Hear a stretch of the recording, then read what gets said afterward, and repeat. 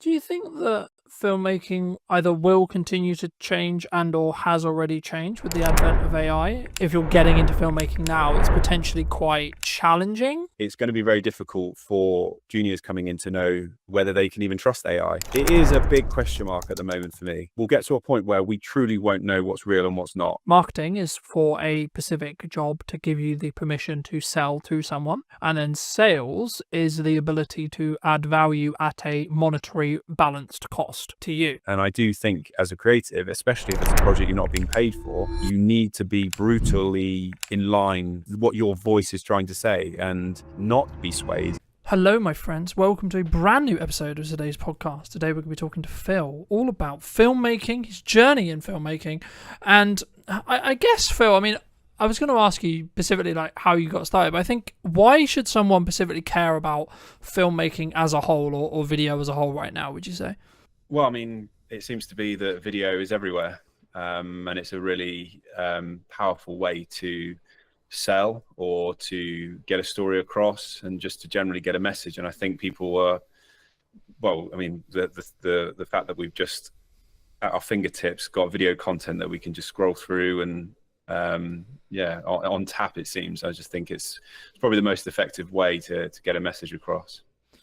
Do you think that filmmaking either will continue to change and or has already changed with the advent of AI and equivalent? Like, to give you some context, I was watching a video earlier today all about the fact that like junior editors and getting into filmmaking, like we're both like I would say probably more established, but if you're getting into filmmaking now, it's potentially quite challenging in respect to like those you don't necessarily have those junior roles because they are being commoditized or replaced by AI.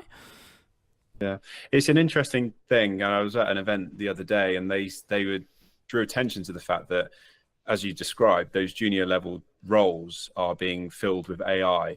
But what's interesting is that those at the latter parts of their careers, once they disappear, the experts that actually know and have the knowledge, it's going to be very difficult for juniors coming in to know whether they can even trust AI because they haven't got some old fogey next to them that they can vet it and check if it's correct. But in terms of AI, it is a big question mark at the moment for me. However, I'm starting to see whenever I speak to people about LinkedIn, they're frustrated at the fact that every post seems to be AI. And I do question whether we'll get to a point where we truly won't know what's real and what's not. And so people will need further proof on and evidence as to what's real. And I think what will happen in terms of marketing is that people will just start meeting up more. And so you might find that video loses its impact because we just won't believe it. Perhaps these kinds of conversations that we're having now will become a better way to market. But it's really hard to know. And it is a worry, I'll be honest. And I think it's important to embrace the technology and not get left behind. But I feel like it could go either way. As I say, for me, I think it's kind of one of those things where you've got to kind of use it to like leverage what you're doing, but also be aware of where it's going. So then you can maybe pivot, change, adapt what you're then doing as a filmmaker, what you're doing as a marketer, etc., either for your clients or for you.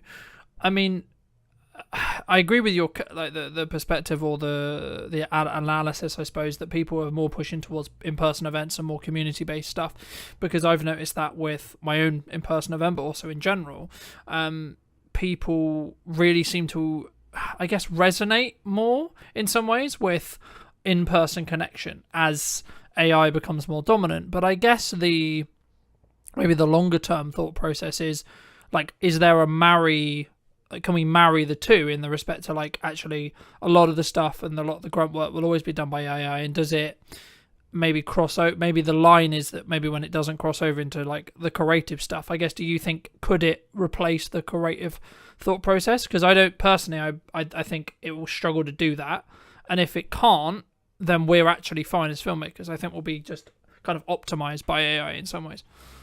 Yeah, there always has to be in some form some sort of director or operator, and I just think what will change the most is the location at which we're doing our job. So rather than like today going out and filming in person, it might be that we're sat behind a desk and we're the ones providing the prompts. But we can only really get our heads around what we know today. And if you consider how advanced it is already, give it 20 years, it's just going to be so radically different. And I do believe that it will be advanced enough to do all of the creative legwork, but it's just whether we as a race will choose to accept that or not. And I think that's where we are unique, is that we'll be emotionally driven, and I don't think, and morally driven as well. I don't think, and people will buy into it and will accept that we're not needed anymore, and it will be automated. And I think something will come through, and it will mean that AI doesn't have the same impact as it does. But at the moment, embracing it and helping and using it as a support mechanism is really useful. And I'm using it all the time. ChatGPT is just, I'm every single day. Sometimes I'm using it for personal therapy. Sometimes I'm using it for my work, and I'm finding it's helping me to speed up the process, but it's not replacing me, because I still have to be the one to then decide, is this decision it's made or suggestion made, is it suitable? Yeah, I agree. And I think, I don't know if it will ever, because the problem with like large language models, right, is if they start embedding mistakes and they have mistakes in them, then they'll learn from those mistakes and then repeat them, right? And I think to an extent that's kind of why I'm maybe slightly more skeptical of whether it will become this all-seeing power. Is it going to be in a world where we have it and we use it? Absolutely, but I don't think it will. I'm kind of, it might be famous last words, right? But I'm skeptical that it will get to the position where it can completely replace a human, right? Will there be elements of, like, I can see a world in 5-10 years where the camera we use for work or the camera we have in our webcams have AI features built in, right? They can, I mean, that's what we're already seeing that with iPhones and etc. when it comes to like beauty filters and etc. And I guess in some ways the vulnerability maybe, if you're already in the beauty industry, I can see as a specific industry that will potentially struggle with this, because they already try to beautify non-reality, if that makes sense. The thing that AI will struggle with, for example, is like the detail on my beard, for example, at the moment, right? And I think as we move forward, I guess the question comes is like, is that a regulatory thing, do you think, of like stopping it from just completely obliterating like the entire industry as a creative industry? Or is it actually just going to be people will eventually just say, yeah, it was kind of a gimmick and we kind of use it as a quote work, but actually we're going to draw a line and sort of say, well, we're not going to, it's not going to be used for this. Do you think? I feel like we are in such a capitalist society that sadly I feel that the need to create revenue will be so strong that I don't even think, I think it will just happen and we won't even notice. And for people like you and I, we know a world before AI, whereas in 20-30 years the next generations coming through won't know any different, and so it will just be part of their life. So I think that's when we'll notice the biggest difference. But I do feel strongly that we will just require that real human interaction, and for as long as we don't know, we'll crave it. It's just hardwired into us as a species to want real connection. So I do think in some form we'll seek it out, and I reckon a new art form will come about from it. I don't know, or it might be, as we see quite commonly now, things that are retro coming back in. It's because even the younger generation are looking at simpler times. My daughter is 13 and she's taking a break from her mobile because she doesn't like what it represents in her life, and I think that's an incredibly mature choice that she's made. So it could go either way. It's so difficult to know, but what I do know is that we can't be those that turned our nose up at, back 100 years ago, the car versus the horse, because it's just inevitable. And you have to be, rather than just rolling with it, what I'm realizing is that I still feel like I'm behind the times, whereas what we should be doing is being a pioneer. We should be the ones perhaps steering the direction of AI, making use of it, and rather than sitting back and waiting for it to dictate our life, we can be the ones to say, well, this is how I plan to use it. And we can make choices now that then steers the direction.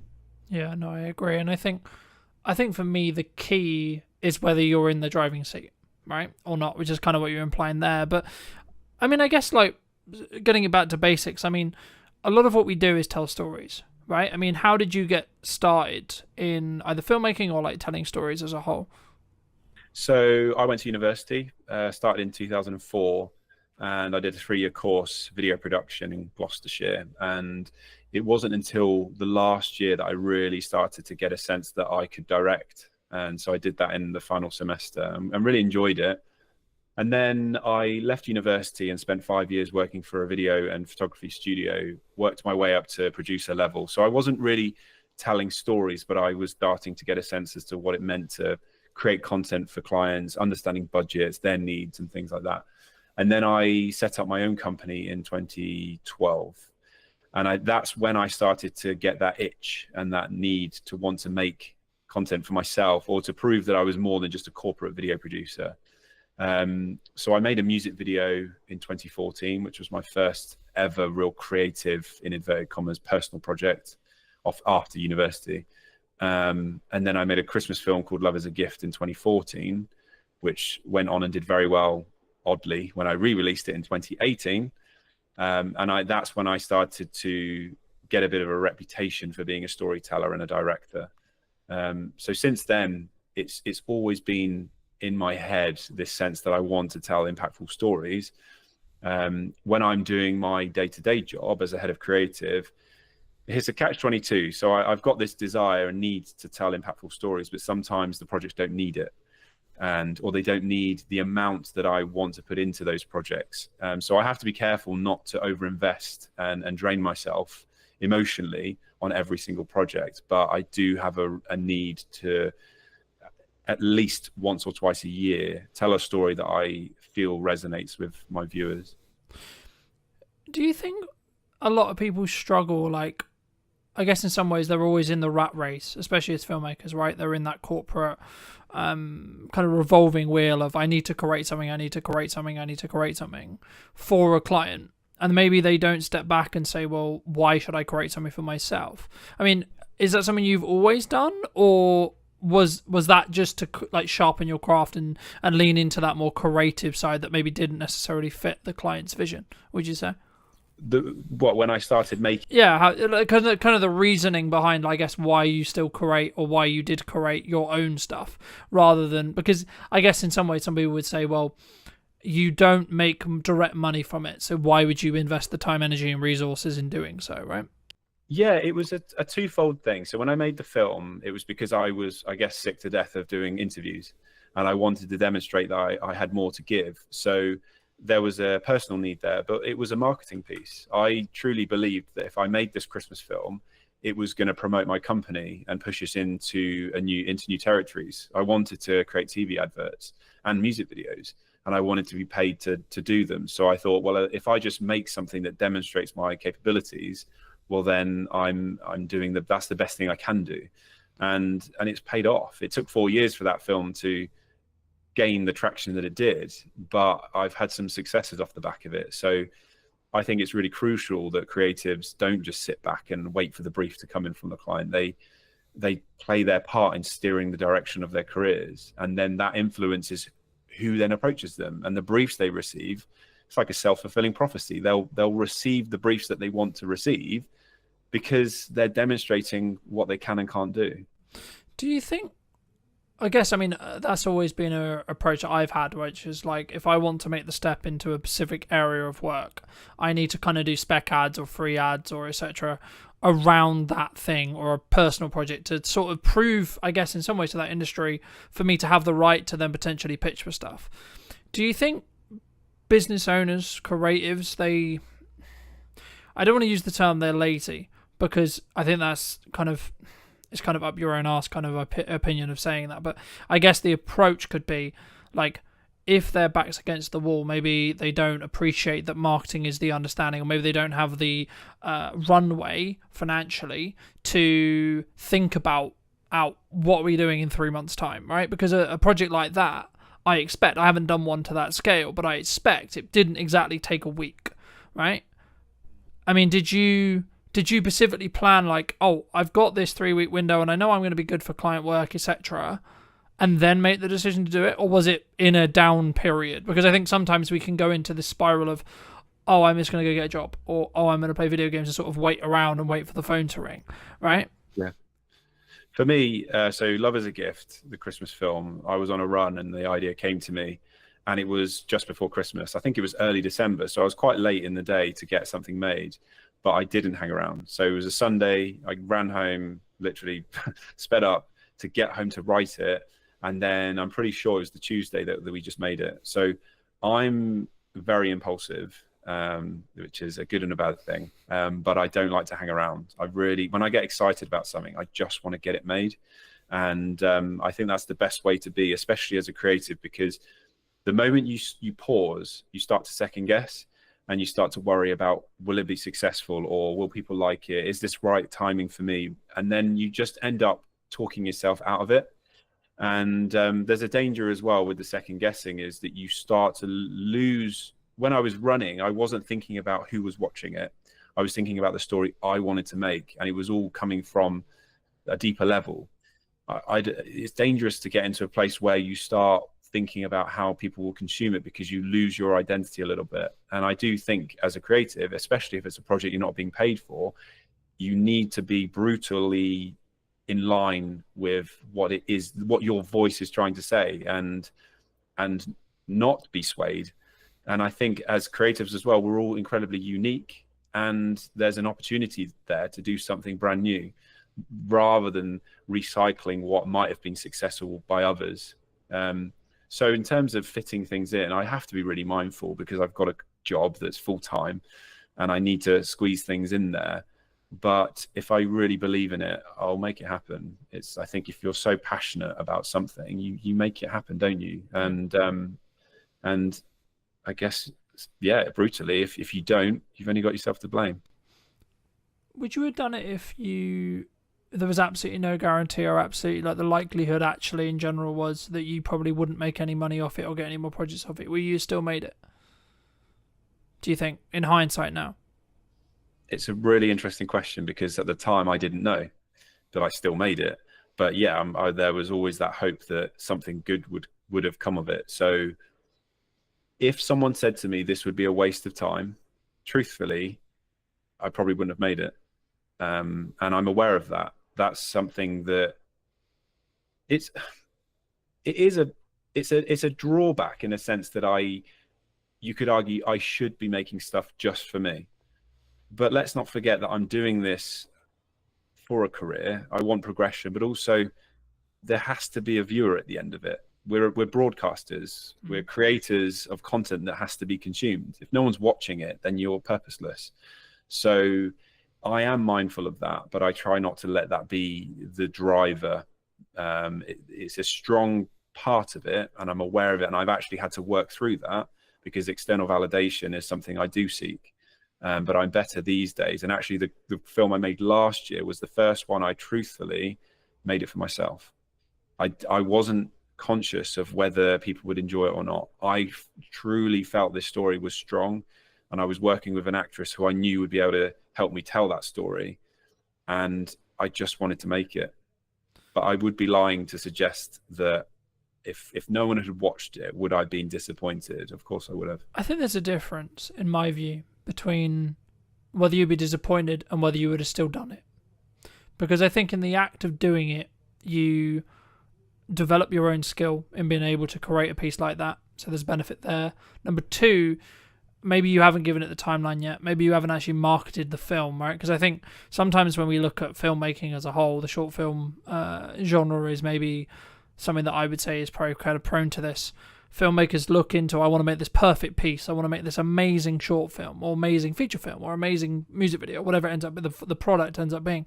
But you don't necessarily, in my experience at least, on average, until you specifically think about it and you really plan it properly, I think you should personally plan the marketing of how to get the right people, or people in general, to see the thing you're going to create first.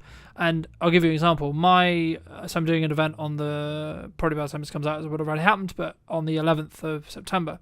And my plan wasn't, let's film or plan out everything I'm going to do in the event, like piece by piece by piece. My plan was, let's build the marketing. How do I want to market it? How do I want to get the word out that I'm doing it? And then I'll sort of figure out what I do in the event after the fact. Do you think, to phrase it into a question, do you think filmmakers, people in general, especially like solo operators, video production companies, maybe less or so, but especially solo operators or people who are starting to get into the space, maybe they don't look at that marketing piece enough? Do you think? Massively, yeah, and I do think it's a missed opportunity as well. I've worked with many production companies. I've had my own, and there's a lack of strategy behind the content that's being suggested, and thought as to who's watching it and why, and how does that fit amongst a much broader marketing plan. And so thankfully now I'm in a broader creative role, and that's exactly what we have to do. And video is just part of the puzzle. And that's been a real eye-opener for me, because video was always my world. But now I've realized it's not the be-all and end-all. There's so much more that surrounds it. And so I do feel that production companies should be way more vocal, or should be understanding of that broader marketing plan, so that when they're pitching ideas, it's not just, this sounds nice, let's hope for the best, because the client deserves more than that. So that is a trap that solo shooters, and actually lots of production companies that are well established, fall into. They focus in on just that one particular project they've been asked to produce, but they're not thinking broader than that. And I do think clients should demand that as well. It's really important. Do you think that would be a way for us to protect us from like the future of our income, the future of our business, the future of our career from AI to an extent, if we focus on that strategic side? Potentially. However, ChatGPT is incredibly strong at coming up with marketing plans and content strategies. But again, there has to be somebody, I suppose, that controls it. That I question whether a business owner would have the time, I suppose, to be thinking, well, what is my marketing plan? What strategy am I going to be putting into this campaign, especially if there's lots of campaigns? So yeah, that's a really good argument there. If video producers can get on board with that and bridge the gap, so that perhaps you don't want to get rid of marketing agencies altogether, but for those smaller projects where they just need a video or a suite of videos, yeah, that's a really good way to add value. And whether they charge for it or not, I don't know. But then a client or a customer would come to them seeking that value. Because for me, when I saw, and I've been very honest in content before, I'll be very honest with you and everyone listening. I mean, I saw what AI was doing, and I saw what AI was becoming capable of, and I'm seeing some of the stuff coming out of Google VO and etc. And I was like, shit. All right, was the honest truth. And then I was like, actually, hold on. There is, and that's kind of why I focus on that middle ground, because with the strategic side, because I think everyone wants to chase the golden goose, right? Everyone wants the large projects. Everyone wants the big paychecks, etc., etc. In the years of experience I have personally, they only happen if you can be ROI focused. And for those who don't know, ROI means return on investment, and it's basically just focusing on, because at that point, if you can, no one can ever guarantee like a strong ROI, right? You can't. But what you can do is you can stack the odds in your favor, right? So something that I'm trying to do a lot of at the moment is be very omnipresent in my marketing, right? Like, this is the first one that was streamed, right? I'll be curious to see where the podcast is in a year when it comes to either the quality of streams, how I stream, how I record it, etc. But the key for me is to either utilize strategies from either older content to distribute on other discoverability platforms to give me the opportunity to potentially reach a larger audience, for me personally, and or potentially everything I'm experimenting with, everything I'm trying to move forward with, I can then, when I work with a client, I can say, well, actually, this is working for me. Have you considered doing this, this, and this? I mean, is that also, I guess, part of the argument or part of the thing you would personally say about why someone should make a music video, should make a short film, should make, their personal documentary, their personal project, etc.? Not necessarily about them, but they should make that personal thing that they're not necessarily getting paid for, would you say?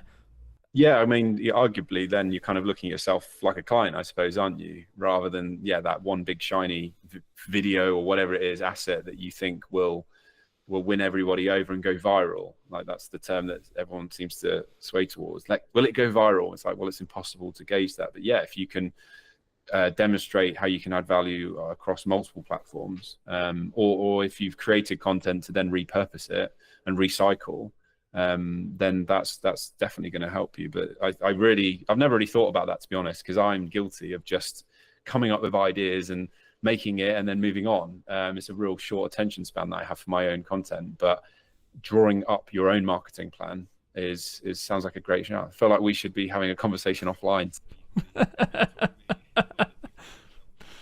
I mean, I don't know whether I'm just unique in the way I think, right? But I've always treated and continue to treat Brunton Media as the highest paying client, right?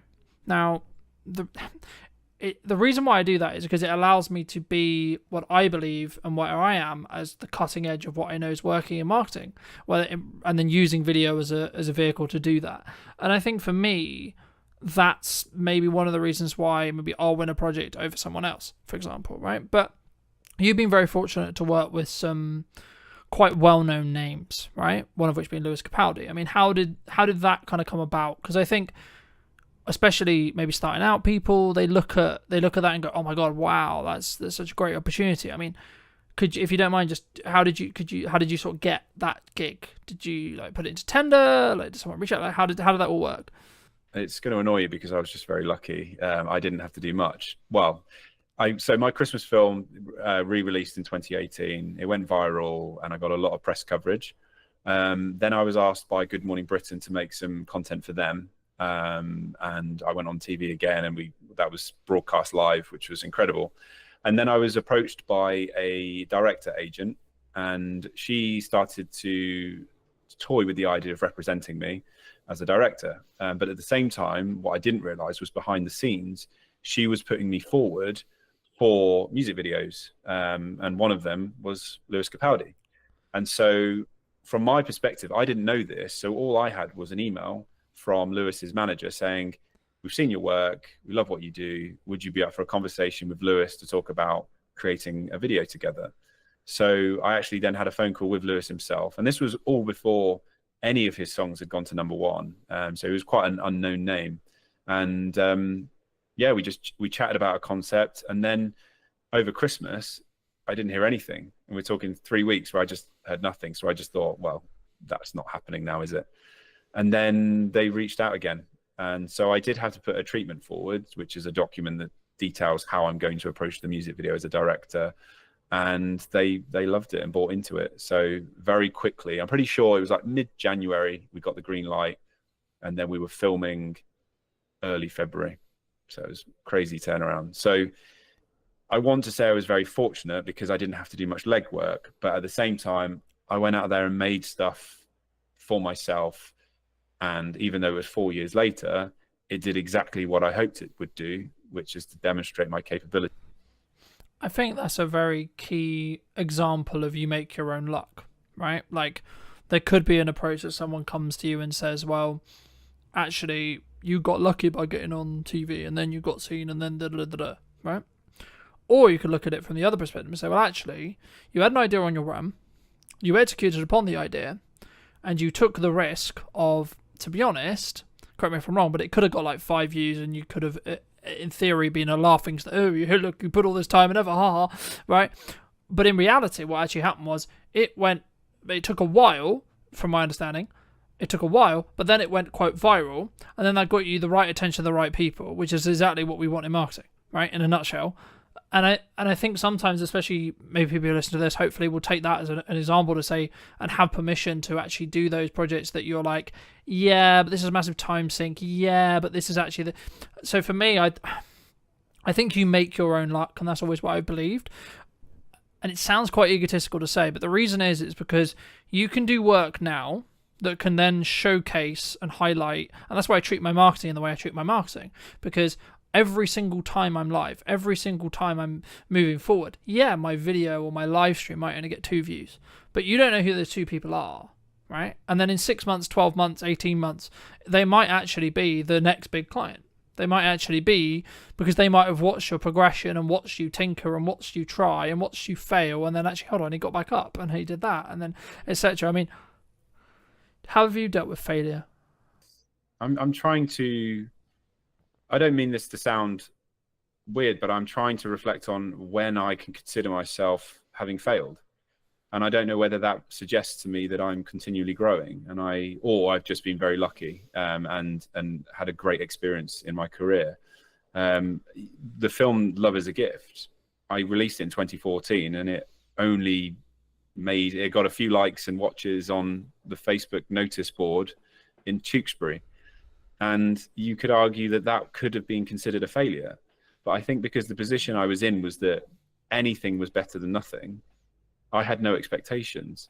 But I also wanted to relate to what you were saying about the waiting game. It's the same for brand. With brand messaging, it takes a long time, I think, to build a brand. And my example is a really good. I've built my own brand, haven't I? It took 4 years for the right people to see it, and it then took a further 2 years for me to get an incredible opportunity to work with an Australian company called Memories, and they'd been having conversations about me for 2 years, where they would talk about video, and they were mentioning my name in the meeting rooms. I didn't obviously know this, and then 2 years down the line, so that's 6 years on from the film being made in the first place, I then got reached out. They reached out to me and offered me a 2-year role. So it is really important to just be patient, I think, but not chase the quick wins. It's very common, as you probably know this yourself, that you've got the financial directors thinking, well, what's the return that I'm going to see next week? And it's really hard to be able to say to them, well, I can't promise you a return, but as experts in marketing, we are very confident that this will gain the traction that you're looking for. But this is where data comes in really handy, because if you can demonstrate that you've done it before, then they're much more willing to take a leap of faith. And I think, again, as video production companies, which they don't tend to do, they need to be desperately clawing any form of data that they can get to show that what they've created actually had an impact. And without that, it's just pointless. And I've been in those rooms where I'm saying, yeah, I feel so great about this idea, but truthfully, in my head, I'm like, I don't know if it's going to work. I hope it does, but I didn't feel confident in that. So now we're really hungry for data, because it just gives us that extra bit of confidence to be able to say, well, check this out. We've done it before. I reckon we're going to do it again. Yeah. And I guess in some ways, it sounds really weird to say, but sometimes the litmus test is turn off stuff, right? Like, let's say, for example, you've got a client, and maybe you're not in the position to say this or do this, but like, I've had it previously with clients. I'm sure I'll have it again with clients where they're like, well, what's the ROI? We're paying you all this money, etc. Like, we haven't made any direct sales from it. And I'm like, okay, right, let's break that down. So you haven't got a trackable outcome necessarily. Okay, we can add something trackable into the video to see QR code, discount code, etc. Right? B, we can also look at it as a top of funnel understanding of, if you're consistent and you're consistently having a load of visibility, actually it's then not actually going to directly actually give you the ROI as in the sale, because it's not designed to do that. What it's designed to do is get you seen by a load of new customers that then take 3, 6, 12, 18 months to then convert. But then actually, and I guess the issue or the thing that marketing and sales always has is sales always gets the credit for the sale, even though arguably 70% of the work was done by the marketing, right? And I think as video creators, that's why we need to specifically structure our proposals, like how we work with clients to be, I guess in some ways, for them to understand. It doesn't mean that you're necessarily going to 100% like keep the client forever, or you're going to keep the retainer, or people are going to understand the content, because there is a window of time, unfortunately or fortunately, depending how you look at it, where you will just, like, you've added the value you can. Right, like when they've got the story videos, they've got this, they've got that. Maybe they don't need the ongoing support. Maybe they don't see it as valuable as they did, say, a year ago. And actually, maybe you've grown as well. And I think, just building off what we were discussing about like the failure thing, I've always been in the view you either succeed or you learn. You don't technically failure. Yes, it exists. Yes, the word exists, but it's not something to focus on, because for me, if you fail, it's because you did something wrong. You should take self accountability. To phrase it into a question, though, in your career and your experience, do you think people, either you personally, should have taken more self-accountability in the past, or do you think more people should do as a whole? And do you think they would have a better outcome when it comes to what they're looking to do with their business, potentially? Yeah, 100%. And I think it goes back to what I said about seeking external validation. I think if you're constantly measuring your success of other people's metrics that come from your external viewer, then you aren't taking any accountability. It just becomes a bit of a blame game. But it's totally agree with what you've said about failure being learnings as opposed to actually deemed a failure. And it's quite empowering to hear you say that, and for me to reflect on the fact that I cannot pinpoint a time in my 20-year career where I consider myself having failed, and that's actually the first time I've reflected on that. So that's a big win for me today to be able to feel quite proud of that. But yes, we're all in charge of our destiny, and I think we should be taking accountability. And if there are moments where things don't quite go the way that we planned, well, we just reflect and move forward, don't we? And it's the same with all aspects of life, relationships, and just personal stuff. It's every obstacle is just it's something you can look back on in later life and almost be grateful that it happened, because it just gave you some further clarity. That's how No, I completely agree. And I think, we talked a little bit before we jumped on the actual show, and I said that 2024 was really difficult, and I look in hindsight now, and I blame myself for why it was difficult. Right now, some people would say, "Well, that's a bit harsh, that's a bit mean," but it allowed me to understand what I was doing wrong, and now I can look in hindsight and I can look back 6 months and go, "Okay, well, the reason why I'm where I am today is because of the work I did 3 to 6 months ago." Right, in regards to marketing and output. So the thing that people struggle with, clients and like me and potentially you as well, is we do a load of actions. The analogy that's always used here is like the gym analogy, right? You show up, you do a good workout, cool, sick, but I look the same. Okay, we'll go again tomorrow. Right, cool, sick, do a good workout, cool, feels great. I still look the same.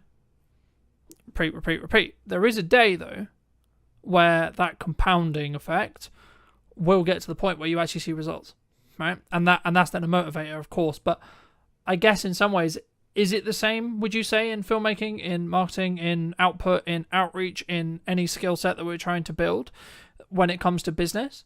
Like, do we just have to keep going for long enough for them to reap those rewards across time with consistency, would you say? 100%. And I think being present and for a long period of time is, you're establishing yourself as any good brand should and does. But I do think you're being hard on yourself, because you're just one aspect of what might steer you in the direction of success, whatever that looks like for you. You can't control other people's behaviors. You can only control your own. And I think there of course there's going to be projects that you've created that might not have necessarily gone where you'd hoped, but there's going to be all these other people that will influence that direction. So I think as long as you're proud of the values that you have and the behaviors that you put into your work, I think that should release you slightly from, let's say it doesn't work out the way that it did. You can always stand back and say, well, I gave it my best shot, and I used the tools that I had to my disposal, and I put my best attitude into that.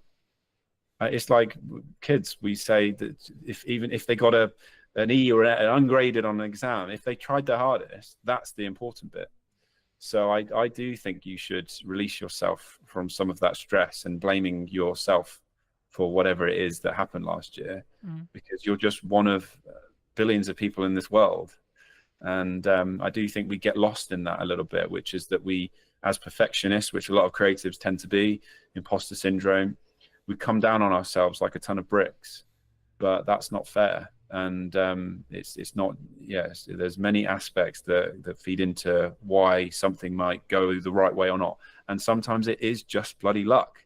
My Christmas film in 2018 did very well because I was lucky in the way that I worded it, which was the Elton John Lewis Christmas advert. People didn't like it. And so what I said was, off the back of the John Lewis Christmas advert, here's one I made 4 years earlier. So the reason my video, I personally think, went viral is because they didn't like the John Lewis one and they were more receptive to something else. So the whole narrative was John Lewis, this guy creates a film for 50 quid that rivals John Lewis. There was that story there. I couldn't have dictated and controlled that. And I probably would have put the same type of post out had the video been successful. I wasn't deliberately writing in that way to say, well, I know it's shit, therefore they're going to love mine. It was just good fortune. So I don't think I could have truly controlled that.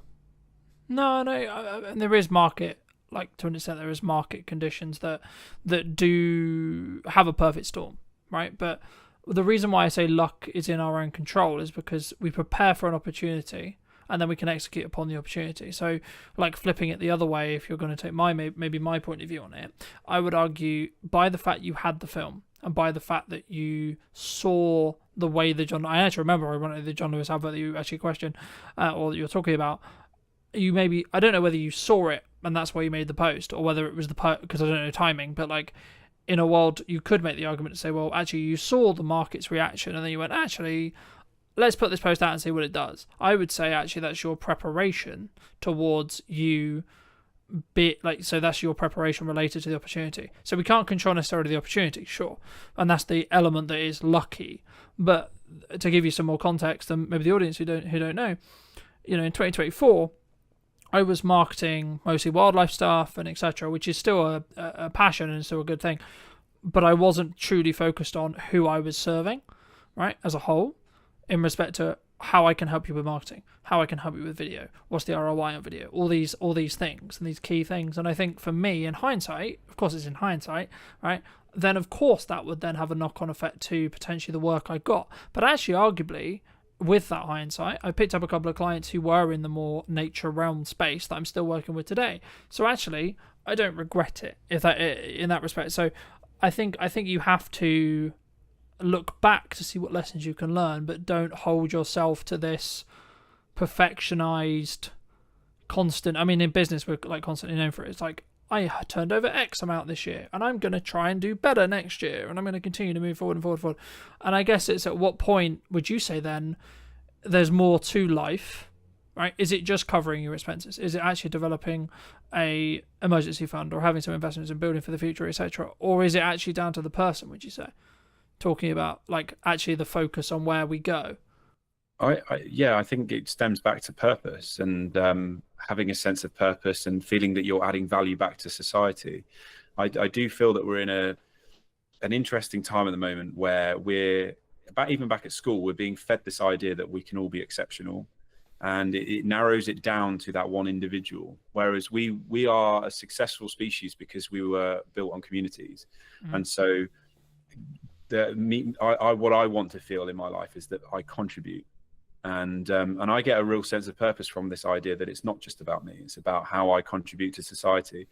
But going back to what you said about preparation, you nailed it. I was thinking that word preparation and then you said it, because that's all you can do. And it's the same I'm well into my fitness. I used to be a pretty established runner, and training is all about just preparing for that race. I can't necessarily control what the weather conditions are going to be, how I'm going to feel that day. And there's lots of factors I can't control, but I can be very prepared. And again, using that as an analogy, every time I suffered in a race, it meant that the next race, I literally would be able to say to myself, I felt this pain before and I survived. And so I think we can use that in business and all walks of life, which is to say, well, that didn't work out how I thought, but I feel.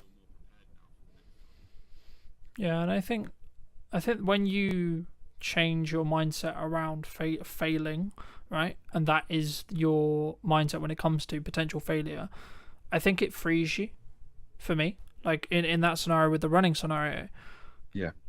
But I also think failure is often dictated by other people. And I think if there was no one around to tell you that it failed or to give you any sense that it failed, I think we wouldn't feel so bad. And so that's why it's important not to measure your success of other people's drivers or what other people are doing in their lives. It should be based on what's relative to you. Yeah. Do you think that comes from a self-belief, self-esteem, like in here thing? Like, this is more general, this is like not necessarily filmmakers, but do you think that the reason why we look for external validation constantly is that, or maybe that we want a film to go viral, right? But putting it back into our industry, do you think that's why? Like we didn't, we there's something we're trying to fix in us? Potentially, but I think it's because we're taught the wrong lessons. We're taught that success comes in the form of finances and how many likes and subscribes we get and popularity. Whereas if we were fueled this idea that success came from making someone smile, it's just a whole different vibe, isn't it? And that's raw human nature. And I do think we all have it in there, but we're just being fed this dopamine hit constantly, and the need to want to be popular, which is just that again is a human natural thing, an instinct to want to be popular. We want to survive in our community. So I do believe that from an early period in our life, we're taught the wrong lessons. Yeah, I think that's true, and I think it takes some rewiring sometimes to, and also from speaking personally, like some internal work on why do I look for X or Y from that perspective. And I think you have to take it into two, just maybe lean a little bit back into business. You have to take it from two sides. One is I'll use your example. I'm actually completely cool if this video gets 3 views. I've spent tons of time in it. I'm really proud of it, and I'm not going to tie what I believe to be a successful project on what the internet or the output or etc. actually deems it. So if it gets 3 views, still great project. If it gets 50 million views, still great project. Fabulous, right? And then there's the other side of it, which is like I'm doing it for a client or I'm doing it for myself, which is like, cool, I need it to push a needle somewhere, okay? So I'll give you, I've just picked up live streaming in the last handful of weeks, and I've weaved into what I was already doing into live streaming. So I'll give you an example. A handful of weeks ago, I knew that I got a couple of private texts from a couple of clients that I would call maybe on the fence, right? We don't have any open projects. We've done some projects previously. We're in between projects, etc. Cool. And the part of the text that really stand out to me was like, oh, your videos are really connecting with me, right? And I was like, okay, hold on. So I don't know what you watched. I don't know where he saw it. I don't have any context at all outside of he watched a video, at least one, and it meant something to him. It connected with him, right? Now, if I'm looking at purely transactionally, that probably means they're more likely to use me in the future, or they're more likely to do a project with me sooner rather than later. Sure. But actually, on a nice level, actually, cool, I just made that guy's day. I made that person's day. I added some value to them. I helped them move forward, or help them pre-context or re-understand something related to the video. And I think for me, when I started really focusing on that bit, the how much can I help, how much input can I give and give and give and give without not necessarily expecting anything. Now, it comes from a place of financial planning and financial health, sure. But actually, once you can get there, you can then actually probably make more money. If you're just looking tangibly and that's your objective of success, you can probably make more money by continuing to do that, because you don't have to constantly ask for business, right? I mean, just as I'm aware of time, so I think let's wrap up soon, but for people who are maybe listening to this and thinking, okay, I'm going to start creating my own projects, I'm going to start creating my own content, where should someone start, would you say? Well, I mean, we've all got smartphones that are very capable now. We've seen it with 28 years later. Obviously, they had some pretty sexy lenses on it, but it was shot on an iPhone. So we can all be going out and making our own content.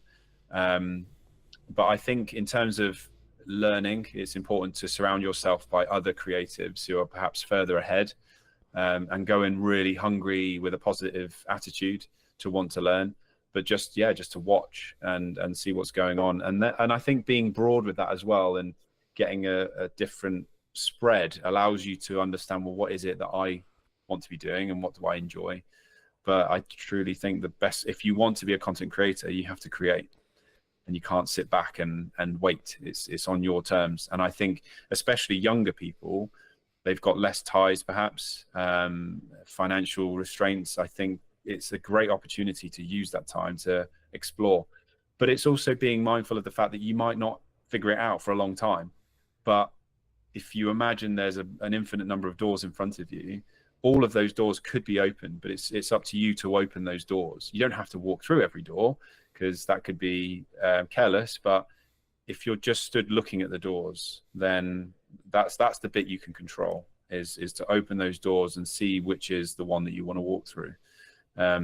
So, and I know it's a cliche, but I do believe that those, you can have an incredible skill set, but if you're an actual arsehole, people aren't going to want to work with you. But if somebody who knows nothing but has an incredible attitude, I'll remember them. I'll get them back on board. I've done it before. There was somebody who had an incredible attitude, and I put them in front of the right people, and now they're living in London, having an incredible time working on TV commercials. And that was her attitude. That's what mattered to me. So that goes back to what we said before. It's about behaviors and how you feel you can contribute back to other people and make people feel something. And those people as well, they're the ones that are best at selling, because they can sit in a room and it's not about them. It's about, well, how can I want to add value to your life, to your business. And they truly, truly believe it. And the best brands in the world are positioned in that way, which is that they truly add value, and it's on the customer's terms. So that can definitely be taken into, for any young filmmaker or creative. Try to see how you can add value to the person that you're working with or speaking to, and get a mentor as well. That's really helpful. I have a mentor, and he's brilliant. It just helps me to stay fresh, I think, because it's easy to get stuck in your old ways. No, I completely agree, and I think also, like, giving without expecting a return, and just, I'm going to use the term like showing up repeatedly in a good manner. It comes from understanding where you are in your career. A, B, financial planning, right? Like, there's something that I didn't get right in 24 that I am getting right in 25, and that's why I'm in a stronger position, and that's why I can act the way I am. But also understanding the, building it off the marketing sales thing, marketing is for a specific job to give you the permission to sell to someone, and then sales is the ability to add value at a monetary balanced cost to you. So you're adding value to someone, and someone is then rewarding you with a monetary gain. Sure. Right, but what people sometimes get wrong, in my view, is they don't understand what camp they need to stand in most of the time. Because if you're really strong at marketing, you actually can be less strong at sales, or have an easier time selling, because you'll A, have more qualified leads, e.g. people who actually want what you sell, and B, they'll have less questions or less objections, right? And this is where you should know how to objection handle to an extent, but I find it a bit corny where there's a lot of content online going, this is how you objection handle, because that's just about, in my experience at least, pressure selling people, which in turn means they're probably not really going to get the value, and you're going to, like, the fuse on that client is going to be a lot shorter than someone who's consumed your content for say 6 months or 12 months, and then understands completely what value you could add to their business, and then be like, actually no, we're going to give this person like 6 months to before we actually, like, they'll always look at ROI, they'll always look and judge it, sure, but they're going to maybe give them a little bit, like me or you, a longer window to actually add that value, because that's how long it took them to potentially convert, if you want to go down into the business road. But for those people who've enjoyed this conversation, for those people who want to connect with you, want to reach out to you, want to talk to you, want to maybe hire you to do stuff, etc., where's best for people to reach out to you? Probably the best starting point is to go to my website, which is philbeastall.co.uk. Phil with one L, Beastall's BEASTALL.co.uk. Magic. And if you were going to talk to yourself 10 to 15 years ago, what advice would you give to that person now? Chill the F out. I don't want to swear on this. That's the big F bomb. Yeah, just enjoy the ride and stop overthinking. Stop worrying about what other people are going to say. Do what feels good for you, but continue to work hard and show up. And thank you ever so much for coming back and joining me. If you did enjoy this episode and you would like to see more like it, make sure to be subscribed, follow, all those lovely things, and I'd love to hear what you think in the comment section down below. And I'll see you very, very soon. I think that's a really interesting observation, because a lot of people, I think, are maybe subscribing to the fact that things are maybe hard. A lot of people are finding or saying that the creative industry is hard, right? Or it's challenging. Have you found it challenging? Rejection is a fundamental within business, then that's going to serve you within sales scenarios. That's going to serve you just generally in your life, right? I think it's a very fundamental just within life, just rejection in general. Do you think that many people struggle with that emotional side of video, like having it in there and or thinking about how to add it in? Because that's, for me, that's the key sales metric. Ultimately, how do you capture that moment? It's impossible because you don't know when that moment's going to happen. So it's very important to have as much coverage as possible, basically. It's what we always say to people is like, yes, one videographer or one camera operator can come and cover your event, but you are limited in terms of the moments that you can capture and the things that we don't know are going to happen, but will happen. We know they're going to happen. We just don't know when, we don't know where, we don't know how. Hello, my friends. Welcome back to a brand new episode of this week's podcast. Today, I'm going to be with Oliver, talking about all things video and also starting off with niching, because it's something that we actually both kind of do opposites, I would say. For those who don't know, Oliver, like, firstly, I guess, like, what niche do you operate in? And then secondly, why did you choose to go into that niche? Yeah, it's a great question, man. So first off, happy to be here. Thank you for inviting me on. Excited to chat to you for the next kind of hour or so about everything events and video and marketing and all of that sort of stuff. So ultimately, the question around niching, we've been doing this for nearly 5 years. We've dotted around a lot of different service offerings and niches and markets, if you want to call it that, and stuff. Really, the decision ultimately came because of the ambition that I have for the company long term. I want to scale. I want to grow. I want to specialize within particular areas and stuff like that. And I think ultimately, if you're looking to do that, it's much easier to do that when you decide on a niche or a market or an industry that you can really kind of get your teeth into and become an expert in. I know that it's cliche, but it's kind of that classic saying of like GP versus brain surgeon, you know, who gets paid more. And it's the person that is a specialist. I think if you had a problem with your brain, you would much rather go to a brain surgeon than a GP, and you would probably pay the money because you know that that person is going to be able to solve your problems, basically. Yeah, I mean, I completely agree. I mean, I guess the critical part of my head is like, so how was, obviously we didn't predict COVID, no one could predict COVID, right, in the respect to like how drastic it was in respect to maybe how it changed the event industry, etc. But like, I know that the event industry as a whole was maybe one of the ones that was hit harder. I mean, how was that from a, because that would be like the counter argument to like, well, you kind of got a risk in that respect. Like there is an argument to be made about the specialist, absolutely. And I'm sure we'll get into that a bit more, but did you in some ways, I don't really use the term regret, but did you regret that during COVID? Well, COVID was kind of the birth of the business, right? So we were still playing around in the very early days when COVID first hit. But yeah, I do know that obviously the events industry was hit really hard. From a video perspective and a video production perspective, I do know that a lot of the agencies or production companies, shall we say, who made the pivot to hybrid production and live streaming and that sort of stuff, when they kind of had that as a string in their bow, let's say, they did really well because it was kind of a select few companies that were doing it and doing it immediately. So yes, I think you can make that argument. There is the other side of the argument that is that the events industry came back stronger probably than most industries, I would say, as well. I think that a lot of industries, let's say like high street and product and e-commerce and that sort of stuff, that was hit really hard after COVID, just because it was very much like a paradigm shift in people's minds, like they didn't need to go to the high street anymore. Whereas the events industry is ultimately built on human to human connection. And we hadn't had that for so long that I think it really bounced back quite strong. But I just wasn't involved in the industry at that point. So I couldn't really comment on kind of what I saw from a business perspective. Mm-hmm. I think that's a fair assumption. I mean, I guess I was going to bring in AI later, but I think now's a really great time. Do you see maybe an increase in demand? Because I think people are kind of going two ways with AI. Like, a lot of people are utilizing it. A lot of people are using it for efficiency, sure.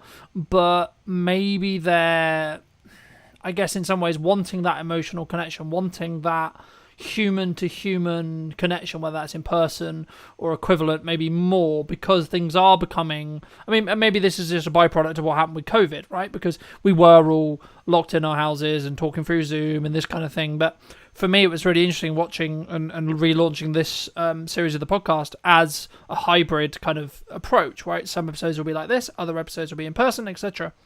And I think for me, it's been very interesting to see the difference in reaction when it comes to, I guess, some people wanting to have that more human-to-human connection. And I'm starting to feel that there is a different energy that does actually happen when you're in person. I mean, do you think that's kind of, I guess, one of the unique selling propositions of events going stronger to stronger in respect to, like, maybe in the next couple of years, as a lot of people would say potentially the economy maybe continue to be challenging, right? I think it's something you can overcome, of course, but just to reiterate the question, do you think that more people are going to be driven towards in-person stuff, even with the advent of AI and etc.?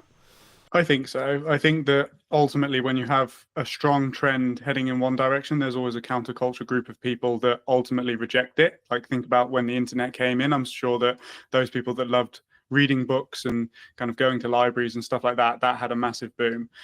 Ultimately, with the conversation around AI, I don't think it's worth rejecting, because it's here and it's here to stay, and it's going to revolutionize so many different industries. But ultimately, the events industry as a whole is pretty well hedged against AI because of that human to human connection, right? I think that it will do a lot with regards to, let's say, the ticketing process, the operational, the logistics, all of that sort of stuff. I think that will really help because there's probably a lot of human error that's made as a result of just having to check so many names and so much data and all of that sort of stuff. However, I think that what it will do is it will weed out the events that don't really have a strong selling proposition.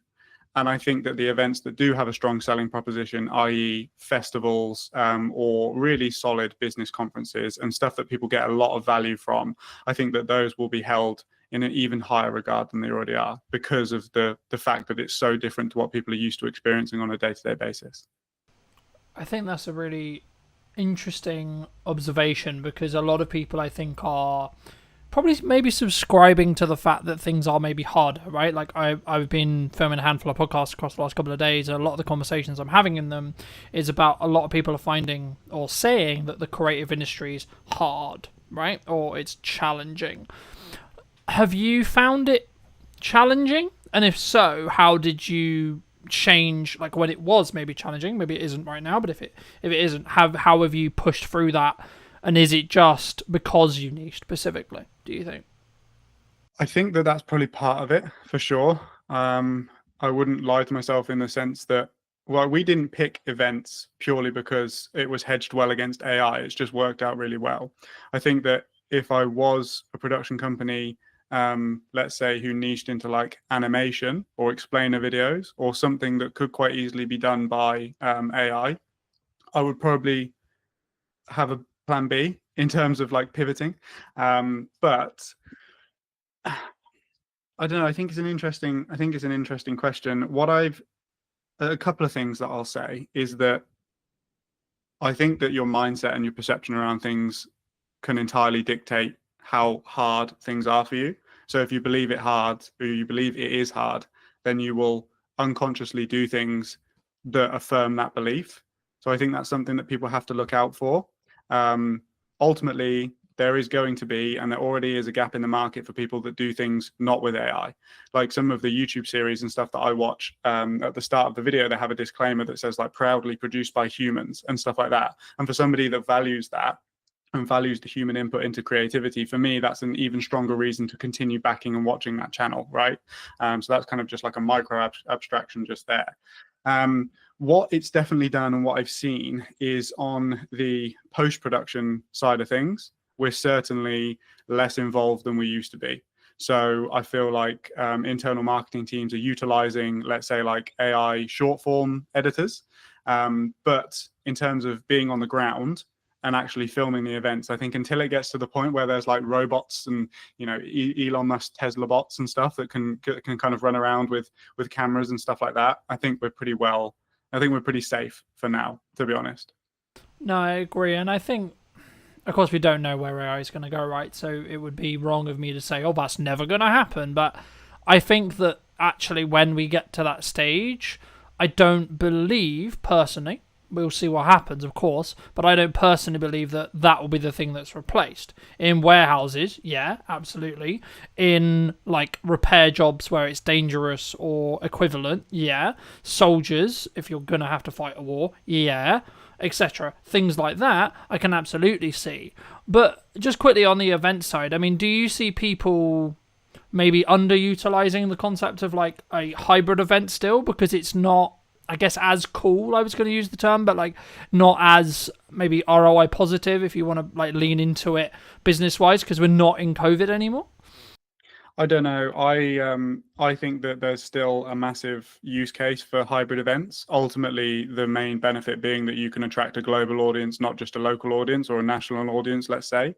If you look at some of the people that are top of their game, Alex Hormozy, Tony Robbins, they always do virtual or hybrid events to a really high-end production standard, with the huge Zoom screens in the background, and you can see how many people are on the call and stuff like that. I think that ultimately, if you're going to produce a hybrid event, it can't just be 7 people sat on a Zoom call talking about stuff. I think you really have to go the extra mile with regards to, like, all of the energy that you would have put into the logistics and the in-person experience. If you take that energy and you put it into, okay, how can we make the hybrid experience better? I feel like you will definitely have a better event and a more engaging and valuable event for your delegates as well, for sure. I think that, yeah, I think that's the key. I think it's about, like, actually branching out a new audience and maybe having, from a strategic side, maybe looking at, like, here's a online ticket versus here how you can be in the room, right? And having a different tier in that respect. But when we look at marketing, right now, obviously maybe we're going to talk directly at events, but, like, it could also, I believe, be used more generalized. What do you think I'll ask it in an event way, but it will probably branch out outside of that as well. What do you think people are missing in event marketing right now? What do I think they're missing? Like, what should they be doing, in your opinion, that they're maybe not doing? Well, ultimately, it's totally dependent on where the bottleneck is within your marketing system, right? This is what we say on every single discovery call with a potential client or a prospect, if you want to call them that. Like, are you getting enough eyes? I.e., is there a ton of people filling the funnel, but you have a conversion issue? Like, there's not enough people converting into actual ticket sales or sponsor conversations or whatever that might be. Or have you got fantastic conversion metrics, but you haven't got enough volume? Like, I think ultimately what a lot of people struggle with event marketing is that they try and produce stuff efficiently that is going to appeal to everybody. But at the end of the day, what a sponsor wants to see versus what a visitor wants to see versus what an exhibitor wants to see versus what a speaker wants to see, they're kind of your main 4 stakeholders, right? They're totally different pieces of content. And I think that events and event marketing teams specifically should take a lot more time to consider where is the bottleneck and really what are we trying to do over the next 12 months in the lead up to our events, and produce content purely for that. I feel like they're trying to solve 4 problems, whereas if you just dial down and solve 1 problem, and then you'll have another problem off the back of it, but you can continue to do that, right? And it will just work in this cyclical cycle. I think also one of the biggest impact factors when it comes to video specifically for events is speed to market. People are used to waiting 2 to 4 weeks to get their video back from kind of a standard videographer, but ultimately you have to, like, just as quick as possible, like ideally minus 10 hours, right? You need to be getting the videos out. We kind of say 48 hours is the max. If you want to capitalize on the traffic and the buzz and the selfies and the tags and everything that's happening on social media after an event, you need to be publishing that video and putting it out to your list and kind of engaging with as many people as possible to get those rebooks, because ultimately it's like somebody is so likely to rebook pretty much there and then, or like just after. If you wait like a week, the emotions have died down, the memories have faded, and you're just not going to get as good conversion, basically. Yeah. Do you think that many people struggle with that emotional side of video? Like having it in there and or thinking about how to add it in? Because that's, for me, that's the key sales metric to an extent of when you have a video. It's, can you showcase, highlight, show in a form that will then have an emotional either reaction or showing the actual emotion that took place at the event, for example. Do you think that's something that maybe some people lose, either because of the self-confidence of like, how do I capture this moment, or actually we missed the moment because we didn't predict it, perhaps? Yeah, I think it's both. Ultimately, how do you capture that moment? It's impossible because you don't know when that moment's going to happen. So it's very important to have as much coverage as possible. Basically, it's what we always say to people is like, yes, one videographer or one camera operator can come and cover your event, but you are limited in terms of the moments that you can capture and the things that we don't know are going to happen but will happen. We know they're going to happen, we just don't know when, we don't know where, we don't know how, right?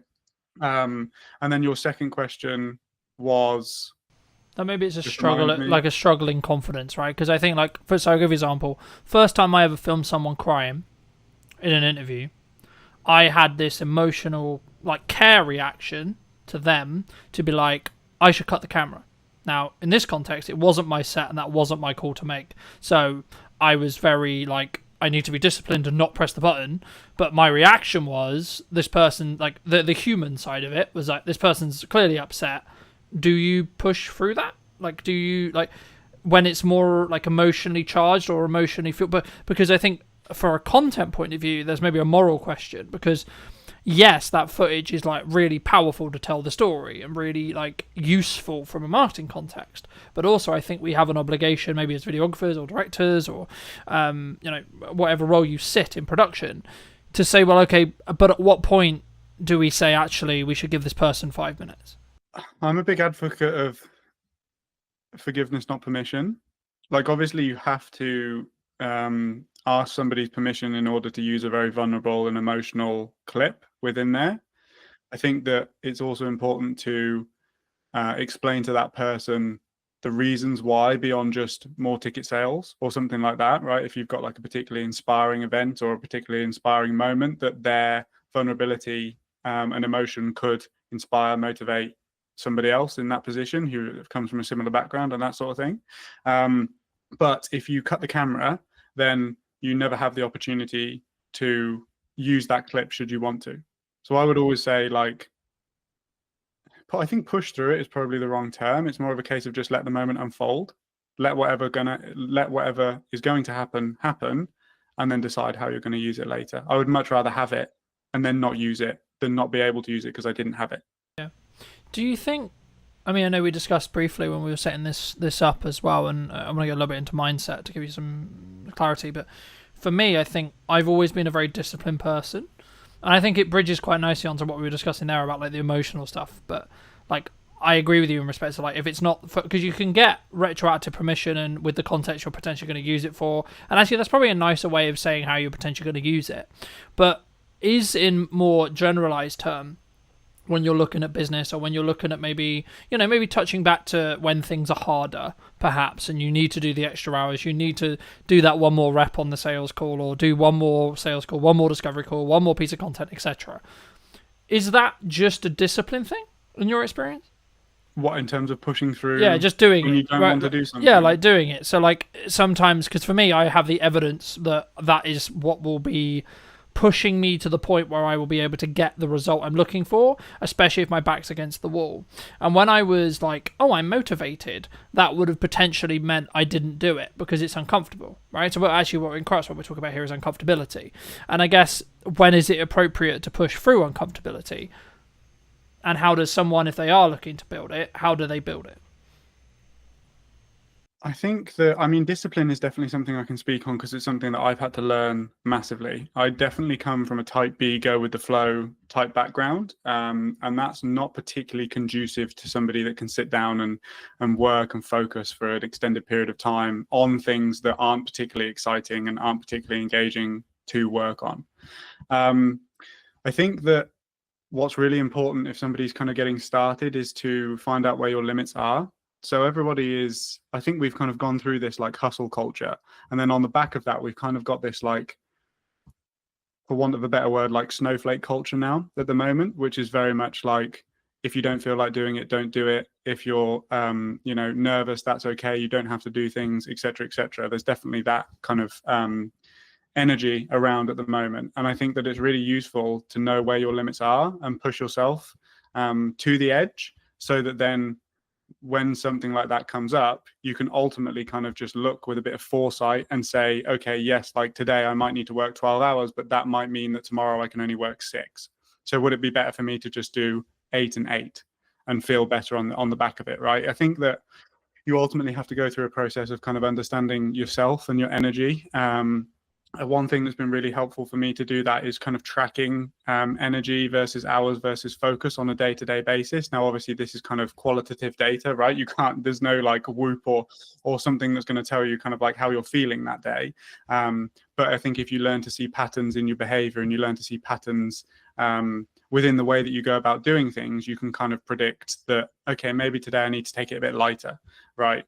Like events, to bring it back to kind of what we do, are so intense. The hours are insane. I'm lucky that I'm an extroverted person, but even I get kind of burnt out, speaking to so many, like running so many interviews in the day, asking the same questions and all of that sort of stuff. So when I come back from, let's say, like a 3 or 4 day event, I know that I need to take a couple of days, right? Just to kind of recalibrate. And I know that I need to fall back into a routine that is healthy and sustainable for me in the long run, So I think it's that push and pull, it's that balance. Ultimately, it's just a case of knowing yourself and kind of knowing where your limits are, but constantly reassessing those limits so that you are getting the most out of every hour that you put in. Does that answer your question? Yeah, absolutely. I mean, I think for me, there's different stages in your life, right? There might be, I'll use your example, like you've just come off an event, you're absolutely like, this is my 4th interview out of 5 this week, right? And I'm like, okay, I'm aware that like my performance may start to like pull or start to be not as sharp as I was in the first one, so I may pull back after this 5, right?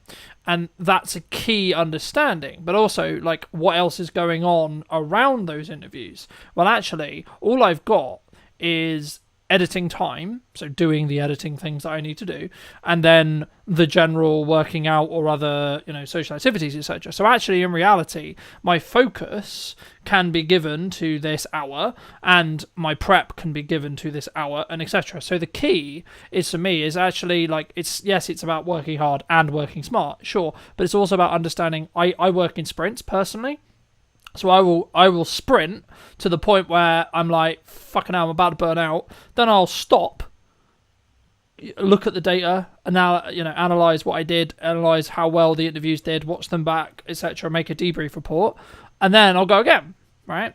And rinse. And what ends up, I think, personally happening, from my perspective at least, is you end up getting more 1% wins. And something I wanted to touch on as well, that I think your niching approach really, really focuses on and allows you to become very efficient at what you do, is, and I've noticed this since I've really focused on like 2 main pillars of content for like a chunk of time.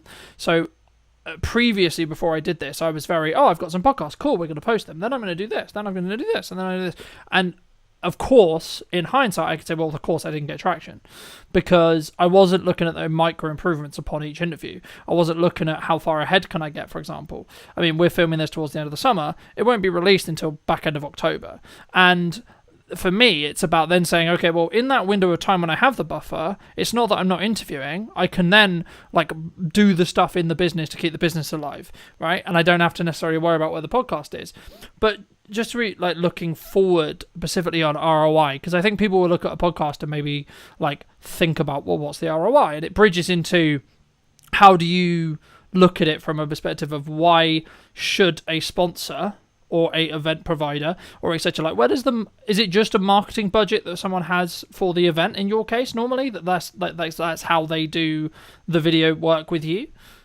And then if so, like, what's your ROI metrics on those? Well, it's always about value. So whenever we're in if you want to call it a sales situation, like it would be sales, right? But I'm always very keen to constantly bring the conversation back to the value that we're providing, rather than the day rate, let's say, or how much or what our prices are, for example. really it's about understanding, okay, cool, how many sponsors are you looking to bring on if that is your objective? What's the standard ticket price? What's the tiers? Okay, so reasonably we can expect that if we did bring on, let's say, 3 new sponsors over the next 12 months, that contributes to X amount of revenue for you in the long run, right? So then you compare it against the value, and ultimately then the marketing budget might expand a little bit because of the potential that can come off the back of it, if that makes sense. Now, in terms of ROI, I've always found it, and it always will be, I think, relatively difficult without the advent of kind of paid ads and stuff like that to track the ROI on video content. Like, how do you do that? You just can't really, and it's always been a struggle that we've kind of faced, because ultimately there's a lot of inference that's kind of involved in those conversations. But yeah, a sponsor could want lots of different things from an event. They could want straight ROI, let's say, like if it's a bank and they just want people to come and bank with them, and they're going to put all of their money in and they're going to generate the interest, off of the fact of that being there. It could be brand alignment, right? It could be the fact that a sponsor is looking to tap into a different market, a younger market, an older market, and aligning themselves with a particular brand that carries that audience is going to do that. And then in the long run, they can expect XYZ returns for that and stuff like that as well. It could be general brand awareness as well. There's a lot of different angles, but I think that ultimately, if the event sales team dug into the sponsor conversations in the same way that we do, and actually kind of helps that sponsor understand the value that they can expect over the next kind of 12 months or 18 months if they did commit to a sponsorship package, I think that they'd have a lot more success, basically. And then you've got the video content to back it all up, right? The video content from an event is proof, ultimately, that the thing happened and it was fantastic and that it got the audience that the sales team is telling the sponsor that they got, basically. Do you think people are hesitant to pay more than, like, let's just say, for example, like, a standard videographer can do it for a price, right? And you or I might be like B price or C price, right? And we're looking at the value, we're looking at the value we're going to add to a client rather than necessarily the time that we're going to spend doing that, right? There is obviously time involved, sure, but we don't focus on, in my belief, we share that in that respect. We don't focus on the time, we focus on the value or the transformation that we're adding to that client. Do you think people would struggle, or sometimes clients would just go, oh, they're cheaper, so we'll take them? They do sometimes. I think it depends on who you're speaking to. Ultimately, the person that I'm really looking to work with and attract into my business is not that type of person who price is the deciding factor. So I don't really concern myself with those sorts of people. If I do find myself on a conversation with that type of person where they're basically playing like a race to the bottom, is essentially what we're talking about here, I will confidently sit there and say, look, we can be beaten on price, and the reason is X. If you don't understand that, that's fine. You're just not in the right position for us at the moment. That, come back to us when you, like, without sounding cocky, just come back to us when you understand that didn't get you the result that you're looking for. So you're actually wasting money. You've wasted money now. Like, and then we're going to have a different conversation in 12 months time. This is the great thing about events, is that, like, there is always 12 months, right? There's always going to be another event. Hopefully, if you've got a good event, you're going to put it on time and time and time again. So there's always opportunity to have another conversation, basically. Yeah, no, I completely agree. And I think, I guess, does that say more about, like, you then? Like, having the ability to say no to a client, or saying, actually, maybe we're not the right fit? Because I was having a conversation a handful of weeks ago with a new client, and he said, well, one of the reasons why he went with me, even though I was more expensive, was because I don't work with everyone, which I found really unique. But I've been just like, I'm protecting my time constantly because I want to be able to run the podcast. I want to be able to put a lot of time into our marketing and our sales and such, and our scalability and our growth. So for me, I'm like, actually, I only have a finite amount of, like, availability for clients. And I think for me, that's always been the case. But I didn't always, I sort of had to grow into the confidence, I guess, of saying, well, actually, I can say no to this client if they're not the right fit. Did you personally always have that, or was that a skill that you've developed through, however many years? I don't think it's a skill that we've developed. I think it's a confidence that I've grown purely just because we've got good systems. Like, we've got systems that book calls on repeat. We've got systems, like, we know the metrics. We know if we speak to 20 people, that then roughly 30% of them will convert over time at a lifetime value of X, whatever, right? So, like, I know my numbers, and it's okay if it's okay that 70% of those people don't go ahead at that time, right? Because we know how the business operates and we know kind of where that comes from. I think that ultimately what you're talking about is, again, the power of niche, right? Because you might not have a particular industry that you work with, but you have particular types of people that you work with. And that's kind of the power of it, is that, you know, you're not saying yes to everybody. And I think that that makes the people that you are saying yes to feel even more included in your service, because they know it's for them. There is value in paying more, right? From a client's perspective, there's an assurance behind it. There's confidence behind it. There's there's just power behind saying no. Yeah, I think it also goes into that perspective of it comes with a level of prestige if you want to look at branding or marketing as well. Like, why do we perceive Rolex in the way we perceive it? Why do we perceive Audi, BMW, so on, so on, so on, in the way we perceive it? Do you, either for clients or yourself, look to trend jack or look at what is, quote, trending when you look to do your own marketing? My marketing? Yeah, personally for you. No, I don't. Okay, and why don't you? I don't. Because the type of people that I will attract through following trends are not the type of people that want me for me. I would much rather a video that I produce get 50 views, but all of those 50 people love that video and get invested in the things that I'm saying and be the types of people that I made that video for, than 100,000 people when, like, really none of them actually wanted to watch it. They wanted to watch the trend. That's what they're they're trying to watch the trend. They're not interested in the actual content itself, right? Now, there definitely is a place for trends. It's just such the fact that we don't have the resources, i.e. time or money, to jump on particular things. My available resource for marketing my own business is extremely limited. So I'm going to do activities that I know are going to get the biggest return. And ultimately with a trend, I don't know whether it's going to work or not, right? Yeah, absolutely. Because I think sometimes, not us maybe, but a person, starting out videographer, starting out business, they look at the potential likelihood that they could get something to like 1 million views, let's just say, for example.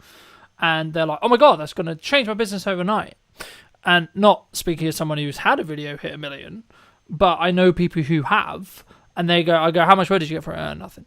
Right? So I guess the follow-on question then, you spoke about like that you're only going to do the things that really work. Okay, if you don't mind sharing, what does really work for you then in marketing? Cold outbound. Okay.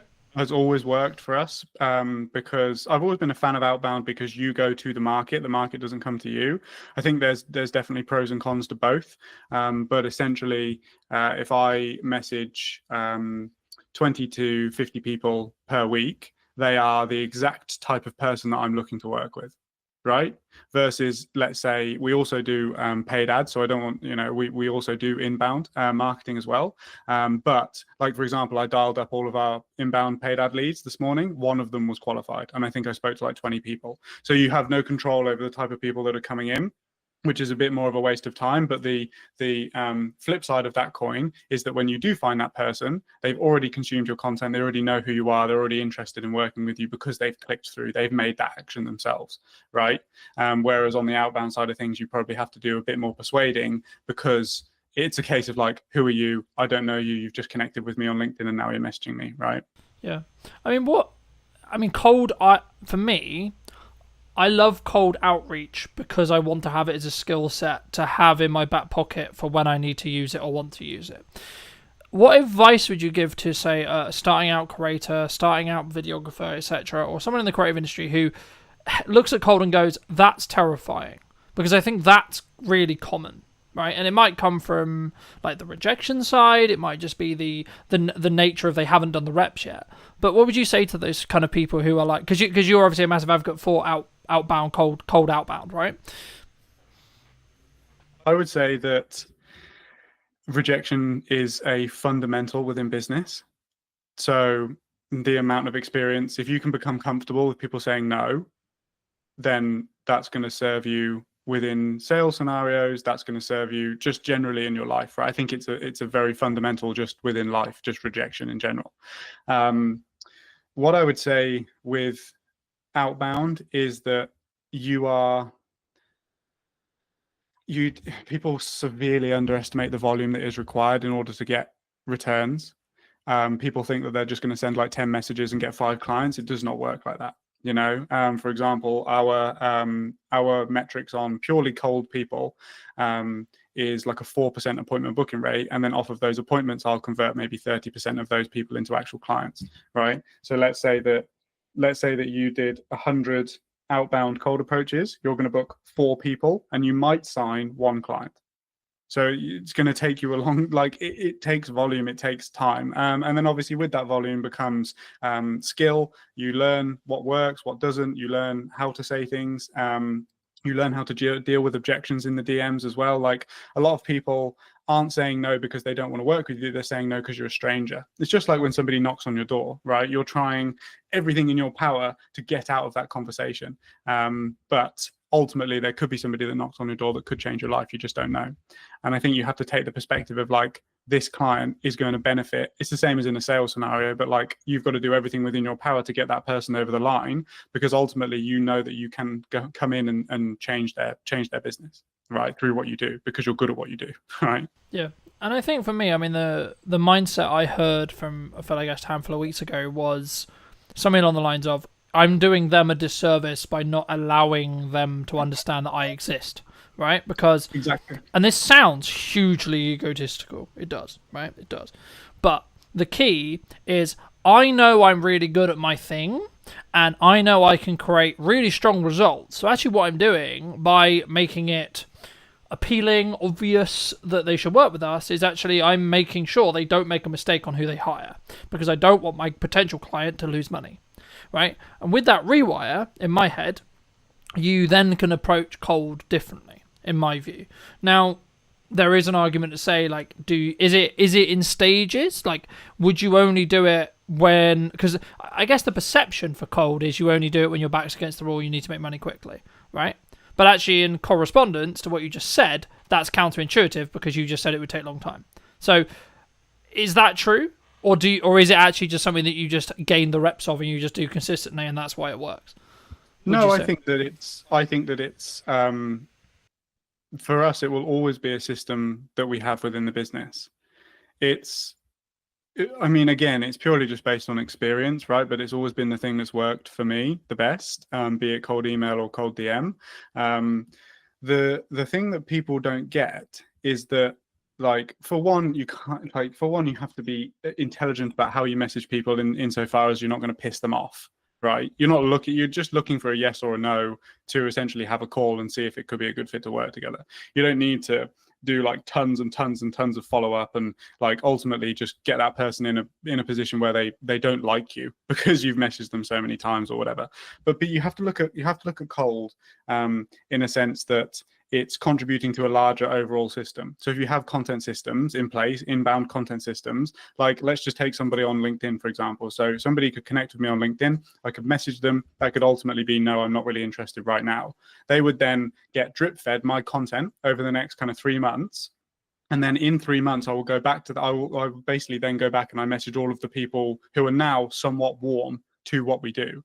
And it's just that constant thing over time. It's like Chinese water torture. You're just slowly drip feeding stuff onto them so that they get more familiar and more familiar and more familiar. And don't get me wrong, 4 times out of 100, somebody will book a call cold, and that's fine because they have a low action threshold. But ultimately what you're doing is you're putting them into a maybe system that's converting them into a yes over time. And I've had tons of people reach out to say, hey, I know you messaged me 6 months ago, but I'd love to jump on a call now. And that's great. That happens on probably a bi-weekly basis, right? Yeah. And I think for me, it's in some ways, even if it isn't the right time for that prospect, that person that you're messaging, actually what you're doing is you're saying, hey, remember me, right? Every time you message, and that should be the way. Or, hey, I saw this thing, hopefully it'd be valuable to you, right? Or whenever you maybe share a piece of content, I always look at it of going, how can I add as much value in the window of time they're going to potentially give me, whether this is in a short form clip or the entire podcast. And I think for me, that's what makes me maybe unique, I guess you could say, in the respect to I don't like to fluff around, and I try not to, if that makes sense. I don't like other people who do. And it's simply because you just don't respect the other person's time, right? But I think I guess the key, you mentioned Alex Hormozy earlier, and I wanted to ask you something specifically about, he's very well known for, you need to focus on doing one thing for an extended period of time. And what does that actually mean in tangibility reality, and does it actually work, I guess, is then the follow-on question. So like, is it going to be you just focus solely on cold and you don't then look at content, you don't look at etc., or actually is it you get to a certain level of doing it consistently, you have a system, and then you can add another thing? Do you think? I think it gets to the point where the system's working and then you outsource it and then you build the next one. Like ultimately there's a literal job role that is an appointment setter, which is somebody that takes control of your social media accounts, goes into the DMs and does what you do. And you give them the system and you say, hey, if you message 100 people, 4 of them will book and I'll pay you for the 4 people that book. Right. So I think that's kind of the process. I don't necessarily agree with this whole thing of do one thing and focus on it for a long period of time, because there are gains that you are probably missing out on by not having an inbound system. Like if you purely just do cold, right? Really, content is one of those things that we've always struggled with, purely just because I do it so much for the clients that then when it comes to doing it for myself, it's kind of you're not you're not as open to doing it, right? But I do think that, like I just said, those people that don't necessarily come through the first time being cold will look at the content, they'll see that it's valuable, they'll see that we know what we're talking about and that we're working with other clients helping them achieve the exact same thing, and then they'll be more open to it. So I feel like if we didn't do that, then you would miss out on those things as well. Yeah, no, absolutely. And I think that's why you have to take it with a pinch of salt, right? It's true that if you try and start too many things simultaneously, you'll fail at all of them, right? But you also need to know your own limits and ask yourself, how many plates can you continue to spin, right? I think is actually the key there. But for those who are maybe looking at like either doing an event or hiring you, like, or any production as a whole, like I build a system where I try and do a behind the scenes breakdown of every single production that I've done, right? And I build that very early and I build it into my sales process so the client's cool with it, the client, etc., etc. But like for me, I guess the question is like, do you do behind the scenes content, A, and then B, if you do, how do you manage that resource? Because obviously you're there actually working. Now, I would argue that's the best content you could possibly create for what you do, right? Because it shows you in your element, shows you problem solving, etc. Like, is it just a matter of like hiring another videographer and maybe you take a little hit on the profit to follow you around specifically, or like is it in more depth than that? Yeah, for sure. It's basically that. We have experimented in the past with purely trying to get behind the scenes from the crew that's already on site to do the job. But ultimately, I think that you're doing a disservice to your clients and to the crew by doing that, because that's not what they're there to do. The client hasn't hired you so that you can make an amazing behind the scenes film using the camera operators and crew that they've paid for, right? So you're going to piss your clients off by doing that. The best way that I've found is to essentially just have somebody whose sole job it is to take behind the scenes imagery and behind the scenes video of everybody doing their thing. And yes, you do take a hit on your profit, but you have to look at it as a long-term marketing resource. One thing that I want to experiment with doing that we haven't done just yet is to cut out the talking to camera aspects of the behind the scenes video, because no matter how hard I try, I can't focus on 2 different video projects at the same time, right? It's very difficult for me to think about how the behind the scenes video is going when I just need to be focused on the client's work, essentially. So what I want to start doing is bringing somebody whose sole job it is to do that, have me mic'd up the whole time, and then have those clips of the problem solving and have those clips of us working on a day-to-day, bring that back in, and then probably review it with the camera in the studio, and basically just say like, look, this is the context, this is the situation, here's what happened, here's how I dealt with it, have a look, right? That I think is going to be a much more valuable resource. And I think that we'd be able to turn one behind the scenes video into probably 5, because there'll be multiple instances of problem solving over time. So that's something that I've discussed with the team, and that we're going to start doing moving forward. I think I think also it protects your bandwidth, right? Like just looking at like that approach, because you're not then thinking, oh, I've got to do a piece to camera because they're about to do this and then I've got to do that, etc. Like, yes, in an ideal world, that's what you would do. But actually, I think potentially you could think about it as this way. Like, actually, if someone's listening maybe and thinking about doing that, are you doing your client a disservice? Like, whenever I do mine, I've wrapped. basically I've wrapped. So I'm basically just referring back to what we did, right? So my initial focus, as I think everyone's focus should be when they get on set, especially in an event context, but in any production, is, hey, what problem are we here to fix? Remind myself of that problem that we're here to fix, and then focus on making sure that the content does that job, right? And then if there's time at the end, or sometimes I'll do like, oh, I've got the behind the scenes, or here's like the setup, etc., and then I'll talk through it in a studio context. But for me also, it's about understanding like when that's, so I guess in some ways you could just say it's like reading the room, right? Like, when is that appropriate to do? When is that not appropriate to do? And or was that planned in? And or was the client aware of it? And how do they feel about it, etc.? And I think it's about how you manage that. And actually, maybe if that's something you are going to do, maybe look at, like, especially if it's a returning client, maybe look at it saying, well, actually, and this is really counterintuitive because you're sacrificing profit and then sacrificing profit, but maybe add a percentage discount because you get the marketing out of it. But then also you have to then pay someone, which in turn means you're kind of losing money again. But if you've planned it in, you'll still make good profit, in my view, right? I mean, do you think that's an approach or not? For sure. I would always try and not have to pay first, right? Not have to give the client a discount in order to do it, because, like you said, you're kind of losing double money at that point. We write it into our contracts, so it's a line item within the contract of like self-promotion. We are going to use the opportunity as and when appropriate to capture behind the scenes content and promotional content for our own brand. Obviously, like, if people have a problem with that, I'm not going to not do a job because they won't let us do it. And obviously certain jobs are also a bit more, certain events are a bit more, how would we say, like, they don't want to be as publicly facing. Yeah. Right? So, sensitive, so right? Yeah, sensitive, great word. So that is that's a, something that we consider as well.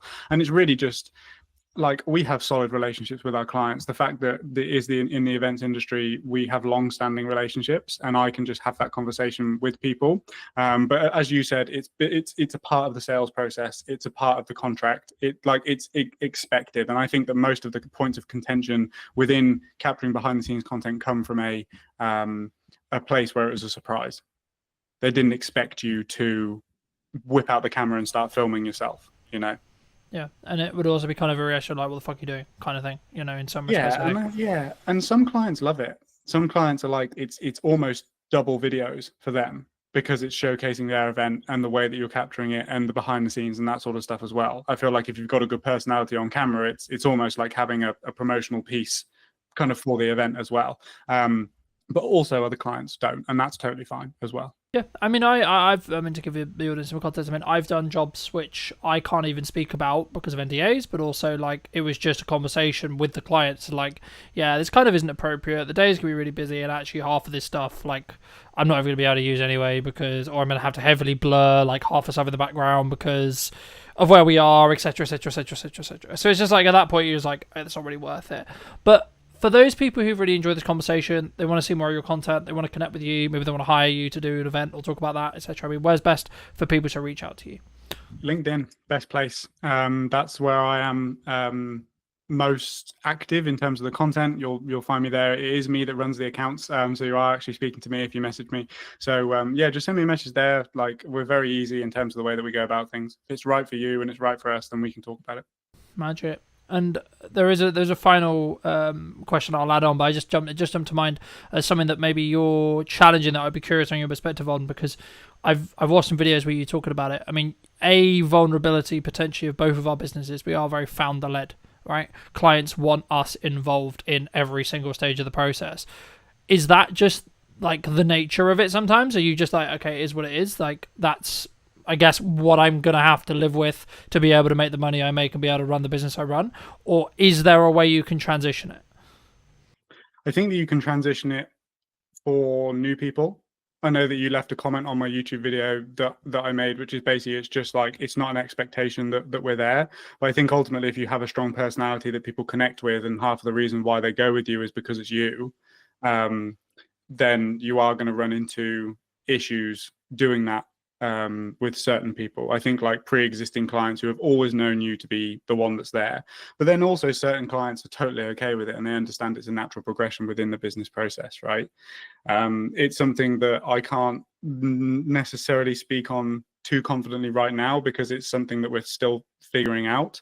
Obviously, if we're looking to scale to the point that we are, then I can't be involved in every single project because I just don't have unlimited time. And I think that's my hypothesis for this, is that the brand, whilst it can still be founder led and come from the vision and the mission that the founder originally had, I think that the brand has to have its own characteristics and qualities and quality assurances for the clients and stuff like that as well. And I think that's where the leverage is with regards to me not having to be on set every single time in order for a client to sign with us, basically. Yeah, and I also think to an extent in that respect you need to be overly transparent with the fact that you might not be, right, especially in your space, because obviously an event may be happening at the similar time to another event, and actually you may want to actually serve both, right?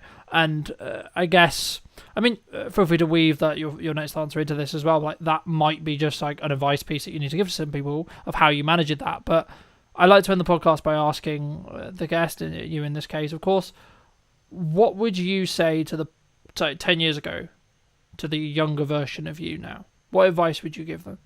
I would say that it's going to be a lot harder than you expect it to be, and that the people that you look up to online probably aren't giving you the most accurate depiction, as I don't, of the reality of running a business and doing this. But ultimately, it's the most fulfilling thing that you're going to do. Like, I love this. There is not a single thing that I was having this conversation with my cousin the other day because he's 19 and he's trying to figure out whether he wants to go to university or what he wants to do with his life. And I said, well, you have to ask yourself, and ideally you're getting yourself in a position where you would continue to do the thing that you do every single day, regardless of whether you get paid or not, because I would still do this, right? There's certain things that we wouldn't do, right? Like dialing paid ad leads and stuff like that. But, you know, like ultimately the goal and the end destination, I would continue to do regardless of whether I was being paid or not to do it. So yeah, it's just set expectations to my younger self that it's going to be way harder than you expect it to be, but it's going to be more fulfilling than you could ever think it could be. Magic. Thank you ever so much for the time, my friend. Pleasure. Thank you ever so much, ladies and gents. If you did take value from this video, you'd like to see more like it, I'll be back next week with a brand new episode. And feel free to let me know in the comment section down below what you thought. And I'll see you very, very soon. If we're doing things that push us outside of our comfort zone, we're naturally developing more and more resilience, strength, courage, all of those things. What do you think's missing in marketing today, from your perspective? I think what was missing then is the same as what's missing now, and that's really the understanding of buyer psychology and the way that buyers make decisions. Do you think trust can be built quite quickly, or is it just the nature of you spend time with someone, whether that's through content, actually physically with them in meetings, etc.? Is that where trust is rooted? The way I build trust is understanding my customer really, really, like, what are their needs? What do they care about? What's their mission in their organization? How can I help them be successful? Did you know that 93% of you are not subscribed? So if you could please do me a favor and you're enjoying the show, then subscribing would mean the world to me, and it would allow me to grow the show and continue to get larger and larger guests and continue to bring what's missing in marketing today. Thank you ever so much for joining me, and I'll enjoy the episode. Hello, my friends. Welcome back to a brand new episode of What's Missing in Marketing Today. Today, I'm going to be talking to Mel about mostly pivoting, but also how we build resilience in business as a whole. Welcome to the show, Mel.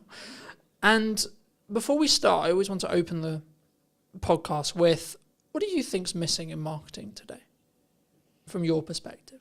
Yeah, well, so I've actually had a lot to do with marketers in my career. So I used to, at Gartner, I was supporting CMOs, and I think what was missing then is the same as what's missing now, and that's really the understanding of buyer psychology and the way that buyers make decisions. So I think that there's a disconnect between products and services and what they do and what they actually mean and the outcomes for the buyers involved. Do you think that's overlooked? I'm sure we'll get into the actual psychology, but when someone looks to set up their business, do you think they overlook the human psychology element because they're more interested in the shiny camera, the shiny marketing technique? Do you think? And are you so I think the majority of organizations don't consider marketing as a key strategy. Often it's an afterthought. So the people setting up the businesses are usually excited about the products and services or the technology. Very rarely are they sales marketing kind of led unless their products reflect that. I think the majority of them are not thinking about marketing from the beginning. Do you think that comes from a lot of people we work with are very founder led, so founder person led?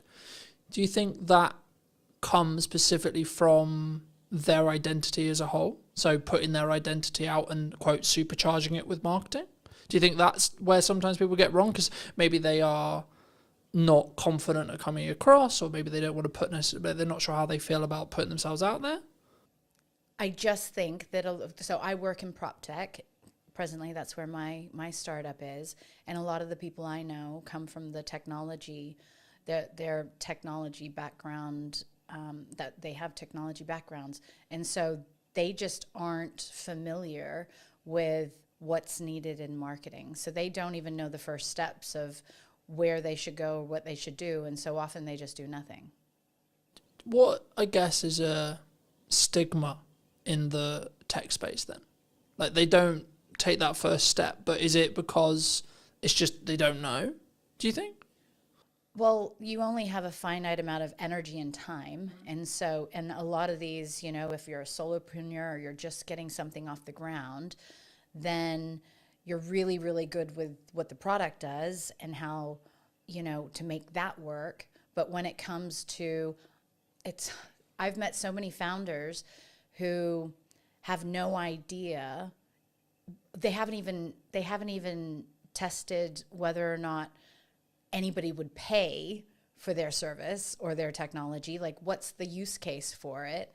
And they often just jump to solution without really understanding how to get from where they are, which is the solution or the technology product, to somebody using it. And so all of those steps in between, which, obviously buyer psychology and the way people make decisions and how they can change from status quo bias. So what are they doing now to where you want them to be in using your products and services? That's a journey. And you can't just go from one to the very end. You have to kind of navigate your way throughout the entire thing. Do you think when we look at that journey that people underestimate the amount of time that someone needs to consume marketing or etc., or that journey as a whole they need to go on, or they need their customer to go on, etc.? I think, and you're talking about the founders? In general, like so say I'm a tech founder and I've just started this amazing thing that I think is going to change the world. Right. Would I potentially underestimate how long it's going to take for me to educate my target consumer to be educated enough to know why this thing that I've made is going to be the solution to their problem? Of course. And if so, how would you say someone can start peeling away and start on that process? Most people don't even know the amount of different layers that they have to get through. So it's not just ensuring that you're able to deliver a message that resonates with them to pique their interest. How are you demonstrating true value? What will their lives look like once they're using your service compared to the other to what they're doing today? How is your service going to infinitely improve their situation? All of these different things, nobody really considers them. And so I think maybe they're like, okay, we'll do Google ads, or we'll hire a marketing manager that's very tactical and maybe just looking at how they can get clicks versus really penetrating that value that they're supposed to be creating in the mind of the buyer. We talked about psychology in the opening kind of statements of this episode. I think it's an underrepresented concept as a whole across the business realm, not even just in marketing. In my view, I don't think we talk enough about actually A, buying psychology, or B, the ticks or the seeds that we need to plant psychology wise. But from your experience, from your perspective, what actually happens, like from a psychological point of view, when someone is maybe looking for something? So when I was working for a consulting firm that focused purely on the psychology and neuroscience behind how people make decisions in sales and marketing, I was amazed to learn that, so we're all programmed to stay safe.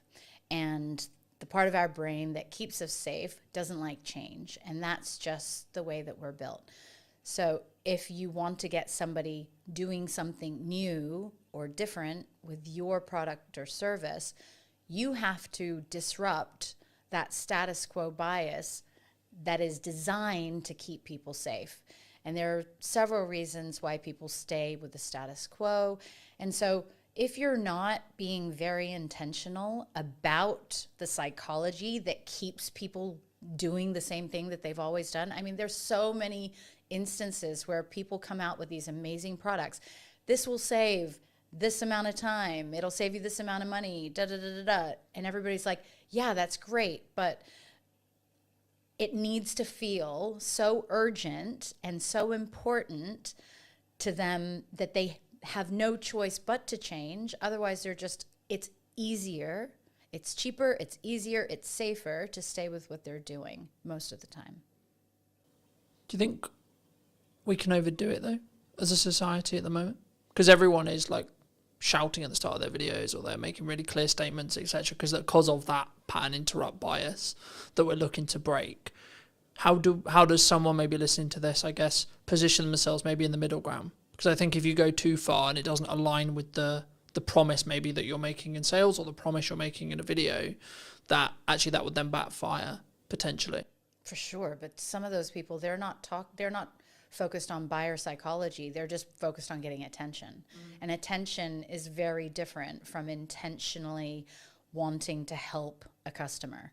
And so if you have something and an intention to genuinely make a difference in a buyer's life world, then you're coming at it from a totally different place. The people who you're mentioning right now and capturing attention and doing all of that jazz,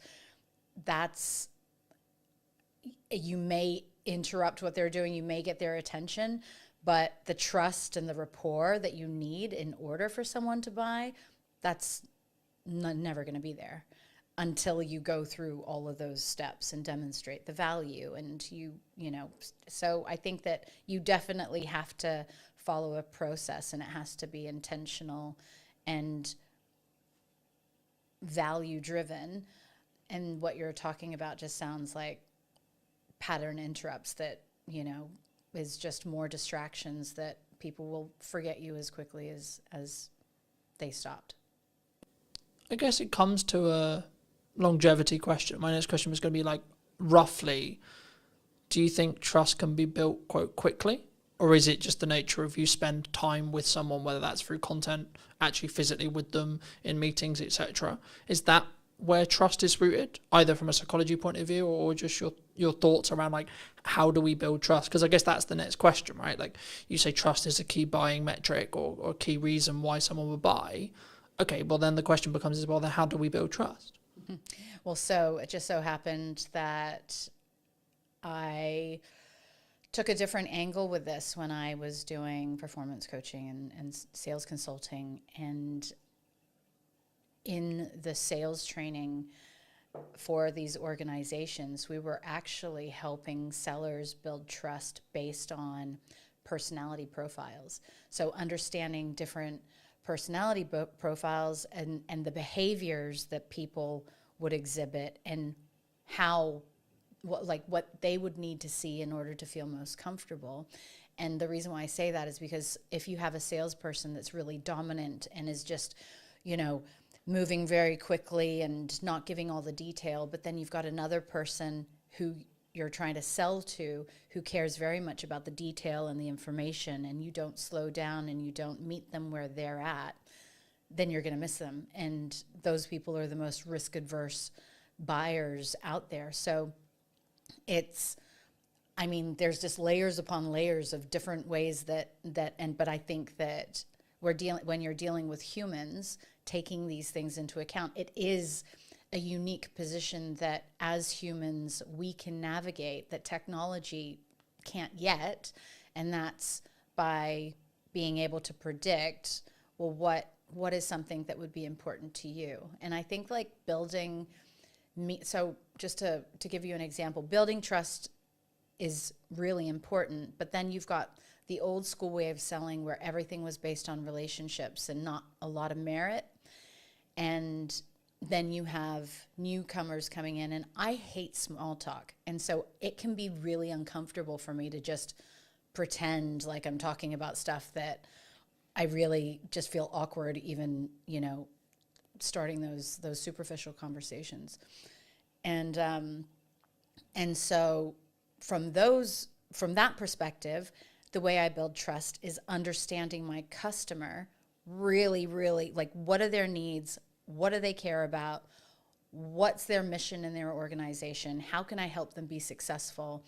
If I'm demonstrating that really quickly, that I know their industry and that I understand how to really take them from here to where they want to go, that will at least get me to the table to have conversations and, rather than other methods. Did that answer your question? Yeah, no, absolutely. I mean, it's interesting that you say you hate small talk, because I thought that was just a me thing for a long time, right? And I'm on the spectrum too. since I didn't mean to. I meant as well as like yeah.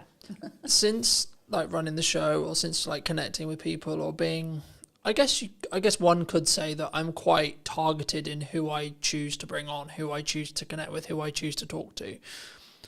I guess in some ways, because it's quite hard for me to describe how I choose and why and etc. Because for me, it's all an instinct-based thing. It's a gut thing. It's like, yeah, I think this person might be interesting. I don't know, because I deliberately don't want to know, because I want that to be here to make a good, quote, good show, right? I guess, is that why AI may not take all of our jobs, as lots of people have been claiming or saying? Right. I love that you bring that up, because I think that people ignore their instincts a lot more. And I think we have so much more knowledge just in how we feel, in our, perception and the way that we react to certain people. I think a lot of times we ignore that. And so throughout my journey, as I've gotten to understand myself more and more and more, I firmly believe nobody, especially this year, has come into my peripheral and had meaningful exchanges with that haven't made me think that was absolutely meant to be. Like, my energy field, if you like, AI is never going to, whatever technology is, it's going to be very difficult to replace that. And so you can use technology to do certain components of roles to, for efficiencies and cost savings and stuff like that. But when it comes down to actually going back to the truly building rapport and following your gut and, knowing whether or not you can trust somebody, that is very much a human behavior that I'm not sure that we will replicate in our lifetime. And I don't think we should. No, for sure not. I think that's, I guess, if you're going to be corny about it, that's what makes us human, right? Mm-hmm. But I think for me, and we talk about a lot of this in marketing, like, however you want to be tactical, right? We're going to do social content. We're going to do ads. We're going to do our podcast. We're going to do this. We're going to do that. The reality is that's the middle bit, right? That's how do you get me as a human to talk to another human? And that's why I'm interested and also like to talk to people about psychology, because if you get the psychological stuff right, actually you can have mediocre middle bit. Mm-hmm. Or if you really want to do it well and do it scale, when you get the middle bit right as well, you then compound on those decisions. But just as you were discussing that, and it jumped to mind to me, so I'm going to mention it. I think it was Alex Hormozi who said, there's some points where you have to push, and there's other points where you have to pivot. Mm-hmm.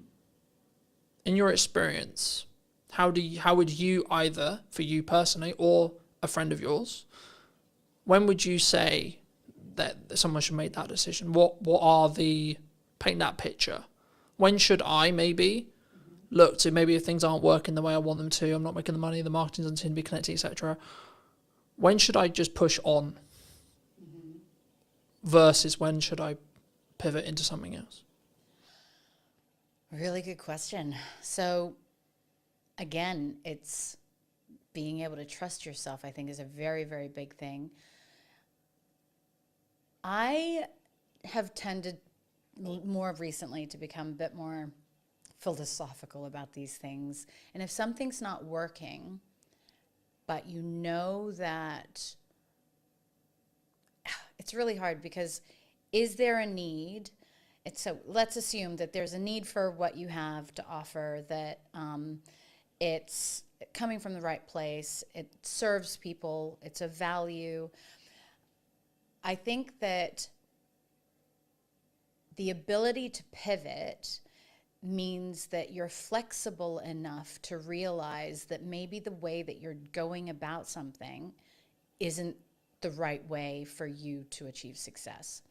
And so, I mean, I've pivoted so much in my life, but and in particular the last few years, but I think that a lot of people become really so part of resilience and part of emotional intelligence is the ability to be flexible. If you're really rigid about, no, it has to be this way, and not curious as to, maybe I hadn't considered all of the factors, or maybe I don't know as much as I think I should, and then you go and get outside opinions or consultants to help you or whatever.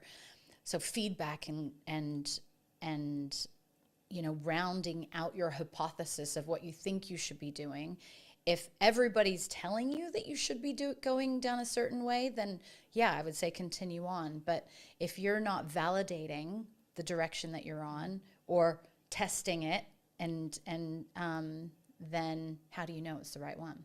So you've got to learn how to be flexible and try different things. And do you think emotional intelligence is missing in marketing, in sales, in business, in human? Sure, in human life. I was going to go with like in business as a whole, or when you're building relationships, etc. But actually, yeah, let's go more broad. Do you think people don't invest in like understanding, like, and building emotional intelligence and then using it? Yeah. So everybody would have a different idea of what emotional intelligence encompasses, but for me, I think it's just being really self-aware and aware of others. So you can't actually understand others until you understand yourself. And that's never taught. Like, where are we learning that?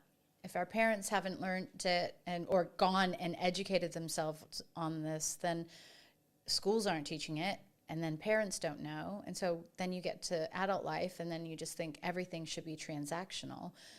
But once you start, I think, becoming really curious as to, you know, what's your purpose? Why are you here? It's not just to make money.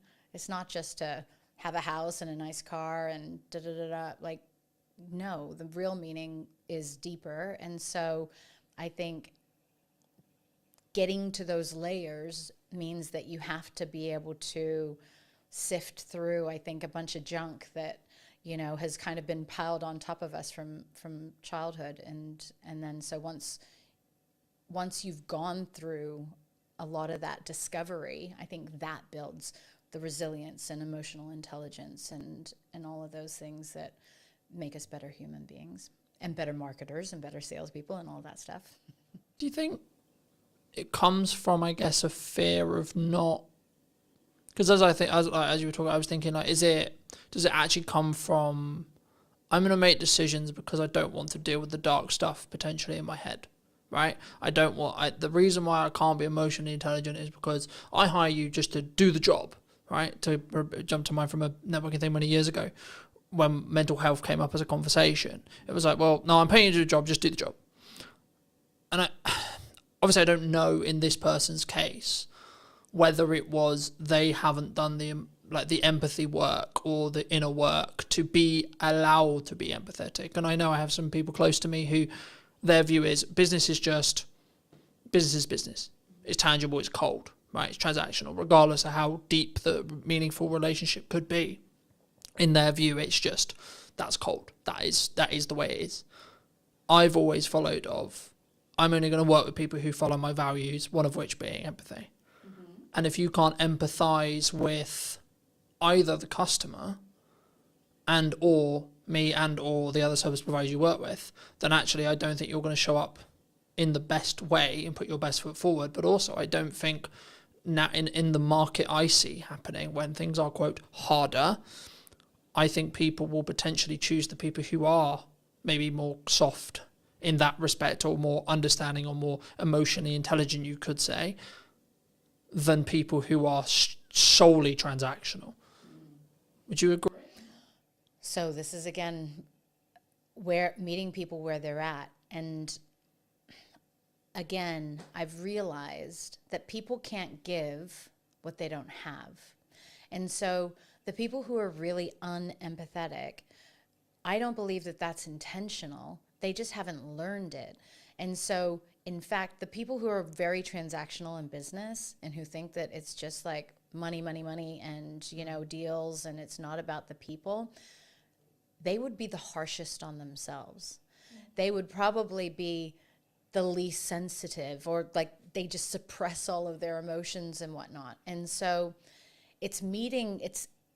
I think that enables us to be a bit more empathetic towards them and understanding, and just be like, wow, that's really sad.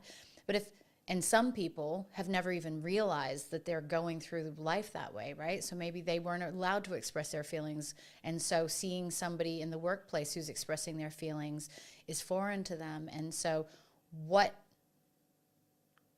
lessons do they need to learn in order to become better leaders or better partners or whatever it is?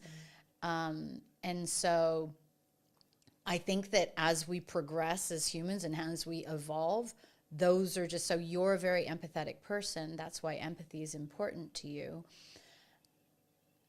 But the reality is a lot of people aren't taught that. You know, we're taught to hide our feelings or just get on with things, and you really never Or be know. stoic.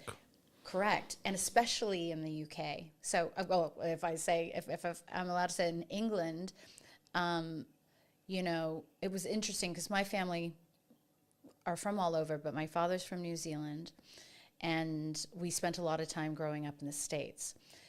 And I came up with this theory of the different mentality that you have. Because in New Zealand, actually, people in New Zealand are super laid back, and they're very, like, you could meet, and literally, billionaires who you would never know that they're a billionaire. They're super kind, they're very cool, and like there's not this class system, if you like.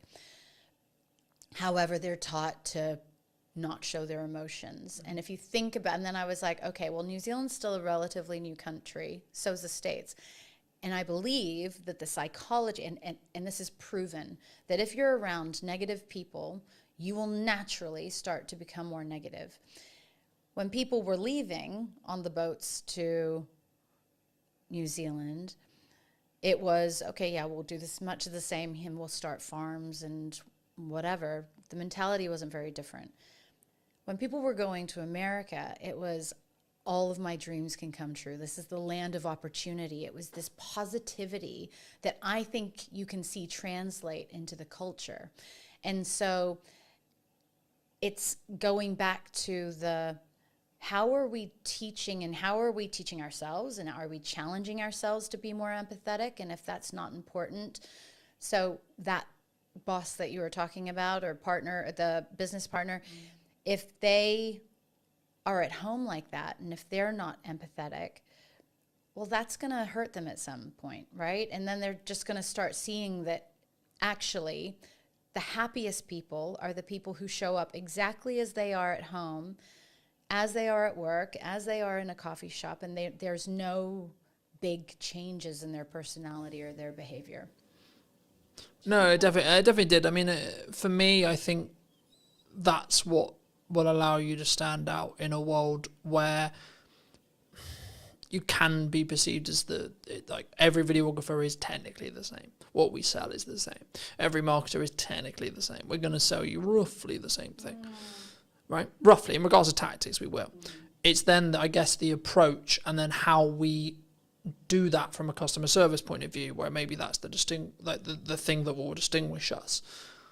The question that jumped to mind, though, for me, and this is something which I've toured with for a long time personally, but also in the people I want to work with and I work around, is should we look, or do you feel at the moment anyway, people don't have self-accountability, self-reflection on, so when something goes wrong, mostly this will be the context, like my reaction always is, what did I do? Why did it go wrong in respect to what I did? Not, oh, it went wrong and it's your fault. It's, okay, it went wrong. What can I do to make sure it didn't? Or how did I contribute to potentially that going wrong? And did I actually do my best or not?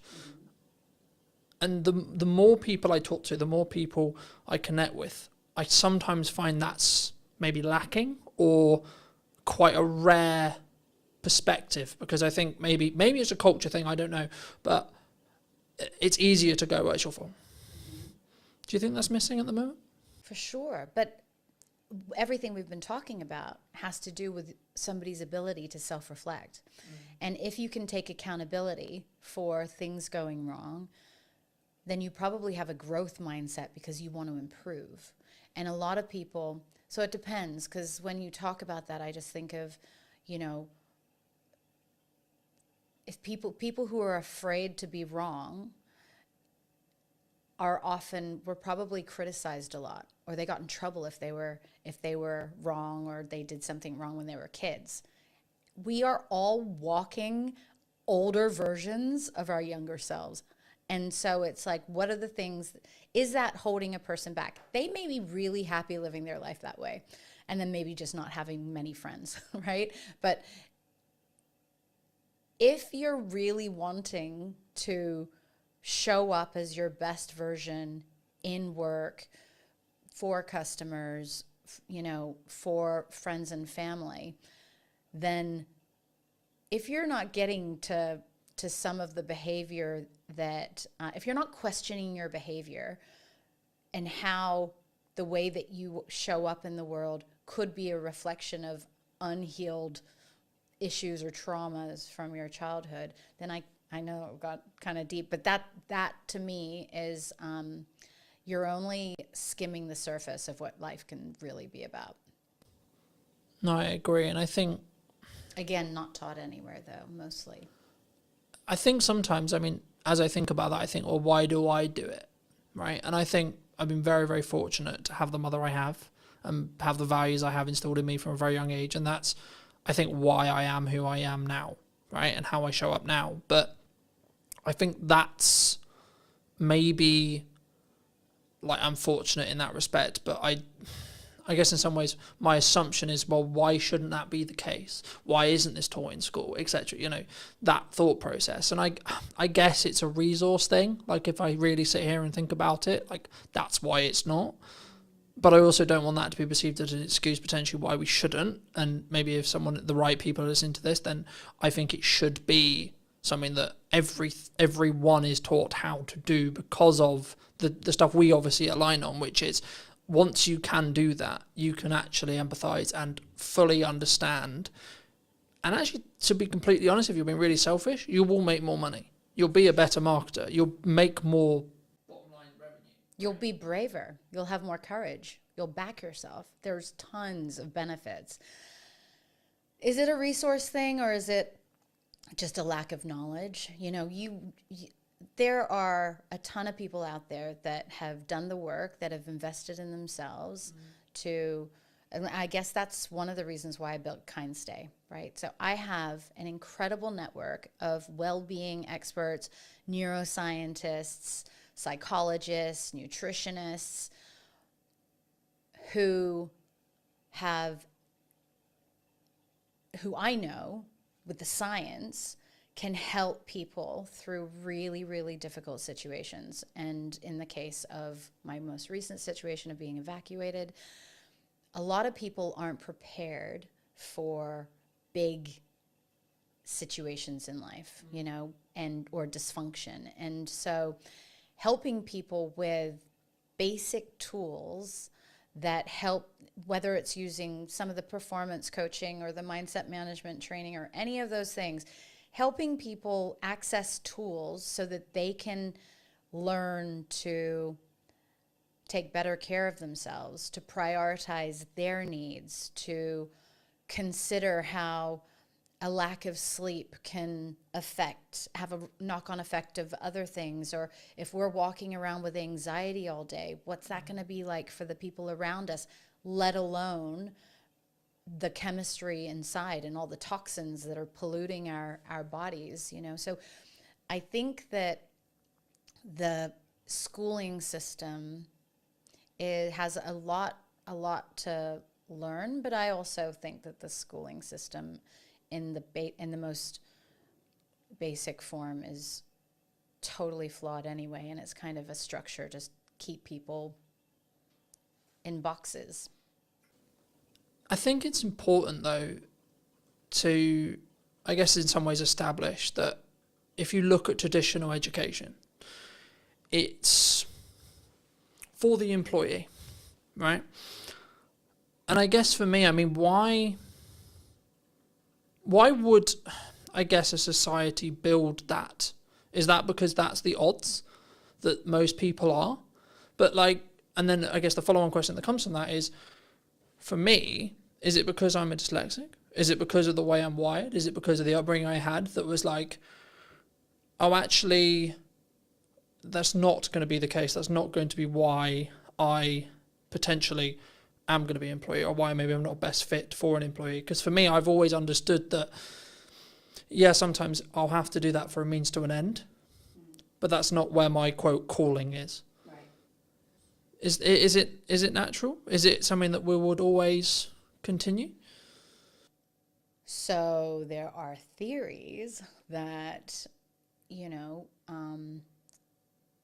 the designing of schools is because it's not in the best interests of certain layers of society for everybody to be out of the box, to be creative, to be challenging the status quo, to question the teachers' That'd be easier, wouldn't curriculum. it? If you're going to go down the whole government like control thing, it's Not government. I'm thinking beyond government, like much higher up. I think government's just in place for control. Now, just on the dyslexic thing, I was advised that I likely am dyslexic also, and school was very difficult for me, but I managed to BS my way through most of it. It's interesting that you say that, because I think that it's in the best interests of the haves and the have-nots to keep people ignorant. And, you know, it's until people start really digging deep into themselves and going, you know, getting curious, that we could actually break out of that.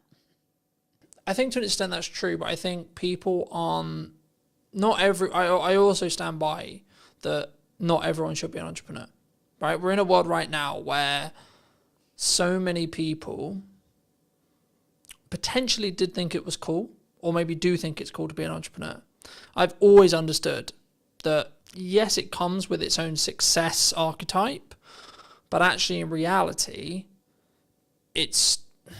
I wouldn't describe it as cool. I would describe it as it needs to be in line with who you are, and you need to be willing to do the work.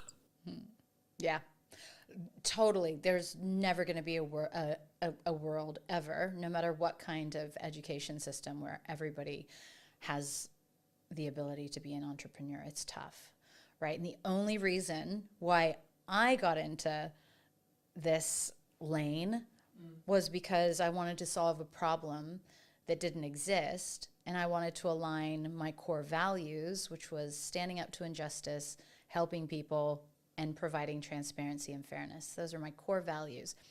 I had always been ridiculously successful in my corporate career.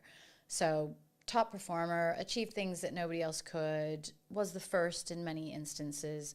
And I had this really high self-belief that I could do anything. An entrepreneur, like starting my own company, absolutely humbled me. I was so humbled after the first year of not making £1 and having spent all of my savings and everything into this, but also probably not validating and doing all of the stuff that you're supposed to do before you start a business. If I knew then what I know now, it'd be totally, totally different. And that's the thing, right? So it's what kind of tools are we leveraging in order to go down that path? I feel, though, entrepreneurial kind of paths can happen just by believing in yourself. And actually, I think that if everybody believed in themselves, then they could become an entrepreneur. And that could look like you're really great at nursing. So instead of going and working for a hospital, you start a nursing patient care facility or something like that.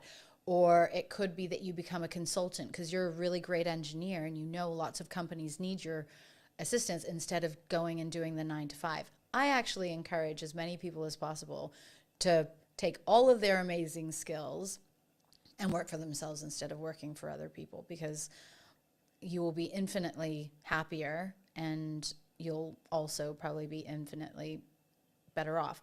But you have to go and get the business and stuff like that. So it depends on whether or not the rest of the stuff adds up. Do you think that's a lack of confidence thing? A lot of times, yeah. Because I think for me, I've always understood that like it's in my control. If it goes wrong, it's on me. But also if it goes right, it's on me.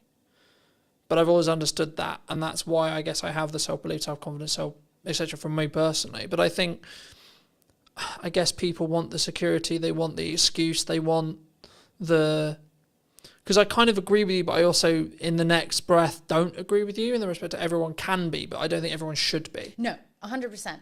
So I think everybody can be, but actually because of our personalities, there are personality types that naturally are risk adverse. They need security. They need stability. They're happy doing the same thing over and over and over again, never getting promoted, never doing the same job for 40 years, retiring, and then they've got a pension.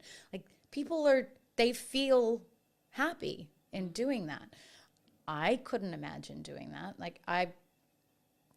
But we're all built differently, and I feel like we all have different levels of evolution within us, because yeah.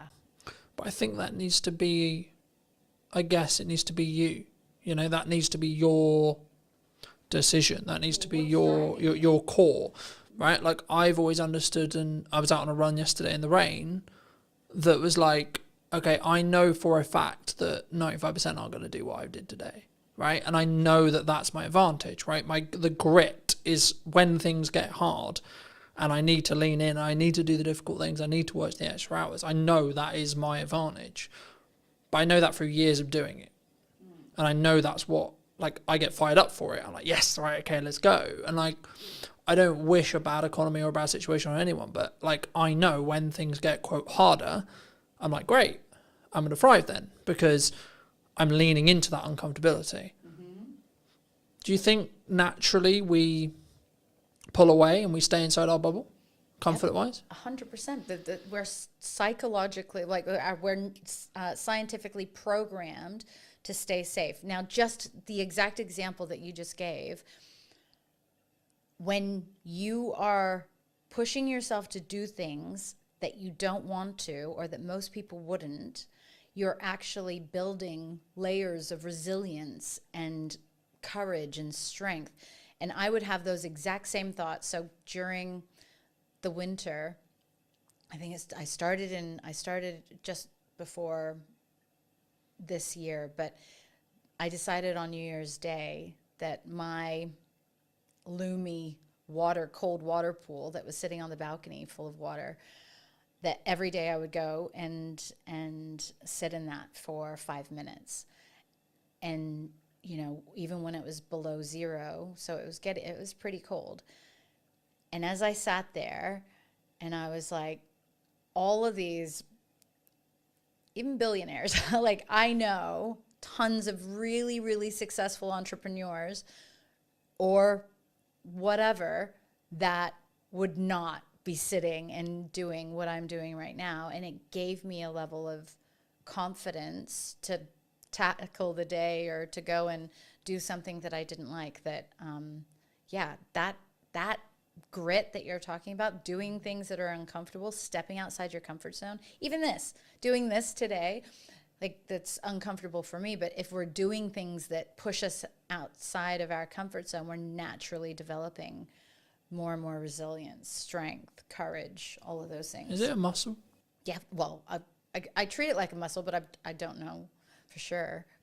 There would be parts of our brains that it actually supports, but I'm not. Because I don't know whether I read it being scientifically true, so I'm not going to say it is scientifically true because I can't 100% confidently say that. But what I believe to be true is whenever we do that, we build new neural pathways in our brain, right? Correct. Which naturally will mean the ability to do the thing that we find currently uncomfortable. We have to do it long enough for that pathway to be like consistently strong enough built. And then once it is there, then it's inside your comfort zone. And then it would just feel like another day. I mean, we were talking about it as I was setting up, that this today, like I realized it when I was going to sleep yesterday. I was like, well, I've got a podcast day tomorrow and I'm not nervous, not nervous at all. It's literally like another day of the week for me. But I had a driving lesson yesterday morning that was really difficult mentally for me. And now people who drive every day and people who drive for years are like, well, that doesn't make any sense because driving is really comfortable with me and really works really well, but talking on a podcast or running a podcast would be a nightmare. And I think that's a really key example of someone's grit, someone's uncomfortability might be very different. And I think that's why, to circle back to emotional intelligence, that's why if you have and you can lead and you can operate with empathy, you can then go, okay, well, I might find this thing really easy, but then I can go back to when it wasn't. And then I can say, okay, well, this is how I felt when I started doing it. Maybe that will help you. Mm-hmm. And I think that will then, in some ways, make do you think a more deeper psychological connection, I guess, is the question there? Like either in a buying journey or just in general, like a human to human point of view, like having that level of empathy, having that level of understanding, having that level of connection will then mean that you're connected on a more deeper level. Do you think? For sure. So if you're able to get in the seat of, or get into the mind of the buyer from a customer perspective and empathize with their challenges and what their frustrations would be, or some of their hesitations of why they're not immediately jumping to your amazing new service. And if you can demonstrate that you understand that, then certainly, and frame your conversation so that they know that you understand that it's not an easy decision, or then that, of course, helps people feel more comfortable. And I think authenticity is really important too. So if you're just operating at a level of you're being 100% yourself, and then you're genuinely curious and interested in the people that you're engaging with, then that'll just naturally come across. You can tell when people aren't being genuine. And I think that in itself creates a level, our instincts will naturally be like, oh, this person's energy's off, or we're not, like, they're not genuine or authentic. And I've made that judgment a lot of times. Well, so that's probably one of my areas for improvement is because sometimes people just aren't comfortable in themselves, or they're not comfortable being totally open and honest and all of those things, because that's just not something that they have learned how to do. And so rather than just thinking that, oh, they're not on my wavelength, or I don't feel like they're authentic, maybe they just don't know how to be. And going back to your guy who wasn't empathetic, maybe he just hasn't learned how to be yet. For those who've really enjoyed the conversation, they want to maybe hear some more from you or see some more of your content, etc. I mean, where's best for people to either see that or reach out to you if they want to?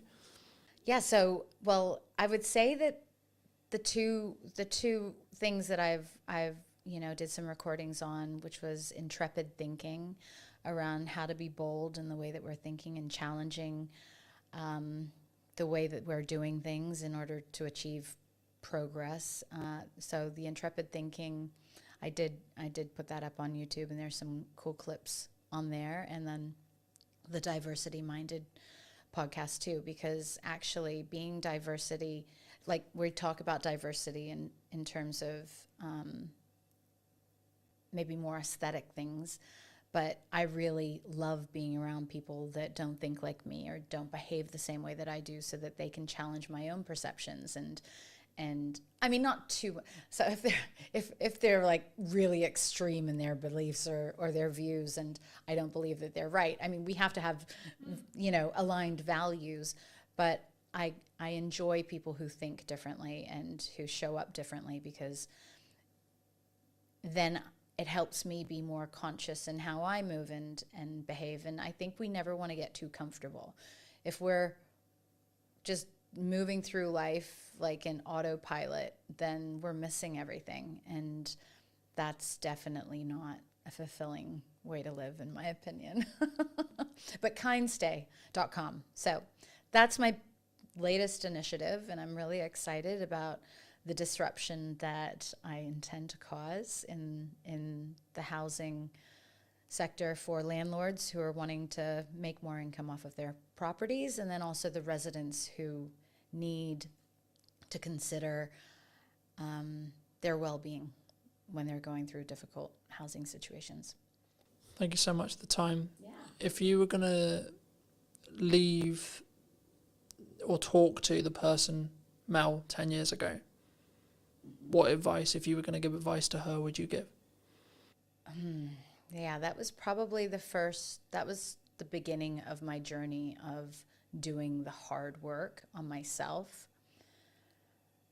It would be that you don't know everything, that a lot of your responses to the world are based on the challenges that you've had growing up, and the person that you need to really show love to first and foremost is yourself. So do it quickly, because then you can be really, really awesome sooner.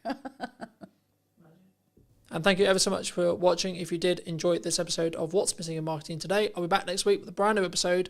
And why not be subscribed so you don't miss it? I'd love to hear what you think in the comment section down below. And I'll see you very, very soon. The biggest mindset shift for me was understanding it's not actually about you. No one gives a shit about what you look like, sound like, etc. You are a catalyst to the information in your head. That's it, full stop. The honest answer is we live in a world where people binge watch their favorite shows. They watch a lot of social media content, sit and watch TikTok for 7 hours. It's not about whether it's, quote, it's the only question for a viewer is it valuable? If I was running a business and I needed clients today, I wouldn't be doing marketing. I'd be doing cold outreach and I'd be ringing 100 people a day or sending 100 DMs a day. The honest answer is I didn't have confidence at the beginning, as you will see if you go back and watch. And in answer, specific answer to your question of how do I get confident, how do I talk today, etc. Number 1 is preparation. Number 2, you need to know your shit. And number 3, you need to focus on 1% improvement. Welcome back. Is everyone feeling a bit more refreshed, ready to go into AI? Yeah. Cool. Is there any questions on the first half before I move away from it? Or any other specific challenges you have with AI or use cases that you either want to share? I really like your journey on like how you started becoming as polished as you are now in your videos and stuff, because I've seen your earlier stuff and it's pretty crap. Now it's good. So I think it's important for everyone to know, because I speak for most people in this room, I'm sure none of us could do what you're doing currently, but kind of if you could just explain how you kind of got the confidence to start putting out the crap. Like Gary Vaynerchuk talks about it a lot, right? Well, he talks about wine for years before anyone watched any of his videos, and now he's got millions of followers and millions in the bank. So. The honest answer is I didn't have confidence at the beginning, as you will see if you go back and watch, right? Please do, it's fine. It's hilarious, right? But the key point is, right, I could have deleted all those videos, right? I could have done. They're my videos, they're on my channel, I can do whatever I want. The reason why I haven't is because it shows my progression from then to now, right?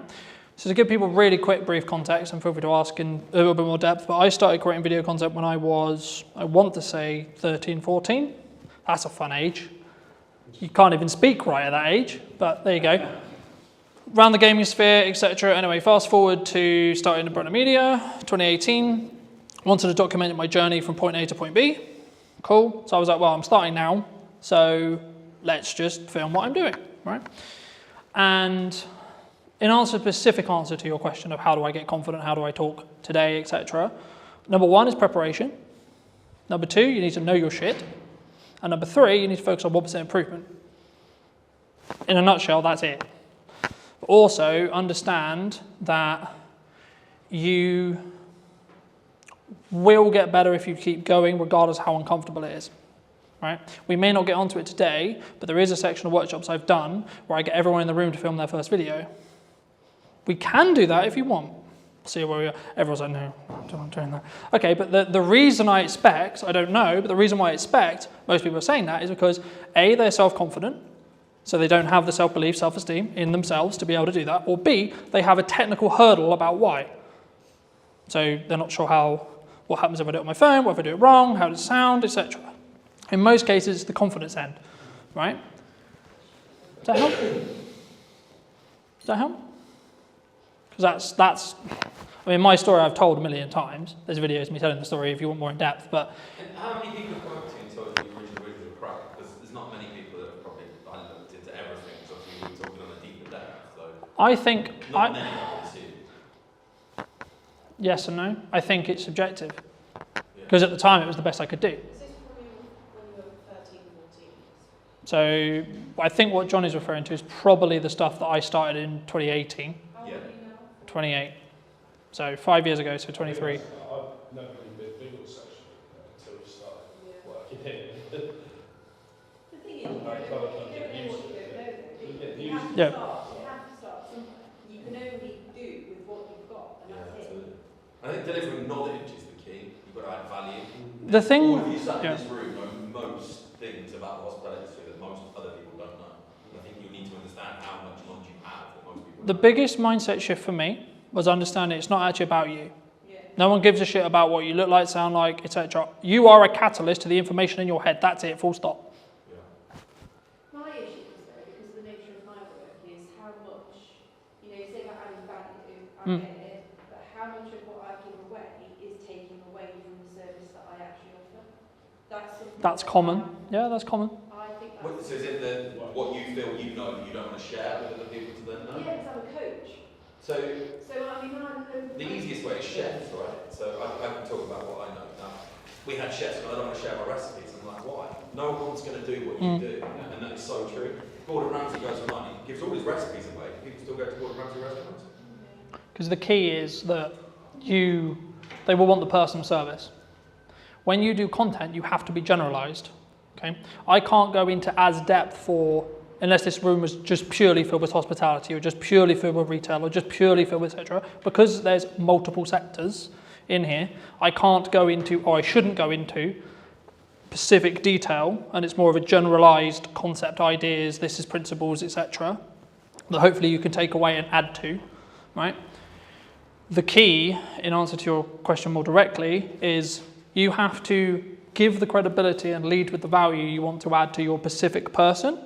And then what you're doing by doing that is saying, it's kind of like having awards. It's by saying, yes, I actually know my shit. Because anyone can say I'm a coach. Anyone can say I'm a video professional. Anyone can say I'm a good marketer. Okay, so I can say I'm a good marketer until I have to stand here and prove to you I'm a good marketer. And then I'm a good marketer. If I can prove it and it actually works for you, then I'm a good marketer. If it doesn't, I'm not. AI. Most people will recognize this. This is ChatGPT. It is one of many large language models, right?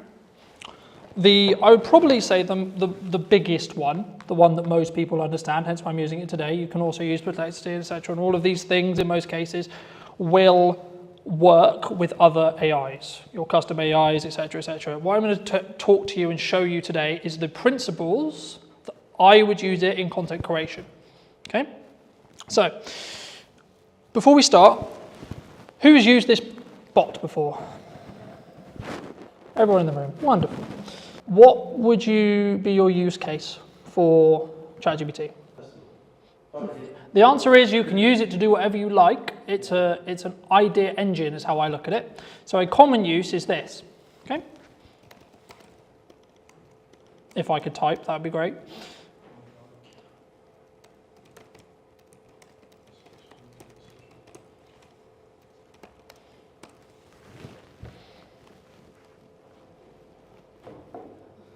Who's typed in that prompt or something similar? I would like a social media post for my business. So this is how I use it. Because I'm a dyslexic, I don't like to write things because it's a nightmare unless I transcribe it. Okay? But if you have plus ChatGPT, you can talk to it. So I'll give you an example. If it works. Hey ChatGPT, can you hear me? I can hear you loud and clear. Feel free to let me know what you need. Fabulous. Today I'm giving a workshop on content creation and AI use cases. Could you create me a detailed plan for a attendee to potentially use AI, things like ChatGPT, to start utilizing the tools that you can use within yourself, but also to create social media content with clear key performance indicators and pain points that they are looking to fix in their content as a whole? Absolutely, that sounds like a great workshop. So let's map out a little plan. You can start with a quick intro on what AI tools like ChatGPT can do, just to set the stage. Then dive into a section on how they can use it for brainstorming content ideas. So for example, coming up with social media posts, headlines, or even scripts for videos. Then you could move into a hands-on piece where you actually have them practice. They could bring a real piece of content they need to create and kind of workshop it using AI to help them refine it. In terms of key performance indicators, you can definitely talk about things like engagement rates on their posts, how much time they take. So then ChatGPT would list all the things I just asked, right? And that's just me talking to it. So those who are not confident and don't want to sit here and write a big article, if you're a writer, do that, right? The key when you prompt is to be as detailed as humanly possible, right? What a lot of the pain points I expect is we've written a social media post using ChatGPT and it sounds like a robot's written it, right?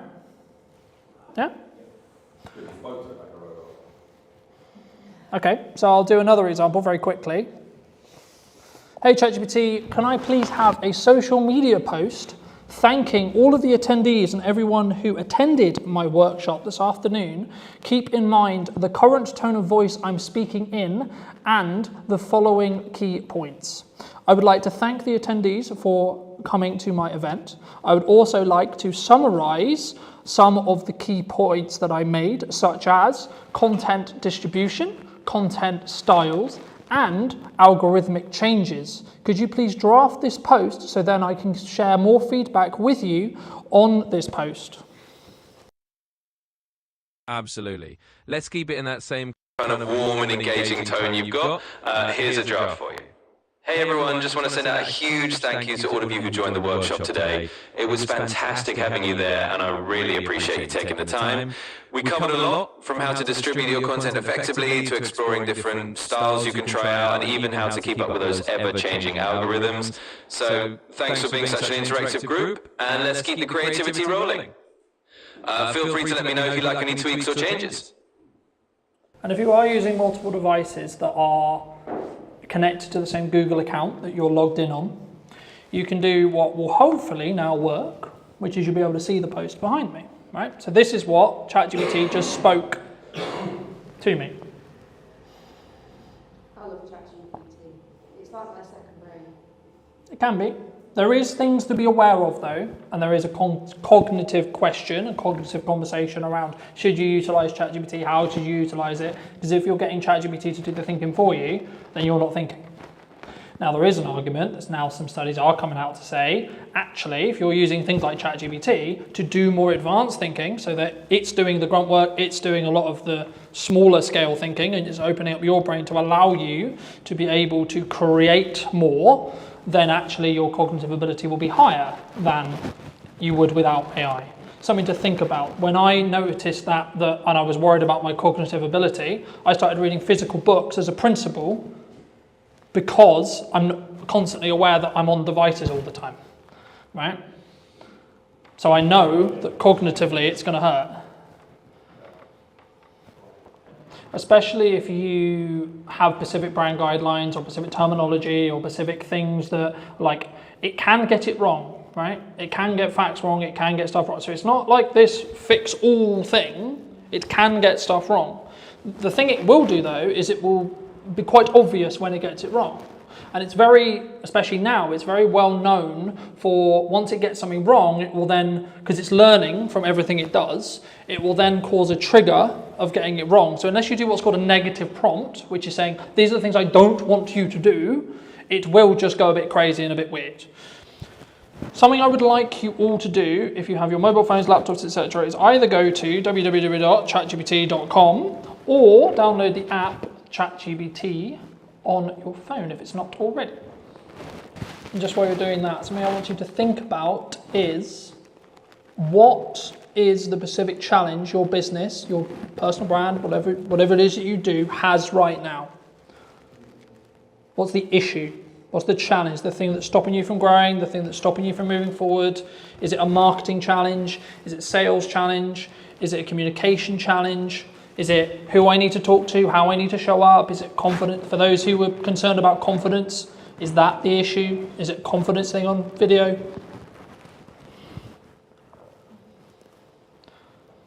And when you're ready and when you have it, all I want you to do is put that problem into ChatGPT, whatever your problem is, and then just simply ask it, can you share an action plan in as detailed as you can to fix X problem? I'm waiting for that moment people haven't used ChatGPT before, their mind just goes. So if I wanted to get a brand new chat that doesn't really know me and understand me about my business, this is the process I would follow just while you're playing with ChatGPT yourself. So the version I'm using is the Plus version that's £20 a month. But there is a free version, and the only difference will be it will change the amount of entries that you can have per month. So you'll hit the cap quite quickly, potentially. And the memory isn't as good because you don't have access to ChatGPT 5. So if you see up here, there's ChatGPT 5. If you go onto legacy models, you can use ChatGPT 4, which is their free model that isn't as shiny and as accurate than ChatGPT 5. On the paid one, if you told it something a month ago, you could say, remember that Yeah. a month ago, and it will remember it. Just on the free one, it doesn't.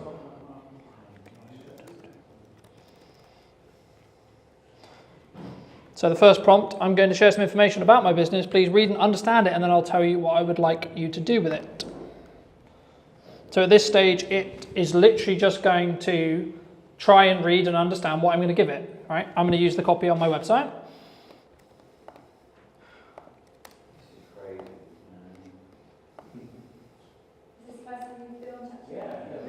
Wait till you get proper into it. We've been using it for 3 years, it's still amazing. So, does it say all the stuff I just put in? Yeah, as long as you're logged in, Yeah. it will save it.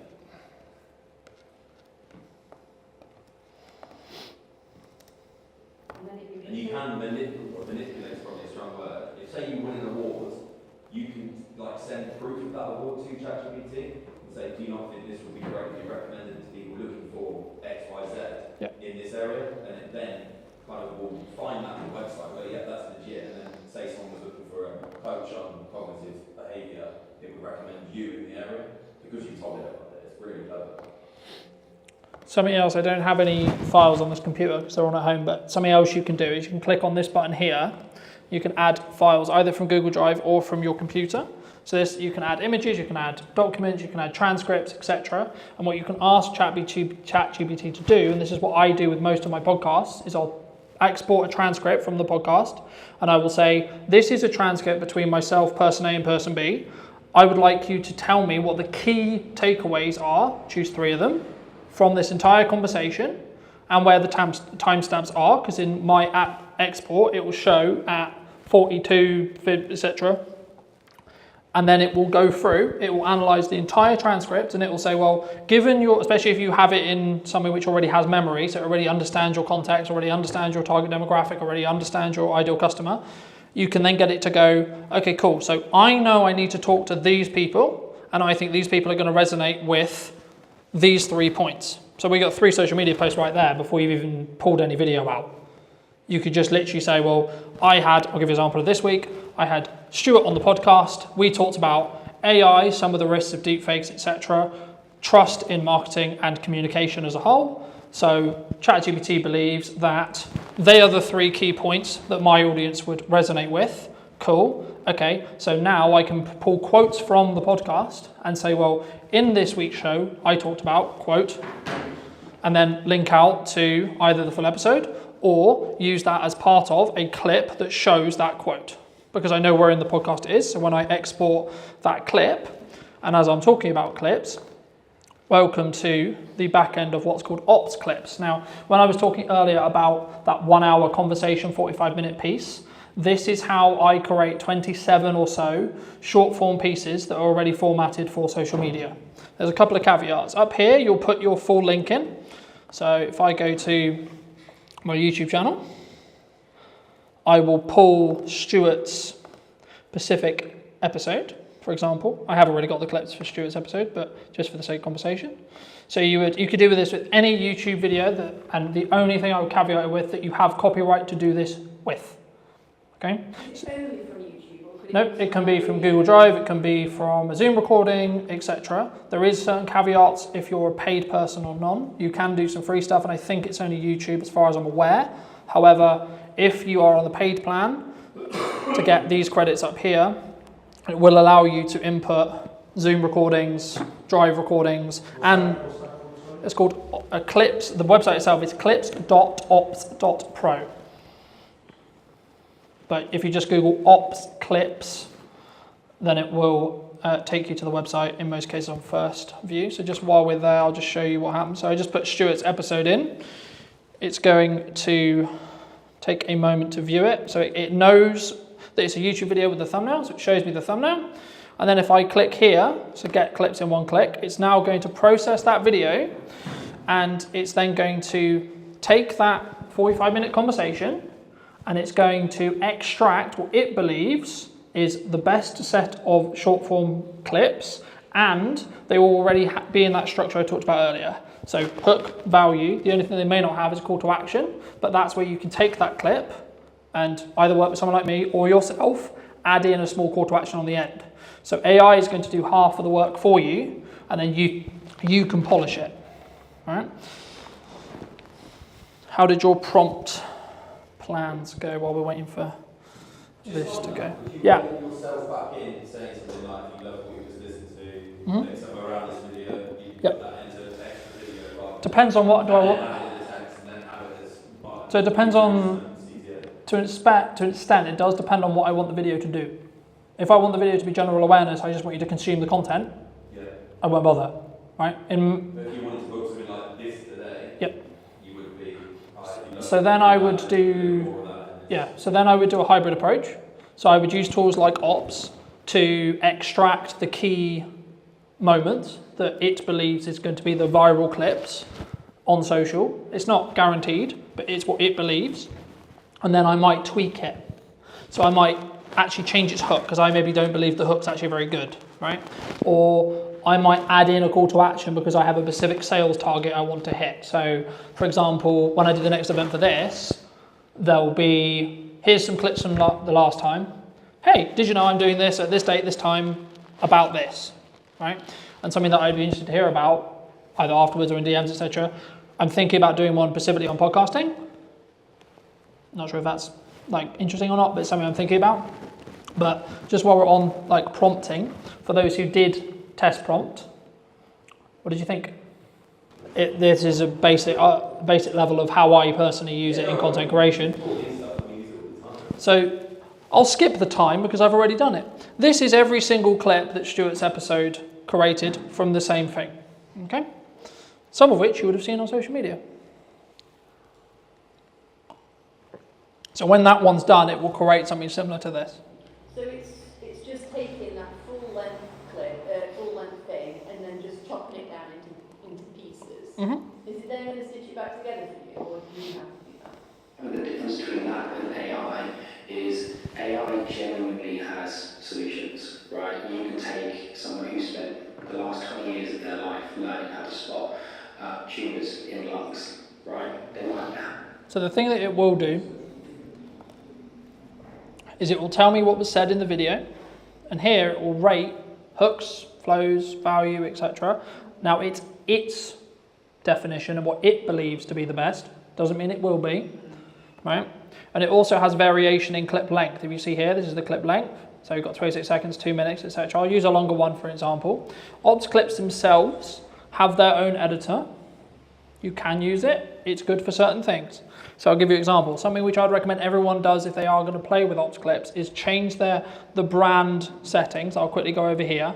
So here you have your brand settings. So this will allow you to set specific colors, specific typefaces, specific logos if you want to put your logos in, etc. Right? So for me, I have one specifically for Brunner Media, and that's the black and white text because it's my brand colors and it's underlined by red because I use red quite a bit, etc. This is the transcript here of what's said. So you will want to double check this because it's AI, it's going to get some things wrong. It will get 95% there. It doesn't like my name, for example. I'm Colin or Callum or etc. Right? But the things which are, I think, really interesting is these AI enhancements, right? So you can do things like remove filler words with one click. Now there wasn't any in this clip, right? So I had none to remove. The same with pauses, right? Because I've already removed them. Yeah. So is this all on the free version or is this the paid version? I think most of the stuff I've covered so far, the only things you get in the paid version, I think it's not that expensive anyway. It depends how many credits you want, but I think it's like 20 to 50 quid a month. Okay. And it's not a crazy amount of money. It's designed to be affordable because it's a software to service product. The thing that you would be bottlenecked by would be the credits, because every time you input a video, long form, it uses up 1 credit per minute. So in your subscription, you'll get, depending on what subscription tier you're on, you'll get a number of credits. So for example, I think I'm Pro, so I think I get like 600 minutes worth a month, right? And so on. But this kind of thing worked when I set up 15 minutes. Yep. So this is just how to create short form from it. You can then also change the styles and you can upload. What would you, it obviously should do it for you, what would you say is the perfect short form, 15 to 20 seconds? As short as you can make it to get the story that you're trying to tell. With the value and the CTA. Yep. Some videos I do, some video, like this. So this is where I experiment, right? So some of the stuff for this event, the promotion stuff for this event was 6 minutes long, was the whole YouTube video reformatted for socials and then put on Instagram to see whether it would get good retention or not.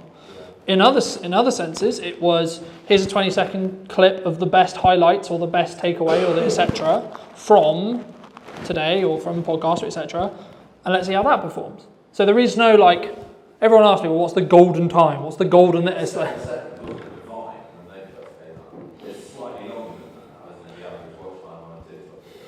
The honest answer is we live in a world where people binge watch their favourite shows. They watch a lot of social media content. They sit and watch TikTok for 7 hours, right? It's not about whether it's, quote, it's the only question for a viewer is it valuable? That's it.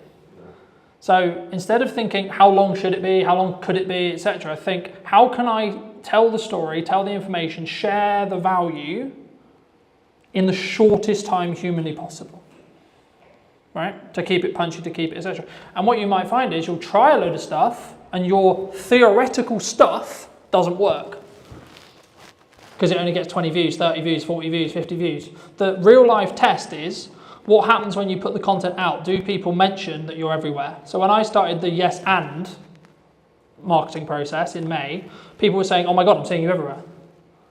Right now, as I give you this workshop, I have a live stream on my YouTube channel, Twitch, Facebook, and so on, of 10 podcasts of me discussing those podcast episodes being live right now, along with the posts I did this morning, along with the posts I'll do this afternoon, etc.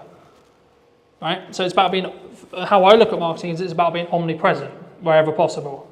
It's not necessarily a direct ROI from, I put content out, and then there is a direct correlation to someone booked my business, someone booked my event, someone that did the thing. What actually happens is they'll see a load of omnipresent stuff, and when they're ready to do the thing you do, they'll then come to you because that was the last thing they consumed.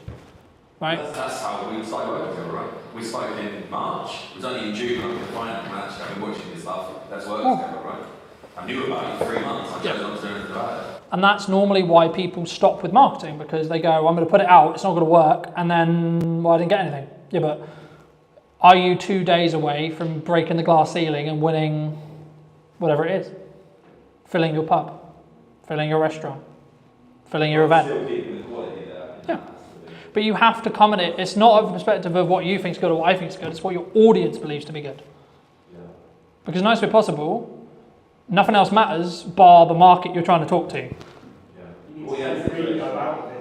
Yeah, and that will help with, if you have a confidence issue with being on camera or you have a confidence issue with creating content, just rewire it in your head to say, I'm a catalyst to the information, not I'm talking on video. Because the objective should be, I'm going to teach people my knowledge, especially in the thought leadership space, this kind of thing. This is what I know.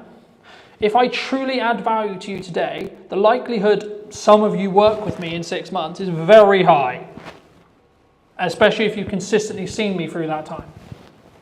So you want to look at like strong ROI? And I guess for you particularly, you're keeping what you're saying genuine. Because you're sitting here saying do this, and you are actually. Yeah, and that's where it gets interesting, because I speak to other video production companies like, you need to be on video, you need to be doing this, you need to be doing marketing, you need to be doing that, you need to be this. I was like, well, when did you last post? Yeah, people on their own socials. And then right? I'm like, if someone asked me that 4 hours ago, will be my answer. Or if you're on the stuff I scheduled 10 minutes ago. Right? So that's when it actually then matters, because the knock-on effect, you're actually kind of saying, I don't really believe in what I'm talking about. Right? If I wasn't utilizing AI and I'm just scratching the surface of what AI can do, right? And for me, the job personally for me and what I aim to do is give you a brief process on how I utilize it for content creation. This is the tippy top of what you can use it for. There is a billion other uses that you can use it for. You can use tools like Otter AI or Whisper AI to transcribe your meetings, to then get a summary literally 10 seconds after the meeting, because it will have listened to everyone talk in the meeting and it will take a summary. You should take it with a pinch of salt, because it might get something wrong, might misconstrue something. It's a robot, not a human, so it's not going to be able to fully empathize and fully understand. But it will take tangible data, especially if you're like, what was that number I gave? Like if you're doing a proposal and I try to get into the habit of giving numbers, talking about the pricing in the meeting and then reinforce it with paperwork. But if you don't remember what you said, oh, okay, you recorded it, so you can ask the transcript or look in the transcript to find what the price was. I use it all the time for that. So if I've got consent from a client that I can use a session or a piece of their session to do a blog post or something like that, and I will use off that way, and it works really well. Yeah, and it's also, this is going to sound really horrible, you can fact check what someone said in the meeting, right? Now, of course, tell them that's what you're doing, etc. Sure, but Well, suppose they're talking and you can't say what they've said wrong. well, let's say for example, me and you have a meeting, right? A week ago, and then you come back to me 2 weeks later and say, "Oh, I'm not going." I didn't say that. Don't matter what it is. You just did. You know, I said something. I said you said something, right? I said you said. I said in that meeting you said the sky was blue. I said, okay, did you? And you go, no, I said it was green. Yeah, but here's the transcript from our meeting that says in black and white you said the sky was blue. I've also used clear closed captions as well. I mean, I know a lot of AI can do that for you, but I use transcript to make sure that my captions are dead accurate. It does need some tweaking The AI ones for like ops or etc., they will get it probably 95% there, unless you have a weird name like me and it will never get it right. But you can tell it and you can tweak it. So for example, like if I wanted to change this, I can go here and I can change this, and if I don't want the percentage, it will then ask me, do I want to apply it just to this part of the video, or do I want to apply it everywhere? Now, in this case, there is no other 85%, so there isn't another section. But if my name comes up 4 times and it's got it wrong, I can change it once and it will change it in all of the transcript, right? So that's how you can speed things up. Very quickly, I don't have to do this, but I can show you. Do you want to talk about, do you know how to create an image from a text prompt? / would that be helpful? We have tried it and they don't look. Oh, it's weird. It's really weird sometimes, right? It used to like the same font. I think it's a bit peculiar. It's a lot better than it was 6 months ago. Yeah, some of the stuff's really good. Because they just put actionable within ChatGPT. That's what I was going to ask them about. I've not really got my head around how it works. So when AI was prominent and when it came out, there was a little trend for what I would describe as grifters who said, I'm the prompt engineer. That's my role. That's my job now. Right? Now, in reality, what actually happened was ChatGPT or an AI can prompt better than any human in this room, full stop. It can. Okay? Simple as that. So, do you need a prompt engineer? No, not really. Not especially if I can talk to it. So, I'll give you an example, right? I created the What's Missing in Marketing Today video and the what then will become the intro, but also the those who have seen it, it's a light bulb with a puzzle piece. 100% using AI. It took me 10 minutes. Okay? This was the process I went through. Hey ChatGPT, today I am looking to create a new podcast logo around what is missing in marketing today. Can you create a prompt for me to use on Artlist's text-to-image AI that is specifically detailed to create an idea that would work not only on social media, but also as a branding tool moving forward? Absolutely. Let's craft something that can give you a really Versatile and distinctive visual. Here's a prompt you could use. Design a modern podcast logo that symbolizes what's missing in marketing today. The logo should combine a sense of curiosity and innovation using a clean, minimalistic design. Think of a subtle magnifying glass or puzzle piece that's missing. Integrate with a microphone or sound wave elements. Use a color palette that's professional yet eye-catching, maybe soft blues or greens with a pop of a contrasting color. The final image should be versatile enough to use as a social media avatar and as part of a broader branding toolkit. That should give you a nice starting point. So what I do just quickly when I do talk to ChatGPT is I mute my mic because it's designed to listen constantly for an input, right? So as you probably won't be able to see it because it's a tiny screen, but I've muted my mic. It will also push the audio higher when it's outputting as well. So the one thing that I would always consider is what your cap input. I'm using Artlist specifically, but that's because I have an overarching subscription that covers everything. There is other tools that you can use, some of which are free, some of which are paid. It depends on how they do credits, etc. I'll use it. This is just as an example tool for now. So what I'm going to do is I'm going to take this prompt that you will hopefully be able to see in a second. And the one thing, if you are going to talk to it and you are using it on multiple devices like I am now, you have to refresh on each side because it will take some time to catch up. So it's created me a brand new chat. This is the specific input that it believes it's going to create a good image. So I'm going to copy that. I'm going to go over here. So this is the input for Artlist's text to image. This will be very similar across all of whichever editor you're using. You have specific credits down here that will show me that I've got 500 left this month. It will renew on the 23rd. Of course, you can purchase more if you need to. Right? I'm going to paste my... Yeah, so these are all different products specifically, and this is one of the, I would say, the caveats or the concerns with... So at the moment, from my understanding, there isn't a specific chatbot like ChatGPT, a AI cutter, and a AI generator in one package. I think there is a gap in the market for that personally.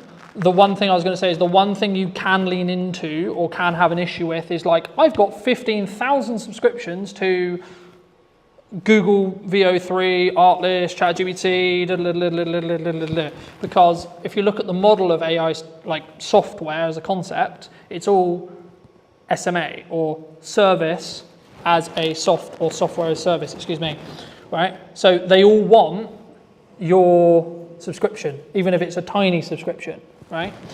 But just for the sake of conversation, right? You just watched me create the prompt. I'm gonna click generate. While I'm talking, it will show, if it works, what you can create. So this is a couple of examples of ones I've created in the past. So you can also use video, but it will eat your credits really, really hard because it's harder to create a video than it is an image. But these are just some examples of ones I was playing around with to see. And this is, I guess, the argument to say that, because people say, oh, what would happen in a world where AI gets so good that none of us know what's real, right?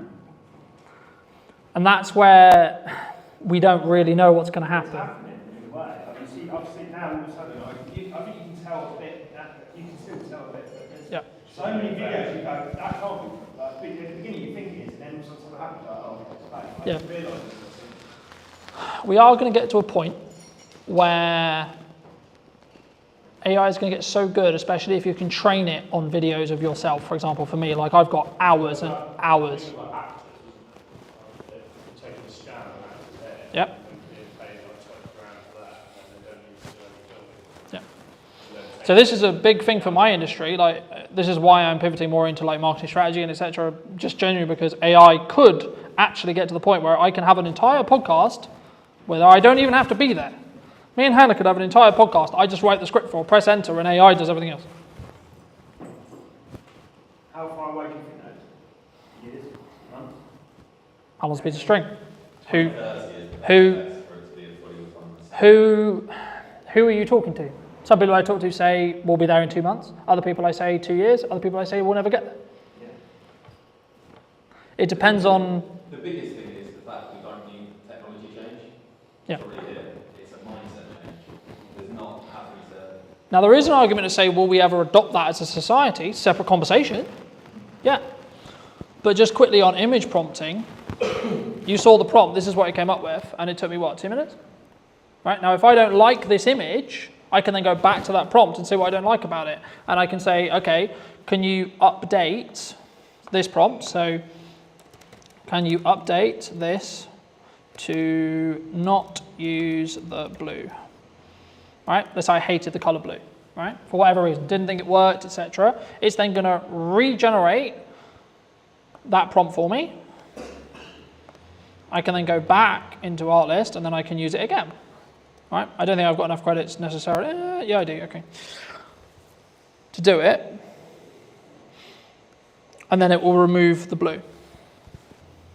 Okay, so it's given me some different concepts now.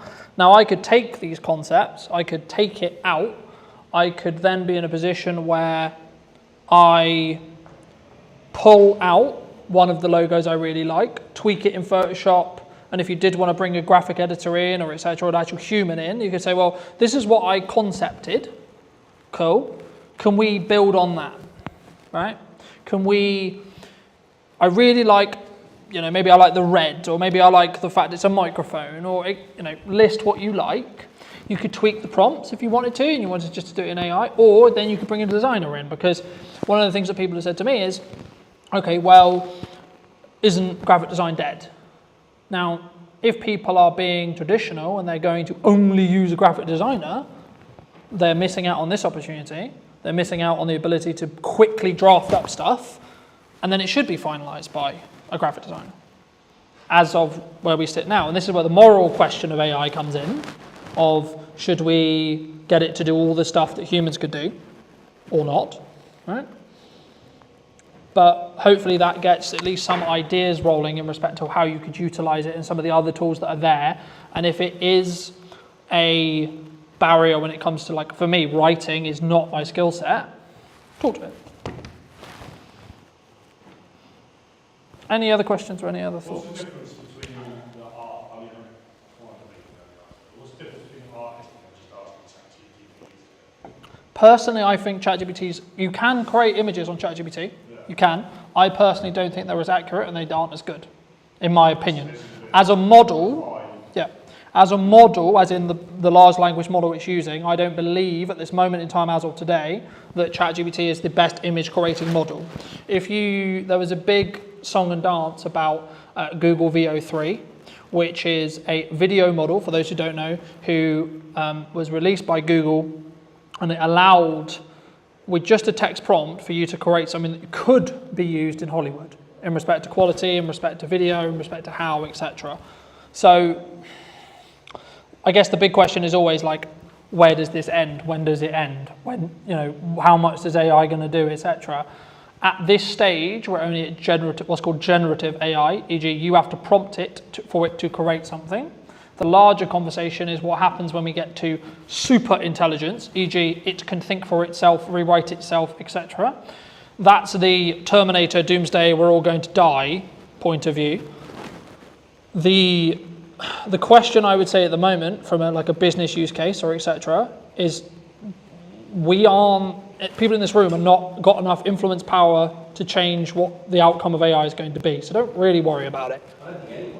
Well, that's the social. What you're talking about there is the social question, and it's actually 95% of the reason why I started leaning into in-person events as another strand to what I do. Well, that's the other side argument about AI, right? Humans will always want to connect with humans, other humans, and how they will go about doing that, what they will go about doing, etc. Like, will that ever be like something that we lose? Probably not. I disagree.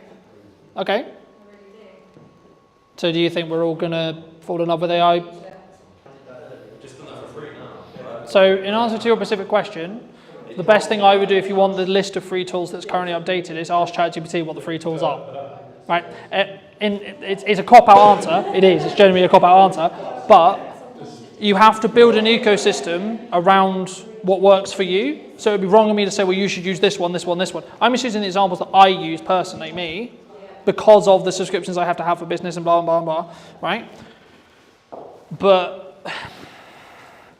you might have a preference. You might actually really like how ChatGPT creates images. Well, this is Canva. Yeah, or Canva within ChatGPT, for example, right? So the reason why I would say ChatGPT was the reason why most people use it is because they got what's called first to market. So OpenAI, who own ChatGPT, came to first to market. Hence why they took the market share, hence why there is things like Perplexity, for example, is another one. It's more the principle of how and what, like the concept of thinking how could you utilize AI today and how could you utilize AI in your business in 10 years, right? It's that process I hope I've shown you today, rather because the problem with me doing this is how to use ChatGPT today, this is the second we hit tomorrow, it's outdated, because these AI is changing rapidly in regards to its capabilities, how it works, what it can do, what it can't do, what you should do, what you shouldn't do, etc. But I think just as a final point or things to potentially take away, I think for me there's kind of two questions from AI. One, how you can utilize it in its current form. Two, what it will become. And three, then the moral conversation or the human to human question around, are we all going to be replaced by human AI in that respect, or robots AI, and the conversation around, are we all going to have boyfriend, girlfriends, that are just AIs, etc. I don't know, because we don't know where these AIs are going to be in 10 years.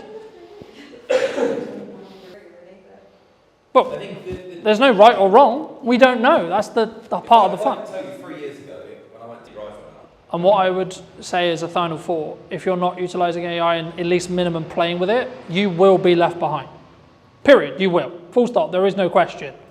If you're not playing at minimum, I will probably say you'll be probably out of business, depending on if you're but the only exception would be if you do something very, very in person, right? So if you only do events, you've probably got what we call a moat in business to be fine, right?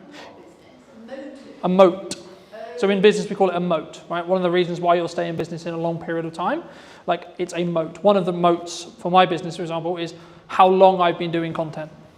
because it's what I teach, I have walked every walk there is to walk in content. When it comes to AI, the honest answer is, unless you are at the top of the tree in respect to building the large language models, we don't know where the bottleneck is. We're going to hit a bottleneck, but then the whole point of like OpenAI right now, so it's going to hit a point where it can't do something, right? So it's not able to do X or Y. We don't know what that X or Y is yet, but there will be a point where it can't do that. What OpenAI are constantly working on is moving that as far down the road as humanly possible. But they've already got 2 years in advanced AI that's not released yet. Yeah, because what we play AI that we don't know about is madness. the ChatGPT 5 I think came out about 3 months ago, which is the ChatGPT I was just showing you. They are, I believe, now working on ChatGPT 7. Well, it'll be compounding because it will learn from itself and it will become more efficient about learning from itself. It depends on who you ask, because some people will. It can help to tell the platform what the post is about as long as they're relevant, but it can also skew off where it's going to send that building back up to the seed audience again.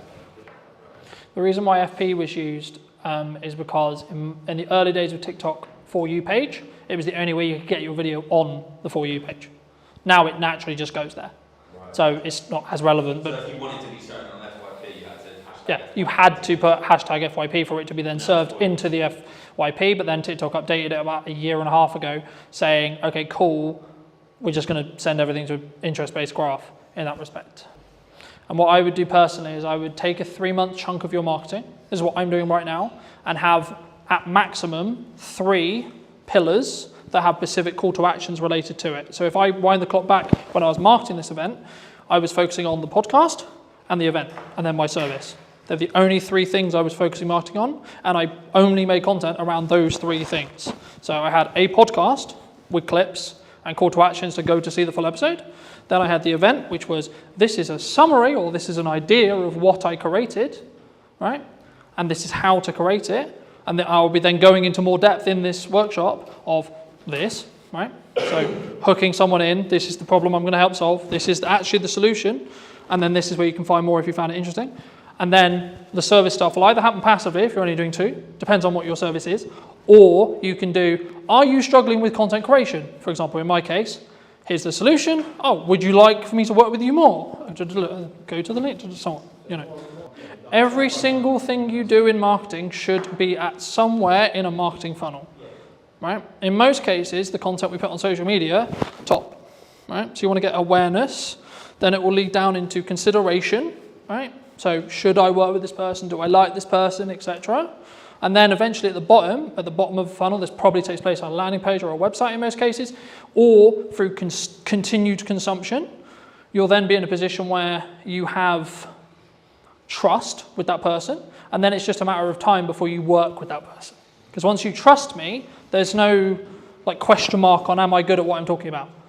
Because you trust that I am, and you trust that I'm going to hopefully add value to you, and then we can go from there, you know? And then it's like, then send people to the website, and then through time, they'll go, hey, I need what Colton sells now, but that I could, you know, what was the first piece of content you, like I just used you as an example because we talked about it earlier. What was the first piece of content you consumed? Whatever. Yeah. Social media. And then what timeline was it? Probably MySpace. But for me, my content? Of you, first content of yours was the Old Mill Hotel thing. Okay. You bought it. Yep. I searched online and your YouTube video came up. Mm-hmm. And it said obviously Project Media Media. Yep. So then I went onto your Instagram and looked at what you were doing. Mm-hmm. What did you do with the old man? I just did. So I was hired to do, by the previous owners, to do a promotional video of the refurb in that respect, and then I put that on my YouTube channel. I've never been inside, his video sold it. Do you personally use like a set number amount of posts you do a day, or like a set schedule? I focus not on an interest. Too much is not. So the key is about being consistent. So if you can be consistently 1 a day, be 1 a day. If you can be consistently 2 a day, be 2 a day. If you can be consistently 4 a day, be 4 a day.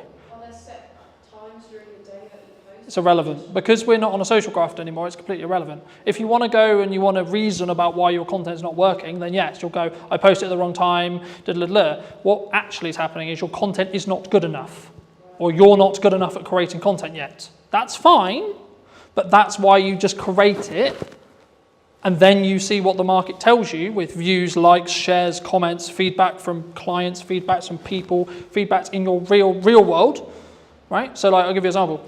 When I started doing Christmas marketing at the start of September, my driving instructor said to me, oh, you're starting Christmas marketing. Now, he's not going to hire me to do Christmas, but it was a confirmation in my head that he's seeing the marketing and he's seeing the trigger.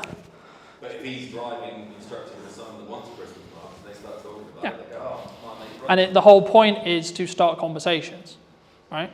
Content is one part of what your word of mouth should be. Very quickly on that, your word of mouth will be amplified depending on what you do in content. You have good word of mouth, things will go really well. If you've got bad word of mouth, your business will die really quickly. So one of the things that I'm thinking about now is, to me personally, how completely overwhelming all of this seems. Like, I know that you're an example of what you're doing, that's absolutely fine, but you're doing a lot of things that are really well because you've got a lot of experience. And it feels so completely overwhelming, and that's what's stopping me from starting. And that's, I don't have a problem doing something, but that is very common. where do you start? How? What order? Choose What choose one thing.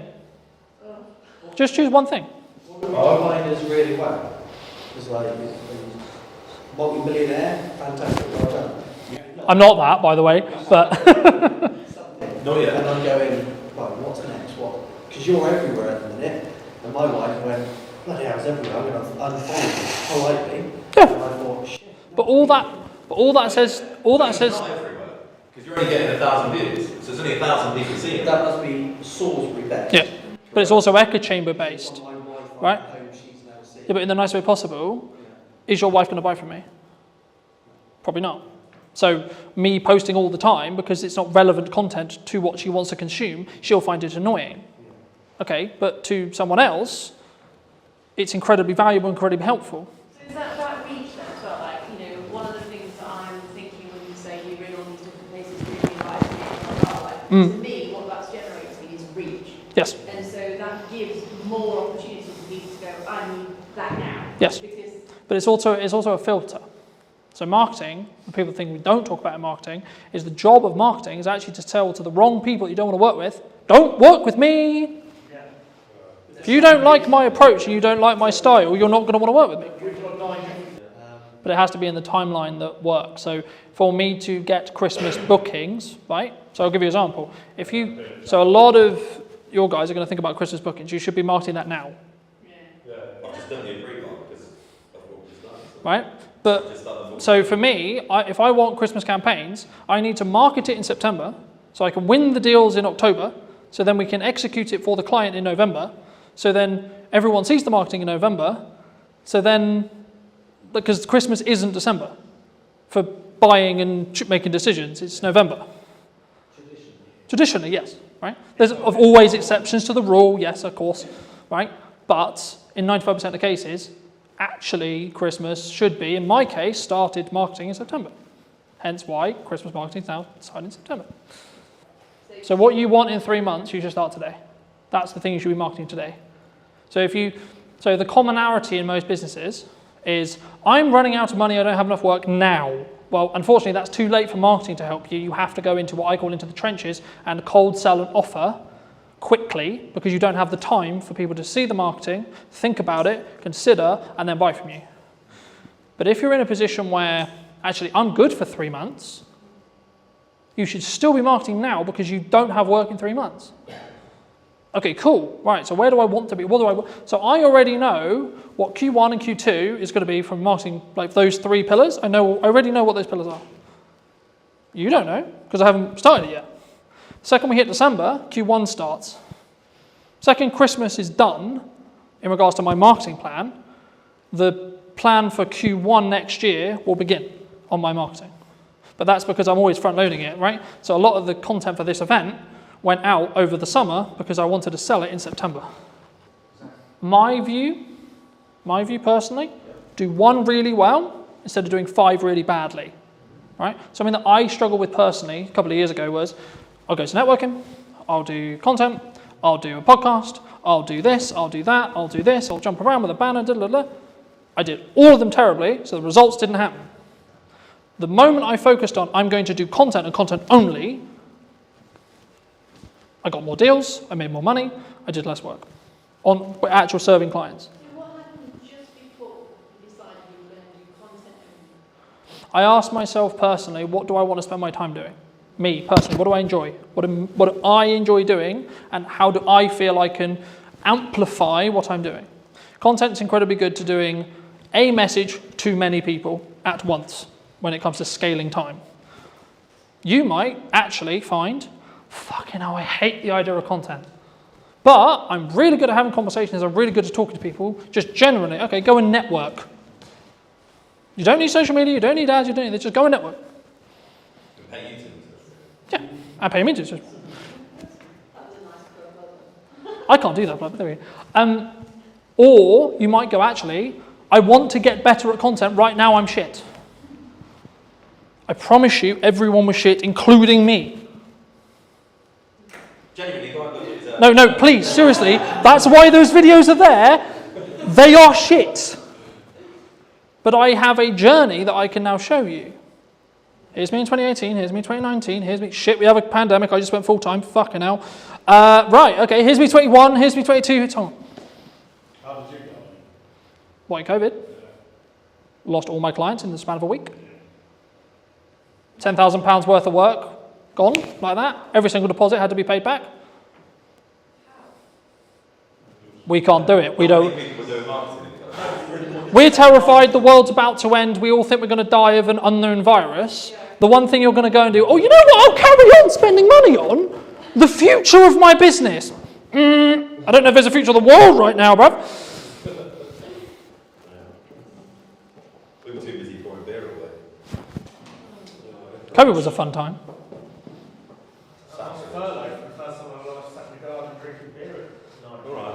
Great for you. I just left my full-time, I'd just gone full-time, 2 weeks later, COVID happened. To quote Gary Vaynerchuk, brand is the only thing that is left when everything else gets commoditized by AI. Ask yourself, do I want to or should I be doing it? Do I need to do it? Is this vital? What's the outcome? What's my why? There is a lot of questions you should be asking. When you focus on those metrics, when you focus on having a very clear vision on where I was in comparison to where I am, rather than I'm going to focus on where I am versus where you are. One of the things you can do is look to others, see in them what you want to be. Look at someone you admire, look at someone you don't, and make a checklist. For people who are concerned, right, who maybe are listening to this and going, okay, well, what do I need to do? Should they pull back? Should they not be as visible? Should they not invest? I know the feeling of, this is not going to work, or this will work. What if I spend 7 days on it and then it turns into nothing? Well, at least I've done it. I've ticked that box. I'm never going to know if it works or not if I don't try. Did you know that 93% of you are not subscribed? So if you could please do me a favor and you're enjoying the show, then subscribing would mean the world to me, and it would allow me to grow the show and continue to get larger and larger guests and continue to bring what's missing in marketing today. Thank you ever so much for joining me, and I'll enjoy the episode. Hello, my friends. I hope you're well. I hope you had a fantastic day of your night. Today, we're back with what is missing in marketing today. And so I'm going to be talking to Sarah all about, I imagine, photography. But before we start, what do you think, Sarah, from your perspective, is missing in marketing today? I think a few things are missing. One of them is probably confidence. Okay. I think, and then you can split confidence into multiple things, but knowledge, knowing what marketing is and how you apply it to your business in your tone of voice, in your own strategy, in your own way. But confidence takes a while. And everybody's doing it. So you want to stand out in a crowd. I think you've just got to be you. And if anything, just be more you. The more authentic you can be, the better, which again is hard. And even then you've got to figure out how authentic do I want to be for Sarah? How authentic do I want to be for my business? How authentic do I want to be when I'm networking or on a podcast? Or because I can be crazy. catch me on a Friday night with 10 margaritas, you will not recognize me. I don't want to put that into my business, although technically it kind of is now, but it's a part of your personality, right? So yeah, confidence, authenticity, I think are two things I really focus on. Do you think people struggle to be authentic? Like, obviously, I think everyone knows, like, I know what my, quote, authentic self is, right? But I think the challenge can come when it's actually putting yourself out there, right? I imagine a lot of the people who we work with and talk to are in the first stages of putting themselves out there, whether it's through photography or video or both. Is that a struggle, do you think? I think so. I think you've either naturally got the pizzazz or the no filter to just go out there and be yourself, and be truly yourself and not be what the world wants you to be. I can speak from a woman's point of view in a predominantly male industry, and other careers that I've had. You do have to stand taller and on your tiptoes, and you do have to shout louder, and you do have to talk about golf and boobs and whatever else it might be that some men like to talk about just to get their attention. Is that who I want to be? No. And so it takes a little bit more focus. A therapist said to me a few years ago when I was a bit lost and I felt like an open nerve just walking through the world. I asked her, how do I know who I want to be? I didn't have my walls anymore. I'd kind of broken those down. And so she said, one of the things you can do is look to others and see in them what you want to be. Look at someone you admire, look at someone you don't, and make a checklist. You know, I really like the way that she holds herself on stage and captivates an audience. So I really like the way that he listens, and take that on board. Do I listen that good? Do I have that kind of presence when I walk into a room because I want it? No, I don't. Okay, how do I incorporate that into not only myself, my confidence, my business, my world, my relationship, but equally when you are talking to someone and they're on the phone or they're looking around the room and they don't know, they're kind of not interested, or you know, when you've been at a networking event and somebody just walks over with their business card. You need this. You need this. Great. It's gone in the bin. Yeah, I don't want that. And so taking note of these things, and it's the same with business, right? I mean, if you look at your competitor and you feel a little bit jealous, okay, well, what have they got that I don't? How can I make that my own? When I look at someone whose personal brand is on point, and they've absolutely nailed their marketing, then what have they got that I don't have that I can twist and make it my own? So yeah, I think people struggle, but there are ways around that to really incorporate that in their business. I think it needs to be personal though, because I think if you just look externally at what's trending, at what's the thing to do, right? Oh, this is what all the other photographers are doing, this is what all the other video people are doing, this is what all the other masters are doing, then I think you would just become, or quote, an ex-client or a client that I've worked with a couple of years, like you'll be in the sea of sameness. Mm-hmm. Because, and something I've always done is say, well, maybe this isn't on trend, or maybe this isn't like the thing to say or the thing to do, but it is authentically me. I would say that even if the camera wasn't rolling, I would say that. And we were talking about, as I was setting up, about like, what's the difference between me on camera and what's the difference between me off camera? Mm-hmm. This is the first time we've met, but hopefully if you talk to people who have known me for a long time, they'll tell you, well, yeah, there's obviously some differences and maybe I'm a bit more hyped up and a bit more animated, but the core, I would hope, is the same or the same. Core values, right? But I think that comes back to having that authentic side of yourself and not being afraid to show it. I think you could be a photographer in a room full of 100 photographers, but if you're authentic and you have a little bit of confidence to show that, to push that through into your marketing so people do get a glimpse of who you really are, that's what makes you stand out. Or at least if you're not standing out, your customers and your people around you are going to look at those 10 photographers and go, okay, well, I like what he's saying, but that's not quite my personality or my sense of humor, but what she had going on and what she wrote in her post a few weeks ago, I really connected. And that post would have come from some form of authenticity inside, or having the confidence to post about that. I think that's how you stand out. It's just by being more you. I think sometimes we struggle though. We do. I know I did for a very long time. Oh yeah, couldn't agree about more. Like all this post, or I'm not sure. How do you go through that self-discovery, do you think?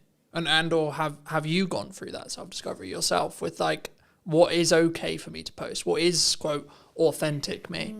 Do you know what? That's a really good question. And I would say that I still struggle with that. And I think little tips like looking at others and seeing what they're doing can be a motivator.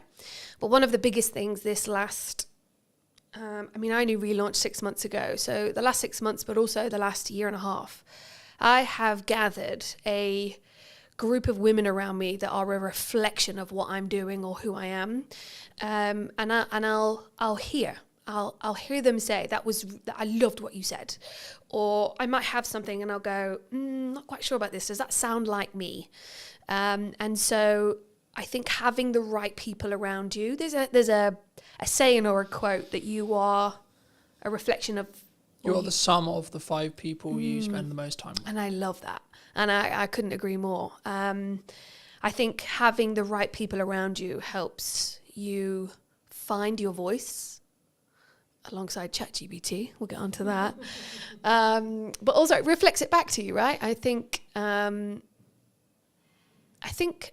test the lines as well. Don't be scared to put something out that you think is a little bit risque or I'm dyslexic. So for me to sit there and write 10 posts is almost, it's impossible for me. And so that's how I use ChatGPT. I will write the keywords, the kind of essence that I want to go into my post, and it will come back to me. And it'll be too salesy and it'll be too cheesy. And I'll tell it, no, I don't want it to be salesy. I don't want cheesy. I want more personality. I want it to be daring, a little bit more bold. And then I'll get it and I'll go, okay, cool. Then I'll change it and I'll add more of me into that. But I haven't yet pushed my boundaries of how far I can go with my own marketing and my own voice. I think that's on my to-do list for sure. Something that I found really interesting was the last couple of years, like since the rebrand of the show and since like really pushing the show again, a lot of people have been saying to me, AI is going to take our jobs, right? AI is going to, the world is over. We're all out of, especially in the creative industry, James, who in space we're sat in today, he said, we've been talking about it for ages, about it's kind of the creative industry that happens to be targeted by AI at the moment for whatever reason. But for me, to quote Gary Vaynerchuk, brand is the only thing that is left when everything else gets commoditized by AI. But the crux, and I'll use the analogy I've used in multiple shows, but you need to sharpen the knife and then use it. So you're still using it yourself. And that's kind of what you were describing there about not just getting it to write your post. Yes, technically it's writing your post, but actually what you're doing is you're nurturing the AI to know what your tone is, and then the tonality will be the same. I think sometimes people feel like that's cheating though. Do you especially as maybe a dyslexic, because we're both dyslexics, and I think it's not for me. I think if you've got some setbacks, some hold-ups, if everybody has a day where they're just blank, they've got brain fog, they've got a blank piece of paper in front of them and nothing's coming out, writer's block. I think if you had writer's block and you are an author and you go to chat and you say, I'm having writer's block, ask me 10 questions to get my juices flowing. Yeah, all right, I'm going to keep using it. I think use it to benefit you and your business, or your relationship, whatever it might be, but don't let it take over your brain. We don't want to dumb ourselves. I think if anything, it helps me find my voice, because when it does come back with something that I don't like, I'm not going to use it. But it does help me, especially having dyslexia. Or if I'm writing anything, words, that is why copywriters make such a good living. If you want more of a personalized experience and you want to actually sit with a human to really connect and get that story out of you, then go sit with a copywriter, go sit with an author. I think that human to human connection. That's never going to die. I think we're going to go for a phase of, yes, everything's AI, but there's never been a truer saying that people buy from people, right? I think that's also something that is filtered throughout my business for sure. No, I think that's really important. And I've seen kind of a step up. It was always there, especially after COVID. In-person events, people want to come in person. You know, like if I just look statistically, the show-up rate for in-person podcast filming is going to be infinitely higher than on Zoom, right? But I also think, even if you're not doing a high level of production, which is one of the reasons why I do it, I think you have a different energy. Yeah. And I think, for some interviews, it makes more sense to me to do Zoom, right? If I'm speaking to someone in America, Canada, Midlands, etc., it makes more sense. But wherever possible, if I can do in person, and the business can, at least for the short term or mid-term, pay for the podcast to exist, and it still gives me the marketing collateral, which means it's a justified, worthy spend, then actually it can be the bloodline or the flow or the pipeline filler or whatever you want to describe it as. I mean, you're obviously a strong photographer, I would say, from what I've seen and etc. Why does someone, because people have talked to me about, they're concerned about where the economy's going, which seems to be the age-old analogy for as long as I've been in business. Everyone's like, oh, this. There's this government change, there's this coming, etc. So I sort of semi-ignore it because I'm like, there's always something. But for people who are concerned, right, who maybe are listening to this and going, okay, well, what do I need to do? Should they pull back? Should they not be as visible? Should they not invest? And should they not, work with the photographer, work with the marketing team, work with etc.? I mean, what would your view be on it? I'm a big fan of adapting. I did grow up with 10 boy cousins, so I had no choice but to adapt, being the youngest. I have a huge family, and it taught me that whatever scenario you're put in, adapt. So if you're starting a business, if you're running a business, if you've been in business 10 years and things are changing and it's overwhelming, take a minute and adapt. I think look at what you're doing, look at where you want to go, what feels icky. Just change it or adapt slightly, make a little change. I think one of the things that I've found relaunching is I don't have endless pots of cash to reinvest into my business. I'm just trying to pay my mortgage right now. So things like ChatGPT, things like Canva, which some designers will hate me for saying, but these are the things that are stepping stones to adapting, to reinventing our voice, our image, our brand. It is at our fingertips, and if you're not learning how to use those, you're going to be left behind, unless you've got a secret magic power of, I'm going to just stand on stage, be myself, and talk and perform or entertain. I think people can do that. Or you're at home, you've got a laptop, you could take on the world, but you've got to adapt, and I think it takes step by step to get there. And there are tools out there, free, affordable tools that you can use. Shows like this are a fantastic opportunity to sit down, have a chat, let the audience get to know my thoughts and feelings. This is not rehearsed. I'm convinced I'm going to say something to mess it up, but you don't. You just carry on. I think you adapt and carry on. I want to build on, you just said how you're going to mess it up. Because I think that's really important in content, because people, they always think, I'm going to mess it up. Mm-hmm. What can you? Although I'm really scared to mess up, I think it's the best thing you can do. Because isn't it learning? Yeah, 100%. Or falling forward or failing forward, it could be. Yeah, I think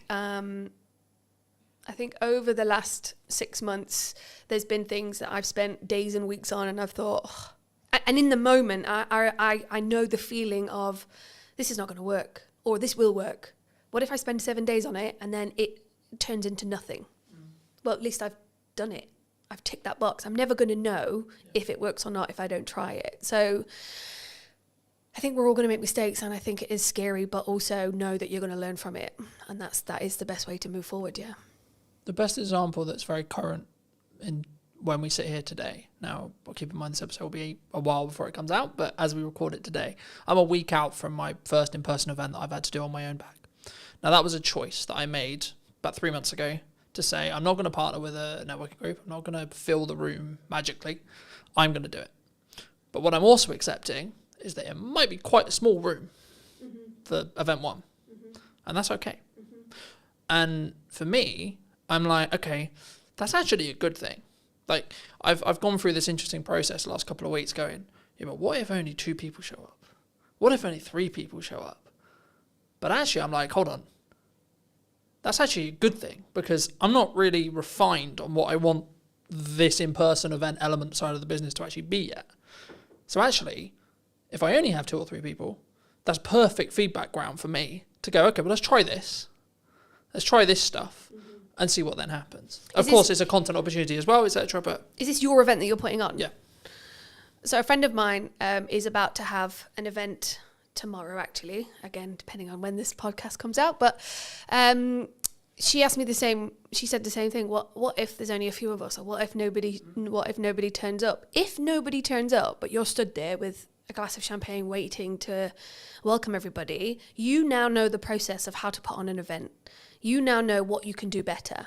And so don't cancel it. Keep going. And even if one person turns up and you have the best life-changing conversation with that one person and you get to give each other all of that time, that's massive benefit and value for both of you. You've met and grown your network by one, which is always a great thing. That person's had all of your attention and they're buzzing.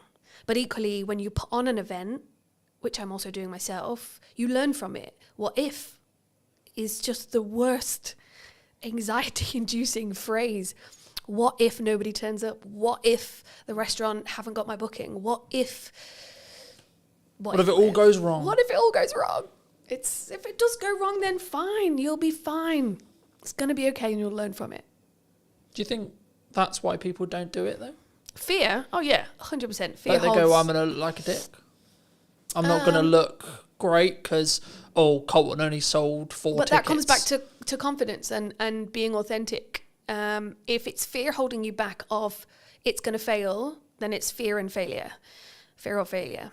If it's something inside that's holding you back, then that's your confidence. That's stuff that you need to work on. There's a lot of psychology within business. And I think if you can do a little bit of work on yourself, if you can see an image of yourself that gives you the absolute confidence to take that next step, hire a photographer quick.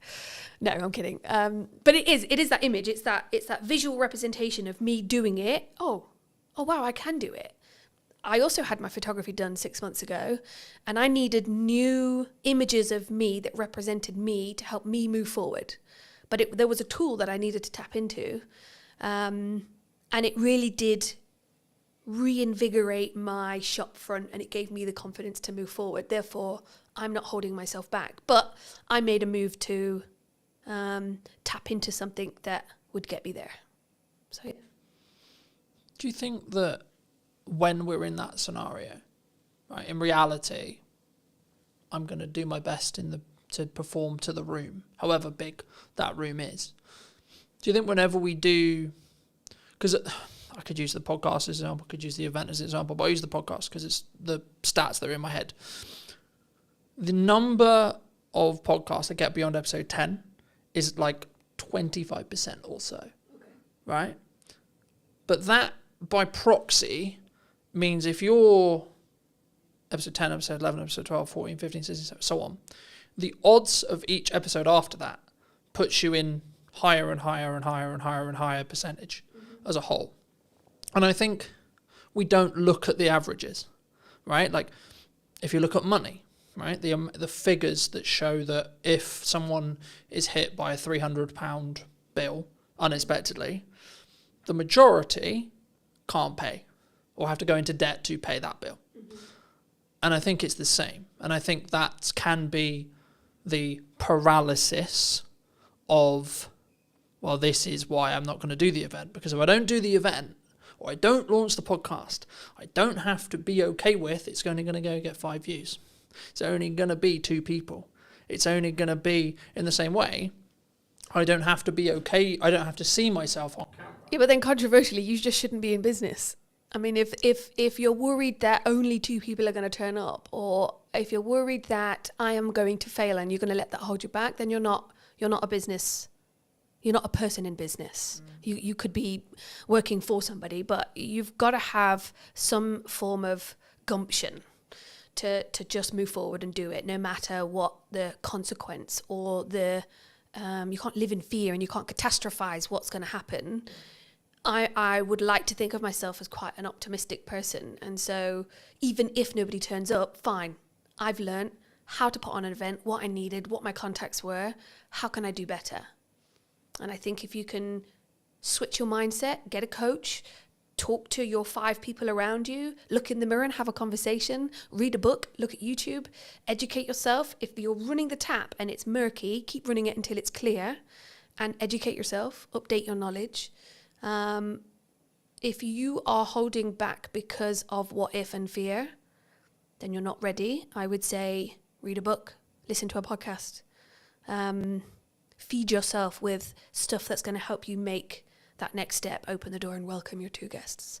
Equally, welcome your 500 guests, and now you're overwhelmed, but I did a good job. But do you think it's like, I think sometimes, especially for me anyway, and the more I think about it, I'm like, I can reframe it as a perspective of, but I'm going to give so much to those 2 people. And then they're going to be maybe advocates for my brand, or potentially have work from it, or etc. Or even just like do the nice thing of like, I gave them all this time and they took a lot of value from it. People are very value centric, right? We want value from it every minute, I would say, in the culture we live in, right? But when we create content, when we show up, when we look at marketing, would you say people sometimes underestimate the value that they can actually give themselves? I think people don't know what they can give. Okay. I've created a networking group called The Huddle, and I've done a lot of networking myself. And I've been to events that were well marketed, very well marketed. And then I've gone and it wasn't that good. Great marketing, but the execution of the event, not so good. Same with anything. That deodorant was very vibrantly marketed, straight directly to me. I bought it. It's actually not that good. I think you've got to do your research. I think you've got to ask questions. I think you've got to put in systems and processes. Dare I say those 2 terms, but everybody needs a system and a process to put in place. Ask the question, what is the value? I mean, if it's a networking for the huddle, I asked a friend of mine, Chris, what would be the value? What would make this event worth shouting about? And not only did I ask questions before the event, but I also sent a questionnaire after the event. What did you think? How did it compare? What was missing? All of that kind of stuff. Because even if 2 people do show up or 500, you've got data. Data is another tool to sprinkle on your next event, to give you the confidence to go. Because another thing is direction, right? If I'm not giving value, if I'm not taking that next step, is that because you don't have direction? Is that because you don't have, what's the word I'm thinking of? I would say it's conviction. I don't want to put words in your mouth, but I would say it's conviction. So I'm convicted to the event happening regardless of who shows up. Even if it's an empty room, I'll still give the presentation because I'm filming it as if it's 2 people, 5 people, 10 people, 15 people, 100 people, I'll show up the same. So I have the conviction to be able to come forward and say, I know my shit, I'm proud of my shit, and this is what I can offer.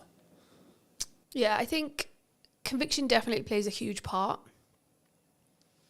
I think the word I was looking for is something to do with seeing where you want to go and what's your why. So at the end of this campaign, at the end of this event, at the end of your marketing XYZ, what does good look like? And then work backwards. That's always a really good way to do it as well. I think conviction helps get the job done, but you've got to have a vision. You've got to have a why. Why is, you've got to have a, why am I doing this? Why am I putting on this event? Why am I posting this? And that's probably another thing that's missing from marketing is your why. I think Simon Sinek I think he puts it really well. And you know, 6 months ago, I was watching his YouTube videos online. Like, why the hell am I doing this? I've got a mortgage to pay and I'm going self-employed. This is not what I had in mind. But you got to ask yourself why, how. Yes, have the conviction. Be more you. And just have you can still be a shy person and put something on great. But have that little bit of confidence in yourself to go, I can do this. And if not, just lie to yourself for the first one and then get over it. Or tough love, I think also gets underrated, or I don't like to pussyfoot around certain friends. You're either going to do it or you're not. Sometimes you need a cuddle, and other times get over it and just get it done. And that's also but it's hard. It's hard to do the jump. Yeah, but it's what if I get it wrong? What if I fail? What if I run out of money? What if I have to go back and get a job? Everyone will be a ridicule. So then get a job. I live in a world where I think the actions I'm doing now and everything I do is to eliminate the idea of regret in 6 months. Yeah, regret is another thing. I learnt that in a theme park. I left and I wished I would have gone on more rides. And I remember thinking, regret is horrible. I really wish I'd have gone on that ride because everybody came off like pumping. And I went on the medium one, but I didn't go on the big one. And I love that one. Why didn't I? What was it? What if I fall out? What if I die? What if I have a heart attack? Nah, it's just fear that's going to hold you back, isn't it? Well, you might have done, but actually. Okay. But see, I'm an optimist. I don't live like that. No, I'm not going to catastrophize what could happen.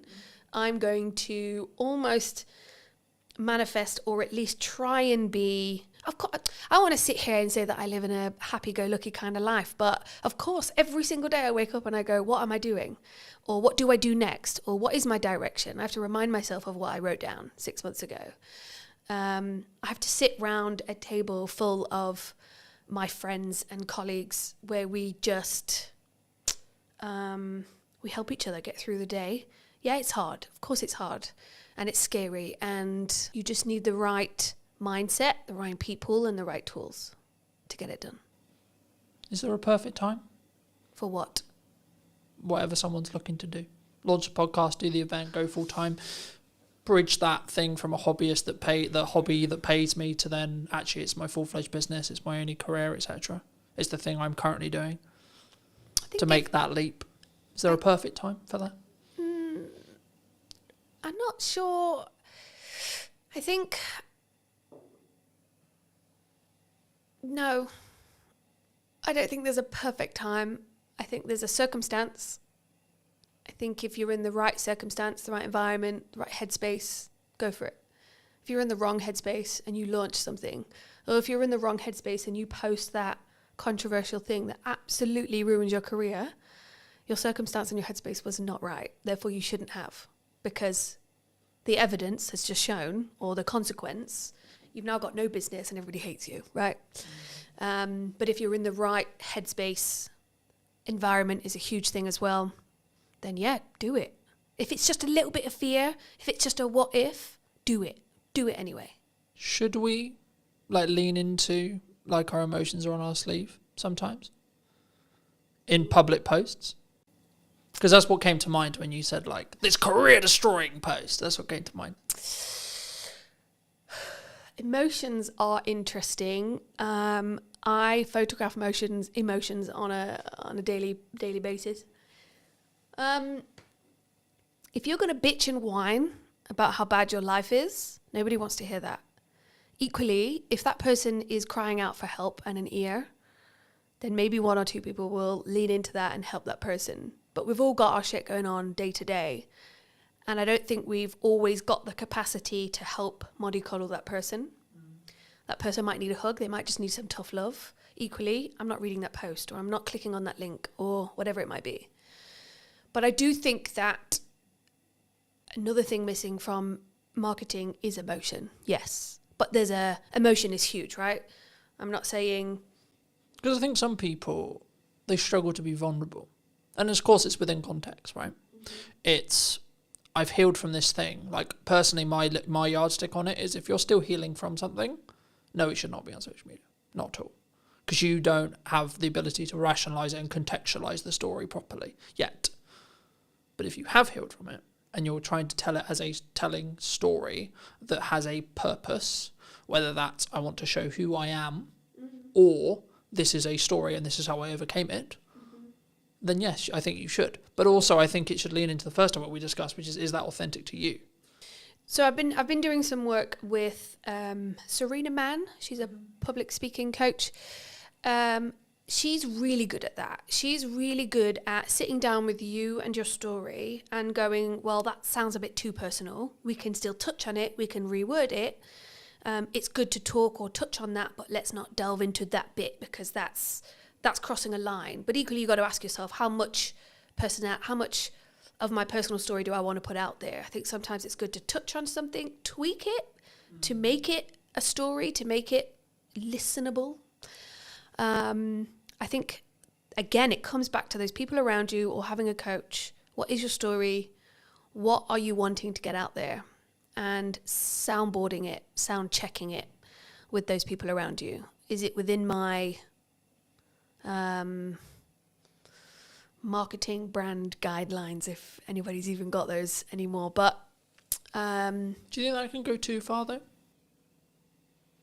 Because I think some people will maybe listen to that. Story. But I think in general, I think people will maybe say or listen to this and say, well, I had this really good post idea, had this really cool story, or I had this really cool thing I overcame last year, but it doesn't fit in the box of my brand guidelines. Who built those brand guidelines? Because if that was what you did in a moment of clarity and it doesn't fit, then assess it in that moment. I think if you're going way beyond what you're supposed to be talking about within your brand, yeah, that's when you should probably sound check it with someone you trust that also understands your brand. But equally, this is where the authenticity comes in, right? One day you're feeling like absolute crap, and the next day you're on top of the world. Which day do I talk about? I don't feel comfortable yet enough to talk about my low, down, dark days, but I have them. Equally, when I am feeling on top of the world, I kind of feel like I'm gloating a little bit. So I almost don't want to talk about those days either. So that's where you kind of balance out and go, well, what is my story? What do I want to talk about? And why do brand guidelines even exist? Or those 5 people around you? I think, again, it just comes back to your why. What are you trying to do?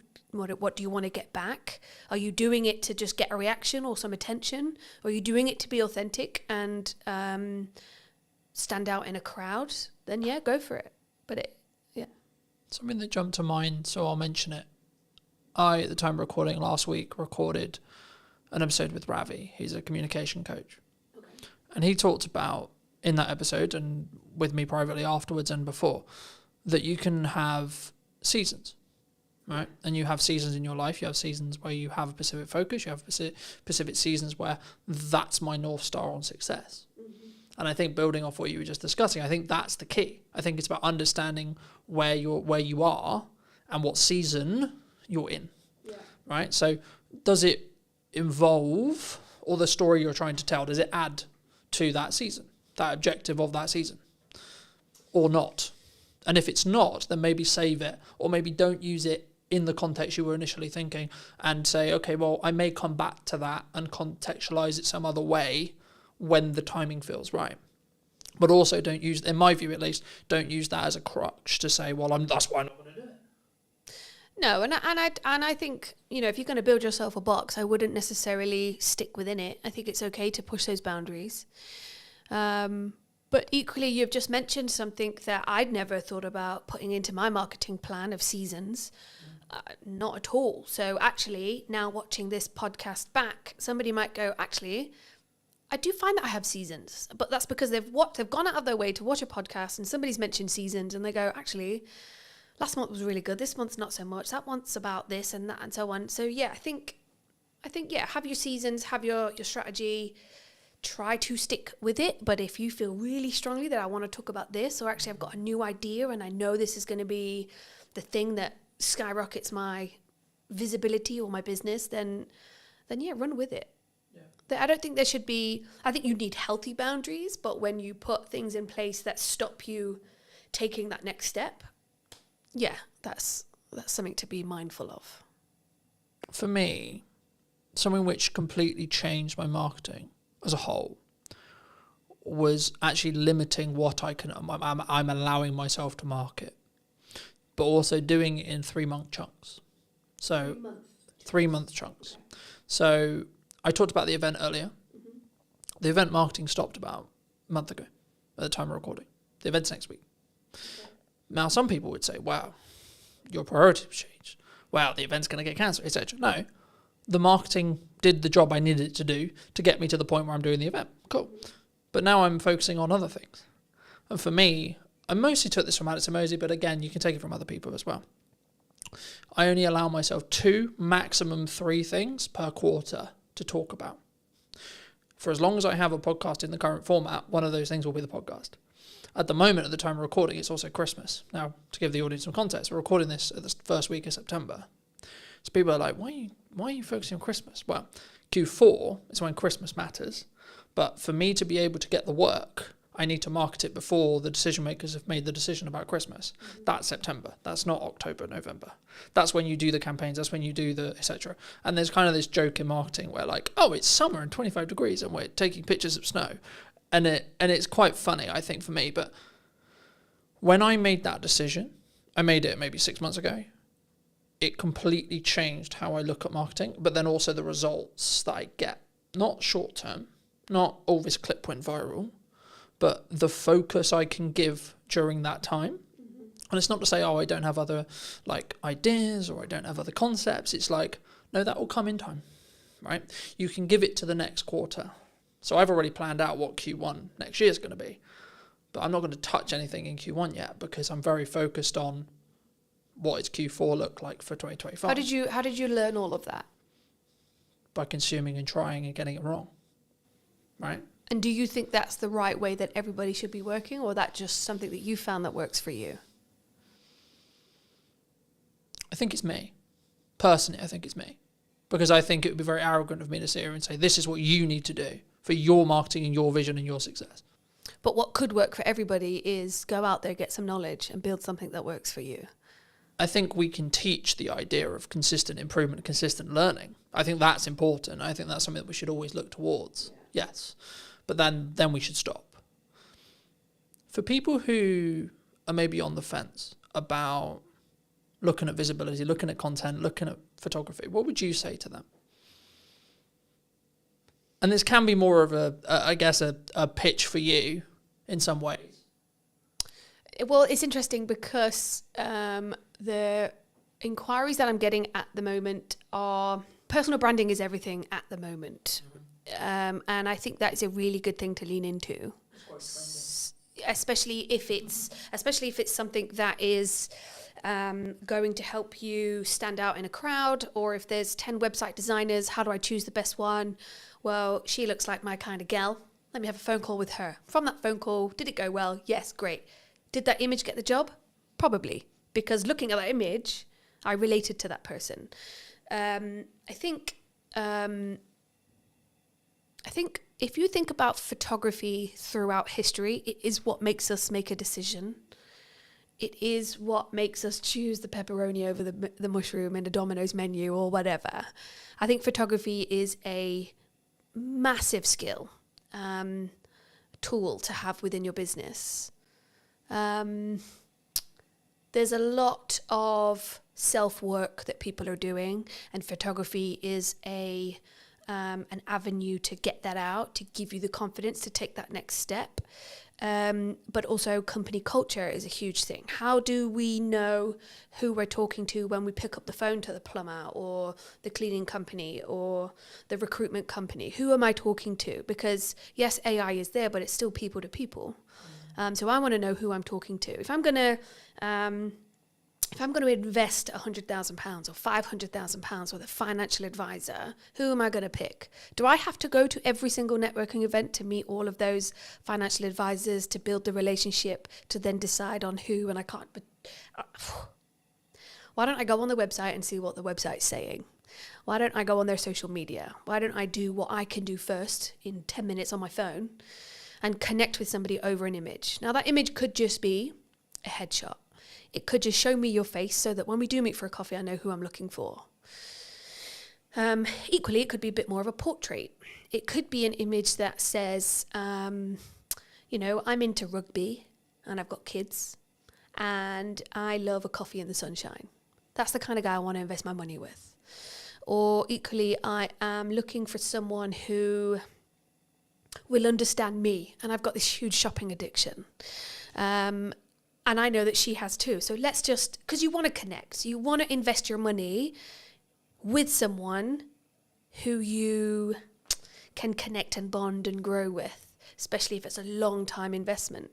If I'm going to invest in a website, if I'm going to continuously do podcasting with somebody, I want to make sure that that's somebody, and you and I as an example, that we do connect, that we do get on, that this is a successful relationship moving forward. But how do I get there in the first place? And I think yeah, imagery can do so many things.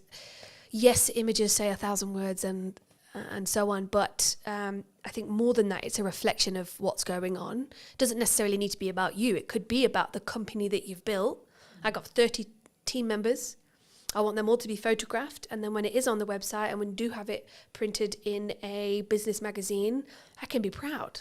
I built that team, and the company culture is great, and that really comes across in the imagery, in the marketing. Imagery, design, marketing, web, all of that is integrated and helps you promote, helps build your personality of your business to get it out there.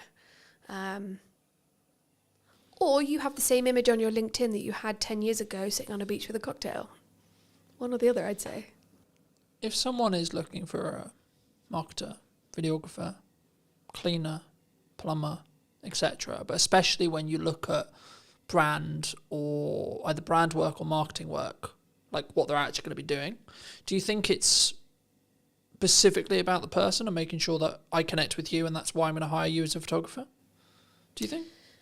I can't speak for everybody else, but that's how I do it. I do have a plumbing company that I use, JPS. I've got a relationship with Jamie, so I will go to him. I've got his number in my phone and I will call him. Have you got anybody that can come out? My boiler's just broke. I wouldn't pick up the phone and call.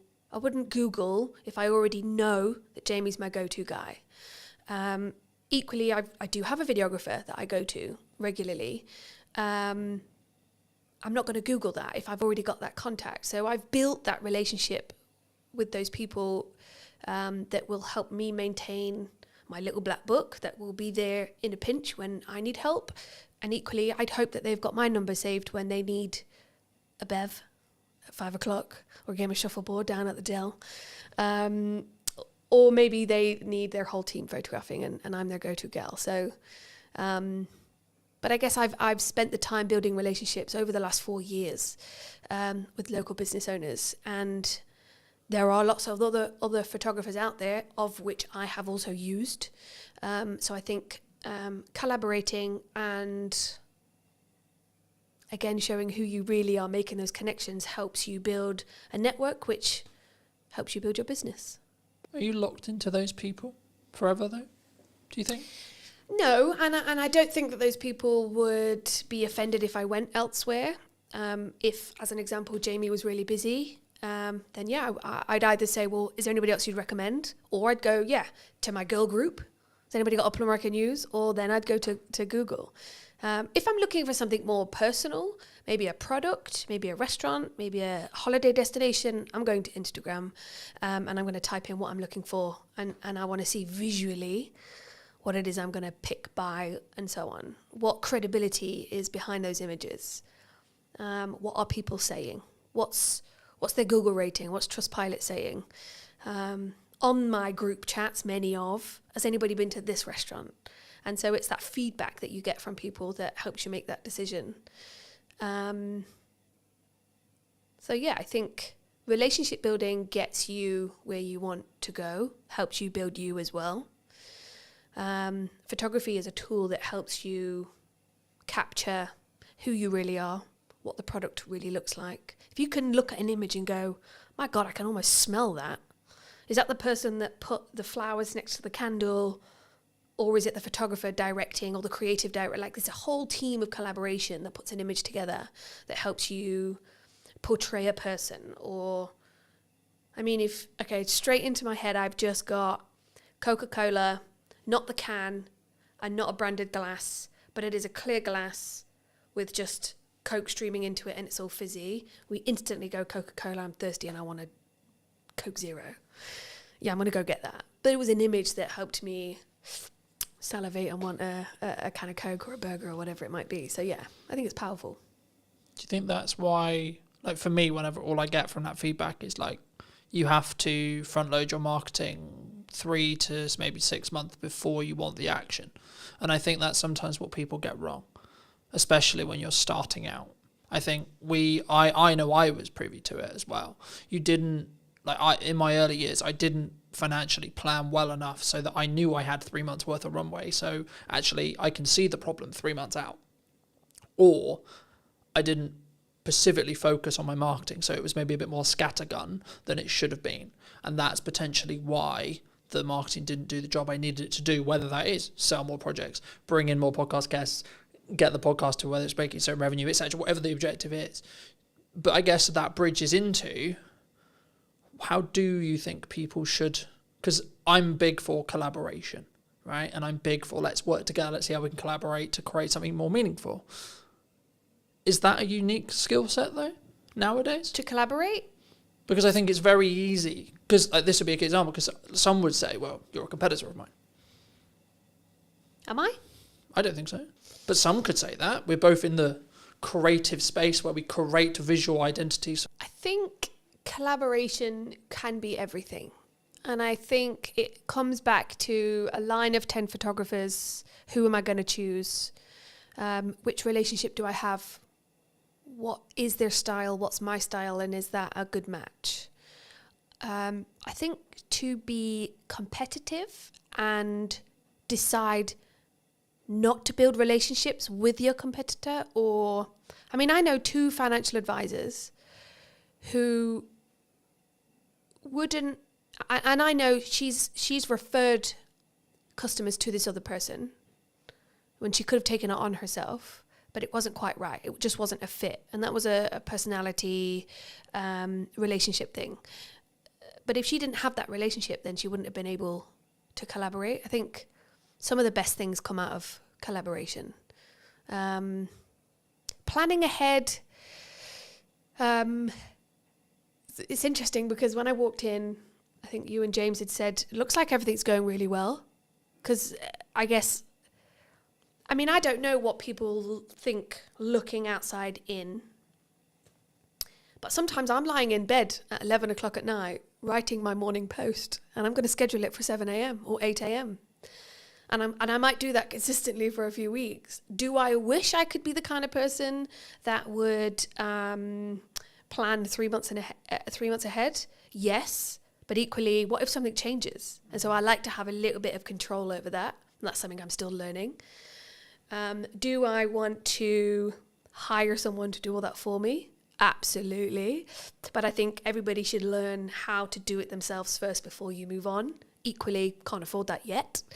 And so, yeah, I think for now, I'm just going to be in bed, scheduling, 11 o'clock at night, lights off, tapping away, trying to get something out in the morning. I think it's important to be consistent, however you show up to be consistent. That's just who you are. And I guess one of the things I have struggled with is, well, she's doing it that way, so I should do it that way. And that puts that pressure on. But I'm just not built that way. I'm built last minute, and it makes it more exciting. And the more pressure, I used to work on cruise ships for 6 years. You don't have time. Time is not a thing. Location is not a thing. You show up and you get the job done. You live, you work, you play in the same place. And those things just need doing there and then. So I guess that's the way that I've learned. How did you learn? How did that person learn to... I've got a friend, Rel. A lot of people watching this might know Rel. She is organised. She plans. It's just built within her, you know? I'm not that person. I'm not at all, but I can walk into a room of 500 people and introduce myself. But I can't plan. It's just not my thing. And consistency, I hate that word, but it is probably one of the key elements of success within marketing, because your customers want to see consistency. Coca-Cola don't sell those cans if they aren't consistently putting it on billboards, right? So yeah, there's such an array of things that we should be doing. What do you actually want to do? Because if you're shoulding yourself, then I don't think it's real. I think you need to do things to be consistent within business, within marketing, within your products and services, sure. But when you're showing up for yourself, are you shoulding yourself, or are you doing it because you want to? Because there are days when there's no post going out, and that's because I'm having a crap day and I can't think and I don't want to do it, or I'm editing and I'm just burying my head in that. But equally, do I want to do it? Today, I want to do it. Today, I wanted to do this podcast. So I showered, I straightened my hair, I put my best blazer on, and I came and I'm doing my thing. So ask yourself, do I want to, or should I be doing it? Do I need to do it? Is this vital? What's the outcome? What's my why? There is a lot of questions you should be asking. Or should yourself? There is a lot of questions you could be asking yourself to get to that next step and be consistent, or just show up for you, be online. I think the important point for maybe someone to leave with as we finish this episode is to do you v you, right? Because I think so many times, and something I've always focused on is, where was I a year ago, and am I better in my subjective terminology of that than where I was a year ago? That could be how much I've turned over this year. That could be how many podcast episodes I've done, how many views I've got, etc., etc., etc., etc. Right? And I think when you focus on those metrics, when you focus on having a very clear vision on where I was in comparison to where I am, rather than I'm going to focus on where I am versus where you are, it allows you to be more open to open collaboration with other colleagues, other people in your industry, or other clients that are correct for you, but also potentially having the right attitude or point of view to say, actually, no, this person isn't for me. But you know who you would be really a good fit for? This person over here. Mm-hmm. Because I have that relationship. I know who their best fit is. And I've passed on work to other people because I think they're a better fit. Yeah, I could have quoted the work. Yeah, I could have done the work. But would I have served that person better or as good as the person over here? Maybe not. For those people who have maybe enjoyed this conversation and want to connect with you, see some of your work, see some of your consistent content, where's best for people to reach out for you? LinkedIn is a good platform. That's my most used platform. So yeah, definitely come connect, comment, see what I'm up to on there. And I'm always happy to have a chat, a coffee, or you will catch me at the Dell on the shuffleboard. So yeah, come down and say hi. Thanks so much for the time. And if you were going to speak to you 10 years ago, what advice would you give that person? Ooh, 10 years ago, I just left ships and I thought I could do business and I couldn't. Educate myself. Surround yourself with those that you want to learn from, is what I would say. Thank you so much for the time. Thank you very much. And if you did enjoy this episode and you would like to see more like it, I'd love to hear what you think in the comment section down below. And why not be subscribed so you do not miss next week, where I'll be back with what is missing in marketing today. Thank you ever so much for coming back and joining me, and I'll see you very, very soon. My biggest performing posts on LinkedIn are all selfies or photos of me doing something mainly not related to the business. What do you think is missing in marketing right now? What do you think people could be doing, should be doing, that they're maybe not doing? The thing they are missing in marketing is consistency, which I think can be really, really key. How consistently should someone be writing a blog on a website? So we say it's really good if you can do it once a month as a minimum. Do people need video on their website? I really hate it when I go to a website and on the homepage I see that this person's got a video and I can see it's them, they're going to be talking to camera, it's not well scripted, or maybe not even scripted at all, not well thought through, they don't seem confident, and then you're going, why have you put this on your homepage? Because this is doing nothing for you or your business. did you know that 93% of you are not subscribed? So if you could please do me a favor and you're enjoying the show, then subscribing would mean the world to me, and it would allow me to grow the show and continue to get larger and larger guests and continue to bring what's missing in marketing today. Thank you ever so much for joining me, and I'll enjoy the episode.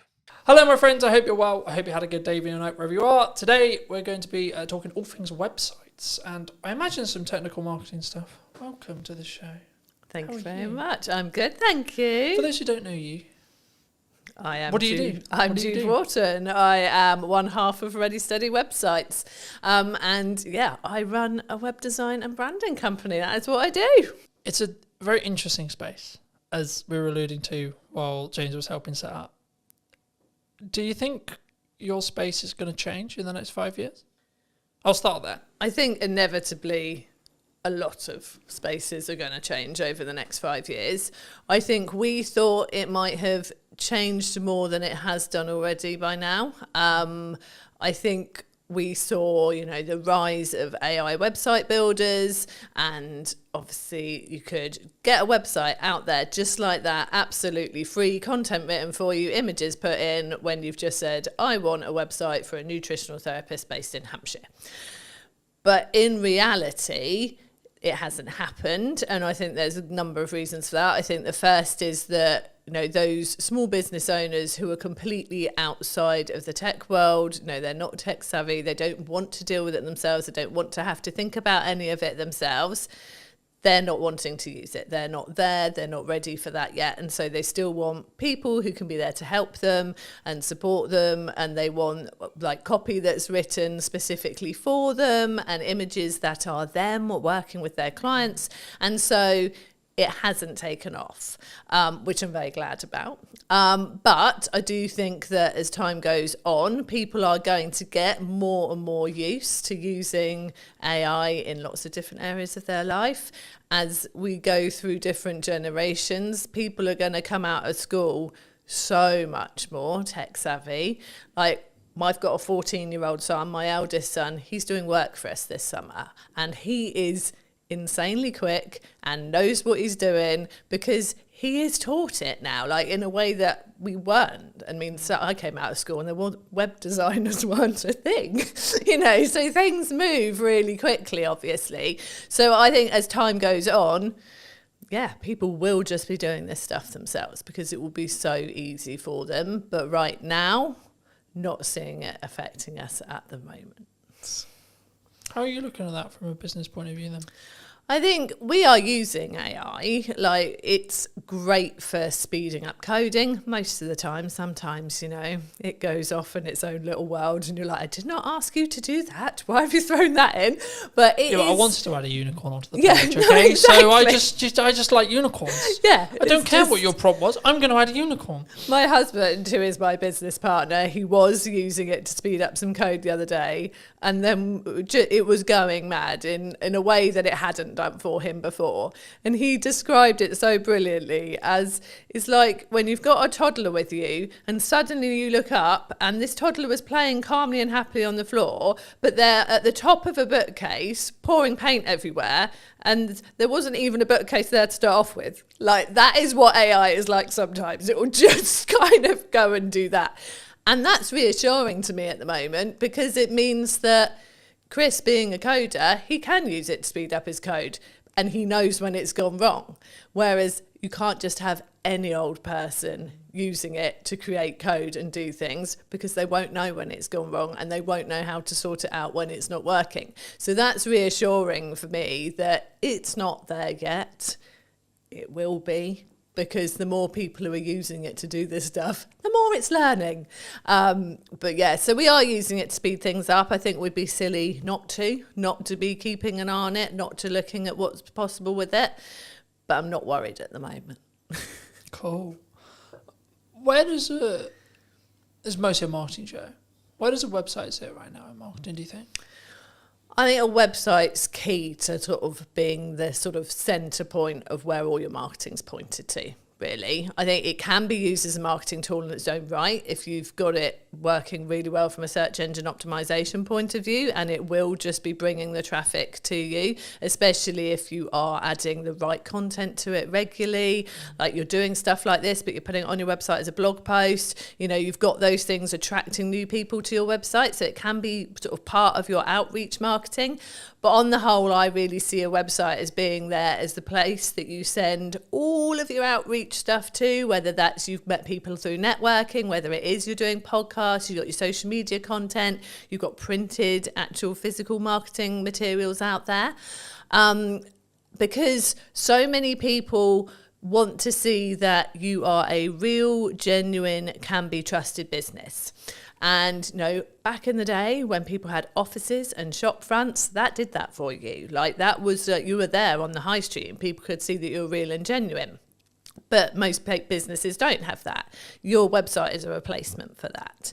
And I've seen various statistics and the percentages vary.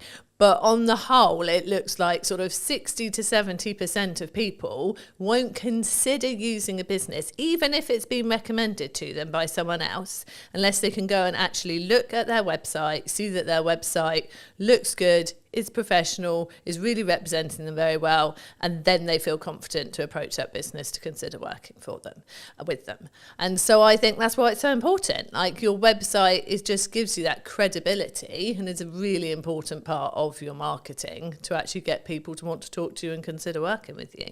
Because I think we're in a social media landscape where I think there's maybe a cohort, maybe a percentage of business owners, maybe newer business owners who just look at it as but I don't need it because I've got a social media strategy, because I'm on Instagram, because I'm on LinkedIn, because I'm on etc, etc, etc.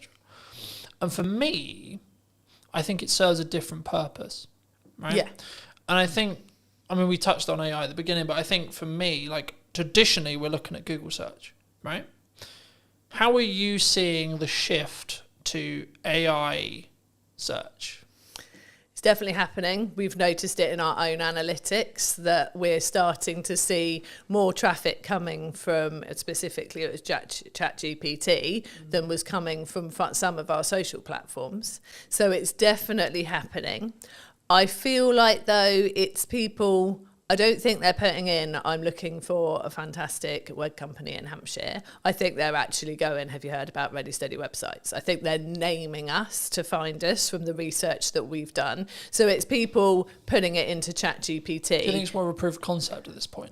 Yeah. Okay. Yeah, I think it's people testing it, putting it into ChatGPT rather than chucking it into Google. And they're just putting the same thing as they would in there. So it's sort of, it's a different way of finding us, but definitely people are using it more. I know people who say that they will ask AI pretty much anything. Like they just want to see what it says, whether it's ChatGPT or Claude or whichever ones are out there. They just want to, see what it says, see if it like is sort of thinking along the same lines as them, see if it does bring up anything different. And again, it is completely based on what you've been talking to it before, because when Chris tested it and said, ChatGPT, I'm looking for a web company that can do me a website for around this price, straight away, we recommend Ready Steady websites, they're fantastic. Got one of our business friends to do the same and didn't bring us up at all until he then went, I've heard good things about Ready Steady websites. What do you think of them? And then it came back saying, Ready Steady websites has a good reputation. It has got these reviews. This is its price point, and then did serve up the information.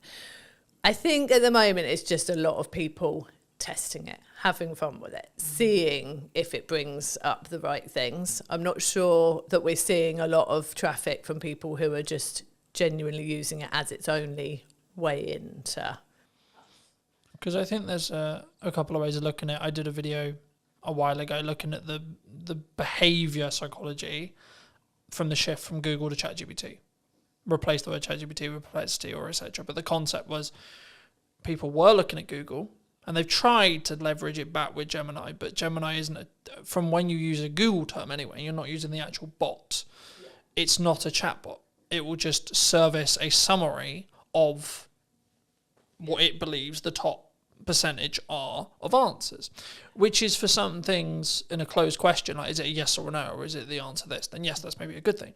Though I think the reason why we're seeing a behaviour shift towards ChatGPT and AI search as well is actually people want more nuance. They want to target more nuance with so they want to have a conversation with a search engine, really, in crux what they're doing, and that's maybe showing itself as people having ChatGPT conversations.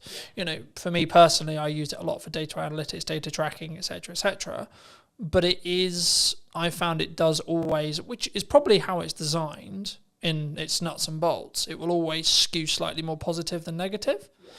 But I also think that's maybe a good thing, to be honest. Actually, now I sit here and think about it, because if it did skew negative, then you're talking about a negative spiral effect, because it will learn from itself, and then so on, it will get darker and darker and darker and darker.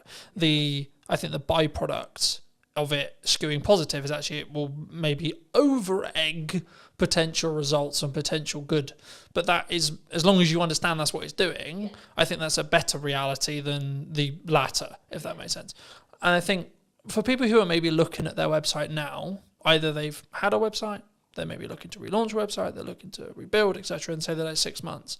Should we still be looking to target Google, would you say? Or are we just solely in a world where actually AI search is the only thing that matters? No, definitely still be targeting Google. Also, I think I always say this, like, have your website, obviously, have it written in a way that you're going to be attracting the right people, that the copy is written for the website visitor that's coming to you. You want to be ranking, obviously, but actually one of the things that will help you rank is by having naturally written copy that is obviously for the website visitor and not purely to try and get yourself ranked, like that's so picked up on now. But also, I have heard from search engine, like Chris is a search engine SEO expert, but from another guy that I do quite a lot of work with and chat to quite a lot, he has said that a lot of AI results, ChatGPT results, come from seeing people's Google business profiles. And so making sure that you've got that there, that is up to date with the right stuff on there, that you're using that frequently, putting new stuff on there as well, will help you come up in the AI results as well. So getting your website solid and obviously linking to that from your Google business profile, but having that profile up to date is really key as well. And I think this is the thing with all areas of marketing. You've got to cover all bases. You don't know where someone is out looking for what you do, whether they are the type of person who is just on socials, chucking something onto Facebook groups and things like that and asking people for recommendations, whether they're going to Google, whether they are going to ChatGPT. You've just got to do it all well to be better than your next competitor, really.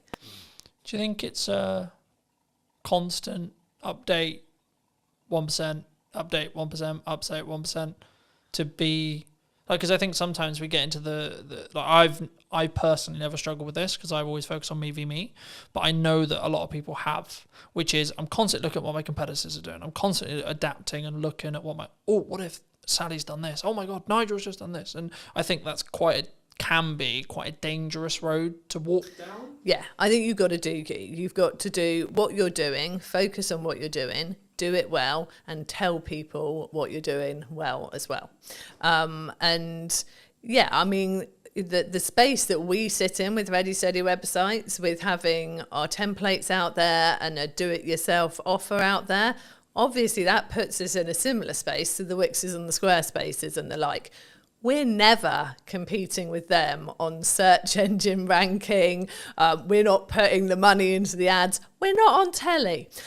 So there's no point in us looking at them and trying to compete. But what they don't have is me and Chris. They don't have those consistent people who are there to support you. And so I feel like we've got to focus on what we do well. And we use the fact that we are the people you will meet, we are the people you work with, that we get out there and we get to know people. And that's the way we choose to do it. We do obviously work hard on our search engine results for the things we know we can rank for. We have specific templates for specific types of businesses. And so if you go and type in speaker website template, we do well for that. If you go and type in membership site, website templates, we do well for that, because they're the things that we know there aren't as many people focusing in on that for their search terms, but we also know there are people looking for those things. So I think you've got to keep an eye on what's going on. You've got to look at those keywords. You've got to make sure you're putting the right content out there to rank for those. But yeah, if there are competitors out there doing things like you're seeing them doing this all the time, and you can't do that, you can't keep up with that, or that's just not your way that you would do something, no, stick in your way of doing it. If it's working and you can see you can build on it and do it more, that is the way I would always go. I think for me, it's about only, I guess to an extent, it's only adding the stuff you can stay sustainably at, 1.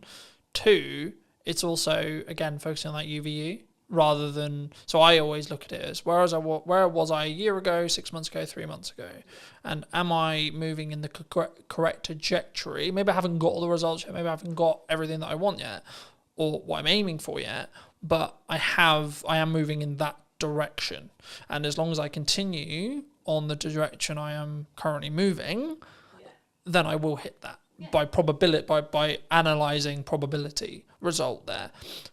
It'd be wrong of me not to ask you about video and where it sits on your website. Do people need video on their website? Do they not? Should they have it? I think that video can work really well on a website.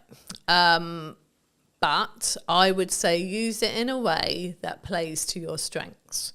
Because I really hate it when I go to a website and on the homepage I see that this person's got a video and I can see it's them, they're going to be talking to camera, and I think, oh cool, okay, let's watch this. And then it's not well scripted, or maybe not even scripted at all, not well thought through. They don't seem confident. And it's just all a bit waffly and a bit awkward. And then you're going, why have you put this on your homepage? Because this is doing nothing for you or your business. And you know they've put it on their homepage because someone told them that they should use video on their website. You can only use video if it's going to be right for you and it's going to work, because it could go completely the other way and make people go, I'm not sure about this, and go and look at someone else's website. We have used video on our website. We had a video on there. We sent to Instructured the way that some of our packages work, and so we have taken it down because it's not current now, and that's another thing. You have to make sure that you're keeping everything current and up to date. And that was more of a like animated, sort of explain your process of how to work with Ready Steady websites. And we were quite surprised actually that it didn't get as many people watching it as we thought. Like, we really thought that more people would watch the video on the website than choose to read it. But actually, there wasn't as high a percentage when we went and looked at sort of the views and the people who had come to the website in the same period of time. There wasn't as high a percentage of people watched it as we thought there might be.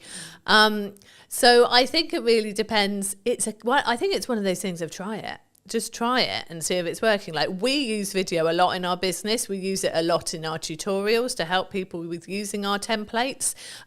We have welcome videos when people join Ready Steady websites. When they initially come into our back-end membership site, there's a little welcome video from us. We use video a lot with our clients, like handover videos when their website's ready. Video is so useful, and it's such a good way to really feel like you've engaged with that person. They've got to know you. It's so easy to explain things in that way. So I think with video is really valuable. Like, we've got a YouTube channel, which we are not doing enough with at all at the moment. And I know that we are going to do more after the summer. And yeah, it's such a good way to showcase your knowledge, showcase the way that you work, get people to get to know you, but only if you are comfortable doing it, I think. And that's something you can practice.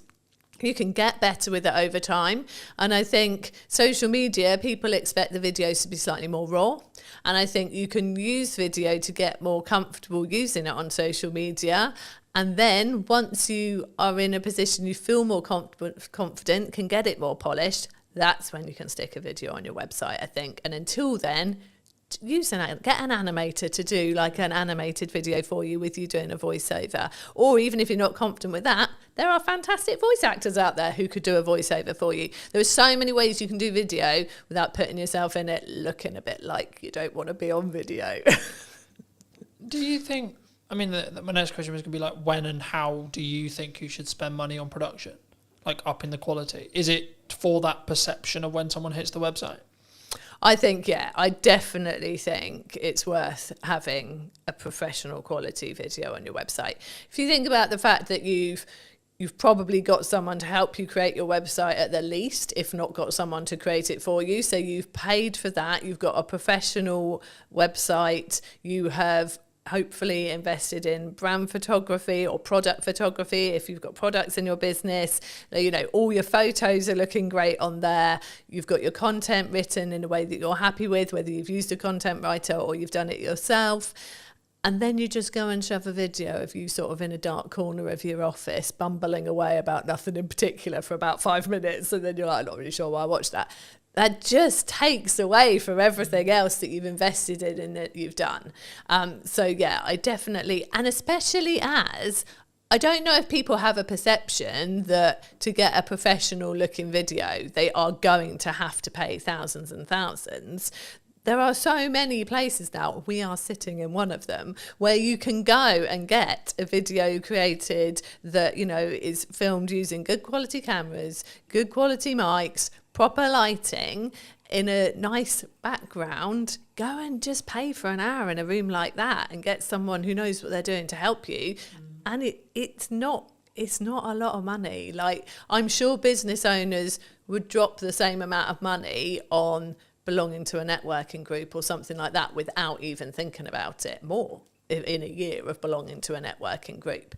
And once you've got all those fantastic people you've met on networking coming to your website, it'd be good to have something decent there to make them realise you're definitely the person to work with. I think for me, it's understanding what stage you're in. Right? I still film stuff on my phone, right? But if I'm doing a production piece like this, people expect a certain level of quality, I would say, personally, for me. And also, I want a level of a certain quality for this kind of thing. But if I've got a thought, pick up my phone and film. Oh, definitely. I'm not against doing it. I think that's where sometimes people get it wrong. They think, I can't do video because I don't have X camera, I don't have X, Y lighting, I don't, etc. But I think action is always better than perfect in that respect. I think for me, because then you can gain the understanding of what your audience wants. But I think where it changes is that heading video that we're talking about here. Like I was served an ad on YouTube a handful of weeks ago, and it was like, hello, I'm this person from this company, filmed on a webcam with dodgy audio. And I just clicked off straight away. And it wasn't even necessarily the delivery. It was actually the I think for me, now I sit back and go, well, why did I click off? Why did I not engage? I think actually the reason was because of the combination of it was a webcam video with dodgy audio and there was no hook. I was like, in no possible, I don't give a shit who you are. Yeah. You could have made £1 million and I'm not, just don't care. So I think, you know, even if you just do some basic research and understand how to structure a video, I've got videos talking about it, James has got videos talking about it, there's lots online, etc. Right? I think for me, if you use your phone and you have a decent audio, which is the only thing I would say that actually really matters, because if I can't hear you or I can't hear you clearly, then I'm going to click away. Psychology-wise, I'm going to. I will go, okay, maybe it doesn't look beautiful, isn't as high quality as I would want. Okay, fine. But actually, the energy, how I sound, and then the structure, and then the value that's delivered in the video is infinitely more important. Is that the same when it comes to websites and copy? So I think... And how you structure your website as a whole? I think, yeah, structuring your website is really important. So with the whole like DIY videos, selfies, all that stuff, I am there on social media with that. And I think that is important for getting people to like you. Like, I don't think you should turn up too polished. I actually was scrolling through my LinkedIn this morning, trying to find some stuff I'd written ready for this interview to remind myself of some stuff. And my biggest performing like posts on LinkedIn are all selfies or photos of me doing something mainly not related to the business, because people go, like I resonate with that, I do that too, or like I've been there, or whatever it is. And so they like that. That works on social media. When it comes to your website, and your website is reflecting either you very much as the business person, the professional, the author, the speaker, you know, if it is a more of a personal focused website, or it is your business website and reflecting your business, I feel that has to step up a level then. You've done the nice getting to know people, the like, I am a nice normal person bit on social media. Yeah, filming yourself with messy hair at a beach, having a chat because something's coming to your head. One thing I really would say, if you're doing videos on social media, please put captions on. I'm always reading them in the evening when I've got one child in bed and I'm just having a scroll. I don't want to turn the sound up. Put captions on, people.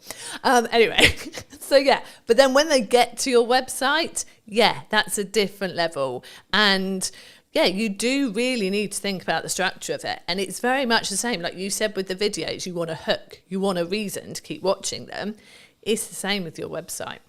I always say in that top hero area on the homepage of your website, you want to have, I call it an engaging statement. But it's the hook. It's the thing that someone comes to your website and goes, I am in the right place. So I want to scroll down and I want to read more. In those first couple of lines and that first statement, you need to basically say, this is what I do. This is who I do it with or for. And so therefore I can help you. That is what those couple of lines have got to say. So yes, it has to be structured really well. And then it's got to carry on talking to that website visitor. So many people then decide that the first bit of their homepage suddenly has become their about page, and they launch into this story of like, oh, I decided to start my business because my grandfather had done it before me, and no one cares at this point. People still want to see your services or an overview of your products or whatever they have come to your website for. And then if they click on your about page, that's them saying, oh, actually, I'm really interested now and I'd love to know why you started the business and who you are. Put that on there. So yeah, it's definitely a structure to follow, definitely a right way of doing it to get people in and really wanting to buy from you or work from you. And yeah, it's got to be that at that professional level then. The DIY selfie in the garden approach, not great for a website.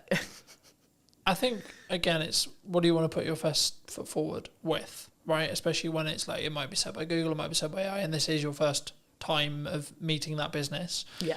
I guess then it questions of like, from us as a smaller business, not necessarily implying small, but smaller than the Squarespaces, etc. Yeah. Do we lean into personal brand, do you think? I think, there's so many factors there.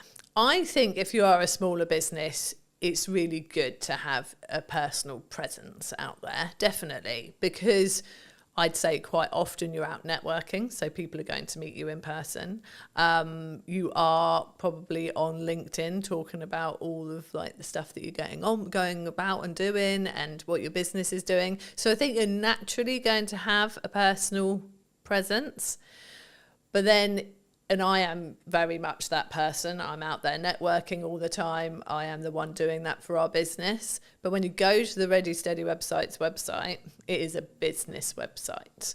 There is an about page and there is a team page, and we are on there, and our sense of humour is definitely on there, and we carry that through like the way that we are on social media. It's very much on. Someone commented that to me the other day, that she loved the fact our personality was there in the website once you look for it, but actually the website was, this is what we offer, these are our prices, this is what you get, really clear and simple, and all about the person who's looking for the website or the branding or the SEO package and all the other things we do. So yeah, I think a personal brand is important, but I think how you present that on your website very much depends on, how the business is structured, where you're looking to take the business in the future as well, and that's a question right at the start when you're starting your business too. And obviously you can evolve, like we trade under Ready Steady websites now. We initially set up as Second Floor Designs Limited, and our business has evolved over the 15 years. And that can happen. You can start out as, enter your name here, and then what you do. So you know, we have people who are Joe blogs nutritional therapy, you know, that kind of thing. But actually maybe over time you're getting more and more patients and you bring on more people to work with you, and then it turns into just JB nutritional therapy. You know, it can evolve. And I think whether you go out as really as a personal brand really just depends on like your vision for the business, where you're taking it, and how comfortable you are with that as well. Like some people don't want to put themselves front and center. They're very good at what they do. They want to do it under their own steam. They don't want to go and work for somebody. But actually, they're not this person. They're not out there doing the podcast interviews. It's not them. They actually they want to be a business and they don't want to be front and center. And I think that's fine as well. If you can find the right way to get it out there, to get your like seen and marketed, then that's great. But I think it's like with the videos, you've got to be comfortable to do a really good video. You've got to be comfortable putting yourself out there as a sort of personal brand, I think. I think for me, and I had this conversation many years ago and I've had it 1,000 times since, like a CEO of a C-suite company, doesn't matter who he was, but he was like, I don't want my kids involved in content. I don't want them physically involved in content. I don't even want people to know they even exist. I'm like, cool, no worries. He was like, how are we going to make sure that happens? I was like, do you have control over your mouth? I said, yes. He said, yes. I said, congratulations. You will not talk about your children, their existence, or anything about them in any way, shape, or form then. Yeah. It's that simple. Exactly. Right? Yeah. And I think sometimes and that's why I always phrase it that way, because I think so many people, we sit and go, I have to be really public, and I have to be this, and I have to be that. It's like, yeah, but we forget we have control over what we say in every moment. And especially if you're post-editing it, even if we have a conversation or the conversation ends up going into a realm that you feel is inappropriate, I feel is inappropriate, or we don't feel comfortable having out live, then you just ask, would it be impossible to remove that section? Yeah. Or I just feel actually that's just a tangent that's not really relevant, so I might chop it from the set, etc. But it's doing it for a place of comfort. Yeah. Because I'm like, okay, everything I talk about publicly is everything I talk about publicly. I don't talk about the challenges I'm going through today or the things I'm healing from today or whatever if I am, because that's not appropriate and I'm not ready for it. But I can talk about it in hindsight, right? And in the same way, like if you don't want the ability or the fact that you have children to be known, then don't mention it. Yeah. It's really that simple. It is. And I think, which I get, right? Like, I'd be like, no, but also, what's it got to do with business? What's that got to do with business? Now, you could make the argument, but it humanises you and yeah, but you made that you have to make that decision. Yeah. Yeah. You know, no one else is going to make that decision for you. And it's important to make sure that everything you put out is A, relevant to the business, but 2, is in your... And I use the term comfort zone loosely here because it's not about whether it's like comfortable, but it's whether it's within line with your values, I think is the more important thing, right? It's not about, it's uncomfortable, because I think we should push ourselves for a level of uncomfortability to do things that we're not comfortable with. But that's different to, no, I just don't want, in the kids example. What do you think is missing in marketing right now?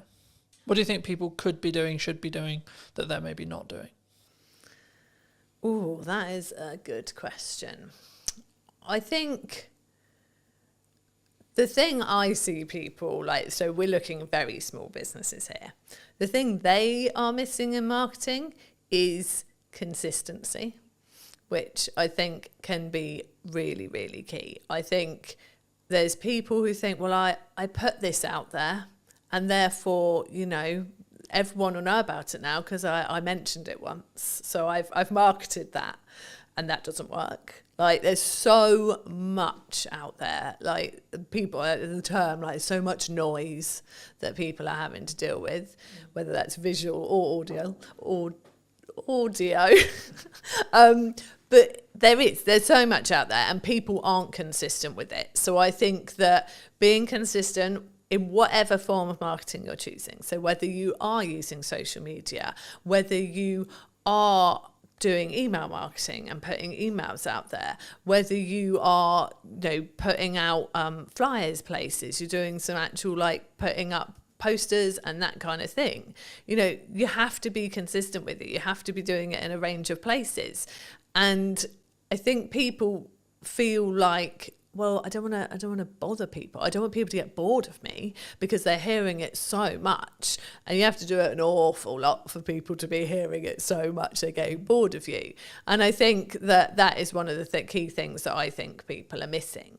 I think in marketing in general, what's missing, I suppose, perhaps I'm seeing so much of the personal stuff. It might actually be nice to see actual more businessy marketing. I wonder if that would actually catch my eye more these days. Like, rather than people out there doing all the talking about themselves and like, oh, I've been here and I've been there and this, that and the other. But actually, I don't see that many people putting out from business perspective, this is what we achieved this week. This is what we did this week. This is actually what a proper week working with a client looks like. Or this is actually, these are all the testimonials I got in 1 week. And I don't know if that's because it's a bit braggy, isn't it? If you get lots of testimonials all telling you you're lovely, but actually that's what's going to make people really want to work with you. If they go, wow, they put that many sites live this week and that many people said that stuff about them. I actually don't see that much these days. And I am bad at doing it myself. I know I am. Is that because it's easier for you to talk? You talking as you're walking down the beach, or of course, it's so much easier. Or just when you're in the garden, or etc. Yeah. It's not. Yeah, it's easier from a couple of perspectives. One, that takes no preparation. Just going quick selfie, talk about this that I did here. Whereas if you want to put out okay, this website went live this week, we got this testimonial, I've got to sit there and make that look nice in a visual before I stick it on social media. And, if it's a busy week, I'm not taking the time to do that. And I know I should.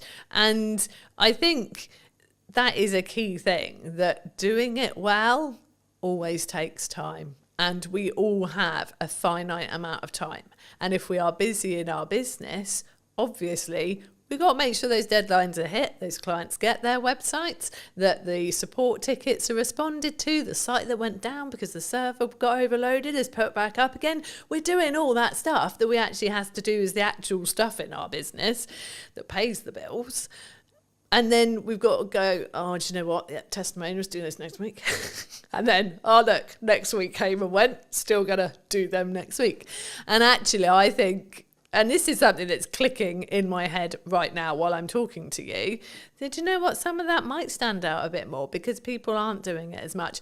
It won't be the stuff that gets the likes and the shares and the comments on social media. There'll be those 5 nice people who are always lovely on every post and go, oh, that's so nice that you've got such a lovely testimonial. Well done, Jude. And I love those people for taking the time to do that. But it won't start the discussion. It won't be those posts that go mad. But actually, they're the posts that when people are scrolling through your posts, that really solidify what it is you actually do, that actually she doesn't just work out in the garage and try and grow vegetables in her garden. She does actually do websites. Do you think, I've just filmed Gemma's one, and we talked about the fact that some marketing agencies that I've seen in my lifetime are what I would call fall into the classic trap, in my view, that when they're busy with work, their marketing kind of shuts off, or they stop as much as they maybe should, either completely or as much as they should, or then they only turn it back on when they need work again. Yeah. Something that I've always done for as long as the business has existed is Brunton Media is the highest paying client, period. It's not the most priority, but the reason why I always frame it as the highest paying client is it means it's the amount of resource, energy and time that it consistently gets. Yeah. Because regardless of how well I do my job for clients, if I'm growing, there will be a point where we don't work together anymore. Yeah. And I need a strong pipeline to stay in business. Absolutely. Right? So I need to constantly be going. If you're just looking at project work, I've pivoted the business slightly so it's retainer-based and project work. But if you're just looking at project work, you need project. And it might feel overwhelming as you're starting to put them in. But then I'm just like, just be honest with your client and say, well, what's your delivery timeline on this? Yeah. Because if you don't have the availability to film, edit and produce it, for example, in my case, then don't commit to doing that in the month you can do it. Say, that's a really cool idea. Is it time sensitive right now? Because if not, I can do it in September at the time of filming. This will probably be out in October, but like the same is true. I can do it the following month in November, for example. And I think sometimes with that mindset is why I'm always on top of marketing. Right? And why I'm always constantly looking at my 1% on my marketing, but also then taking the learnings into my client delivery stuff. Saying, well, actually, these hooks are working really well for me. Have we thought about doing something similar for you? Is that common? Oh, it's so common. And I think... And if so, how do we fix it?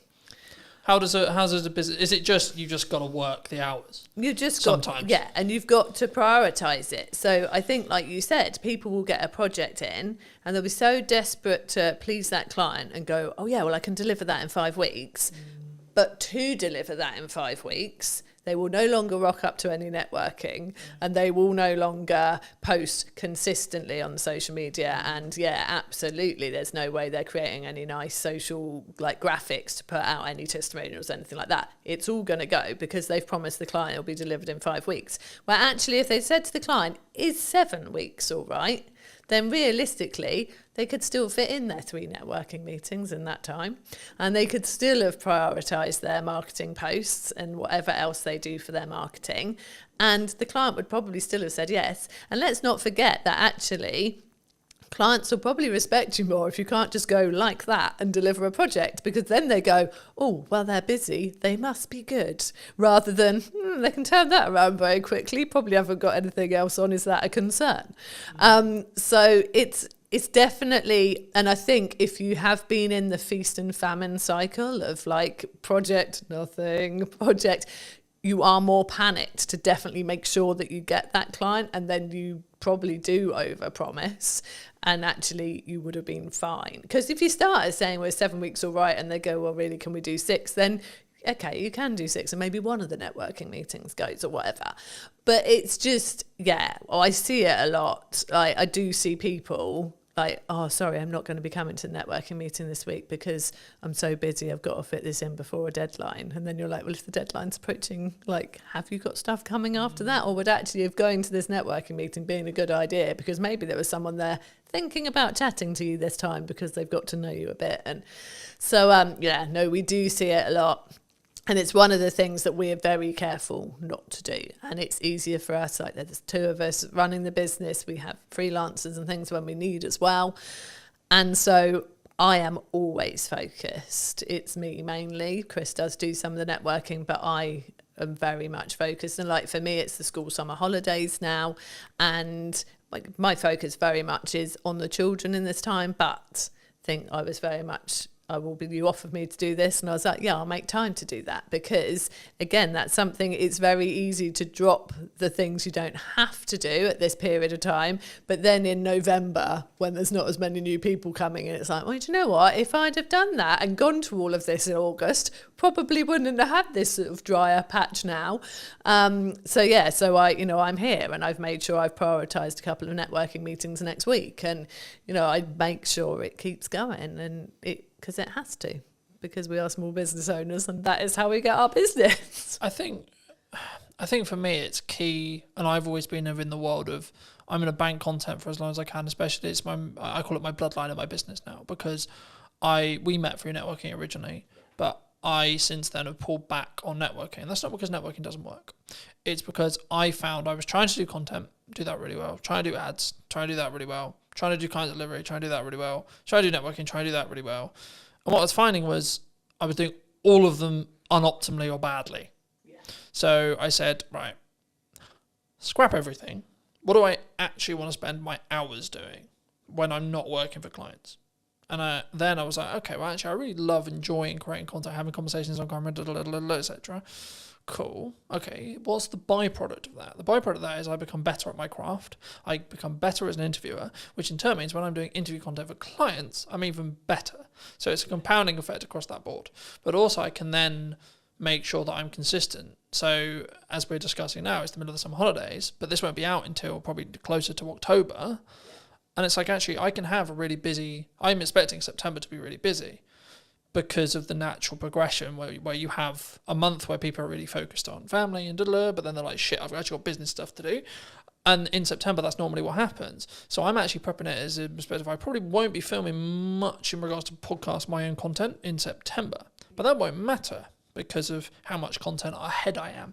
So then when it comes back around to it come October, I can then go back to filming, say, 5-6 episodes a month, or maybe 8 episodes a month, and then I'm good till December again, and etc. And I think once you understand that principle, once you can kind of get there with either your blog writing or etc., then you can be in a position where you don't need to worry about consistency. Like, I'm not worried, oh my God, what am I going to post?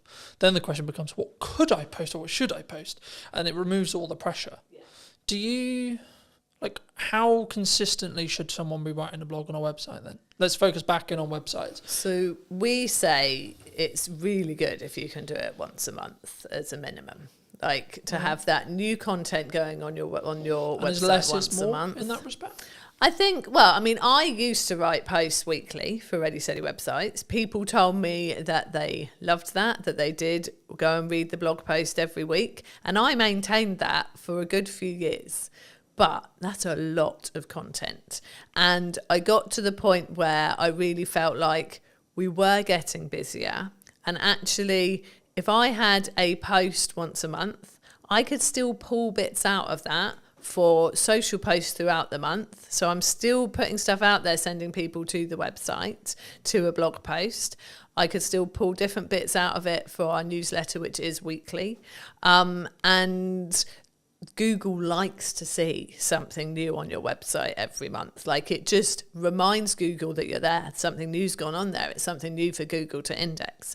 And so, yeah, so that's why we say once a month. And that is what I do now, because, yeah, once a week got a lot. And I will like batch. So like you said, like I've said, it's the summer holidays. I don't want to be doing as much during the summer holidays. So I had blog posts and social media posts already at the start of July for July, August, and the first couple of weeks of September.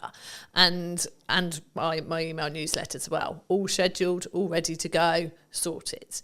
And I think it feels like that's a lot, but actually that took me not even 2 days to write the emails for every week, 3 blog posts, and I haven't written the social posts fully because I do like to be more reactive on social media, but I've written like probably 2 for each week, like full, solid, good posts that are more business related. And then I can put in my fluff of like, sat in a school field today and did this type thing. And yeah, so it can be kind of a mixture. But it doesn't take long to do it, to schedule it. Like you said, like I know you've obviously booked this room today, you're blocking your podcasts, and that's months worth of content. And it's easy to do if you organise your time right to do it.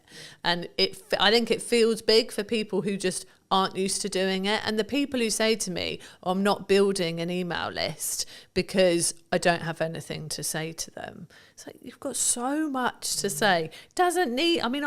I am one for quite long emails. I talk a lot. I will write a lot as much as I talk. But actually, over the summer, they're shorter and sweeter. I've got a little thing going on of like a website tip a week. It's a short paragraph, but it's something actionable, useful for those people on our email list, relevant to them because they're all there, because they've come to us for some website reason, whether they've got a website with us already and should be reminded to just go and check that everything's still current and up to date and maybe make a tweak, or whether they're planning a new one and thinking of coming to us.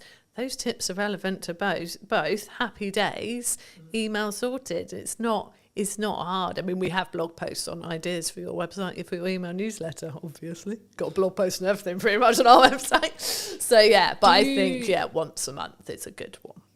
Is there a pros and cons if let's say, for example, you're in my position where you have a huge amount of video content and that's your feeder? Because I'm throwing around the idea for the new website that is going to be built by the time this episode comes out. There we go.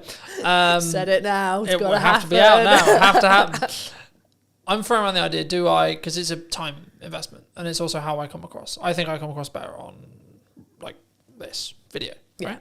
But for me, I'm aware that for AI search and SEO, I need to be writing stuff. Yeah. Now, do I need to be writing stuff? Do I need to hire a copywriter if the business can afford to do so? Or can I potentially leverage automation and or ChatGPT, etc., to write in my style, and or what are the pros and cons for all the above? So I think... Would you say? So for you... And this is a dirtily selfish fucking answer. So for you, as someone who has got video content, that is your content, I'd use that for your website. So I would have, like, whether you want to embed it from YouTube, wherever you're going to have it, onto your website. And then I would have... like notes of what's discussed, key points, which there are so many tools that will do that for you, that will draw it out. But I would say that if you're using a tool like that, you need to then go and sense check it, look through it yourself, make sure it does sound like you, tweak it, make it your own. Don't just use it verbatim from the tools that have pulled it out.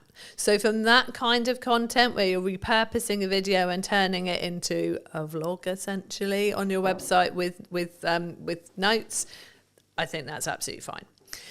If you then wanted actually to do some actual blog posts as well, I personally think I like the approach of giving it a go yourself, so that it is really what you would be saying and like the points you want to make. If you then read it and think, this isn't good enough, this isn't my forte, this isn't like my strength, then I personally would get a copywriter involved to help you. Like, there are people out there who will help you to craft kind of what you've already started, improve it, write it in a way that they know is going to be nice and readable, but also is going to be great for getting some key terms in there that people are going to be searching for what you do.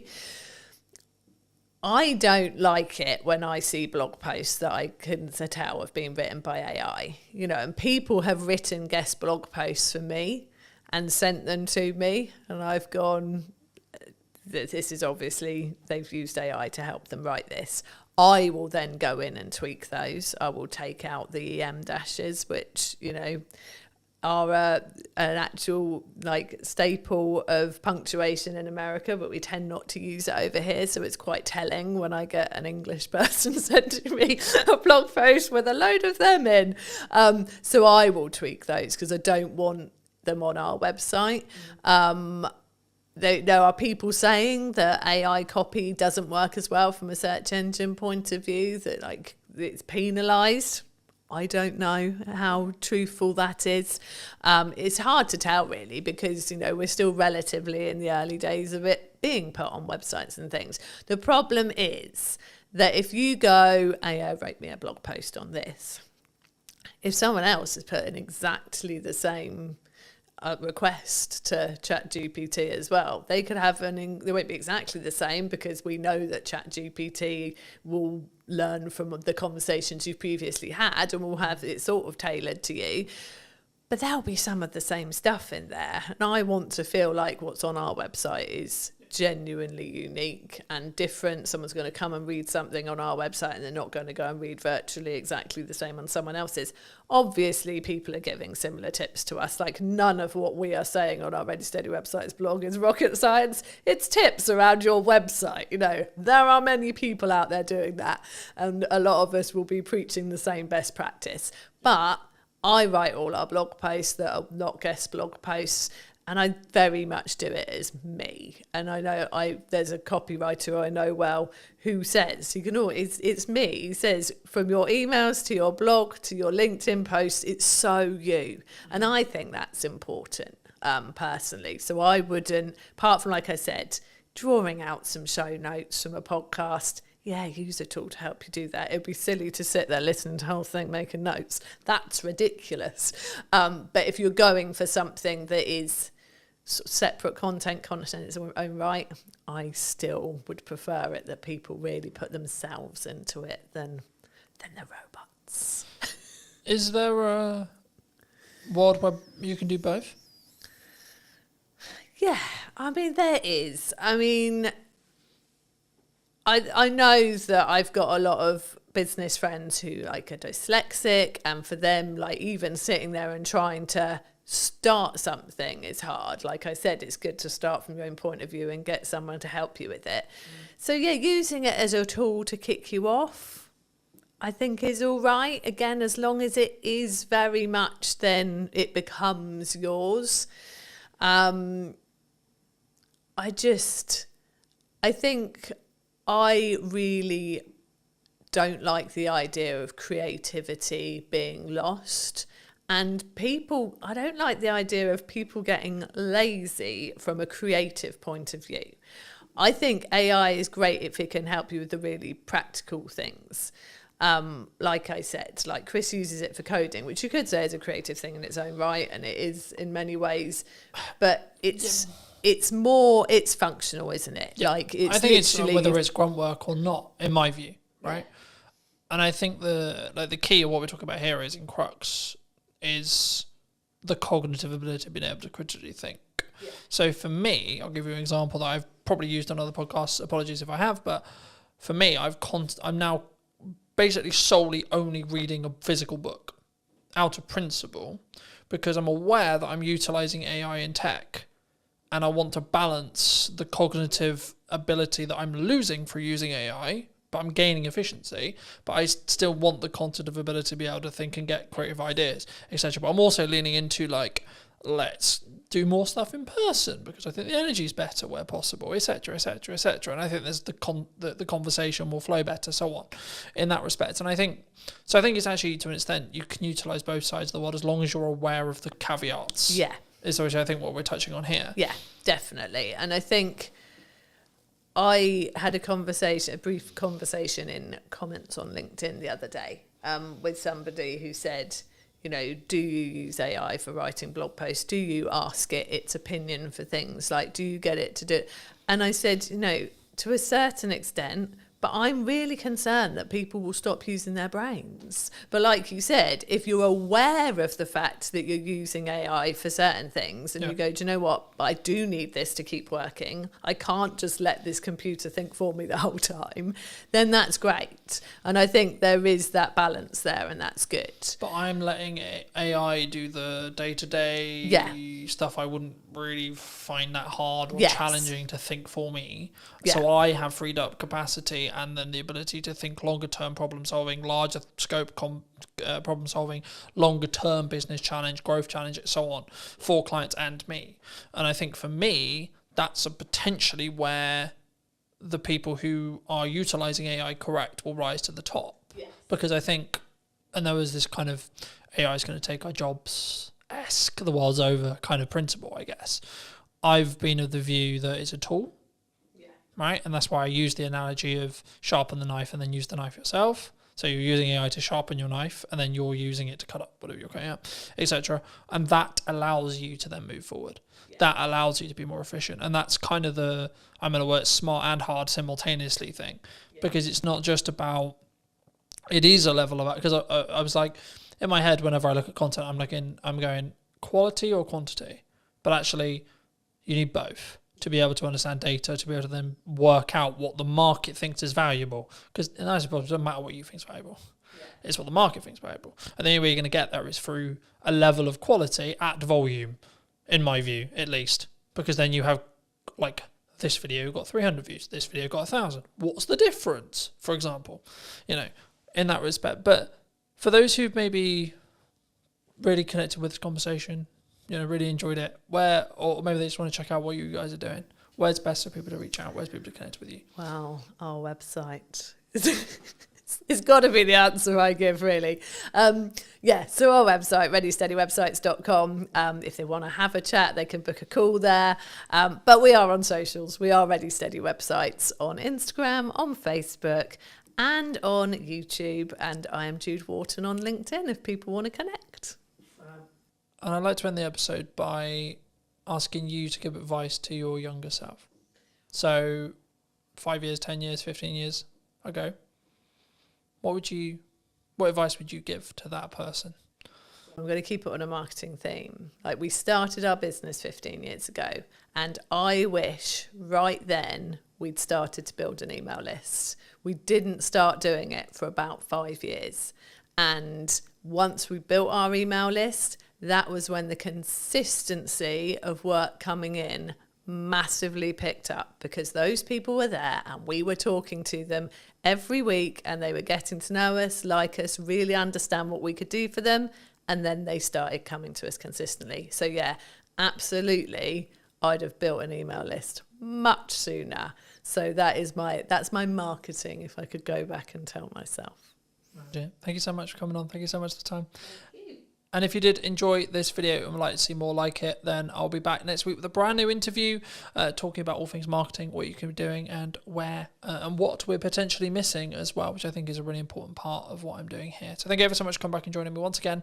And if you would love to hear what you think in the comment section down below, and I'll see you very, very soon. But you've still got to spend money on marketing to be visible and put yourself in front of your customers. You can't just expect it. You can't expect them to find you without you talking out there. And I think for me, the important element with marketing especially is if you're really busy, that's when you should be accelerating your marketing. Yeah, I think everyone is guilty about not marketing themselves enough. You've got to go through some pain to really learn that lesson, and then hopefully you won't make the same mistake twice. You have to have a level of volume to understand what works, because something will over-index. A video will get 1,000 views when your average is 300. Okay, why? Don't wait for the perfect conditions, because there are no perfect conditions. Did you know that 93% of you are not subscribed? So if you could please do me a favor and you're enjoying the show, then subscribing would mean the world to me, and it would allow me to grow the show and continue to get larger and larger guests and continue to bring what's missing in marketing today. Thank you ever so much for joining me, and I'll enjoy the episode. Hello, my friends. I hope you're well. I hope you had a good day, evening or night. Today, we're back from a brand new episode of the podcast, and today I'm here with Gemma. Hi, Gemma. How are you? Hello. How's it going? Yeah, I'm really good, thank you. Yeah. I think marketing's an interesting space at the moment. I wasn't necessarily going to start here, but I think, is it an economic thing? Are people struggling to think, well, I've got to cut some corners, or I've got to maybe look at the ROI, or I've got to... I think to keep things afloat? Is that what you're feeling at the moment? I think it's definitely part of the influence. You know, people have to think about where their budget's going and be smarter with it. I think if businesses are still constantly searching for the hack or the quick wins, then that's where it gets really difficult, I think, for me as a marketeer selling to clients. Because, if they think there is a shortcut or there is a quicker way, and especially the space that I work with being B2B, and it is that longer buyer journey, it isn't, there are no hacks or quick wins. It's not about being in a consumer space where you can use sales tactics to get the sales quicker. So yes, partly the economy is having an influence, like especially businesses where they've got lots of employees. They've had the impact of the national insurance contributions in April, so that has hit their bottom line. But it can't always be the excuse, I'd say. You know, the economy is going to go up and down. Look at all the things that have happened in the last 5 years that people did not see coming. So it can't be used as an excuse. You still got to spend money on marketing to be visible and put yourself in front of your customers. You can't just expect it. You can't expect them to find you without you talking out there. Do you think that a lot of businesses, especially conversations I'm having with some clients, retainer clients, etc., like they want really strong ROI, right? Return on investment. They want that strong return on investment. Do you think, though, when it comes to marketing, that people, because I'm seeing a world in the larger space for larger business. Now, of course, they've got more capital, they can burn it for maybe a bit longer, etc. But they're actually focusing on brand building, right? The larger space. But do you think the small business space is more driven towards strong ROI, like trackable ROI in marketing? Yes, I think ROI marketing is, people sometimes feel it's a bit of a dark art, you know, and it's difficult to be able to go, yes, I did this particular piece of marketing and it resulted in X. That it doesn't always work like that. The clients I work with, I help them with marketing across a number of channels, because ultimately activity in silos does achieve so much, but it's the bigger picture and how it all works together. Yeah. That's where you gather the momentum, and that's where you start to see the results. Do you think, let's play a theoretical scenario, let's say I do 4 different things in marketing, one thing maybe the podcast is an example, and I've seen my revenue go up by 20-30% in that time, let's say, but I can't directly track it because the client hasn't said categorically, oh, it's because I watched your podcast that I've hired you. Is that still because of the podcast though? Could I look at it that way, and could I, from an analytical point of view, when a client or me or you or etc., we look at our spend and we go, okay, well, I'm outputting these things, right, and my revenue has jumped this way. I've had a change in revenue, whether it's 10%, 20%, 30%, whatever it is. And what did I do before that change? That's how I look at it personally. But is that how you look with clients? Is it you say, well, okay, well, we did these things, and then the maybe not the direct outcome, e.g. the trackable thing, but the byproduct was you're consistently, across months, not a week, etc., but like across months, you're up 10%, 20%, 30%, etc. Yeah. Do you think? Yeah, definitely. It all works together, and the thing, especially with B2B and the longer buyer journey, is that they might remember like the last engagement they had with your marketing, and then that, when you fill in the surveys online or something, how did you hear from us? You might then you'll legitimately put the last thing you remember, but it will be because of the influence of all the other engagements that you've had. So it might be that they go, oh yeah, the most recent thing I saw was one of your podcasts. That's how I heard about you, or that's made me want to buy from you. But whether you want to get down to the granular detail and kind of attribute 50% to the podcast because it was the last thing that they saw, but actually they were also on your email list, and maybe you give that 30% of the credit. It depends how you want to analyze it and get into the detail. But ultimately, everything will have a weighting, and it's good that you've obviously gone, right, before this point I wasn't doing this, but after this point where I've seen bigger engagement and bigger sales revenue after, because I've done this, you can kind of logically go, that's because of the podcast. I think for me, like, especially in marketing, especially in content, you have to continue to adapt, to continue to test. I'm sure we'll get into that in a minute, but for me, I would just look at it as a kind of a binary set of actions. So I do a set of things in marketing. What is then the outcome, either in my number of views, etc., tangible target there, or revenue, right, or both. And I think for me, sometimes people, especially maybe starting out businesses, or maybe, I was going to say maybe slightly older businesses, but not even necessarily older, but I think businesses as a whole, sometimes we don't understand that marketing is the journey to the sales conversation, and then the sales, when it happens, gets all the credit. Oh God, yeah. So it's like, oh, it was an amazing funnel and amazing client journey, and this and this and this, but actually the salesperson who closed it is the one that gets all the hooray. Absolutely. Because they're the one that's tangibly tied to the revenue. Yeah. What would you say to businesses, people listening maybe who are in that boat? And should they just focus on the sales side of it? Like, oh, that salesperson did a really good job because they signed the X. Yeah. I mean, God, sales and marketing have had a crazy relationship over the years, haven't they? So they have to work together, because yes, sales will ultimately get the glory of converting that prospect into a client, but it won't have happened because that prospect won't have got to the point of needing a proposal or, having a sales conversation without all the effort that marketing has done to warm them up, to build up the knowledge of the brand, to build up the trust, to build up the credibility.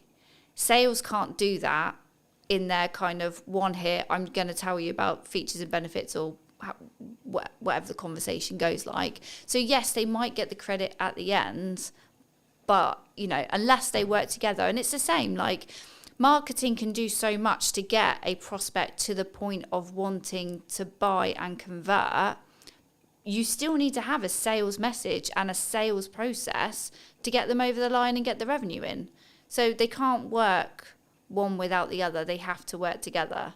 But yeah, you'll always come across organisations that kind of weights slightly more to marketing, slightly more to sales. But, you know, marketing has to think about what happens at the point of sale, and making sure that they're not going to get the sales team kind of go, these marketing leads are rubbish, you know, and actually it's because marketing has done so much, but then the salesperson is missing a piece of information that they didn't tell us that they needed.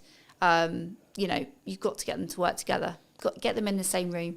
I see them in it. Well, there's two analogies I could use here. One, like marketing and sales is a dance, right? You can't have one without the other. But also, number two, I think that your marketing is like up or downstream, depending on which one you're looking at in regards to either sales or marketing, in correspondence to what then you get in 3 months' time. That's how I look at it. And I say, well, the actions I'm doing now, the actions I'm doing today, they won't have ROI today, but they will have ROI in 3 months, 6 months, or 12 months.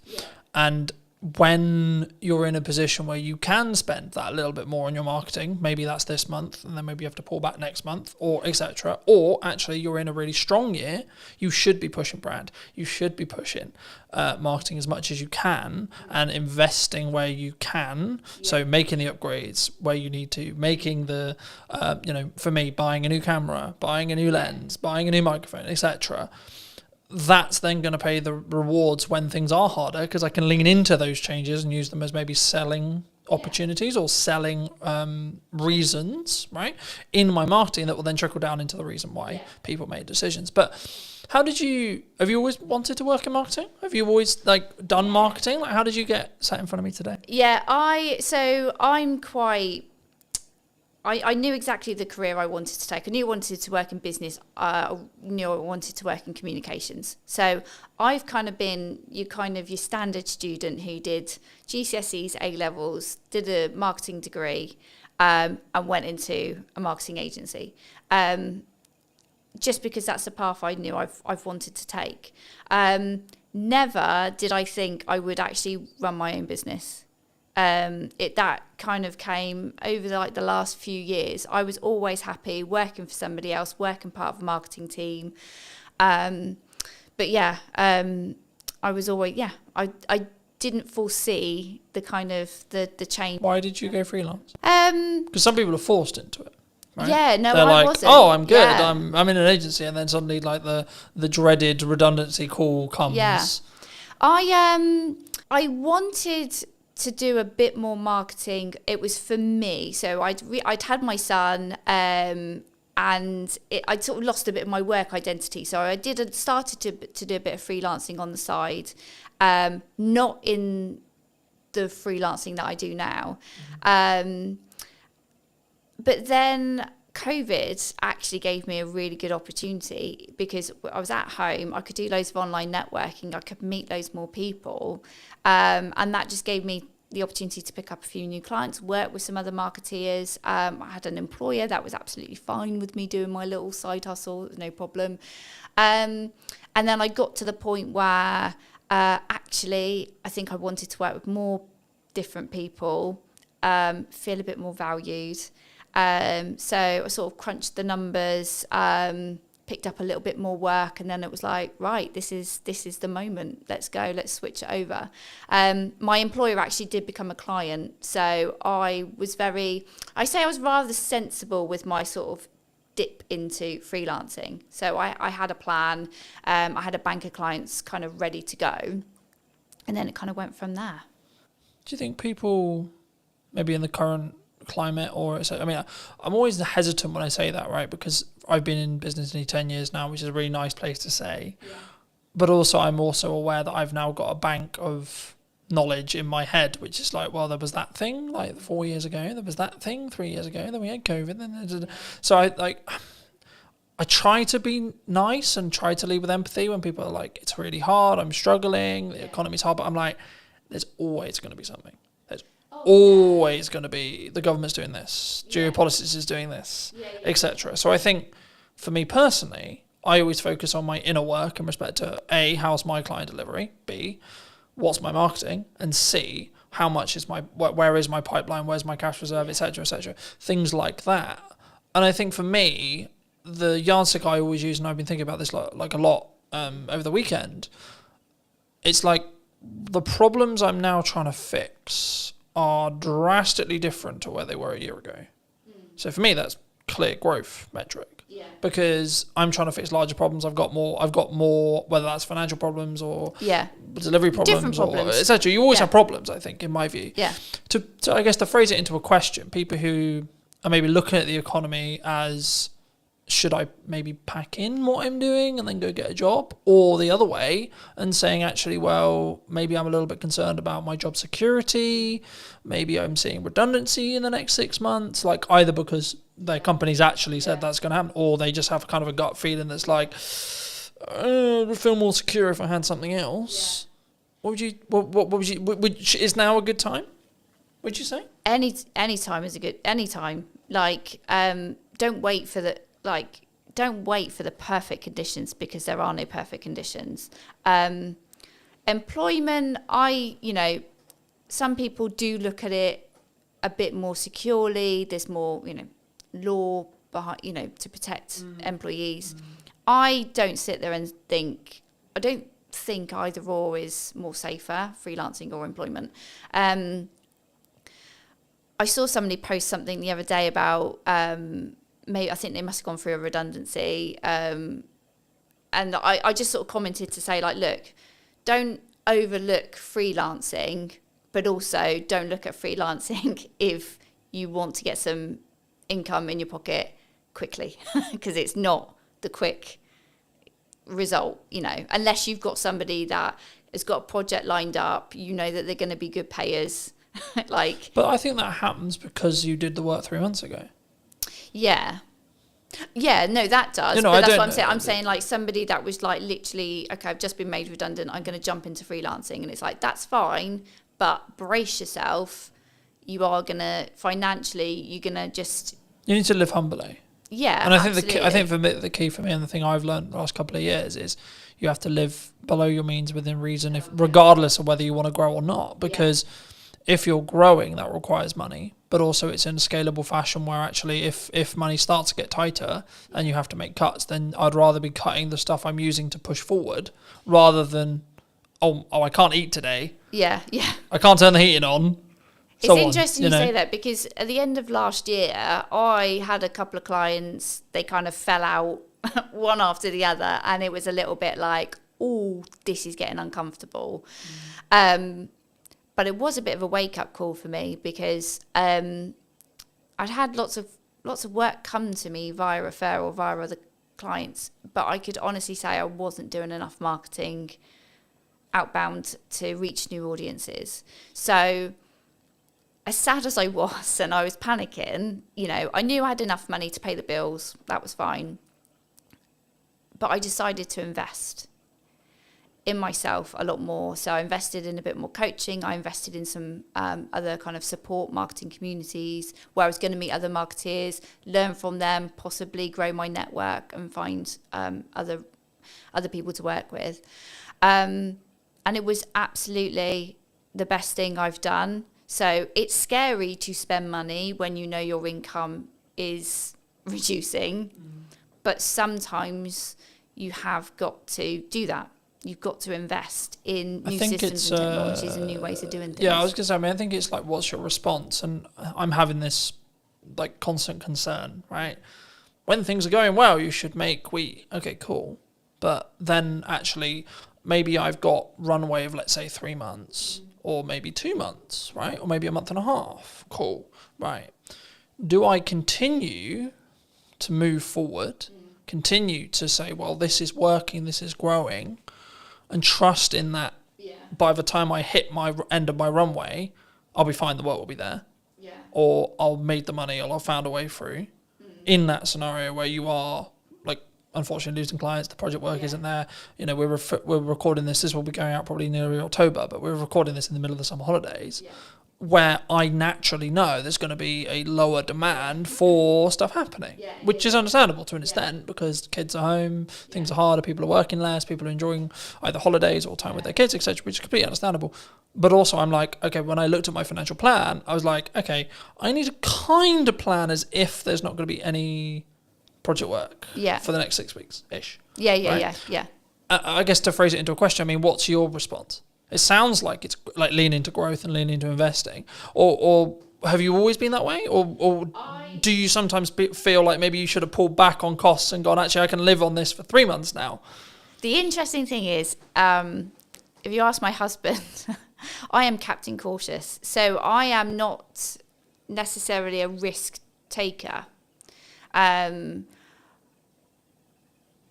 Like you mentioned earlier about sort of like living within your means. So I think you've got to be sensible, and it is. I guess it's a personality type, isn't it? So if you're somebody that really likes to live on the edge, and you're quite comfortable, kind of going, it'll work itself out, then you might take more risk. You might spend more initially and kind of hope for the best, know that it's going in the right direction, investing in the right areas.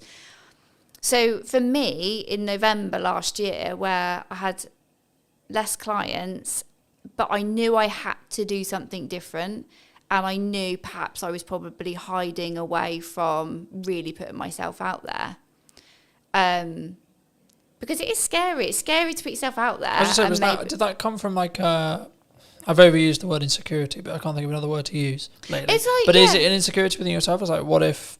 Because it's the classic of like, what happens if people comment nasty things or etc. Yeah. It's pushing yourself out of the comfort zone. So when I went into my freelance stuff, I had a bank of clients. I grew, quite quickly. I was quite fortunate.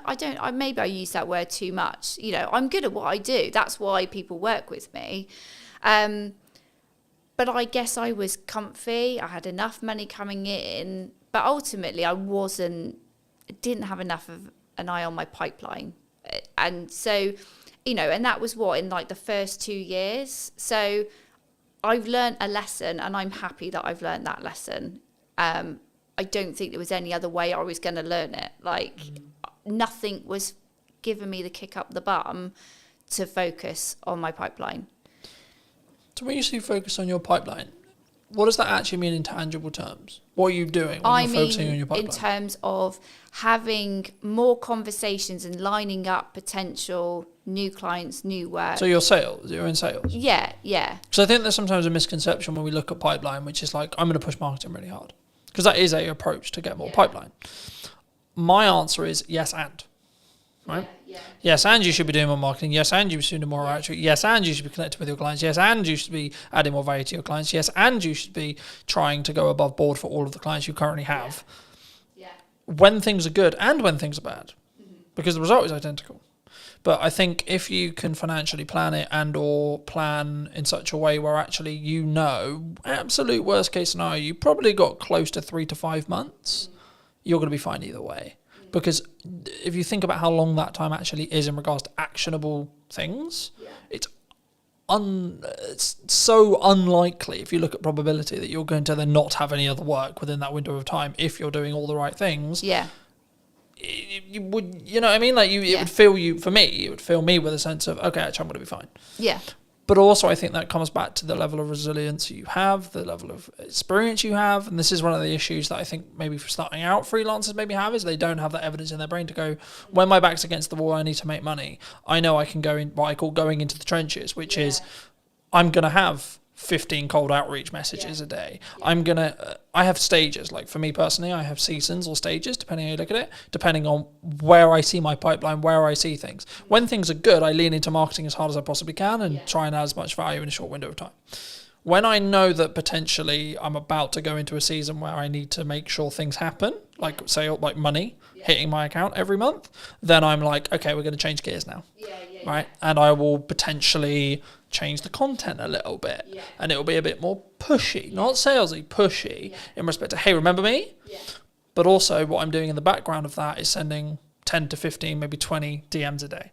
I'm calling old clients. I'm going back through my old list, etc. to go, hey, what's going on? How's it going? For people who maybe are listening to this, how could someone approach it, would you say, if they are in that position? Because it depends on where you are, I think, in business. I think you've got to make yourself as visible as possible, and just put yourself out there. Be confident, be yourself, but put yourself out there. And I would say get out from behind the screen. So it's great if, you know, you're doing all your digital marketing, you're sending your DMs, hopefully you've built your email list and you're reaching out to them and saying, hey, I've got availability right now, grab it. But also it's being seen in person as well. Just try and be in as many places as you can. If you're really like, I need to get some money in this month, you've got to, and be honest. Like, I don't think there's any shame in anybody going, hey, I've got a gap. I've got a gap right now. I need to make some money. You know, my skills are going unused.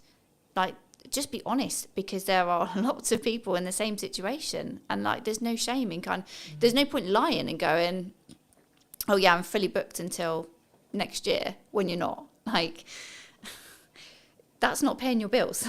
So, yeah. I think for me, there's a couple of layers there. The first is, if you're in that position, you need to get yourself out of the hole short term. Yeah. Second position, you need to take the lessons that you got where you got there. Yeah. And thirdly, you need to then understand that actually, even in a year's time, when you've taken the lessons and when you've moved forward and when you've done the money management, and I keep leaning back to money management because that in crux is what will fix the problem long term. When you make money, stash some away. Yeah. When you make money, stash some away. When you make money, so on. And that can, you know, there's loads of ways you can do that. But I think for me, the key is to understand that once you do that, you're then thinking longer term time horizon, but you still have problems. Yeah. You know, I might lose some of my retainer clients tomorrow. I might not. Right? Cool. But what am I doing to potentially get 2 more? Yeah. Constantly. Absolutely. Yeah. So I think sometimes, I mean, I'll phrase it as a question. Do you think marketers can get complacent sometimes? Things are great. Things are good. I think we can. I think anybody can in their role. And I think people have different fears at different times. So the whole thing when you said there about you've got enough work, but you're always thinking about trying to get 2 more. I've definitely had the fear of, well, if I put myself out there too much, what if like there's loads of people that want to work with me and I can't work with all of them? And I'm not necessarily, for me personally right now, I'm not interested in growing an agency. I might have thought that last year, but this year it's like, who cares? If I end up with that problem, I'll find a solution when it comes. Right now, that isn't, it's not a fear to worry about, you know. Right now, it's all about having those conversations and keeping visible and reminding people. Like, I mean, I had a client that I now work with this year. We had a conversation 12 months before, and it wasn't the right time for her to work with me. And then, as soon as she was ready, she comes and has a chat, and that's it. And then we're working together, and we started working together on one particular project, and that project has grown, you know, as a result of continuing to have these conversations. Do you think? I mean, I've always looked at it from more. In some ways, I've seen myself as very unique in the respect of how I market and what I do, but also I've seen it on the other side, which is what I would call more traditional marketing agencies, where they sell marketing service. But they only market their own business when they need work. Yeah. And I think that's backwards, personally. Yeah. I think regardless of whether you're busy, regardless of whether you're not, you should be leading with your best foot forward as a marketing agency, if it's what you sell, right? Or a videographer. You should be posting your best content for you. You should be having the podcast, and you should, and look, I always focus on, for me personally, everything I do is 1% improvement, right? Little thing. How can I tweak the lighting? How can I make it look a bit better? How can I make it sound a little bit better? Etc. And sometimes it has a cost implication. And sometimes that's an uncomfortable cost implication. But I'm always like, is it going to make 1% improvement? Because if I plan it in respect to I've got 2 months, let's just say, for example, 3 months worth of runway, by the time that 1% compounds, I'm going to be fine anyway. Regardless of what happens with it. I could lose, touch wood, that won't happen, but I could lose all of my clients as of today, and actually I'll still be fine in 3 months because of the compounding effect. Yeah. Because as long as I've got enough cash to live that runway, then I'll be fine on the other side. Yeah. Do you think, is that common in marketing? do people take their foot off the gas for their own stuff because it's just a application of resources kind of question? Yeah, and this is the reason why I'm a freelancer and people work with me, is because they might give marketing their best effort when they're really motivated. Like I say, they need the sales, they need the income. They win all that work, and then as soon as client delivery needs the focus, marketing, then they take their foot off the gas, and they're like, oh, we're fine. And then as soon as they are then at that next stage of growth, or clients have left them, they then go, all right, well, we'll just switch marketing back on. But that's not how it works. So everyone is guilty. I think everyone is guilty about not marketing themselves enough. And I think you've got to go through some pain to really learn that lesson, and then hopefully you won't make the same mistake twice. But yeah, it's not uncommon for people to ease the pressure on marketing, to kind of, just let inconsistency just kind of bleed in. And that's when you've then got to make a decision. Either are you doing your own marketing, or you need to really sharpen the tools and focus, or you need to outsource that to somebody who can do that for you, so that you can put your attention on the other areas that are needing your attention. From a tactics side of marketing, we talked a lot of psychology. We talked about, like, should you do it, should you not do it? But from a tactics point of view, what do you think's missing right now? What do you think people are maybe not doing that they should be? That's a good question. I think they're still looking for, like, the hack, the shortcut. I think they're still kind of thinking, do I really have to do all this? Do I really have to put this effort in? And the answer is yes. So if the business owner, the director, doesn't want to, if you're not interested in marketing, if you're not good at marketing, don't do it. Give it to somebody who can.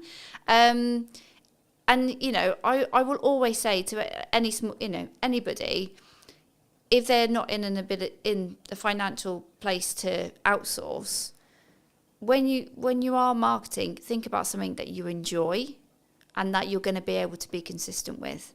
Don't sit there and go, right, I'm going to post on social media every day. If 1, you don't like it, 2, you're not going to be there to engage afterwards, and 3, you're not actually going to be able to commit to that, because it's just that you make yourself feel like crap. As soon as you don't post that one day, you beat yourself up over it. Find the joy in the work that you do, and if marketing isn't where you find the joy, don't do it. I think it's also a context thing. Like, some days I'll post 6 times, other days I'll only post once, right? And it's tangibly, am I in my office or on my computer? 1. Okay.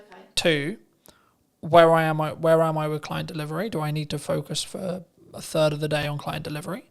Yeah. And I can only put out 1 clip of the podcast, etc. But for me, the key is being consistent, so that if you averaged it, it would be 3 a day. Okay. Yeah. Let's say, for me. And I say that and people go, 3 a day, that's insane.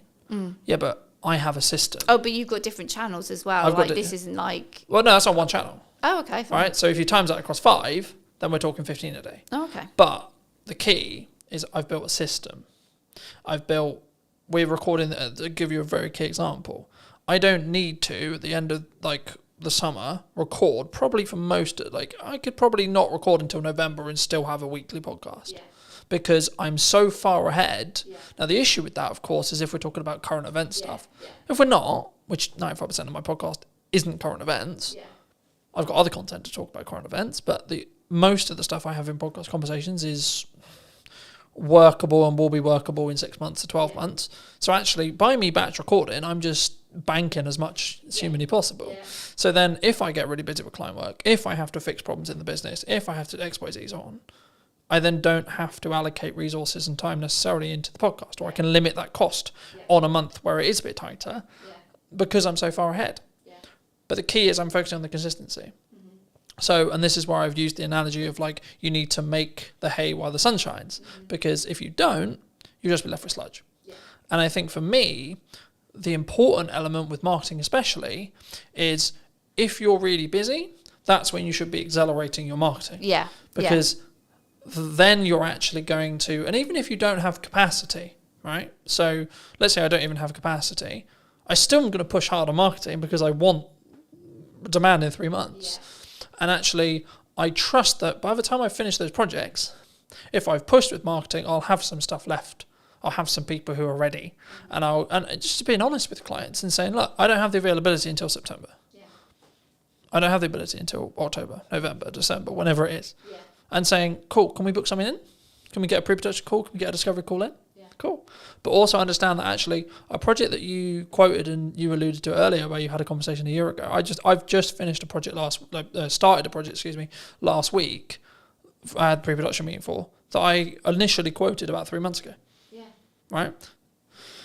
And I was like, at the time, maybe it's wrong time, maybe they're not ready, etc., etc. I was like, okay, maybe it won't come through, maybe it will. But then I got a call 2 weeks ago saying, hey, Cotton, we're ready to move forward. Fabulous, wonderful, right? And I think for me, if I had, perhaps, I haven't asked them yet, but perhaps if I had stopped marketing, they wouldn't have been constantly reminded that I existed. That you're around, that we've got that project there. Yeah. And the same with a handful of other clients who are like, yeah, we really want to do something, but we're not quite sure what we want to do yet. And I think that's the key sometimes. And I think that's why when people maybe don't look, maybe they fall off their consistency. And I think the reason why the podcasts are very different this series than it was last series was I was in that boat of I'm trying to do too many things and not doing them well enough. So I'm very focused on 2 channels for the time being, which is podcast and my event promotion for my event in September. And by the time this come out, the event will probably have finished, and then it'll be about marketing the next event. But anyway, the crux, I guess, from a tactics point of view is what role do you see? Like, what do you value right now for your marketing or for clients? Is it written word? Is it audio? Is it podcasting? Is it video? Is it user-generated content? Like, what do you think's working? I would say I hate to start with it depends, but it does depend on the client. So let's talk about what I'm doing right now. Obviously, we're having this conversation because I invested in some video content a few months ago. So that, absolutely, I am like you, championing investing in video to have another format of delivering your message to your audience. It's great, and it can be used in so many places. So it's it is an investment, but it's a worthwhile. And also networking in the right places. So there's lots of different networking events out there. Some you might like, some you might not. I always say to people, like, it's about finding the right kind of event that you enjoy. It's got the right people there. Because ultimately, don't go to a networking event where it is just a cup of tea and a natter. Like, you do need to meet people and build relationships. It might not. Don't ever go into a room and think, right, who's going to buy from me today? Because that's not what it's about. It is about growing. Yeah, exactly. Yeah, but yeah. So for me, it's been and remaining consistent on LinkedIn, and not wondering what the hell the algorithm's doing, and sharing posts from 3 to 4 weeks ago. Yeah, I find it really interesting when people go, "Oh, the algorithm shadow banned me." Right, I'm a handful of chapters into Gary Vaynerchuk's new book. Well, it's not new now, but it's new for me. Day Trading Attention, and he talks a lot about your content's just not very good. Yeah, hard love, right? But the reality is actually through posting a huge amount, you know what works. And you can gain customer insights through that. And you can gain what's working for your market through that. And I think that's the key there. I think it's, my next question was going to be about volume, but like the simple takeaway I have is you have to have a level of volume to understand what works, because something will over-index. Yeah. A video will get 1,000 views when your average is 300. Okay, why? But then if you do that consistently and you keep learning, then your average will become 700. Okay, cool. But then what happens when something gets 1,600 views? Then what is it about? Then when you analyze, what was that hook? What was that this, etc. Do you think people struggle with the volume? Maybe they see someone like me who posts a lot, right? And they go, I can't possibly do that, so I'm not going to bother. I think people are overwhelmed. And I think when you're feeling overwhelmed, you then procrastinate and then you just don't do anything. Yeah. So I think that's when you've got to have a strategy. You've got to bring it back to what your goals are, what you're looking to achieve. And then utilize someone like me who can kind of say, like, look, if we can do this one thing, so let's say invest in video, these are all the things that we can do with the content from that video, not just the physical video itself. And these are all the places we can put it. And it's not about constantly thinking about new ideas and new things to say. It's taking one piece of content and repurposing it and making it relevant for the different channels. That's where you get your visibility is amplified, but your effort is, you haven't had to invest less than it could have been. Exactly. So I think people do panic and feel overwhelmed, and then that's when they just don't make a decision. And that's where you do need an expert then to kind of say, like, look, it's not, you don't have to be overwhelmed. This is the plan. This is what we're going to do. This is how it's going to be used. But ultimately, you just need to sit in front of me for 45 minutes and talk about what you do. Yeah. Easy. Where does AI fit into this? Because a lot of people are scared about it, right? People think they're going to take their jobs. Yeah. They're going to be out of a job. The robot's going to take over the world. Yeah. What do you think? AI is a tool. There are all tools to help you be more efficient, but ultimately they can't replace human creativity. I've heard some people talk about, AI is for lazy people. It's like, it's not. If you want to use AI correctly, you've got to invest the time. You've got to invest the time in understanding how these tools work and how you get the most out of them. And that is not just by going, chat GPT, please write me a blog about X, and taking that and posting it. Like, no. It's a bit like, I don't know, I was thinking about this today. Like a sat nav, okay? So a sat nav is a tool that tells you how to get from A to B. It's really great if you have no idea, but also you could work out using a map yourself, but it takes a little bit of the thinking time away from it. But you might also just want to go for a drive and enjoy whatever route you decide to take that day. So it's not, AI isn't there to replace what people do. And I think businesses that are looking at AI and going, I don't need to hire a copywriter, I don't need to hire a videographer, or I don't need a person to do something because I've got a tool, you're kind of missing a point there. If you're looking at it just from a cost perspective, you'll learn a lesson very quickly that basically what you've turned out is a load of rubbish. I think it's from my point of view at least, right? I think for me, it's understanding what tool is best for the job. And the analogy I've started using used to be, you don't want to necessarily put up shelves with a hammer, right? But actually, it's actually more, I think now, you want to sharpen the knife before you use it. AI can help you sharpen the knife, but you still want to be the one using it. And I think for me, the key, I guess, in that is actually, and this is where I think the trend sort of shifted originally, because originally it was, we're all going to be out of jobs because of AI. I think in reality, which I agree with, which is where the trend went, which was people who utilize AI as a tool are going to output more, be more efficient, and be better than someone who doesn't. So in turn, it's human v human again, right? And I don't like saying human v human because it implies that everyone's a competitor, sure.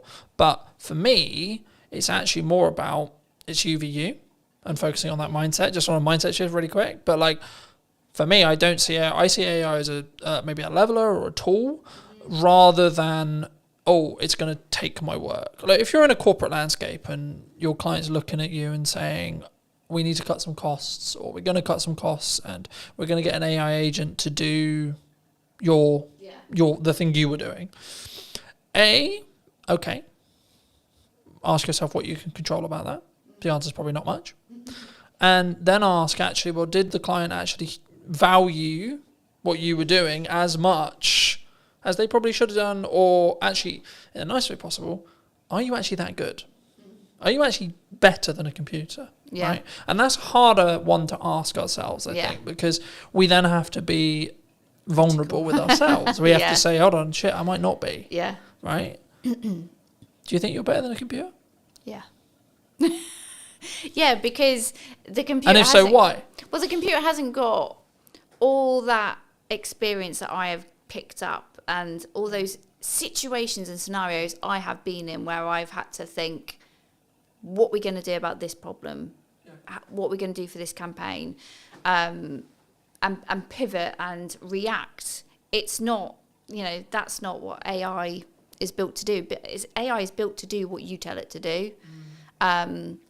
So, like you, I use it as an assistant, and it's an opportunity, really, because if AI can do some of the heavy lifting in your job, in the work that you create, if it can do some of the stuff and save you time, you then go, I've got more time, what can I do with it? And whether that is I can take on a new client, great, more income, or I can upskill in something else. I can use my brain in a different way. And I think that's the way I'm sort of looking at it.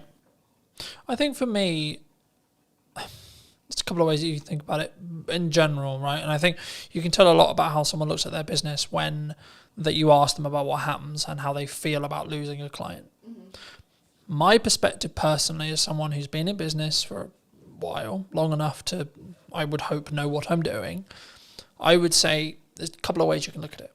A, you can go down the road of, that's a shame, but I added the value I could, I did the best job I could. And if you're being honest with that, then actually, what are you worried about?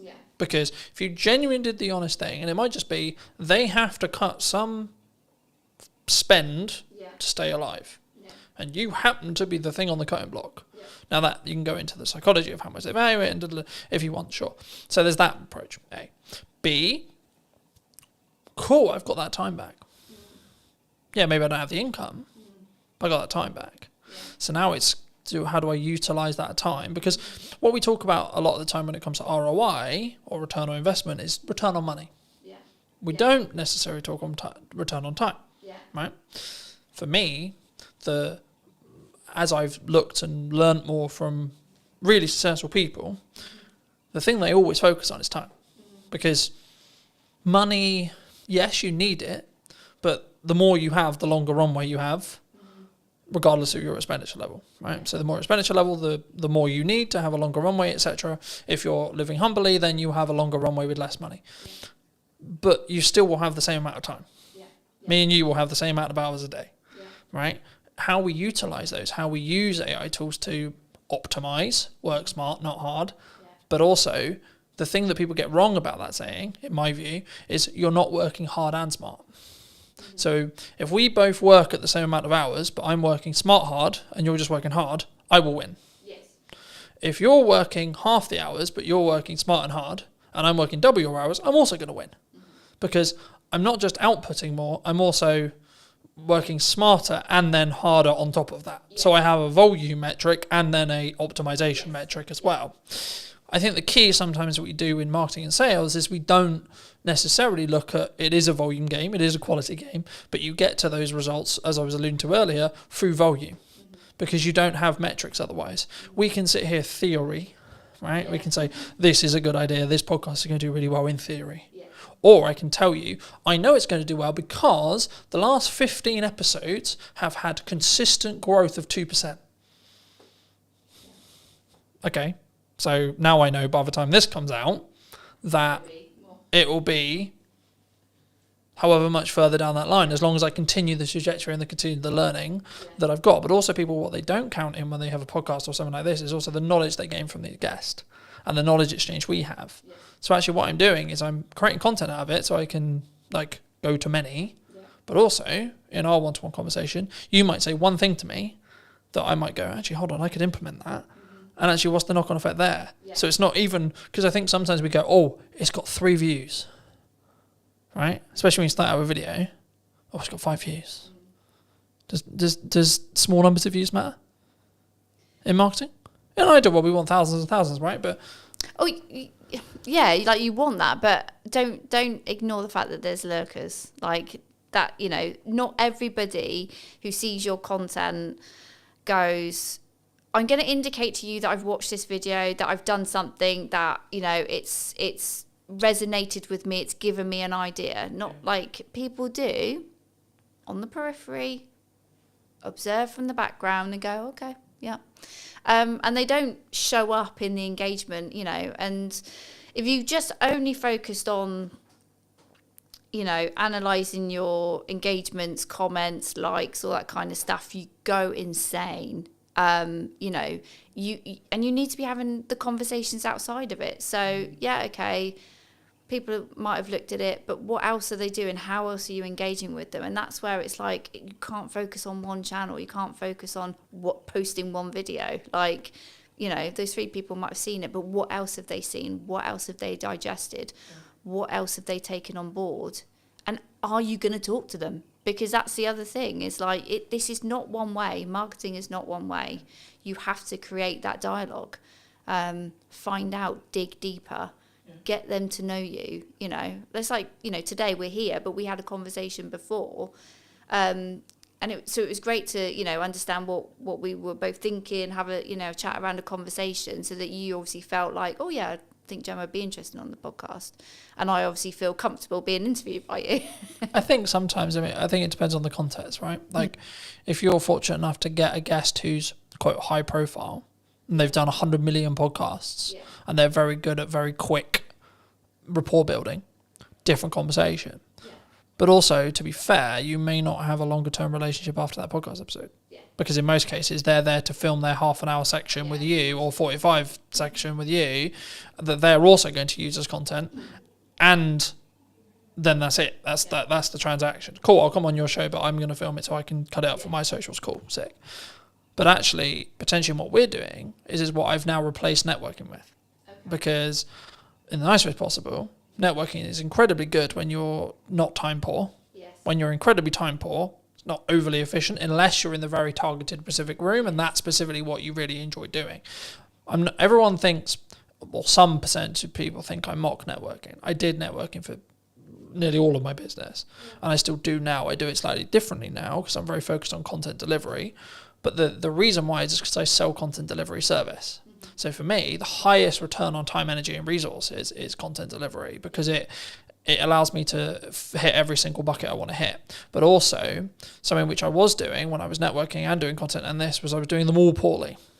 Instead of doing one incredibly well and reap the rewards of doing those things well, I was actually trying to do all of the things really badly. So I think maybe as a takeaway, do you think people should do lots of things? Or do you think people should just focus in on, actually, I really enjoy talking to people, so I'm just going to go to networking and talk to people? I think the joy, doing something you enjoy is one part of it. So don't, you know, if you're doing something in marketing that you really feel uncomfortable and it's not your bag, find another way of doing it. And if that's outsourcing, or like if you've got a firm of people and somebody else really enjoys networking, make them the person that represents the firm out in public. Oh, just lost my thought then. So you were asking me about, should you do lots of things? Yeah. Or should you just narrowly focus on, so I'll give it, so Alice Emosi would say, you just do content. Yeah. You just do ads, you just do networking. You pick one, and because you have either decision fatigue or optimization fatigue or etc. or performance fatigue, in when you're trying to pivot from, I'm going to do content, then go to networking, then go to this, then. So yeah, my answer would be no, don't just put all your eggs in one basket, because I don't think that's efficient. And again, with my B2B buyer's hat on, they won't make a decision. They won't get to know you just through one channel. So you need to be in other places of where your prospects are going to be. You need to, because they need to hear from you directly, but also they need to hear from other people that have worked with you to kind of, you get that stronger credibility, and it's built up quicker when they can hear from a third party who might be a client or might be an advocate, to to hear what it's like to work with you, and then to really kind of think, yeah, okay, this is a company I think I want to engage with a bit further. So I would always say, like, no, you can't just focus on one area and ignore everything else. But if you've got limited time, budget, resources, you've really got to go back to, well, why are you doing this? What are your goals? What are you looking to achieve? And you've got to be really critical and say, okay, I want to grow the brand. Okay, I'm going to focus on these activities. But if it comes back down to a goal, then you've got to focus, and then you've got a reason to help you make a decision. Like, decision fatigue happens when you probably don't really know what you're trying to achieve. I also think we don't give ourselves the time window. So I was alluding to it earlier. For the next 3-ish months, but just under 3 months, I've got 2 focuses. Podcast, event. That's it. Yeah. Nothing else. Everything I do is in one of those 2 buckets. Yeah. The byproduct of me doing that is I'll probably win more production work, I'll probably win more marketing work. Cool. But the main 2 content focuses is those 2 areas. Yeah. Now, after the event, when there's a bit of downtime between the event, I might add another one for 3 months. Yeah. But the thing I did potentially poorly in the past, and why my marketing didn't reap the rewards I wanted it to, was because I was constantly pivoting and adapting and changing what I was doing all the time, so I didn't commit to anything, which showed a sign to the market, if I'm really looking into it, that I didn't necessarily believe in what I was doing necessarily, but also I wasn't getting good enough at it through that 1% improvement consistently, right? So I think, to be honest, if we have another conversation in a year, I would hope that one of the channels I'm still consistently focusing on is podcast, because it's something I've committed to doing for the long term, not for the short term, because of the way I'm investing in it, because of the way I'm utilizing it, because of the way I'm testing it. It will reap the rewards in a window of time, either 6 months or 12, but I don't need it to reap the rewards now either. All right. But for those who maybe enjoyed this conversation, who want to connect with you, see some of your content, see some of the video content you alluded to, etc., where's best for people to connect with you?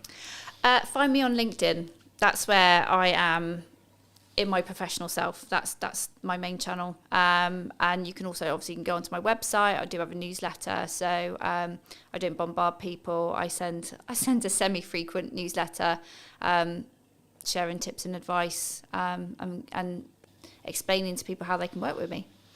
Fab. And I always like to end the show by asking, if you were going to talk to yourself 10 years ago, 5 years ago or 15 years ago, what advice would you give to that Gemma? Oh God, if we went 10 years ago, my life was totally different, and I would tell myself, be more confident and value yourself more, because I think it was like one of the other questions you sort of mentioned before about like what have I sort of like learned, and it's like I've learned that initially at the start of my freelancing journey I was massively undervaluing what I do, so it is definitely confidence and just fucking go for it. Thank you so much for the time, Gemma. Thank you. It's been good. And if you did enjoy this episode and would like to see more like it, then I'll be back next week with a brand new episode. So why not be subscribed and let me know what your thoughts are in the comment section down below. And I'll see you very, very soon. Hook. This is stopping the scroll. I'll use TikTok as an example because it's probably the commonality in the room. Scroll, scroll, scroll, scroll. Oh, what pattern interrupt? What thing, either visually or audibly or on screen, is going to stop me from infinitely scrolling on Instagram or Facebook or TikTok or etc. I redistributed it on short form. One without captions, one with captions. The one without captions got 100 views. The one with captions got 1,100 views. It's the same video. Done is better than perfect, and posting a lot is powerful because you can work out what happens. To quote Gary Vaynerchuk from his new book, you should market to get better at marketing. It's the market will tell me in views, reactions, shares, sales, etc. what's working. No one really cares who you are. That's why I didn't start this conversation with, hello, my name's Colton. I wanted to get the basics, or help you understand the basics of marketing before we start. So can I just get a show of hands? Has anyone read, listened, or watched something on social media or the internet today? This is an opportunity for you to have either marketed what you do, how you do it, why you do it, or been marketed to. by the fact that you've all consumed content at least once today, means you're in that marketing system. Now, this is quite basic, but then the question becomes, well, what do we create? How do we create it? The commonalities for me, in 95% of cases, whenever I have a one-to-one conversation, I work with businesses, etc., their hurdles are, in most cases, not knowing what to create, not having the time to create it, or not knowing specifically what to create it about as a whole, right? So the first part of this workshop has been designed in such a way for you guys to really troubleshoot what you feel is your hurdles. So I'm going to apologize ahead of time about spelling, because I'll probably get some spellings wrong, but just quickly around the room, what is your main hurdle right now with either creating content for what you do or utilizing AI in that process? So standing out. Okay, yeah. So it has that feel of AI, yeah? Okay. How to use AI. Anything else? Confidence is a really common one, but it doesn't sound like that's really the issue for the room necessarily. So that would be content pillars. So what you're talking about there is content pillars. So what are your specific pillars that you're looking to build? So I'll use myself as an example. For this moment right now, I have two main pillars. Podcast, what's missing in marketing today, and Christmas promotions or service-based stuff. So it's kind of three in some ways. This would be counted under service, right? Because I sell knowledge, I sell teaching, but also I sell the application of that teaching if you don't have enough time to do it yourself. The key whenever you do any marketing, before you start, is firstly have an overarching strategy that will help your bottom line. So that's why everyone does marketing, right? We want to sell more. That's the honest truth. No one's going to be here and go, yeah, I would love to spend £1,000 and then get nothing back, right? But the reason why in most cases, in my experience, why people don't have that is, I would probably say this. So they're semi-inconsistent. So they do that example that Johnny gave, which was, we're going to post really good when we're not busy, because we've got loads of time and nothing else to do. So we're going to post 5 to 10 times one day, then nothing for 2 weeks, then 10 times again because I went, shit, I forgot. Or life got in the way, etc. Right? But the biggest thing for us is the standard. Yeah. Okay. Standing out is, I'll do that next actually. That's quite simple once you understand how that works. So very quickly, this is mostly video, but the same is true of written content, etc. Whenever you format your content, it should follow this structure, right? You've got 3 chunks, okay? Hook, this is stopping the scroll, right? Scroll, I'll use TikTok as an example because it's probably the commonality in the room. Scroll, scroll, scroll, scroll. Oh, what pattern interrupt, what thing, either visually or audibly or on screen, is going to stop me from infinitely scrolling on Instagram or Facebook or TikTok or etc. Right? This in most cases is roughly 3 to 5 seconds of your, again, video. If it was a blog post or something like that, it would be your headline and then your top 2 lines. If you do this wrong, you will not get someone to stop. Right? I'll go into depth in a second on what you could use here as ideas, but then you'll have a level of, so your body of content, so this could be, in most cases, value-led for me, and then a call to action here, right? So when we create content, we want a journey to happen, right? Step 1, get them to stop the scroll. We'll go into depth in that in a second. Step 2, what do you want to talk to them about? What's the objective that they're trying to do? If it's a piece of educational content, like this, for example, then I might have a captivating hook that positions a question that I'm then going to answer, but I'm going to first say, well, this is the solution that you're trying to create, followed by, as short as you can, because attention spans are dwindling, etc., gets to the point. In the nicest way possible, no one really cares who you are, right? That's why I didn't start this conversation with, hello, my name's Colton, and you don't give a shit, you don't care, right?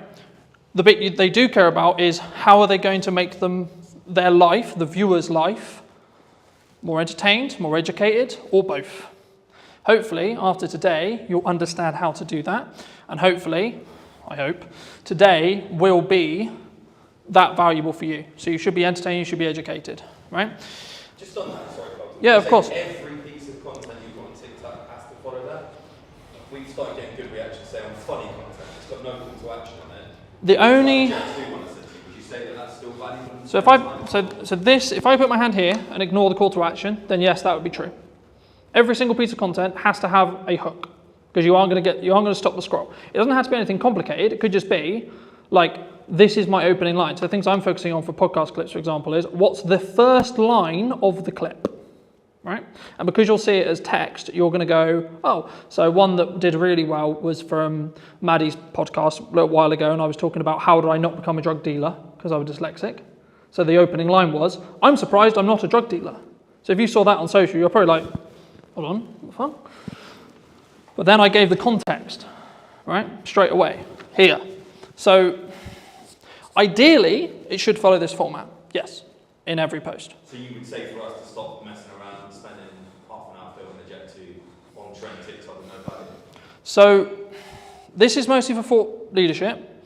I will come on to trends in a second, because trends is a little bit different, and it depends on where it sits in the funnel as a whole, overarching. But this is mostly focused around B2B thought leadership stuff. But you could also do it for everything you do as well. Because if you follow this format, it's a known format, right? We were talking about marketing funnels yesterday.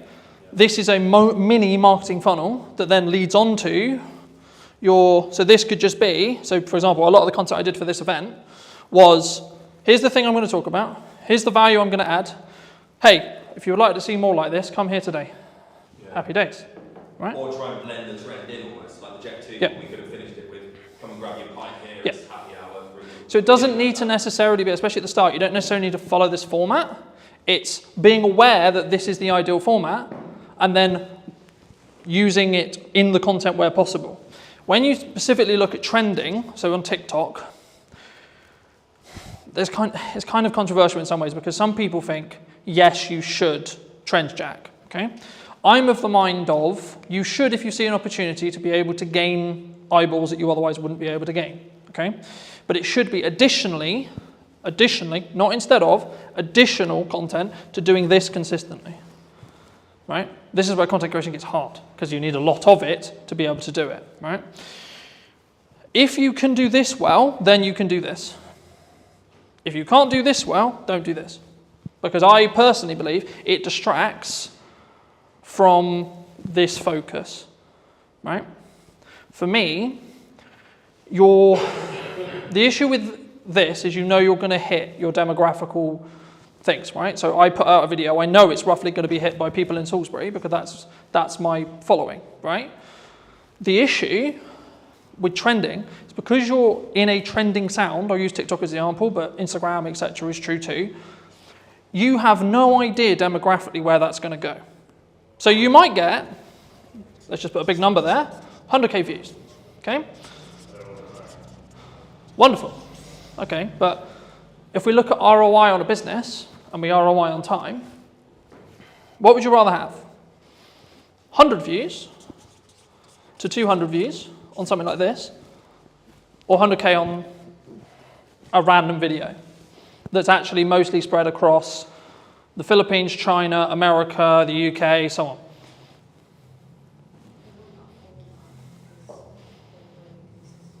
Mm-hmm. What do you think?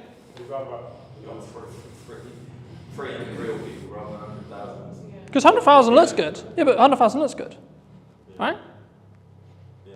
But when we... 999,000 aren't going to become, or probably might not be close to your venue. And that's why chasing virality, yes, it looks fun, yes, it looks sexy, but does it really do much for your business? I'd much rather have consistent of the right people at 200 to 300, maybe up to 1,000, but I know that each one of those views is going to potentially mean that I get more people sat in a room, I have more people to work with, I have more people I can help in my location. When you're... How do you do that location on TikTok? Facebook's very simple, physical business. So social media's changed, right? If I did this presentation or talk 3-4 years ago, I would only be talking about social graphs. Okay, I'll explain both in a second. But on this side, we've got social graphs. Okay, that's how everything worked before TikTok or Musical.ly arrived. Okay, here we have interest graphs that I'm definitely going to spell wrong, right? But the job of the team of two, so this was basically what TikTok created. Kind of their algorithm created it. It was in other places like Tumblr, etc., but like modernized and actually like popular. It was TikTok who did it. So what happens here is and this is why I said yesterday, following doesn't matter because we're now over here. But just for those who don't know, socially, what happens is I would follow someone. I would like, share, or comment on their post, right? This would send or say to the platform, hey, cool, this person likes and enjoyed this content. Cool. Okay, so the platform goes, we're going to show more of that to that person, right? So you followed me. Okay, cool. So that means you're telling to the platform, I like Colton's content. Can you show me more? Sick, right? Same with likes, same with shares, etc. Now, the bit where it got interesting is because when they started changing the weighting, you wanted to target different things. That constantly changes. There's no point me going into it because by the time we finish, it'll probably have changed. The main difference when TikTok launched a handful of years ago was instead of it being followers, like, shares, etc., they are kind of still important, which I'll explain in a minute, but the job here is Craig is going to open TikTok, and if he had previously never installed TikTok, it will just show him videos. And what it's trying to do is it's going to go, right, I'm going to show Craig a picture and a video of a dog. Cool. What does he do? Does he watch the video? Does he interact with the video? Does he like the video? Cool. Keep scrolling.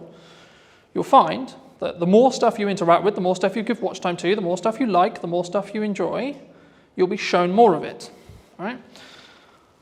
So that's what an interest graph is, right? So is that what the FYP basically is on Facebook Yes. and Instagram Reels? 100%. That's running that algorithm? Yes. But the main feed is still on the socials? They're moving from this to this. The only place where this is still prominent is LinkedIn. Really? So Every... the same people that use the old George, for example, right? We post on that a lot. We can get the same 30 people commenting like on that all the time. Mm-hmm. So they're still seeing it. Because that's interest-based. Not in an FYP of like TikTok. Because they are interacting on the posts related to that location. Right. So they're signaling the platform to say, hey, I want to know more about this location. So it's not as fully TikTok 100%. The reality of socials, well, it will probably be in this line here for the rest of time, right? The future of socials is going to probably be, there's a debate at the moment, right? In the marketing space, in the etc. with Meta and so on. But my prediction, and probably the prediction which I think most people would agree with, would be in 2 to 3 years, you'll have two feeds. One that's like this, and one that's like this. Okay? So this would be your FYP, this would be for you to discover new content. And this is where, to an extent, trending would probably go into. So if you're trend jacking, following trending music, etc. Let's say you I'll use the example I used with Craig, dogs, cats, motorbikes, games, pubs, pick your topic, right? This is also where a concept called community talk came from, which was a specific hashtag around a specific thing. So when TikTok launched, everyone thought, oh, it's for dancing. Can I just get a quick show of hands? Who thought TikTok was for dancing? And for kids as well. Oh, for kids, yeah. That was the commonality, right? Everyone thought, oh, I'm going to go on TikTok and I'm going to do a... Thank God that people laughed at that. But the key is that's when it was Musical.ly. So very quick history lesson. TikTok is owned by a Chinese company known as ByteDance, who used to own an app called Musical.ly, where that was what the app was for. Lip syncing, dancing, etc. They bought this. They then launched it in China, did really, really well, and it was strong from an educational point of view. And then it moved to the West, and it became interest-based. But what they didn't realize was that interest-based would work so well, right? And that's why you're seeing, in the last couple of years, Instagram Reels launched, standalone, short-form feed that scrolls forever. Facebook launched, scrolls forever, so on, right? Even LinkedIn's now doing it. LinkedIn will probably have a video-only feed that's interest-based. The only post that will be social graph-based will most likely be carousel or image posts where you tag. So Johnny came to my event today. Thank you so much, Johnny. Going to tag you. Cool. How that quickly works, if you tag someone on socials, on a social graph, so this is mostly around LinkedIn, and they don't interact with it, it will be buried as a post, is the current conversation with the algorithm, right? And the reason for that is it stops people going, I'm going to tag whoever I want because I'm going to tag David Beckham in my post just to get more views on my post, right? Because unless David Beckham actually connects and actually, comments, likes, does something related to the post, it doesn't confirm that that actual connection happened. Because you need to remember, LinkedIn specifically is a recruiting platform. That's what it's designed to do. It's designed for you to get a job. Any questions on anything I've discussed so far? So the next thing I'll go into very briefly is creating a content ecosystem. I'll use mine as an example, and then we can go around the room and see where the holes are and see if I can help fill them. My content kind of evolves around, in most cases, 2 long-form pieces. So it could be an educational piece like this, or my podcast. So for this conversation, it'll be a podcast. So this is an hour to 45-minute conversation between myself and a guest of choice, right? So most cases it'll be talking about marketing, could be talking about trends, could be talking about very similar to this. But you might say, okay, well, who's going to sit and watch the 45-minute presentation? Quick show of hands, who would watch a 45-minute presentation? Okay. That's the key. Okay. So what most people do, and the reason why most people don't do it, is because they don't have the self-worth and self-belief to be able to put this 45-minute conversation out and it to get 2, 3, 10 views. What 95% of people should be doing is creating this, and then using it to fill their socials, right? I'll show you in a minute. And that's when you get when you scroll through on YouTube. Yeah. So that's called, that is basically about how you structure your short form, right? So very quickly, short form. I'll show you how to use AI to create 20 plus pieces from each one of these, because I do it, right? Every week I do it. For you specifically, you could talk, I'll use an event that you're running for an example, okay? You could talk about every single unique selling proposition and every single thing about the event that you think is really good, okay? Like a Q&A almost? Yeah, with your staff. You get someone to ask you questions. Okay. What's it going to do? Film it, chop it down, and then put it. And you don't have to film it the way I would film it, with multiple cameras and pro audio and this and this. I literally mean, right, a phone on a tripod, looking at 2 people, right, stick person, wonderful, another stick person, you can tell I'm not an artist, right, 2 people having a chat, wonderful, okay? That will fill your socials, okay? Because it's this long piece here. Could be anything. Your long form piece could be, this is how to utilize 1 hour of content, especially if you're time poor, right, and you've only got an hour of content to deliver. You can film it once, then distribute it into short form. You're probably good for a month. And then if you want to hire an editor, like I do, I get a custom trailer made for each podcast. Some of you would have seen them. If not, go on my socials. There's one every week, right? And that is designed for the hook, which I showed you earlier, on the front of the podcast specifically. So that's meant to hook you in, show the best parts of the conversation, etc. if you come to the whole hour. But also it allows me to be on social media with short form. So by the nature of how the trailers are designed, I'm naturally going to get a higher retention chart, which will look something like this, which means people are watching the whole video, which in 95% of social media cases, if people watch up to 100% of a shorter video, less than a minute, it will then be served to multiple audiences, right? I'll go into that very quickly, but just quickly on this. Once you've got short form from this 1 hour, you can then do lots of stuff with it. You can pull out the audio and have it as a standalone audio podcast, right? You could also get it transcribed, and then using tools like ChatGPT, you can get it into blogs, etc., in your own tone, etc., right? And then also, you can then take that blog, turn it into 20 tweets, 15 tweets, right? Or standalone social media posts on their own. Hey, in this conversation, it doesn't even have to have the video, you can just take some pictures afterwards and say, in the conversation we'll be releasing next week, we talk about X, Y, Z, right? This is a very key example of hooks don't have to be anything, you need to do them to then see what works for your audience. Because what works for me is not going to work for you, and vice versa. So that's a social question. 95% of the time, socially, we watch videos in our breaks, when the kids are asleep, etc., right? So you don't want... Yeah, so or the telly's on or something else is on. So in a social scenario where you wouldn't necessarily want to blare out your reel, but you still want to know what's going on, right? And just to give you some numbers behind this, I re-edited some Christmas content that I did, I think about 4 years ago.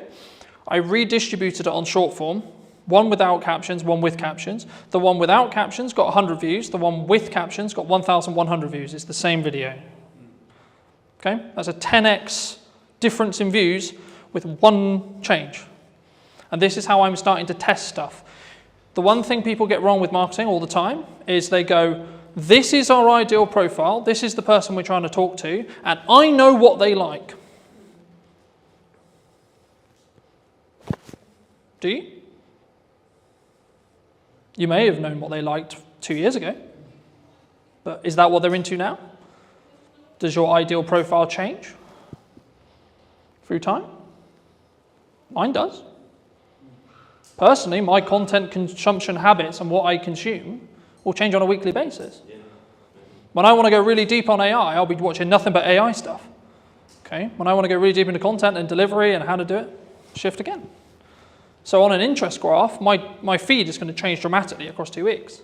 On a social graph, I'll probably get some of the same content. Look into the terms and conditions of TikTok, you'll be scared about how much it knows. Well, this was actually a big problem a couple of years ago where I was aware of it, where people would be watching a specific video. So I'll give an example where like maybe it's a motivational video or like maybe they're feeling a bit sad, etc. They're watching something that may be a bit sad. And what the TikTok algorithm did, and they got in a lot of trouble for this, but they would then start feeding more and more, and you would go down this loop of negativity, right? Like I don't want to go into detail on it today, but it's the same with like the quote red pill spear, right? You are fed what you watch. So people are like, oh my God, my TikTok's so annoying because it only shows me X, Y, Z. I'm like, okay, log out, reinstall the app, watch stuff that you don't want, like so watch the stuff you want, and then the algorithm will catch up. Or just when you're on the socials, just stop consuming and interacting with the stuff you don't want to see more of. Or search what you do want to see. Yeah, or manually go in and search, I want to see pretty kittens. I want to see dogs, I want to see positivity, I want to see quotes, I want to see etc. To start, put your video everywhere. Put your blog everywhere. Put your piece of content everywhere the same way. Because the first thing you need to get into the habit of is doing content consistently and getting consistent, right? Because that's where the results will come from. And concentrating on video. I focus on video because it's my best, like building off Emily's point, it's my best way of communicating, and it's what I will also consume, and also I know the power of being able to leverage it because I can use it a million ways. Some people say, I don't want to be on video. Okay, that's okay, don't be on video then. But if you're a good writer, then write. Okay? Like, you don't have to reinvent the wheel. The content quality will always rise to the top if you're A, consistent, B, talking to your target demographic, and C, adding actual value. Not fluff, not this looked nice, this was wonderful. The goal for me today is to give you as much valuable the stuff you want to learn as much as possible. That's it. That's my only objective today. Very quickly on how like algorithms work in most cases. This is a video algorithm, but the same will be true in blogs, the same will be true in articles, and you can swap the words. So whenever I say video, there is a similar algorithm for every other form of content and will work very similar to these principles. Okay? So when you post a video, I'll use Instagram Reels, for example. This is your video. Okay? The first thing it does is it will send it to, these numbers are rough because they change every week, right? And we actually don't really know. It's roughly about 10%, maybe lower, maybe 5% sometimes, of your audience, okay? Now, depending on what happens will then depend on if you get a new audience or not, right? So in most cases, if, let's say this video is, I don't know, 30 seconds, okay? If someone watches up to 25 seconds of that video in this seed audience, so this is called a seed audience. The job of a seed audience is to tell the algorithm, because it doesn't know what this, all it knows is you uploaded a video. Wonderful, it can see what you said in it, because it can pull the transcript, etc. It doesn't really know what the video is, it just knows you put a video out. Sick. So what it does is it sends it to the 5 to 10% of an initial audience that it believes will enjoy this piece of content from what it learned from the title, the media data, or the post, depending on what platform you're on, and then what's said in the video. And then depending on what happens with things like watch time, likes, a key one on Instagram, especially right now, if you save or share it, because this is where understanding each platform is really important. So Instagram specifically is designed for people to share videos around, share posts around, because it's a communication platform. It wants people to communicate with each other on it, not just consume content, but have content as part of the ecosystem, so that, oh, I really like this video, so I'm going to send it to Paul, right? That's what the algorithm wants me to do. So sharing/saving, coming back later. And depending on how well these combinations, and the weighting changes, that's why I'm not focusing on specific weighting, but the weighting will change. Depending on what happens will then change how much of an audience, what that audience is, and what the size of the audience is. So when things go viral, what's happening is this. So it's going, initial post, okay, cool, it did well. Sick. All right, first audience, did really well. Then there'll be a bit of a plateau, maybe for half an hour, maybe 30 minutes. Then another one. Did it do well again? If so, and so on. And eventually, it won't have a good reaction. And that's when it will stop. But if you can keep that loop, so there was a trend a little bit ago on TikTok where it would be a 2-second video with a load of text on it. Why do you think people did that? They were farming watch time. Because it's a 2-second video. So TikTok was going, is people who watch this video in that seed audience watching the whole video? Because it's 2 seconds. But to read it, you need about 15 seconds. So actually, the percentage watched on that video was close to 500%. So TikTok went, oh my God, 500%? So people are watching this video 5 times? Cool, we'll send it to loads of people. Now, they got on top of it because they realized that was the game. But for a long time, it showed a very clear example of how your seed audience can snowball your views. And it will copy the audience. Because every single algorithm wants to understand and wants... Okay, no, I'll ask you. Before I tell you, I'll ask you. What do you think the job of an algorithm is? To keep people on social media. What does every single social media platform want? Eyes on it. Mm-hmm. How do they make money? So the sin, you could say, is taking people off platform. Because Instagram doesn't make money if you send them off platform. If you send them to YouTube, you're sending them to a competitor. That's why people started getting quite clever with their link in bios, because link in bio became a term which TikTok itself would suppress, because it was sending people to the website. For a marketing point, that's what we want to do, right? We want to send them to a landing page, we want to send them to a YouTube channel, we want to send them somewhere else off-site so we can potentially sell to them or retarget them or etc. or get their email so we can then email market it to them, etc. But purely from how does it perform point of view, and this is what I said at the beginning, where you need to start really delving into your content and really start working out, okay, so this one's going to be a very value-led piece, this one's going to be trend, this one's going to be for this purpose.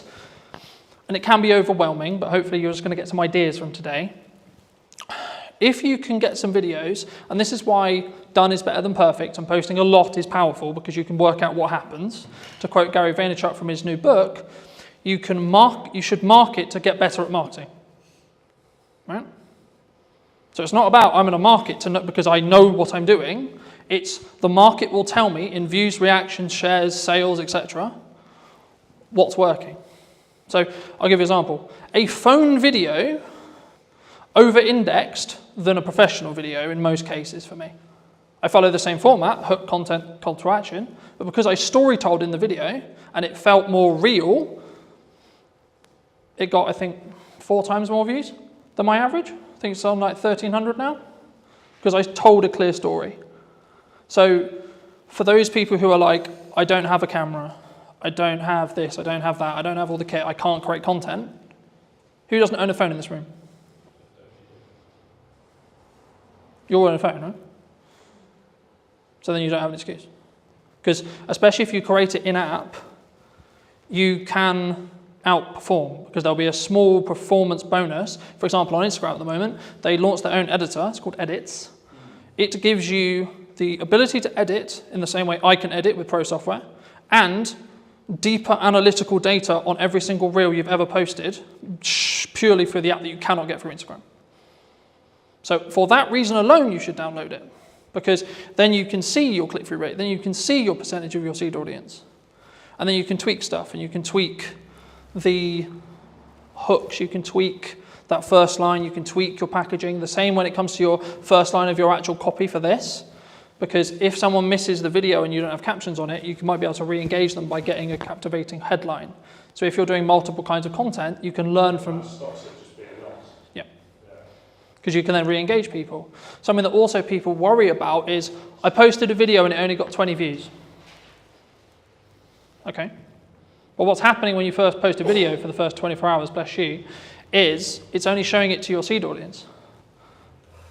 So on average, it will take 48 hours or so before you really start to see something pump.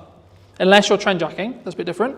But on the structured content we talked about at the beginning, it will take roughly about 24 hours before the algorithm really understands it. The more content you feed the algorithm, the more it's going to understand what you do and what audience is going to connect with the content you're creating.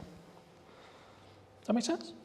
So what stage do you start paying for it? So at the minute You don't need, nothing I've talked about today is paid ads. I know, that's what I'm trying to think. If you want to do paid ads, you can follow all of these principles, and what I'd recommend you do very quickly for those who are interested in doing paid ads, you should post a load of content, see what does best in regards to views, retraction, etc., and then take the best performing pieces of content and then amplify them with ads. Because then you don't have a question mark on whether the creative or the video or the blog or the post, etc., is actually going to do well or not, because you already know, because it did well organically. So that way you're not wasting money on amplifying bad creative, because you know that it's going to be good, because you've already tested it organically. Does that help? But if 10,000 people saw it organically, it goes to millions if you pay for 10. Yeah. But the key there is to understand that is that 10,000 the 10,000 that you want? Moving back to my original analogy of, do you want 100,000 or do you want 10,000 or 1,000? If the metrics align, as in you got 10,000 of the right people, absolutely you should pour money on it. Because you've already done it. You already know it works with the target sector that you're trying to talk to. So of course you know. And then it's just taking the guesswork out of paid ads. Yeah, you should tweak the copy, you should tweak the text that goes next to it, maybe add a stronger call to action on the end to be a bit more salesy if you're going to, or maybe tweak the hook slightly, or tweak the video very slightly, but you know the bulk of the content's going to work for creative because it's already worked organically. How important is something like LinkedIn for a business owner or a filmmaker? Yes, LinkedIn is essential, I think, for any business owner. I've been posting regularly there for 8 years, I think, something like that. How do they up their prices? Because they struggle to actually put that into practice. If you're paying a freelancer £300 a day, that's way more than 30 grand salary for a full-time editor. Did you reach out to the brands you were looking to do the spec ad for? Because I think some people, when they look at spec ads, there's kind of like two approaches. One is like, do it, tag them in it, or send it to them and sort of see what happens. How did you navigate that initial process of making that spec ad? Anybody looking to scale their video business needs to double down on the brand, and people want to work with the brand, not necessarily just me. Does speed really play a factor, or is it more kind of standard to think about?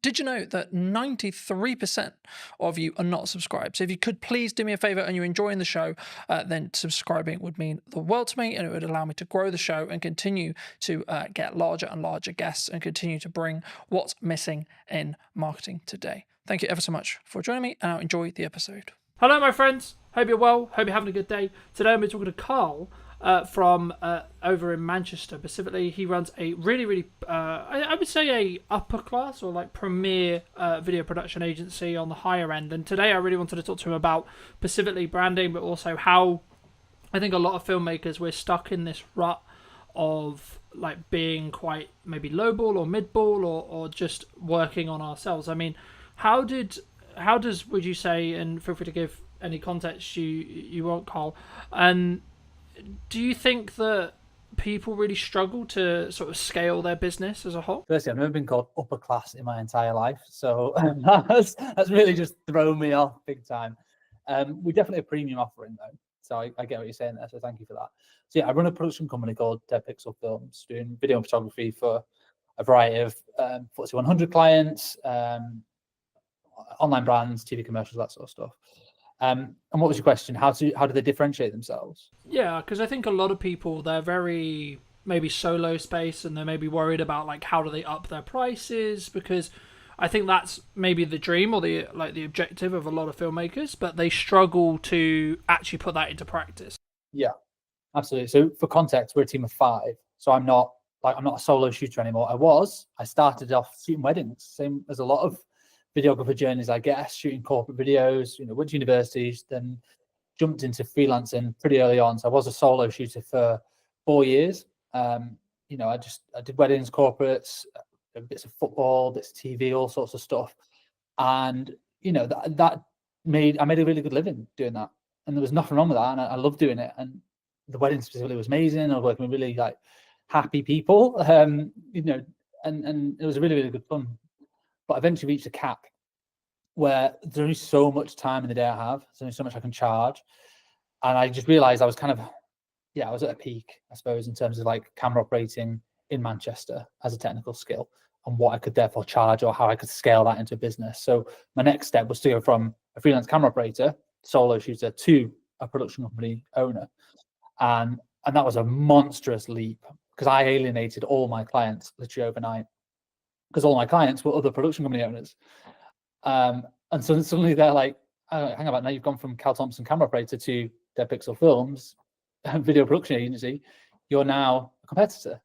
You're not a collaborator. At least this is how it was perceived 8 years ago when I first set up the company.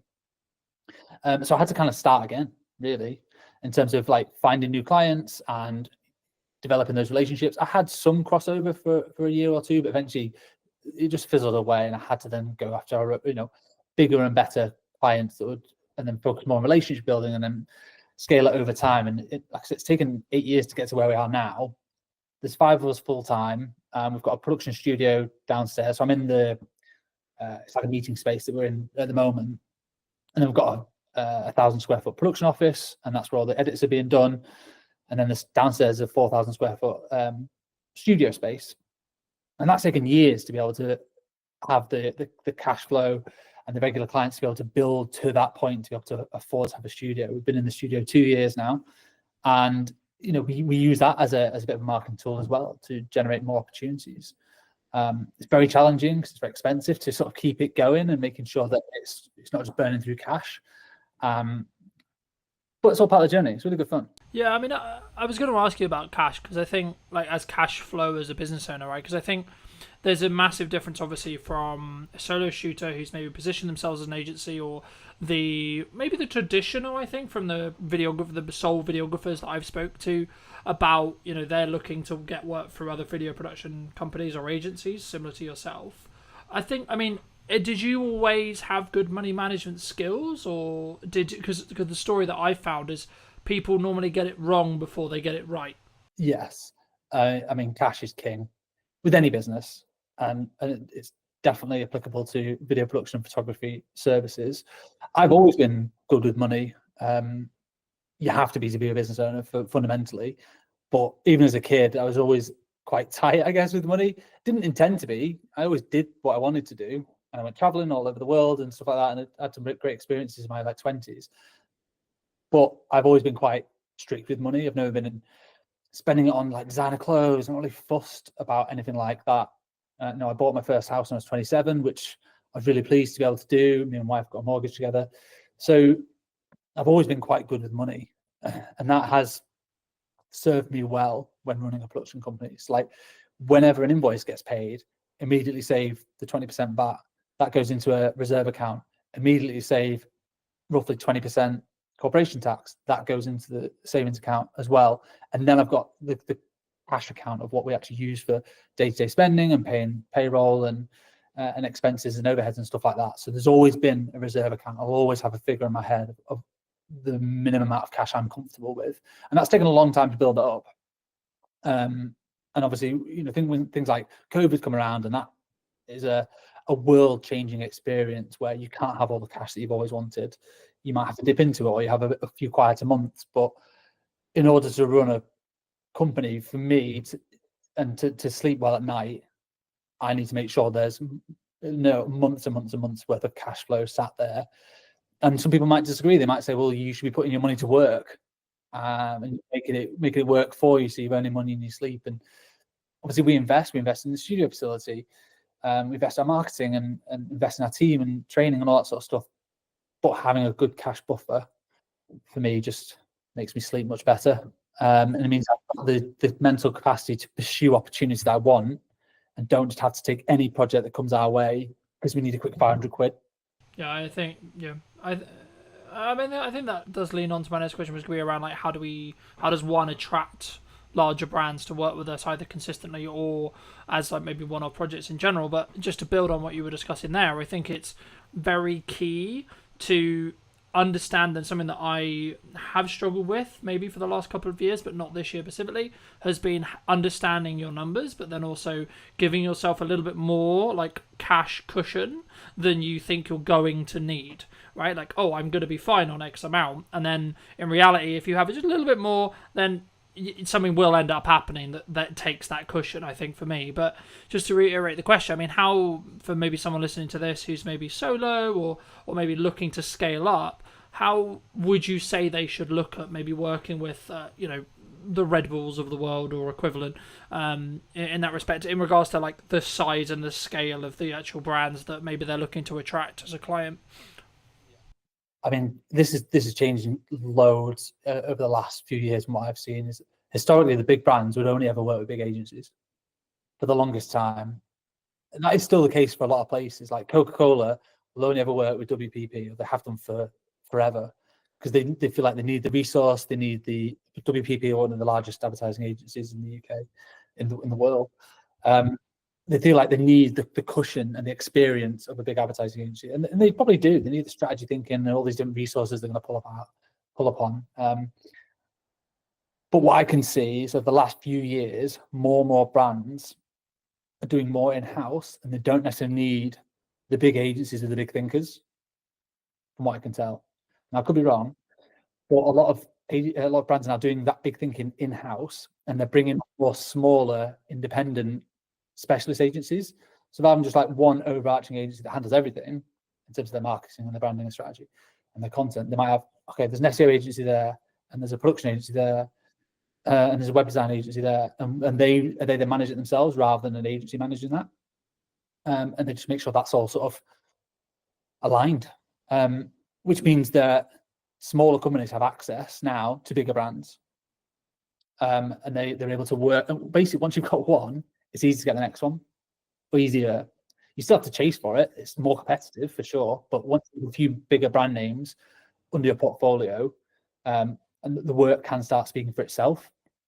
So we're able to attract bigger name brands because we've worked, like we had our Premier Foods Group, which is a FTSE 100 company that we did over 15 YouTube pre-roll videos for those guys back in, it was like 2021, I think.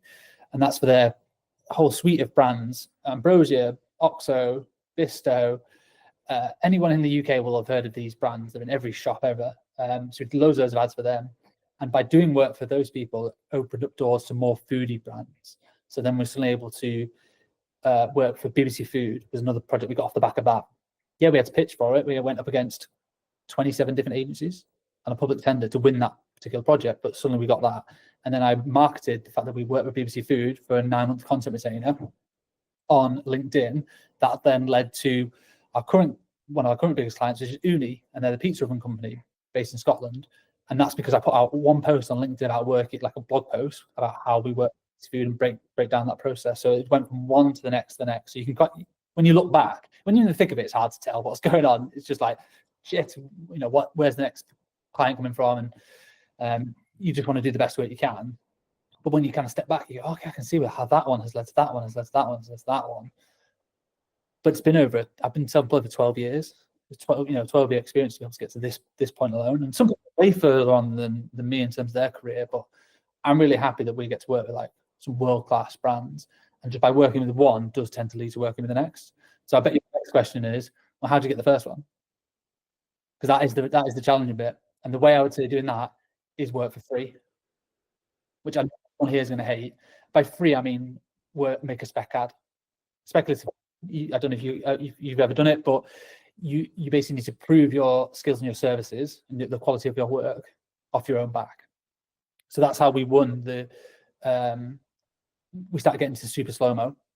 That's one of our core specialisms, which works with food and drink kind of content, is the 1,000 frames a second super slow-mo videos. We shot an ad for free with Whitley Neal Gin in a little corner of a studio. Me and my business partner at the time just kind of messing around, working out how does the kit work, how does the lighting work. This was years and years ago. And we put together a little 20-second montage. We partnered with a kit hire company who lent us the camera for the day. So that was very generous. All it costed was our time and the ingredients. And then we pieced that together. And we used that piece of work as a marketing asset, piece of collateral, to then go and win the next one, and then win the next one, and then win the next one. And that just snowballed. We then became the specialists in super slow-mo and food and drink, which then led us on to the next project and to the next one. So that's always my advice to anyone looking to get into it. How do you attract bigger brands? Is you can't just go to university, study a bit of film, and then go, well, now I'm just going to either have my own agency or go work for another agency, and I'm going to be balling working on these big bad projects. Like, you've got to prove it. Education, you've got to prove it with your skills and your portfolio and your work. And if you buy fruit, you've got to just go out and do it. Yeah, no, I completely agree. And I guess the question that comes from that is, did you reach out to the brand you were looking to do the spec ad for? Because I think some people, when they look at spec ads, there's kind of like two approaches. One is like, do it, tag them in it, or send it to them and sort of see what happens. The other one is like, hey, start building that client relationship, etc., and be like, hey, we would love to work with you, or etc., but can we make one for free? Like, how did you navigate that initial process of making that spec ad? Depends how big they are. If they're massive, if they're like a high street name, if you're suddenly I want to do a spec ad for Gymshark, they've already got amazing commercials, an amazing in-house team. They don't need your spec ad. So you emailing them saying, I'm going to do this ad for free. If you want to use it, use it. They just won't. They don't need it. So in that sense, I would just go and do it and just tag them. Like, massive fan of you guys. I hope you don't take offense to this. We've made our own ad. We want to tag you in it. And if Gymshark will unlikely see that and then want to just hire you immediately, but their competitor might. So someone else who maybe is slightly smaller than Gymshark might see that and go, oh, I love what these guys have done. Or you can use that to market to Gymshark competitors. So you can reach out to people directly that made this little piece for fun, just showcase our skill sets. Be really honest and transparent. Don't suddenly try and pretend that Gymshark are your client. You've done it as a paid project. That's the last thing you want to do. But just be honest about what you've done and how you've made it to showcase your skills. And would you be interested in that one for your brand or business? We did one for like Innocent Smoothies, massive global brand. We didn't ask them to make that. We just did it as I was building all these like mad rigs because we've got a food studio, we have the space. I built like this test tube rig that when you pushed underneath it, basically it forced all the liquid through the bottom of a smoothie container and then just created like this volcano effect out the top. I wanted to test it to see if it was even doable. It's just like an idea, and we shot it in super slow-mo. It worked. So then we got a few more shots off the back of it, pieced together a little 20-second thing, and then just tagged them and put it on LinkedIn. And their marketing team like commented like, "Oh my god, this is awesome! So glad you enjoyed the product." So from them, it was like free marketing. They didn't really ask for it because they don't really need it. They were just really pleased for us to make something, and then we use that to then try and win the next food or drink project, or just a couple of little showreel clips to go in. It's in the showreel now. Do you think you've mentioned LinkedIn specifically a handful of times. Do you think that some people are worried about either putting up a spec ad or like maybe creating content that's not specifically for a client or for a production company, etc., that could showcase their work, could get them that next level, but maybe they're like concerned about either like what would the reaction be, or like where people see, because I kind of see it in two respects from my experience with filmmakers. Some that are like really leaning into social media as like a personal branding tool and like as a marketing tool, but others who are maybe slightly more cautious around, I guess, how they post and when they post. In your experience, I guess the two questions there is kind of two-pronged. It's one, how important is something like LinkedIn for a business owner or a filmmaker? But then number two, like, why do you think people are potentially quite cautious? Yes, LinkedIn is essential, I think, for any business owner. It's still quite untapped resource. I've been posting regularly there for 8 years, I think, something like that, and built up a sizable following. I don't know how much work exactly we've got, but I could probably guesstimate we've generated well over 6 figures worth of work and opportunities through LinkedIn without spending a penny. Don't pay for any premium, anything like that. Don't pay for any sponsored posts. It's purely just turning up consistently and regularly, and I try and offer advice to my younger self in terms of the personal branding side of things, but just use it as a marketing tool, just to share the work, to share the behind the scenes. We use that a lot to show scale as well, which also subtly promotes a more premium offering. If you see a squad of 10 or 20 in a team photo, you know that's a big production. Doesn't matter if you're in the industry or not, you know that's probably cost a pretty penny, versus the behind the scenes of a solo shooter. You probably know there's a certain cost implication there. So subtly you're planting these seeds within your feed into your potential target audience, and you never know who's looking on a LinkedIn feed. And it's so different to every other platform, because when your contacts like or comment, it gets shown in their feed as well, and that's how your work can just spread and spread and spread. Literally, the behind the scenes that we did for the Innocent Smoothie spec ad got like 1,500 likes, hundreds of thousands of views. And that might not sound a lot on like Facebook or Instagram, but on LinkedIn, that is a viral hit. It's huge, and that just snowballed because it was just fun content. People just liked it, and people not in the industry were like, "Oh, it looks like a really cool project. You've been quite creative and innovative there." So yes, I'd say if you want to, scale a business or attract new clients and new opportunities, it's not just who you know anymore. Like it's who knows you. So LinkedIn is so valuable for that. And anyone could do it. Yeah, just because I think traditionally so much of filmmaking was like go to filmmaking meetups, meet another filmmaker, meet a gaffer, meet a sound guy, etc., and then you sort of build your, I guess, referral work from there. But for me personally, I've actually seen it as a builder now, where you should be doing that, absolutely, but you'll potentially get to a scale, especially as a production company, where you actually, and I guess it comes back to like who's your target client, right? So if it's another production company, then actually knowing other people is probably a better use of time. Maybe I'd be curious on your thoughts.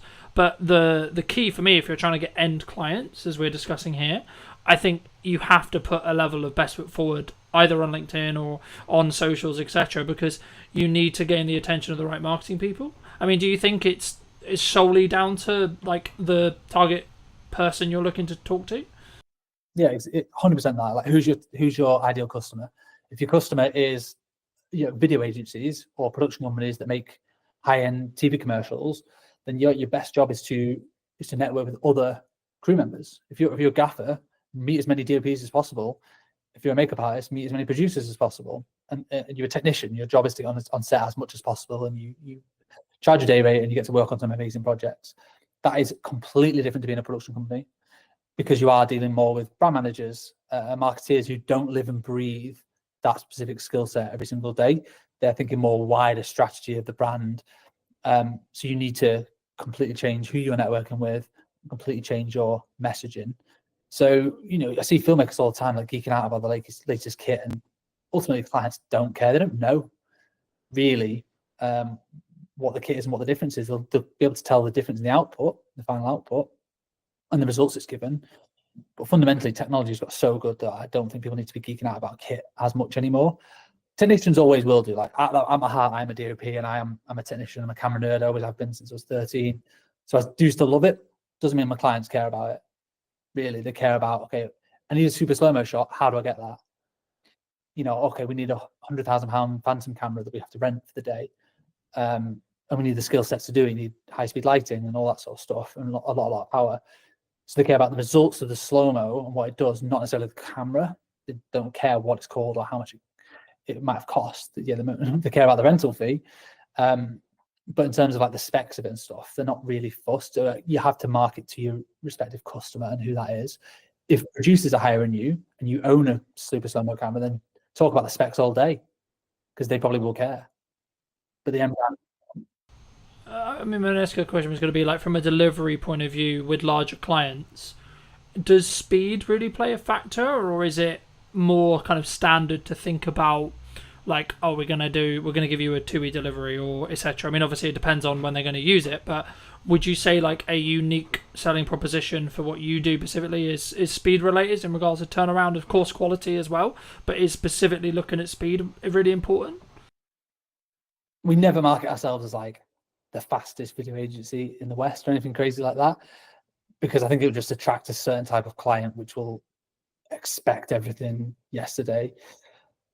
We do have a lot of clients who still do that, and like they want it as quick as possible. But they usually come to us because they have a project in mind, a deadline in mind, or if they don't, we certainly ask them. You know, that's one of the earliest questions. What's the idea? What's the budget bracket that you're kind of working with, and when do you want it? And then we can work backwards from there and go, okay, well, when can we slot it in? You know, we have certain projects that we're producing one now that we're not shooting until September, and the deadline's not until the end of September, and that's marketing for a Christmas ad.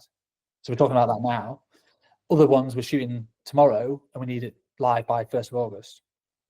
So that's quite a fast turnaround, because there's 5 20-second ads, like montages with like heavy edits and a lot of content going into it. So speed is important, but I think clients prefer more like a stress-free production. And are you going to handle the brief? Are you going to deliver on the concept? And are you going to be obviously professional and make them look good to their boss, ultimately? People might not say it, but they kind of is what they mean. That a lot of brand managers are sticking their neck out, certainly with a new agency they're working with. They're putting their neck on the line. They've said, right, we really like these people. They're going to be great. You have to deliver on that. Yeah. You have to. Yeah, I think the key is you have to follow through on the content or the promises that you have, like, said that you're going to do, but then over deliver on those. So I've always followed a motto for a long time, and it might be why I'm doing quote unquote okay in business, because I've always under promised and over delivered with every project that I do. But I think it does, to an extent, kind of bring me on to kind of the next question I want to ask you, which was about like, how do you justify to a client who's maybe on the fence about spending, let's just say 10 grand or 15 grand or whatever it ends up being, right? How do you deal with those hurdles when it comes to being higher priced as a whole? Yeah, so we don't do quotes anymore. We do proposals. So for every single client, they get more than just a one-pager. So we used to just do quotes. People come with a brief, amateur video. So you go, okay, put it together in a spreadsheet, put it onto a 1 or 2 page PDF with a breakdown of your pre-production and post, and this is what it's going to cost with a number at the bottom. And people either go yes or no. We don't do that anymore. We're now doing proposals. So pretty much every client that comes to us will get a bit of an idea. They might already have an idea and they want to just flesh it out. With here's a few visual references of the style that I think we can execute on based on your budget. I tend not to do this like on a whim. Like if I know they've got 20 grand, okay, I can work backwards from there and go, well, this is the kind of production that I think they might need. It's a couple of days, a couple of crew, there's production value there. I know what to spend, so I can know what the references are going to be. And we put that into 5 or 10 pages for every single client with a cost and a breakdown of this is exactly what it's going to cost you. The information that was in the original quote still goes in the proposal, but you've also got a lot of more visual references in there so that people can see you understand the vision. They're just taken from previous work or from the web. It's all internal stuff, so it never goes live. It's just like we're just trying to share ideas, and then we're trying to follow through with the execution. Like this is what you're going to get, and we found bigger clients kind of expect that a little bit more. They don't just want a one-pager. Like what's going to separate you from, if they're getting 5 quotes, how are you going to stand out amongst those other 4 companies? You don't want to just be on price. You want it to be that you understand the brief and the unique ideas that you can bring to the table to deliver on that brief. But it's free time. It's a massive gamble. We don't win all the ones we put proposals for. We lost one yesterday. You're like, oh crap, that took me a day or longer, hours spread out here and there to pull that together, pull together references, come up with a bit of a script. I think we're going to nail this. I thought we'd nailed it, and then they still didn't go for it. And you're like, oh, well, not sure what we've done wrong there. That's the game we're in a little bit. Some people might disagree with that.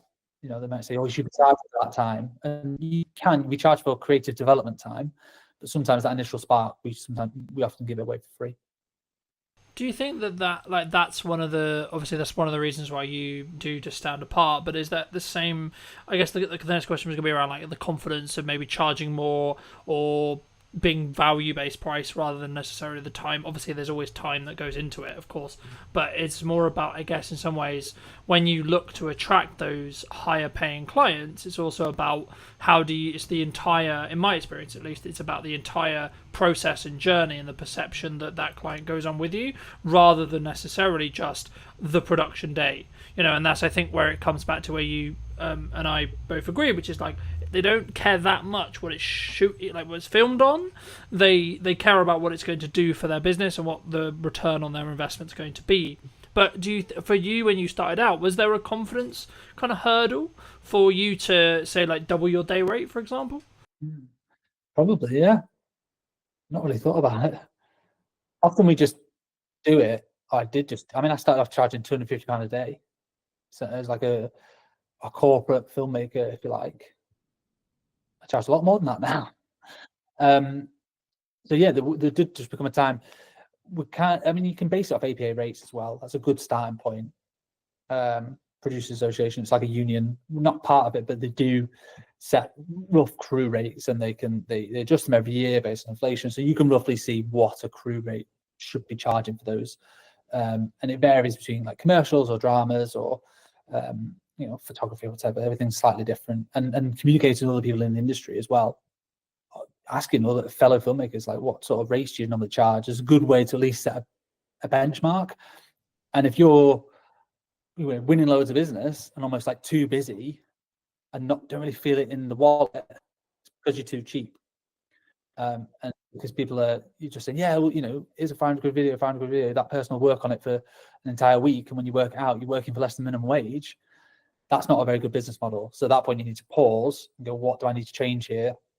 Well, I clearly need to up my rates and probably reduce the workload, and I'll still be earning the same, if not more money in the long term, because I'll have more time to focus on delivering that project to the best of my ability, and then creating marketing collateral to then help generate the next one, or more account management time to work with the clients to be able to communicate the ideas better and fairly, so that when it goes from ideation all the way through to production to post, that client feels like they've been looked after throughout the whole journey, not just been sold a dream and, oh, you're going to get your edit in 6 weeks' time and not heard from it. It's more communicating every other day.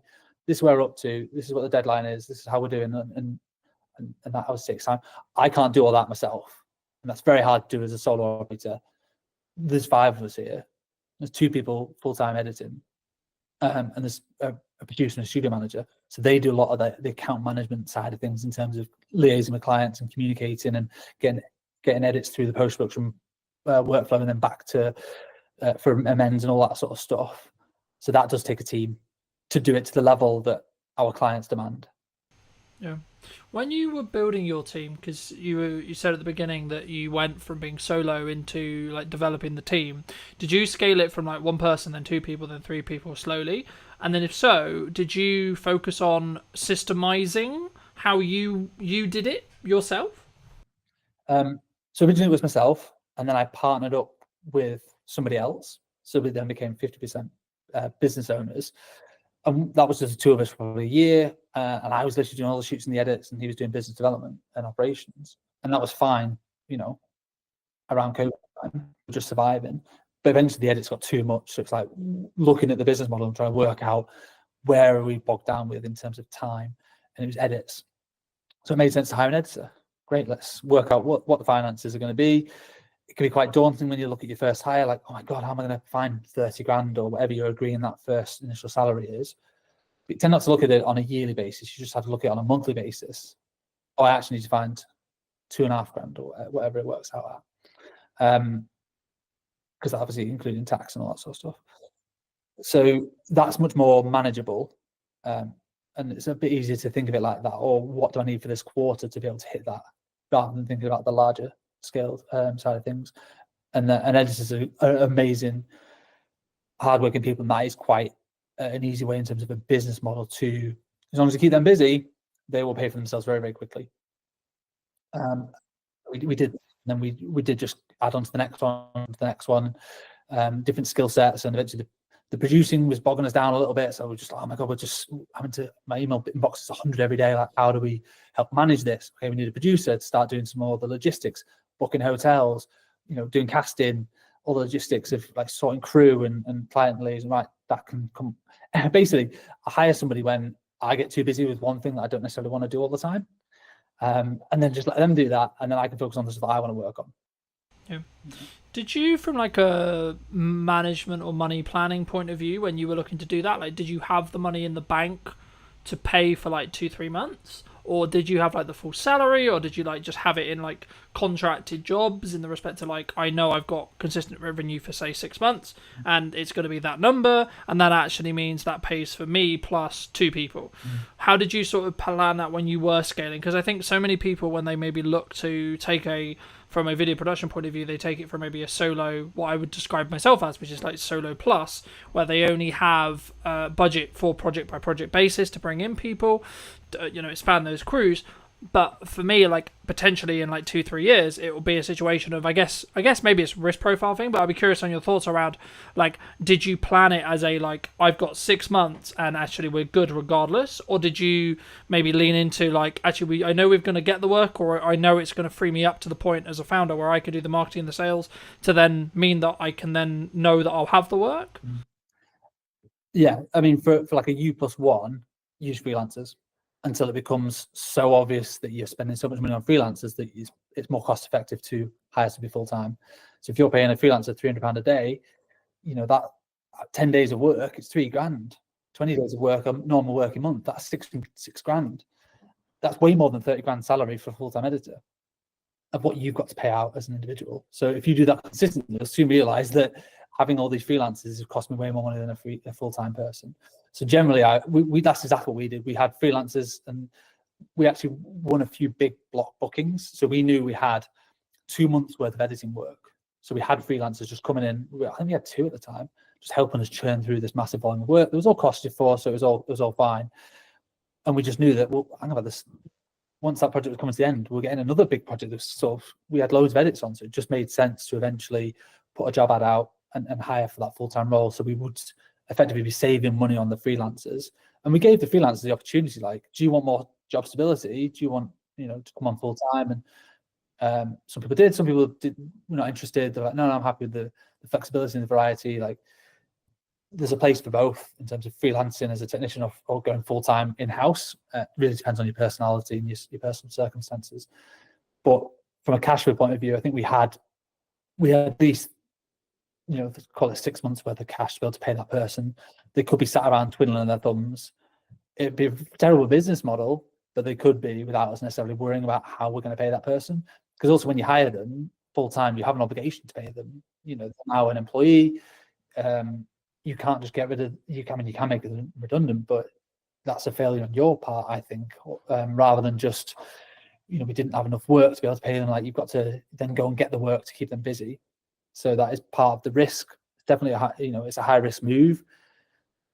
I mean, it's such a while ago now. I've always had staff members around me for the last 6 years, so I tend not to worry about that as much now. It's just a no-brainer that we are a team, and it takes a team of people to deliver on the projects that we have now. So if it does sound scary to anybody as an initial thing, I'd always just say, bring on freelancers until they become too expensive to not just hire. It's a no-brainer to hire somebody full-time. Yeah, I think I agree. I mean, I think, would you say that in that though, one of the things that a founder, like an origin person of the business in a video production context, like, they should spend, like, as they're scaling and as they're bringing in people to help with the delivery side, should they spend like a significant amount of their time in trying to, I guess, apply financial resources to getting more people to help them either with their personal marketing or the company's marketing or etc. to then like because I found like for me that will have the strongest ROI by me creating my own content and me being in the world of marketing all the time as much as possible and not as much in client delivery. And if so, how did you transition? I mean, did you just end up like you sort of alluded to it at the beginning, but did you have to transition all your clients because they wanted to work with you specifically? Because I think that's sometimes the weakness when we're very founder-led as a business, where a client wants to work with me because they've consumed my marketing and then they want me to have that touch on the project. And how do you sort of balance that with also then scaling it with a team? Yeah, I'm still figuring that out, to be honest. A lot of our projects are of a scale where it can never just be one person. That one person ideally should be on the job. That was a big USP for the longest time, is we weren't necessarily just another production company that brought on loads and loads of freelancers. It was like, if you see us in the initial call, you're going to see us on set and we're going to hold your hand all the way through the project. And that's done really well for us for the longest time. It's helped us build relationships with the right people. It's helped deliver good work. But that is only scalable until a point. I can't be on every single job if I want to scale the business beyond where we are now. So that's probably a bit of an ego thing that I've got to figure out and navigate and work out. There are other people who can shoot. Yes, technically I'm a DOP and it makes good financial sense for me to be on the shoot, but also makes good financial sense for the wider business for me to be marketing and spending more time doing business development to bolster the scale of the productions and the bigger business and clients. As long as they are getting a good service from you as a brand, not necessarily you as a person, I don't think they'll fundamentally care that much. As long as it's not sell them the dream and then you never hear from them again. You've still got to check in, but that could be checking in with just emails, texts, how you finding everything. I went on holiday last week and I was like, all these productions are going to fall down. Well, of course not. I've got a team who've been briefed in and they looked after the clients and they did a smashing job. And I came back and I'm like, so what are we shooting tomorrow? It's all been done. I just trust the team to do their jobs. Yeah, no, absolutely. No, I think that's a really important thing for people to think about before they start scaling, which is like how they're going to set that expectation. At the end of the day, if the client's getting the customer service, the client experience, and the product that they are like they're paying for and they want, then I think that becomes lesser to an extent, right? Like, of course, you can't be completely removed from the service or from the entire client journey, but I think it become like if you have a trusted team and you're known as someone who has a trusted team, I think there's maybe a pivot or a change that needs to happen with marketing. But for those people who are maybe interested in seeing some of your work or looking to see some of these LinkedIn posts, etc., where's best for people to reach out to you or connect with you? I'll come on to that in a second. I just want to echo what you said about, just build on what we talked about in terms of individuals and stuff. And I think it depends on your role. So if you're a photographer, quite often you are hired because you are, Cal Thompson photographer, for instance. Not me, because I'm not like a world famous photographer, but an individual is often hired. From what I can see, people don't necessarily hire. There's a couple of very good ones in the north, but photography agencies, where it's a different photographer every time. They just want that individual. Whereas video production, because it's seen as a bigger scale often, and there's more people involved, clients aren't hiring just one person necessarily, unless they are just looking for a videographer. It depends on your clients. If you're just doing event videography, it is often that, okay, well, I'm expecting you to turn up on that day. If you're doing commercials, which is what we do, yes, I might be there, but I might not be, because there's also 10 other people that are going to be there. So that's a bit of an easier one to navigate, I think. But yeah, so I hope that answers. It really depends what your specific roles are, and you don't go to Amazon and expect Jeff Bezos to be serving you on. It's the brand and the strength of the brand. So I think anybody looking to scale their video business needs to double down on the brand, and I think that's one thing we've done quite well over the last few years, is Dead Pixel as a brand and a reputation, that we just do good work in the north, and people want to work with the brand, not necessarily just me. I am the face of it quite often, but I do bring in everyone else from the team, and I make sure I tag everyone else. Like the edit was done by Kate, it was produced by Jazz, and we do some culture pieces as well as not just sharing. We go on team days out and we share that, so people feel a closeness to the whole brand, not just to me as an individual. Same with Instagram. Like we don't just post just my headshots all the time. Like it's obviously the work, and it's Kate's been with us 2 years. It's a nice little celebration post or whatever. So strengthening the brand will only help strengthen you as a company. Yeah, no, I completely agree, and I think it's about understanding really and being very crystal clear on who you're looking to serve at the time that you're doing the marketing. And if you are looking to maybe shift into going from, say, you work with video production companies and you want to shift into end clients, as in you do a lot of the whole process and you're more perceived as a video production house or video production agency or however you want to phrase it, then you need to be crystal clear on who that is that you're serving, but also number two, what content you need to then create, because it will be different to what you were creating in that respect. But for people who want to connect with you, where can they do that? I'm on LinkedIn, just search Cal Thompson, CAL, short for Callum, but nobody ever calls me Callum, not for like 20 years. Cal Thompson's fine, and Dead Pixel Films on Instagram. We're quite big on LinkedIn and Instagram. There are two main core channels, or deadpixelfilms.com. It's our website. Imagine. And as a final thought, if you were going to talk to yourself 10 years ago, what advice would you give to that person? Yeah, I love that question. I think about that every day. Not every day, but a lot. Certainly the older I get, the more I'm like, okay, what would I say to the person 10 years before? My advice to anybody looking to suppose get into the industry is network with everybody. Be a nice person and be patient, and don't expect that just getting a degree you're suddenly going to be Christopher Nolan doing feature films. Like, it's going to take time to develop skills, not just in filmmaking, but in like people skills and management and all those other softer skills that make you a better filmmaker, are essential to your growth. So that's what I would say to somebody sort of myself 10 years ago is take your time, be patient, and be a nice person, and just do good work, have fun. Don't take yourself too seriously as well. You know, we're not curing cancer, ultimately. We're just making videos. Appreciate the time. Thank you ever so much for coming back and joining, ladies and gents. I hope you took value from this video.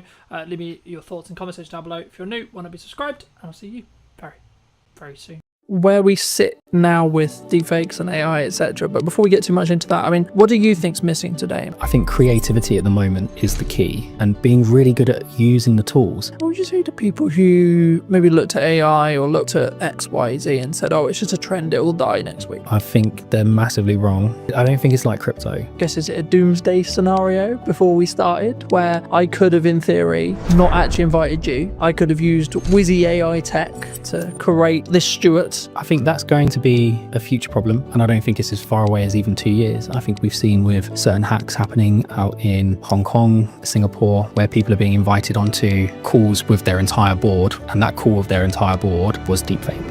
Did you know that 93% of you are not subscribed? So if you could please do me a favor and you're enjoying the show, then subscribing would mean the world to me, and it would allow me to grow the show and continue to get larger and larger guests and continue to bring what's missing in marketing today. Thank you ever so much for joining me, and I'll enjoy the episode. Hello, my friends. I hope you're well. I hope you had a good day, evening, or night. Today, I'm with Stuart talking about what's missing in marketing today, of course. And also, I guess to an extent, Stuart, it's about where we sit now with deepfakes and AI, etc. But before we get too much into that, I mean, what do you think's missing today in marketing? Well, coming from Origin Secured, we're always going to say trust and verifying trust. I think one of the things we're seeing with lots of marketing agencies, lots of companies, is this model of make as much noise as you can, say whatever you want to say, no one can really prove whether it's true or not, and hope that it catches before you get caught out. And I think that's the biggest issue we see with marketing at the moment, is bringing the trust and the verifiability back into it. I mean, because we were alluding to, I guess, is it a doomsday scenario before we started, where I could have, in theory, not actually invited you. I could have used Wizzy AI tech to create this Stuart, you know, which I haven't done, by the way, for the record, anyone watching. But there is going to be a potential world in maybe 5-10 years, or maybe, you know, technology moves quickly, so it could even be as little as 2, if not 1. You know, is that kind of where it comes from? Do you think the lack of trust, like actually confirming that, yes, I am talking to Stuart today, and yes, Stuart did actually come on the podcast? I think that's going to be a future problem, and I don't think it's as far away as even 2 years. I think we've seen with certain hacks happening out in Hong Kong, Singapore, where people are being invited onto calls with their entire board, and that call with their entire board was deepfaked, right? And I think they got away with like 20 million dollars, whatever it was in that particular one. So I think that's coming. I think that's going to be sooner rather than later. And I think we're seeing that online, where you'll get images of people like Martin Lewis or whoever saying something that just isn't true, or supporting a project that is a scam. So I think that's coming. But I still think just traditional trust, right, is a problem. How do I verify that I've worked with the MOD as an example? How do I verify I've worked with this organization? How do I verify I've worked with this person? And I can make loads of noise and say loads of things about it. But I don't have maybe a podcast to prove that I've done it.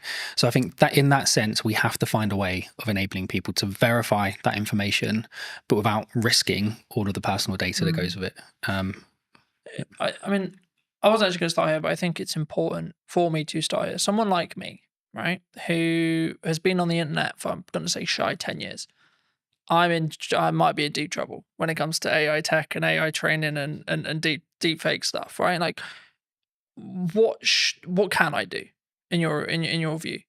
What, to protect yourself? Yeah, I think is very challenging. I think our product will go some way to helping that. But even still, even with kind of origin secured verification on top, all we're doing is verifying whether something is real, right? We're not necessarily proving something's fake. And I think you can argue that if it doesn't have that stamp of approval on it, or you can't verify it cryptographically, then it's highly likely to be a fake. But it still doesn't stop someone pulling their phone out on the street and recording you. That's still you. But it's going to be very, very hard to detect the difference. More, I guess, as I think about it more, is it actually more down to an integrity and trust thing? Like, someone looking at it, you might look at it and say, well, I know Colin. I've known him for however long, 2 years, let's say 3 years, right? I don't think, my gut tells me that's not him, because he wouldn't come across that way. He wouldn't say it like that. He wouldn't, like, why is he involved in that? That's weird. That makes sense. Like, is that actually maybe the defense?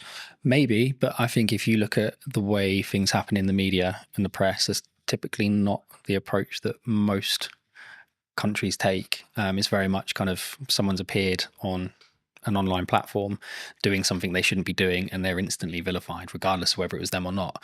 So I think there's an element of education and adaptation that we need to go through as a community. Absolutely, that will help. I think technology will assist. I think that will go some way to proving it as well. I think it's really going to be education. I think we need to teach people to be safer online, and to be able to identify when something might be a fake, which at the moment I just don't think we do enough. I think we rely heavily on third-party organizations who we think represent security, and in some ways they have been secure, but when you've got trillions of dollars flying around markets every day, if you carve off even 10%, even 1%, right, these are huge numbers. Fraudsters are going for them. So I think we need to adapt and find new ways. Do you think, maybe as marketing, or as maybe as like just a medium to small size business, what can I do then? What can you do? I think, again, having things like this will help. I think having endorsements from organizations will help. And again, going back to what Origin Secured is about, it's about having endorsements, right? How do I verify that I've worked with this organization? How would you verify you worked with Origin Secured? Well, you can have my video with you online. But outside of that, it would be a case of, you could put my quote up on your website. But again, how do I verify that was real? You might have to get one of your customers to come and talk to me.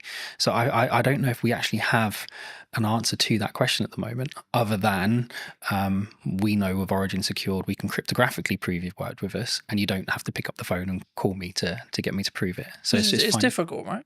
You know, I think everyone thinks trust and brand, and, you know, like, I'm a big advocate for trust and brand, and I think that the only really, like to quote Gary, the only thing that matters, or the only thing that will be left, will be brand, when everything is commoditized by AI. Yeah.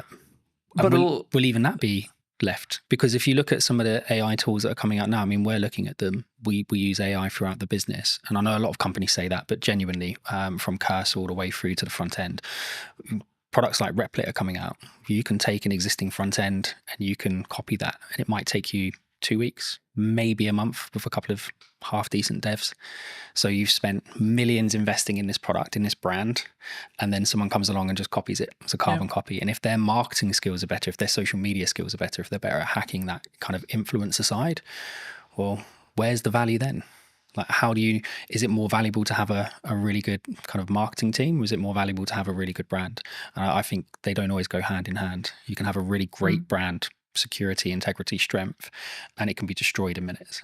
I think that's difficult, right? Isn't it? I think that's, I hate to use Bud's term, but like that's where personal branding comes in. Yeah, because like if I'm saying and I'm endorsing something, yes, it could be AI'd, but then as I say, maybe it is that. Like as I sit here and think about it, like maybe it is just that because of my track record. Because like then people, I guess the question there though is it then down to the person consuming it to make the decision?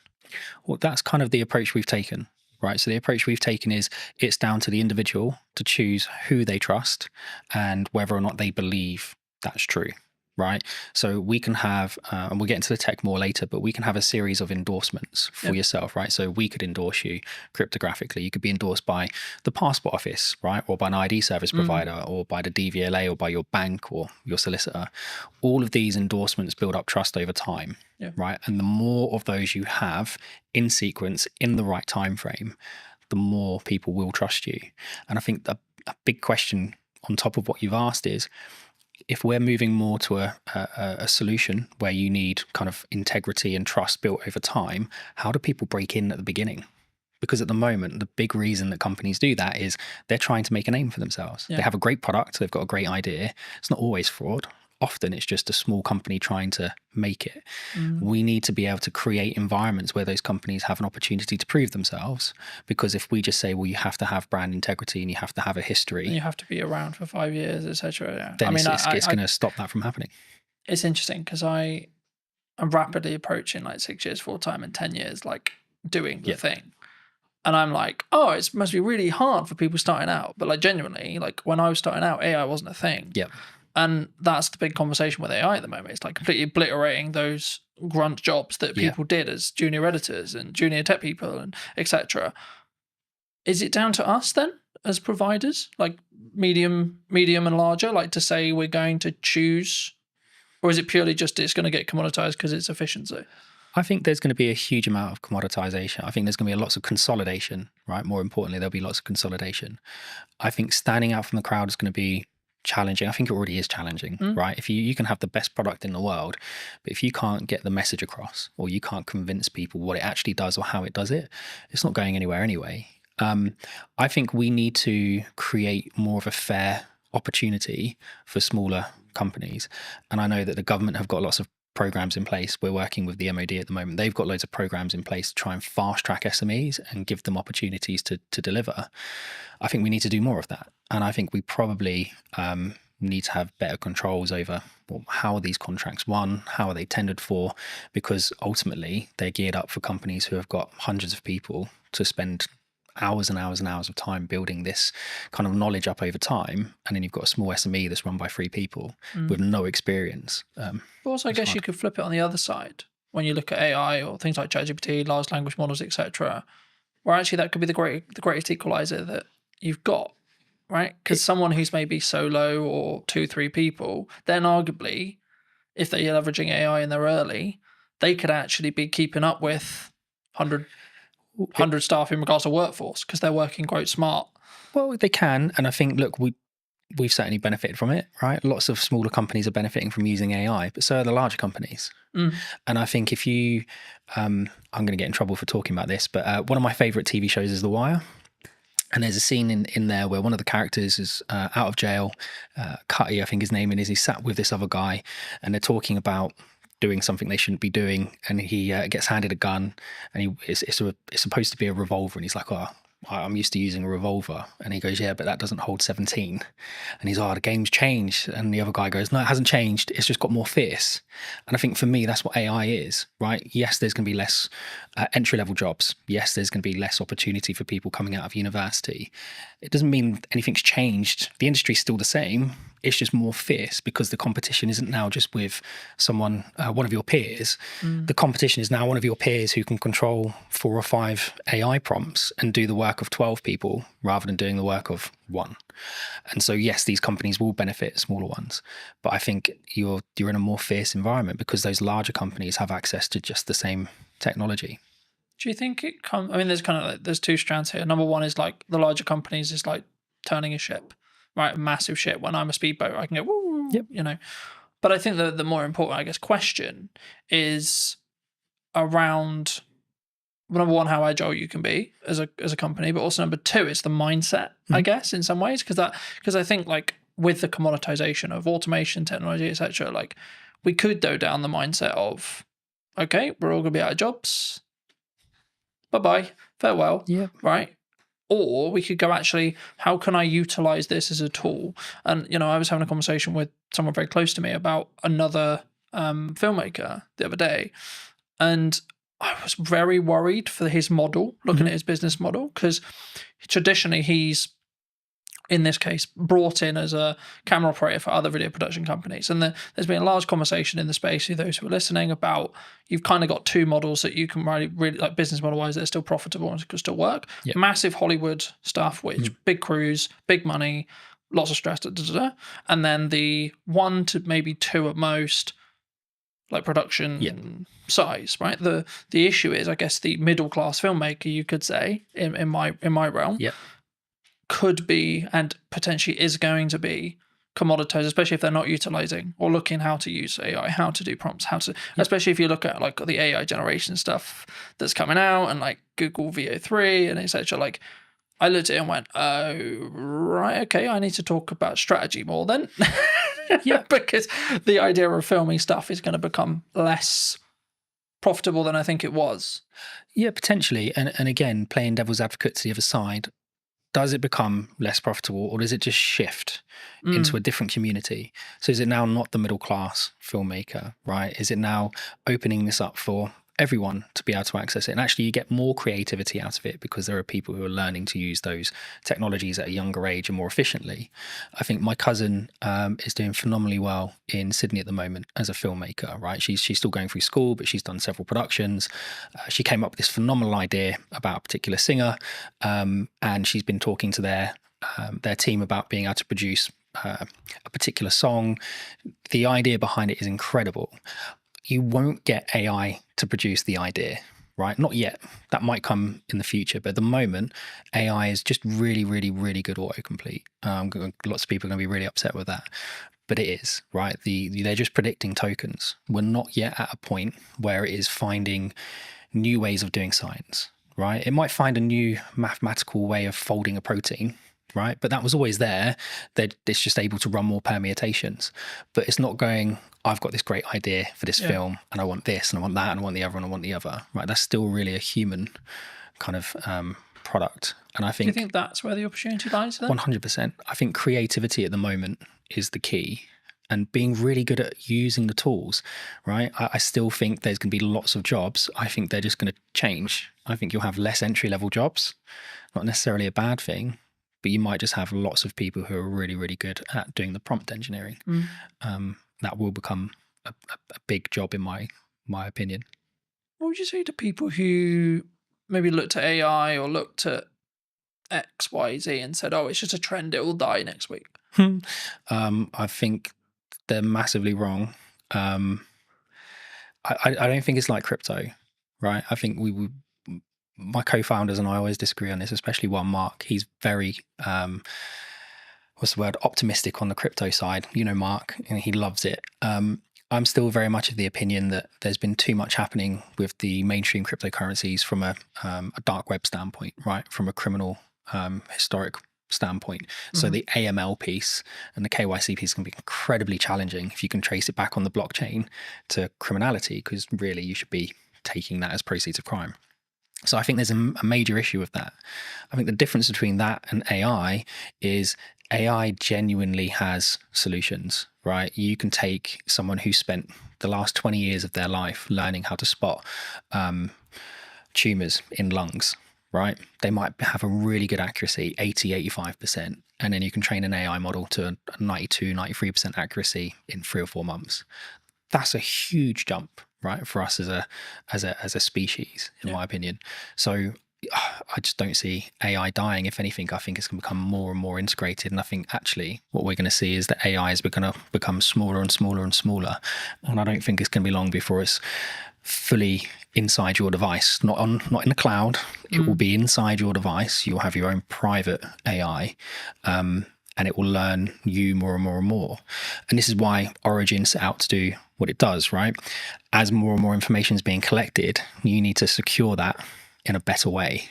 You need to be comfortable that your data is yours, that you have control over who accesses it, and if they do manage to get access to it, that you can revoke that access. And if someone is storing your data somewhere, you've got some level of encryption yourself over that data. I think that's much more important as a conversation. Is not necessarily is AI going to be a great tool, 'cause it's not going anywhere. Is how do you secure the data? How do you scrub the PII out of it? I think, yeah. Because I know that, you know, other large language model providers, I'm sure, have done similar. But I know OpenAI, owners of ChatGPT, got into some hot water because they basically, what it seemed like was they were basically ignoring copyright law completely, and they just went, "Oh look, the internet's got loads of internet and information on it. Let's just take that, thank you." And I don't believe that could be undone now. We're kind of in the wild, like we're in the Wild West in that respect, as in like ChatGPT knows everything and they will know everything forever. Yep. And again, there's only so much data in the world, right? So forget kind of some of the data that people think is proprietary for their organization, right? Where they might have taken 4 or 5 pieces of information and done something cool with it to produce another metric. The actual data, there's a finite amount, right? OpenAI found that out really quickly. You can still download pretty much the entire website scraping, and you can pay to download that online, right? There's several companies that offer that as a service. Anthropic will have done it, Google will have done it, Apple would have, all these organizations. If it's not just specific to OpenAI, every single company has done it. And I think at that point there has to be a kind of really important question being asked, is how are you protecting your information, not just from a copyright standpoint, but even from we were talking about this the other day. So M&S, their hack, right, which was social engineering. Well, how secure is me sending a 6-digit passcode to your phone? The phone's not linked to your identity. It's not linked to anything other than you've told me that's your phone number. And yet this 6-digit code magically makes it secure. I think that's a big issue. And if I can now use an AI, and it doesn't have to be OpenAI, right? The safety protocols are there, but you can use any of the open source versions like Llama, whatever it might be, run it locally on your own machine. There's loads of tools out there like anything LLM that will allow you to do it. Well, I can now connect that online and I can say, right, go and find the maiden name for Carlton's mum, right? And give it access to Facebook, give it access to LinkedIn. And what we were saying before about kind of marketing, whoever makes the most noise, whoever's connected to the most people, well, you don't know who half those connections are on LinkedIn. Yeah. So now if I can connect into you through all of these fake accounts that are being kind of managed and hosted in really not very nice environments, then suddenly your maiden name of your mum is not a security kind of question. Yeah, it's actually a security risk, right? First name of your dog, whatever it might be. School, so on. Yeah. So I think that's really dangerous. And so we need to move away from just usernames, passwords, and security questions. And we need to move more towards contextual permissions. And it's one of the things that we do at Origin, which is create context around access rather than just you've got a username and password and know that my favorite and no artist is whoever. One of the things that a lot of people are talking about online right now that I wanted to kind of put your brain on is AI influencers. Do you think they're happening? And do you think they will be the future? Because a lot of people are saying, well, how would you 95% of people aren't going to care that it's AI, even if they know, even if you can tell. I don't think anyone would be able to tell. I think there's already influencers out there that people have said are AI. I think the big one that I found quite amusing, we had a big chuckle of it. I think one of the adult content creators worked out to be an AI generated model. And I just think that's hilarious, right? That these people are paying for this personalized service and they've got no idea that it's not even a real person. And I guess the question, like you said, would they even care? Right? The illusion is there that they're receiving that personalized service. And I think it's the same for all of us. If you had the choice between ringing up the bank and them saying, press 2 for this, describe your problem, and just go around in an never-ending loop, or would you like to talk to an online chat agent that's an AI model that you know is not real, is not a real person, but at least is conversing with you in real language in real time? Which would you choose? I think, I mean, as someone who uses AI, and we both, I'm sure, do, in depth, I think for me, I think it's about understanding what the contextual relevance that you want from it. Like for me, if I want to analyze information and data quickly, AI will be a better solution in me asking you to, so I have all this data, Stuart, can you create this and this from it? Well, you're gonna go, no, that's totally a pain in the ass. But when it comes to like emotional or creative decision stuff, that's where I think human connection will still come in, and I think that's going to be the thing that people maybe need to focus on. And that's why, like, I found it really interesting since launching the podcast and it having a hybrid element. People are, I guess, if you want to go like strategically around it, like the show up rate is higher for in person than it would be online, right?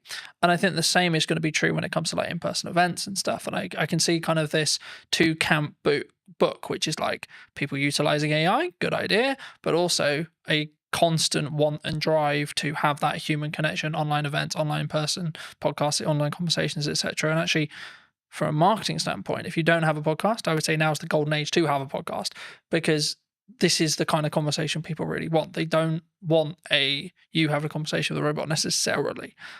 Do you think? I think there's a lot there. So if we go back to, I think in-person meetings are becoming popular again, right? We went through that stage. COVID was a nightmare, but even before that, lots of people were like, oh, it's much easier just to do it online. I was like, yeah, it is, but you don't get the same feeling, right? You can't gauge someone's reaction properly unless you're sat in a room with them. And I think there's a lot to be said about the environment, right? So the environment today, I can say something and it's not just your facial expressions, but I can feel the environment. If you say something wrong, you can feel it change. If you say something funny, you can feel it change. And I think you lose that online. I think we'll start seeing people doing more and more in-person meetings, more and more in-person conferences.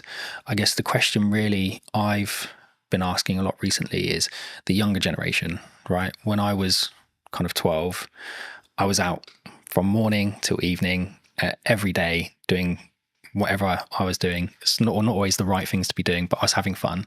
Whereas my 12-year-old, getting him out of the house is a nightmare. And it's not just because he's on his devices, because we limit his time on his devices.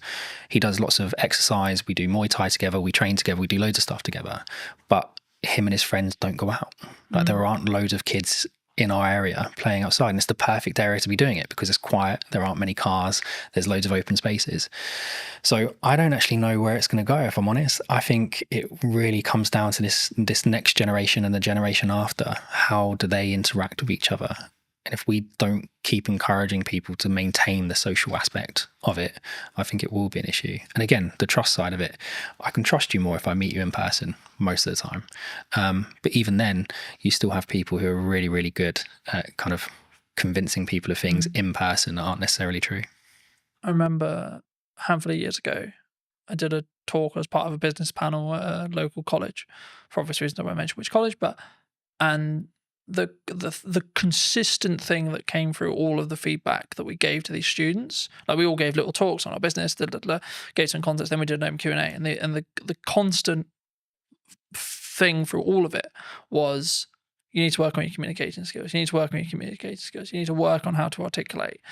But I think sometimes especially someone who talks on content a lot, who does content a lot, who's constantly trying to do that 1% to improve how I come across, the words I use, when I pause, etc.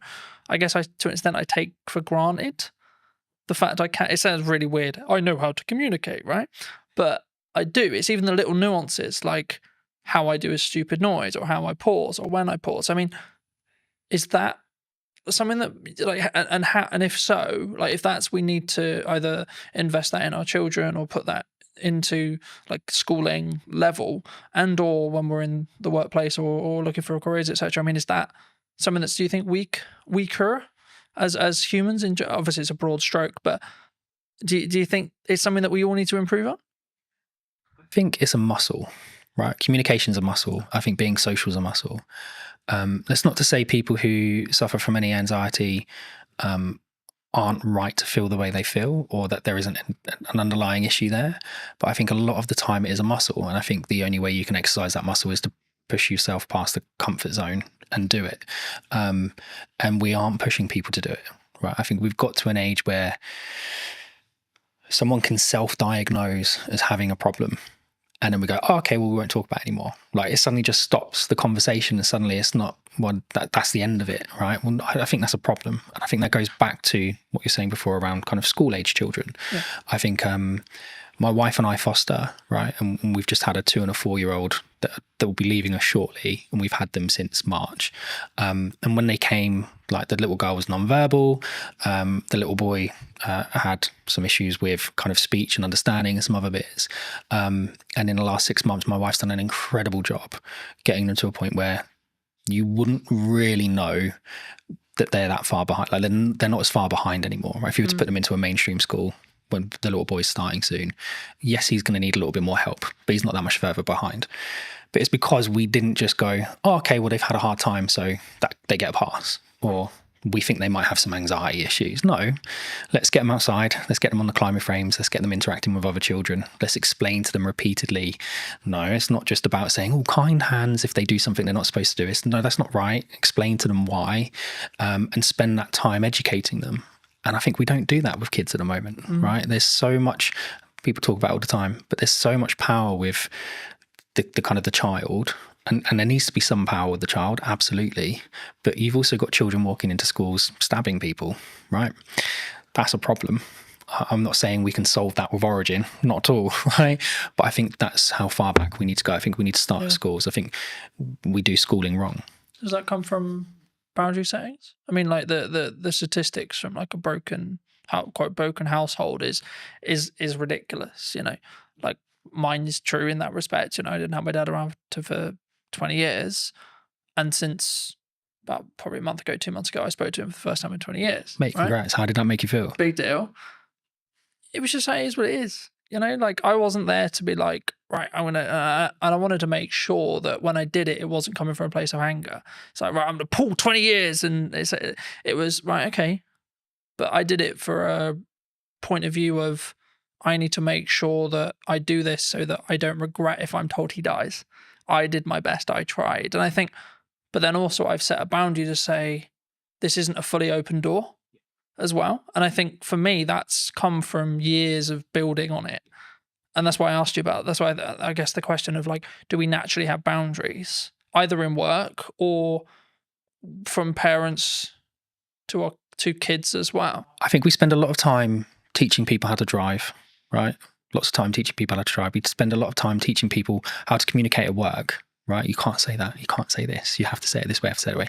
We don't spend a lot of time with children teaching them boundaries because sometimes the parents haven't been in a position to learn those boundaries in the first place, right? Not everybody has the same start. I had a similar experience with you. Didn't see my dad for a long time. And I did go in different directions, and I was lucky enough to meet my wife who kept me on the straight and narrow. And I didn't speak to him for a long time, and he passed away. So before we had a chance to reconcile, whether we would have not, I don't know. So I'm really pleased you managed to get through that.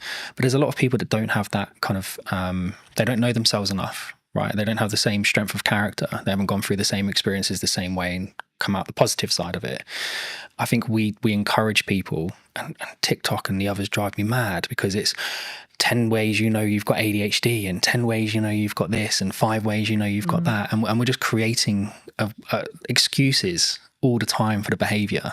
And so boundaries, I think we all know where the boundaries are. I think a lot of the time we just choose to ignore them. Is that personal though? Because my boundaries and your boundary may be different. They should be, right? Otherwise it'd be boring. They absolutely should be different. But I think there are some basics that we should be able to agree, right? Certain spaces are private. Yeah. Certain words shouldn't be used. Certain things are unkind. Certain things are kind. It's just mutual respect stuff though, right? Like, oh, absolutely. Like you don't need to be, just because I think you may be acting in a manner that's maybe unkind or etc. That doesn't necessarily mean I'm better than you by saying that you're being a dickhead, for example. Do you know what? I was on a train recently and there was a gentleman using his phone in the quiet carriage, and there was a gentleman sat opposite him, an older gentleman. And I've never known how to turn around and say to someone like, why you got your phone on? Why are you listening to it loud? Why are you not using headphones, etc., etc.? Because it always comes across as really aggressive, right? And the old guy just literally just leant over and went, excuse me, I just wondered if you'd seen that sign. And the guy looked up and saw it was a quiet carriage and he went, oh, sorry, mate, and left. And that was it. There was no big like hurrah, there was no shouting. And I thought, well, that's a mutually respectful way to approach that situation. Would he have approached it the same way if it had been a 13, 14-year-old teenager listening to his music loudly? Would the teenager have responded the same way the man did? You don't know. But I think we should approach things in a respectful way. And again, that boundary issue, mate, that's a hard one, right? There's people that have spent their entire lives working on that to try and find a solution, and they still haven't figured it out. I think I keep coming back to this whenever I talk about something like this, and I keep coming back to it's self-love, self-development, self-you. It's reflective of you. So, but from that perspective, I guess it's kind of down to you to do the work to then see the different reality, if that makes sense, right?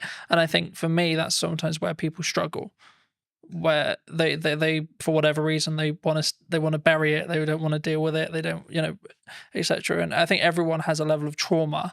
It's I don't know using that word, but the level of trauma will either make or break you, and then it's up to you to see how you deal with that to then move forward.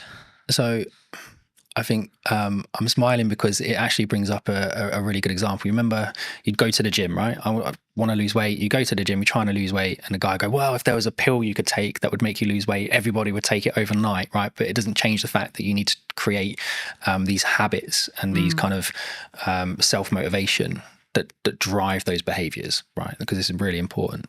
And then we had Ozempic and Mounjaro and all these other things come on, and people have utilized it. And I think it's a great tool. If you need to kickstart that process and you're nervous or anxious about going to the gym because of how you look, great, kickstart it with that, but don't rely on it. And I think we've created an environment where I feel depressed, here's some tablets. I feel anxious, here's some tablets. I feel overweight, here's an injection. I feel this, go do that. I hate going to the gym. I hate working out. I'm not someone who enjoys it. If I haven't eaten properly during the day, I will throw up. It doesn't matter how much I train, right? My body just absolutely hates it. But I push myself to do it because I want my son and my daughter to see me go through those hard things and realize sometimes short-term pain gives you long-term gain. It gives me an extra 5 years with them, and it's important. And my dad was 41, 42 when he passed away, and I hadn't spoken to him for a long time. So I don't want to be in the same boat. I'm only 3-4 years away from being in that age category. So I'm going to do everything I can to. Do you think we need to not live with regret then? 100%. And if we can take actions that are maybe uncomfortable today to mean that we're not going to be regretful in 5-10 years? Yeah, I've lived a lot of short-term pain for long-term gain. And if you ask my wife, she'll tell you that it's been kind of lots of long-term pain for not very much gain, but actually we're starting to see the fruits of our labor. And I've got lots of friends who I've grown up with who haven't always taken the same approach. There's one or two of them that absolutely have, and they're smashing life and they're doing really well. But there are still an incredibly large number of people I know who are living month to month, and whether that be just kind of taking out finance on a new car because they want another car, or they're not taking those kind of short-term pains of, well, actually maybe I'll just hold this car for another 5 years. Nothing really wrong with it. The plate might be, I don't know, my plate's a 17 plate, right? I've got no interest in selling my car. I love my car. I've had it for a long time. Yeah, but you don't get the, oh, that's a cool car. Oh, well done. You got a new car. Tick box from your social circle, though. No, you don't. But again, it's that confidence of being able to say, well, I don't need it. And again, you go back to what you're saying before about boundaries and how you're brought up. Lots of people don't have that. And again, from a trust standpoint, well, who's going to give it? Right? Because you do need a parent or someone you trust in your life to give you that validation. And if you're missing it, you're going to be looking at it from all the wrong people. Do you think we come from a place of like strong, I guess, I'm just thinking of the best word to describe it, but like for me, it's like we can only think about this way because we come from a sense of privilege. Yeah. Because I'm always aware, for example, like, and not to like dwell on what's happening in the world right now, but there's areas in the world where like children are starving. Mate, I look at what is happening in the Middle East, and it fills me with dread that we kind of won. And even then, we're still have to struggle. We're in the fortunate position to have the available time, energy, and resources to sit here and have a conversation that we can put on the internet. Well, it's a genetic lottery, right? Like we just happen to be born in the UK. We just happen to be born into the families we were born into, or the environments we were born into. It doesn't mean that we haven't had to struggle, haven't had to go through interesting times.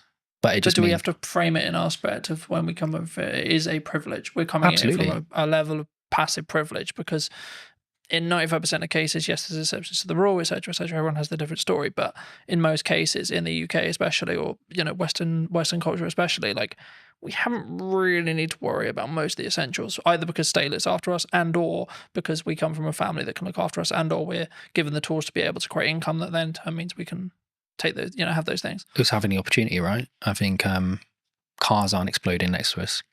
And I think when you can walk down the street and a bomb isn't going to go off, that creates a level of opportunity where you can focus on different things. You can focus on building wealth. You can focus on improving yourself and moving up the social ladder, so to speak.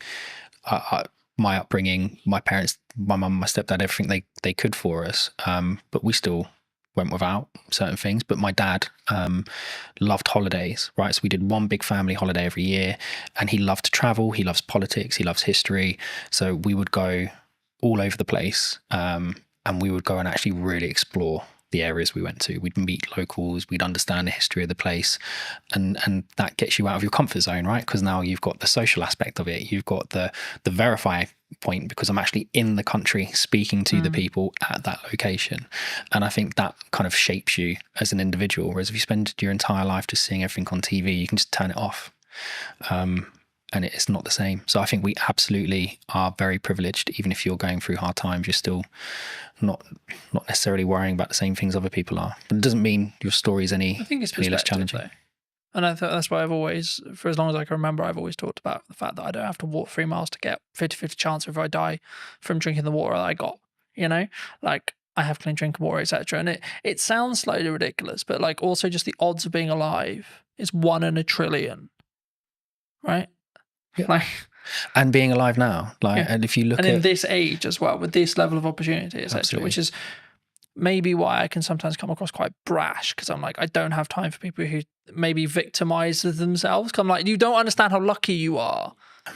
I feel the same. I've look, I'm not gonna get a violin out. My life hasn't been anywhere near as hard as some people, and some of the children that we've had come into our care, their starts to life have been like horrific, really horrific, and how they are going to shape themselves and cope through life, bouncing around kind of the fostering care system, I dread to think what the outcome is going to be at the end of it, because how can you kind of fix that?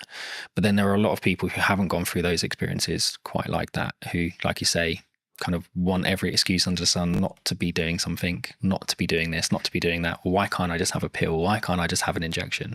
And I think that's one of the things that AI can't do, right? AI can't solve that. That's a social issue that we need to solve together. And I don't think we're going to solve it by all being in our homes tapping away on AI. We have to be out with people, meeting people and doing it ourselves. Moving back to what you do. That was a bit of a detour. Nice detour. But digital licensing, where does that sit? We've discussed this at length. So one of the key things we wanted to solve of Origin was, how do we verify information about something without revealing the underlying data? And I think a really good social example of that is when police do stop and searches, right? I experienced it quite a lot when I was younger because of the environment I was in. My friends did as well. We'd get stopped and searched by the police lots of times. And sometimes it was okay, and sometimes it was really not a nice experience. And I think it always started with, what's your name, what's your date of birth, what's your address? And even if I give you my name, date of birth and address, how do you as a police officer verify it, right? Does he have any tattoos? Does he have any markings? Does he, I don't know, look a certain way? But you kind of become generic. Guessing, right? Lots of guesswork, right? And a gut feel, lots of gut feel on the police officer side. Whereas we wanted to try and find something that would, and it wasn't just for this specific reason, but it lends itself really well to it. We wanted to be able to provide technology to the environment, to the world, that kind of removed that friction. So a digital license isn't like an ID card. There isn't a centralized database of all your information in one place. That's ridiculous. If that gets breached, it's going to be horrendous. The fraud will go through the roof. What we've done is we've used kind of a decentralized approach. So we've taken some concepts from blockchain, but removed the blockchain because it's inefficient and doesn't really work for this context. But the idea behind it is you can have an ID service provider, right? So it's a government approved company, verify your identity and give you a cryptographic endorsement that sits on your digital license, which you can carry on your device. It could also be hosted in the cloud, but the idea behind it is you've got control of it. So now if I was to come and stop and search you, you would be able to present that credential to the police without revealing your name, your date of birth, or your address. But the police would know to a degree, oh, he lives within a 5-mile radius. There's no outstanding warrants. He's verified that is his identity because he's done it with a biometric check on his thumbprint. And we can see that that biometric check that's linked to that IDSP hasn't been changed on that device. And then we can link it to other credentials. Oh, he's got a full-time job with an employer. Don't need to know who the employer is, but he's employed full-time. We can see that he is part of a charity, or he does this, or he does that. There's all these different aspects we can start to build into that check. And it all comes from, well, I still haven't revealed any of the data underneath it. These are all independent cryptographic proofs coming from third parties, but that police officer is now sure that individual doesn't have anything outstanding. And I think that would help. I'm not saying it's going to solve the issue, but it certainly would help remove some of the friction. And if you then start to expand that out to kind of the business world, so if we're looking at things like how do I onboard employees in a fast and efficient manner whilst maintaining their privacy. So one of the tools that we're doing for the digital cleaners license is we do the right to work checks. We do a modern slavery check by making sure that the bank account name matches the name on the ID. Real basic check, but lots of organizations don't do it, right? And that's one of the flags for modern slavery. We then can go and endorse all of your employment history. Right. And again, we're not the verifiers. We're not verifying the data. We're not storing the data. Right. But we're going off and having those independent third parties endorse you. Same for your certifications, your training. And I think in that environment, when you're dealing with disparate workforces where English quite often is a second language, not your primary language, these people, they kind of get left behind, right? They come along with their paperwork and they have every right to work. They have every intention of working, but it might take 5 or 6 meetings and 10 or 11 copies of their documents. Now, where's all that documentation going? They've got no idea where it's being stored, no idea who has access to it, no idea what copies are out there, but we're expecting them to just continuously do this. And if they're now working 3 jobs, we're extrapolating that 3 times over. So for us, it's about digitization, yes, but without just copying the existing paper process and doubling the problem. Right, you have to do it in a different way. That would fix the problem we opened with? What, going for back? Someone like me, for example, who, let's be honest, if deepfakes become mainstream in AI, someone points an AI with that mindset, I'm screwed. Yeah, I think there's definitely a way of being able to verify something's real. But again, there's then nothing stopping someone from creating an AI deepfake and just putting their endorsement on it anyway. Right? They haven't had to do the work. Like the AI has done all the work. I think it will become more important for organizations and in fact probably more important for creators to be able to verify that's their work, right? I was the one that created that first. Here's kind my of endorsement. In some ways from a maybe not a legality point of view, but kind of a copyright plus model, I guess you could say. Yeah, absolutely. And I think one of the things we've seen with the endorsements is, and you'll get it all the time with correspondence from the BBC, right, or for Sky News or whatever, our person on the ground. Well, that's great, but I don't know who that person is. I don't know their credentials. I don't know where they're from. I don't really know if they're from that country. I don't know what their background is. Whereas if you were able to say, here's the credential that's been lent to this article, well, now I've got, he's got an IDSP verified in that country that he comes from that country. He's got a university credential that says he went to that university. He's got an employment credential that said he was employed there at these points in time.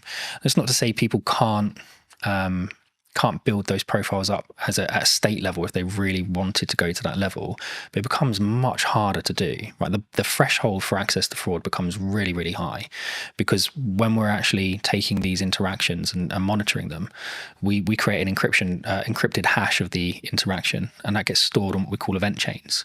So not blockchain databases, but the event chain is a point in time.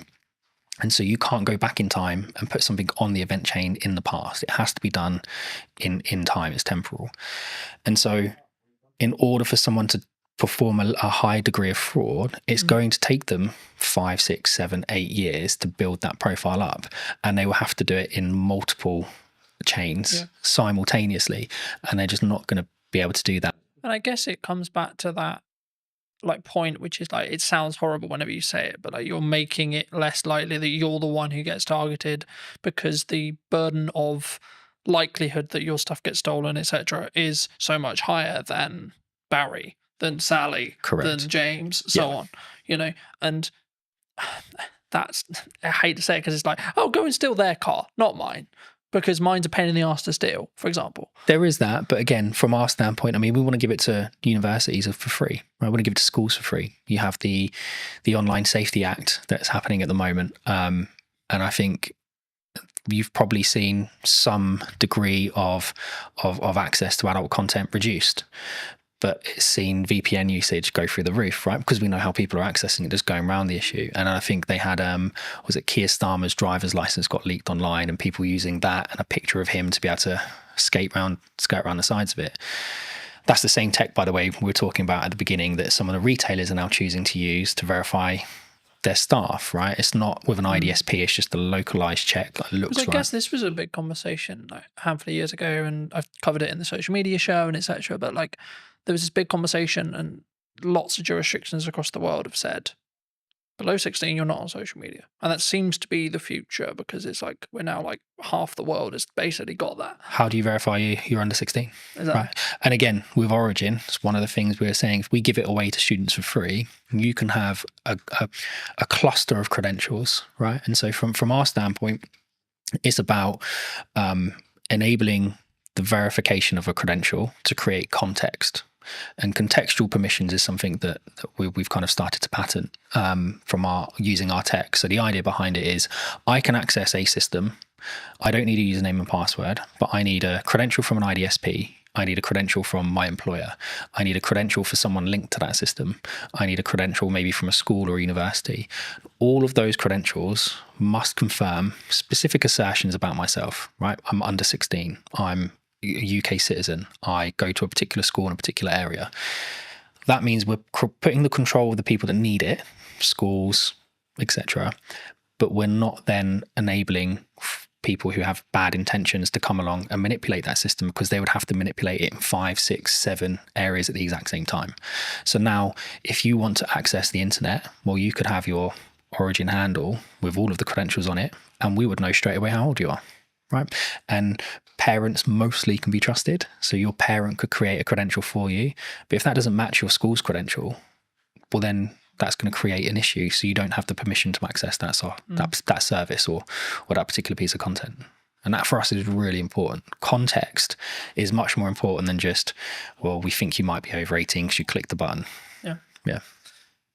For those people who've enjoyed this conversation, who may want to see more of the content, delve into a little bit in more depth that what you and the team are doing, where can people reach out? They can reach out to us directly, so they can come to us via the website, or they can reach out to us on social media or LinkedIn. I think we're starting to put more video content out there. So going back to what you were saying before, about kind of verifying trust, how do you prove it in the marketing world? Well, for us, it starts with video, right? And yes, there are deep fakes out there, but from our standpoint, I mean, we're able to verify our technology in our videos with our technology, right, which is important. We're certainly seeing kind of proof of concepts with the MOD gain lots of traction. We're talking to OFDIA, the Office for Digital Identity and Attributes, about shaping kind of how the UK consults on digital identity. And I think all of those aspects are important. So it's not just about us. I think people should be looking at digital identity as a whole in a much more holistic way. And reach out to us, reach out to the IDSPs, reach out to everyone. I think is something that people need to understand more, is that digital ID is more than just, here's my JPEG of my passport and driver's license. But yeah, reach out to us on social media or online. Just before we wrap up, I mean, obviously you have worked with us in the past and you've done some video content. I mean, now the other side of it, maybe a year on, how was that experience? What was the things you maybe learnt from? Except, like, how was it as a whole? Like, not putting words in your mouth, but I'm actually curious, because obviously we haven't touched base since actually doing it last year. And I mean, was it how you thought it was going to be firstly from the perspective of what we did, but then also, like, was there any byproducts that actually came from like working with us specifically? I think we realized really quickly that video was the best way. Yeah, 100%. And I think working with you guys and working with Lucas for the day, it kind of got into our minds a different way of thinking about things. And we were just on the cusp of really understanding how to talk about our product and how to talk about our technology. And by focusing on the video approach, and we've now released several other videos that we've kind of produced in-house, it kind of got us to where we are now, which is we know what our narrative is, we know what the story is, we know how to describe our technology. Whereas a year ago, we were still kind of trying to work out what it was that we were. And we were early to market, so lots of people trying to explain it to investors, trying to explain it to customers. It was a challenge. So no, mate, having that time with you and Lucas massively helped us kind of crystallize what we were trying to do. And then over the next kind of 2-3 months, I think that's when we nailed it. But it come off the back of the original filming we did, which was phenomenal. What would you say to people who are maybe looking at what's going on in the economy or etc., and maybe on the fence about maybe utilizing marketing right now, or like, because the traditional kind of known thing is like when things get hard, you cut marketing. Yep. Honestly, I'm probably not the best person to answer it, but I'll answer it as best as I can. I think you absolutely have to have a presence, right? You have to. Unfortunately, at the moment, it's about noise. Right, we spoke about it earlier. The more noise you make, the more you get noticed, the more the algorithm picks you up and the more it promotes you to the top. And it goes back to what we we're saying as well about the SMEs, like how do you get spotted? How do you get noticed if you have to have that kind of credentials proving you've done something? I think consistency, right? And we had this chat about podcasts a year ago. I think it's something like most podcasts end after 11 episodes, something along those lines, right? So 11 weeks, 11 months, whatever it is, that's the kind of podcast limit. And people go, oh, it's not growing, right? You have to push past it. And it's the same with the marketing. And yes, some people are really fortunate and they do growth hacking and all of a sudden they're a viral sensation overnight, but that's not the norm. And I think the only way you can build your message is consistency. You have to be in person at events. You have to be putting stuff online. You have to be writing articles. You have to be talking about it. You have to be meeting new people and spreading the word. So I don't think marketing just stops with video. I think it's something much more holistic, and it's something that you have to consistently do every day. And we have a great marketing team, so Hannah does that for us, and she's excellent at it. If you were going to wind the clock back to speak to Stuart 10 years ago, 15 years ago, what advice would you give that Stuart? It would probably be trust your gut. I think we've had hiccups along the way with everything that we've done, right? Whether that be businesses my wife and I started, with raising children, with kind of investors, whatever. There's always going to be a hiccup. Something's always going to come up that you weren't expecting, but you have to trust your gut. And even if that is completely in the opposite direction to what everyone is telling you, sometimes you just have to go with your gut, because at least at the end of it, you don't have the regrets. Right? If you listen to everybody else and they turn out to be right, that's great. But if you listen to everyone else and it turns out to be wrong, you're going to spend the rest of the time going, oh, I wish I'd listened to my gut. I wish I'd trusted my gut. So I think take people's advice on board, listen to it, kind of take the best strategies, build them together, but ultimately trust your gut. Yeah. Thank you so much for the time, Stuart. You too. Cheers, Carl. And if you did enjoy this episode and would like to see more like it, then I would love to hear what you think in the comment section down below. Why not subscribe so you don't miss next week's episode? And I'll see you very, very soon.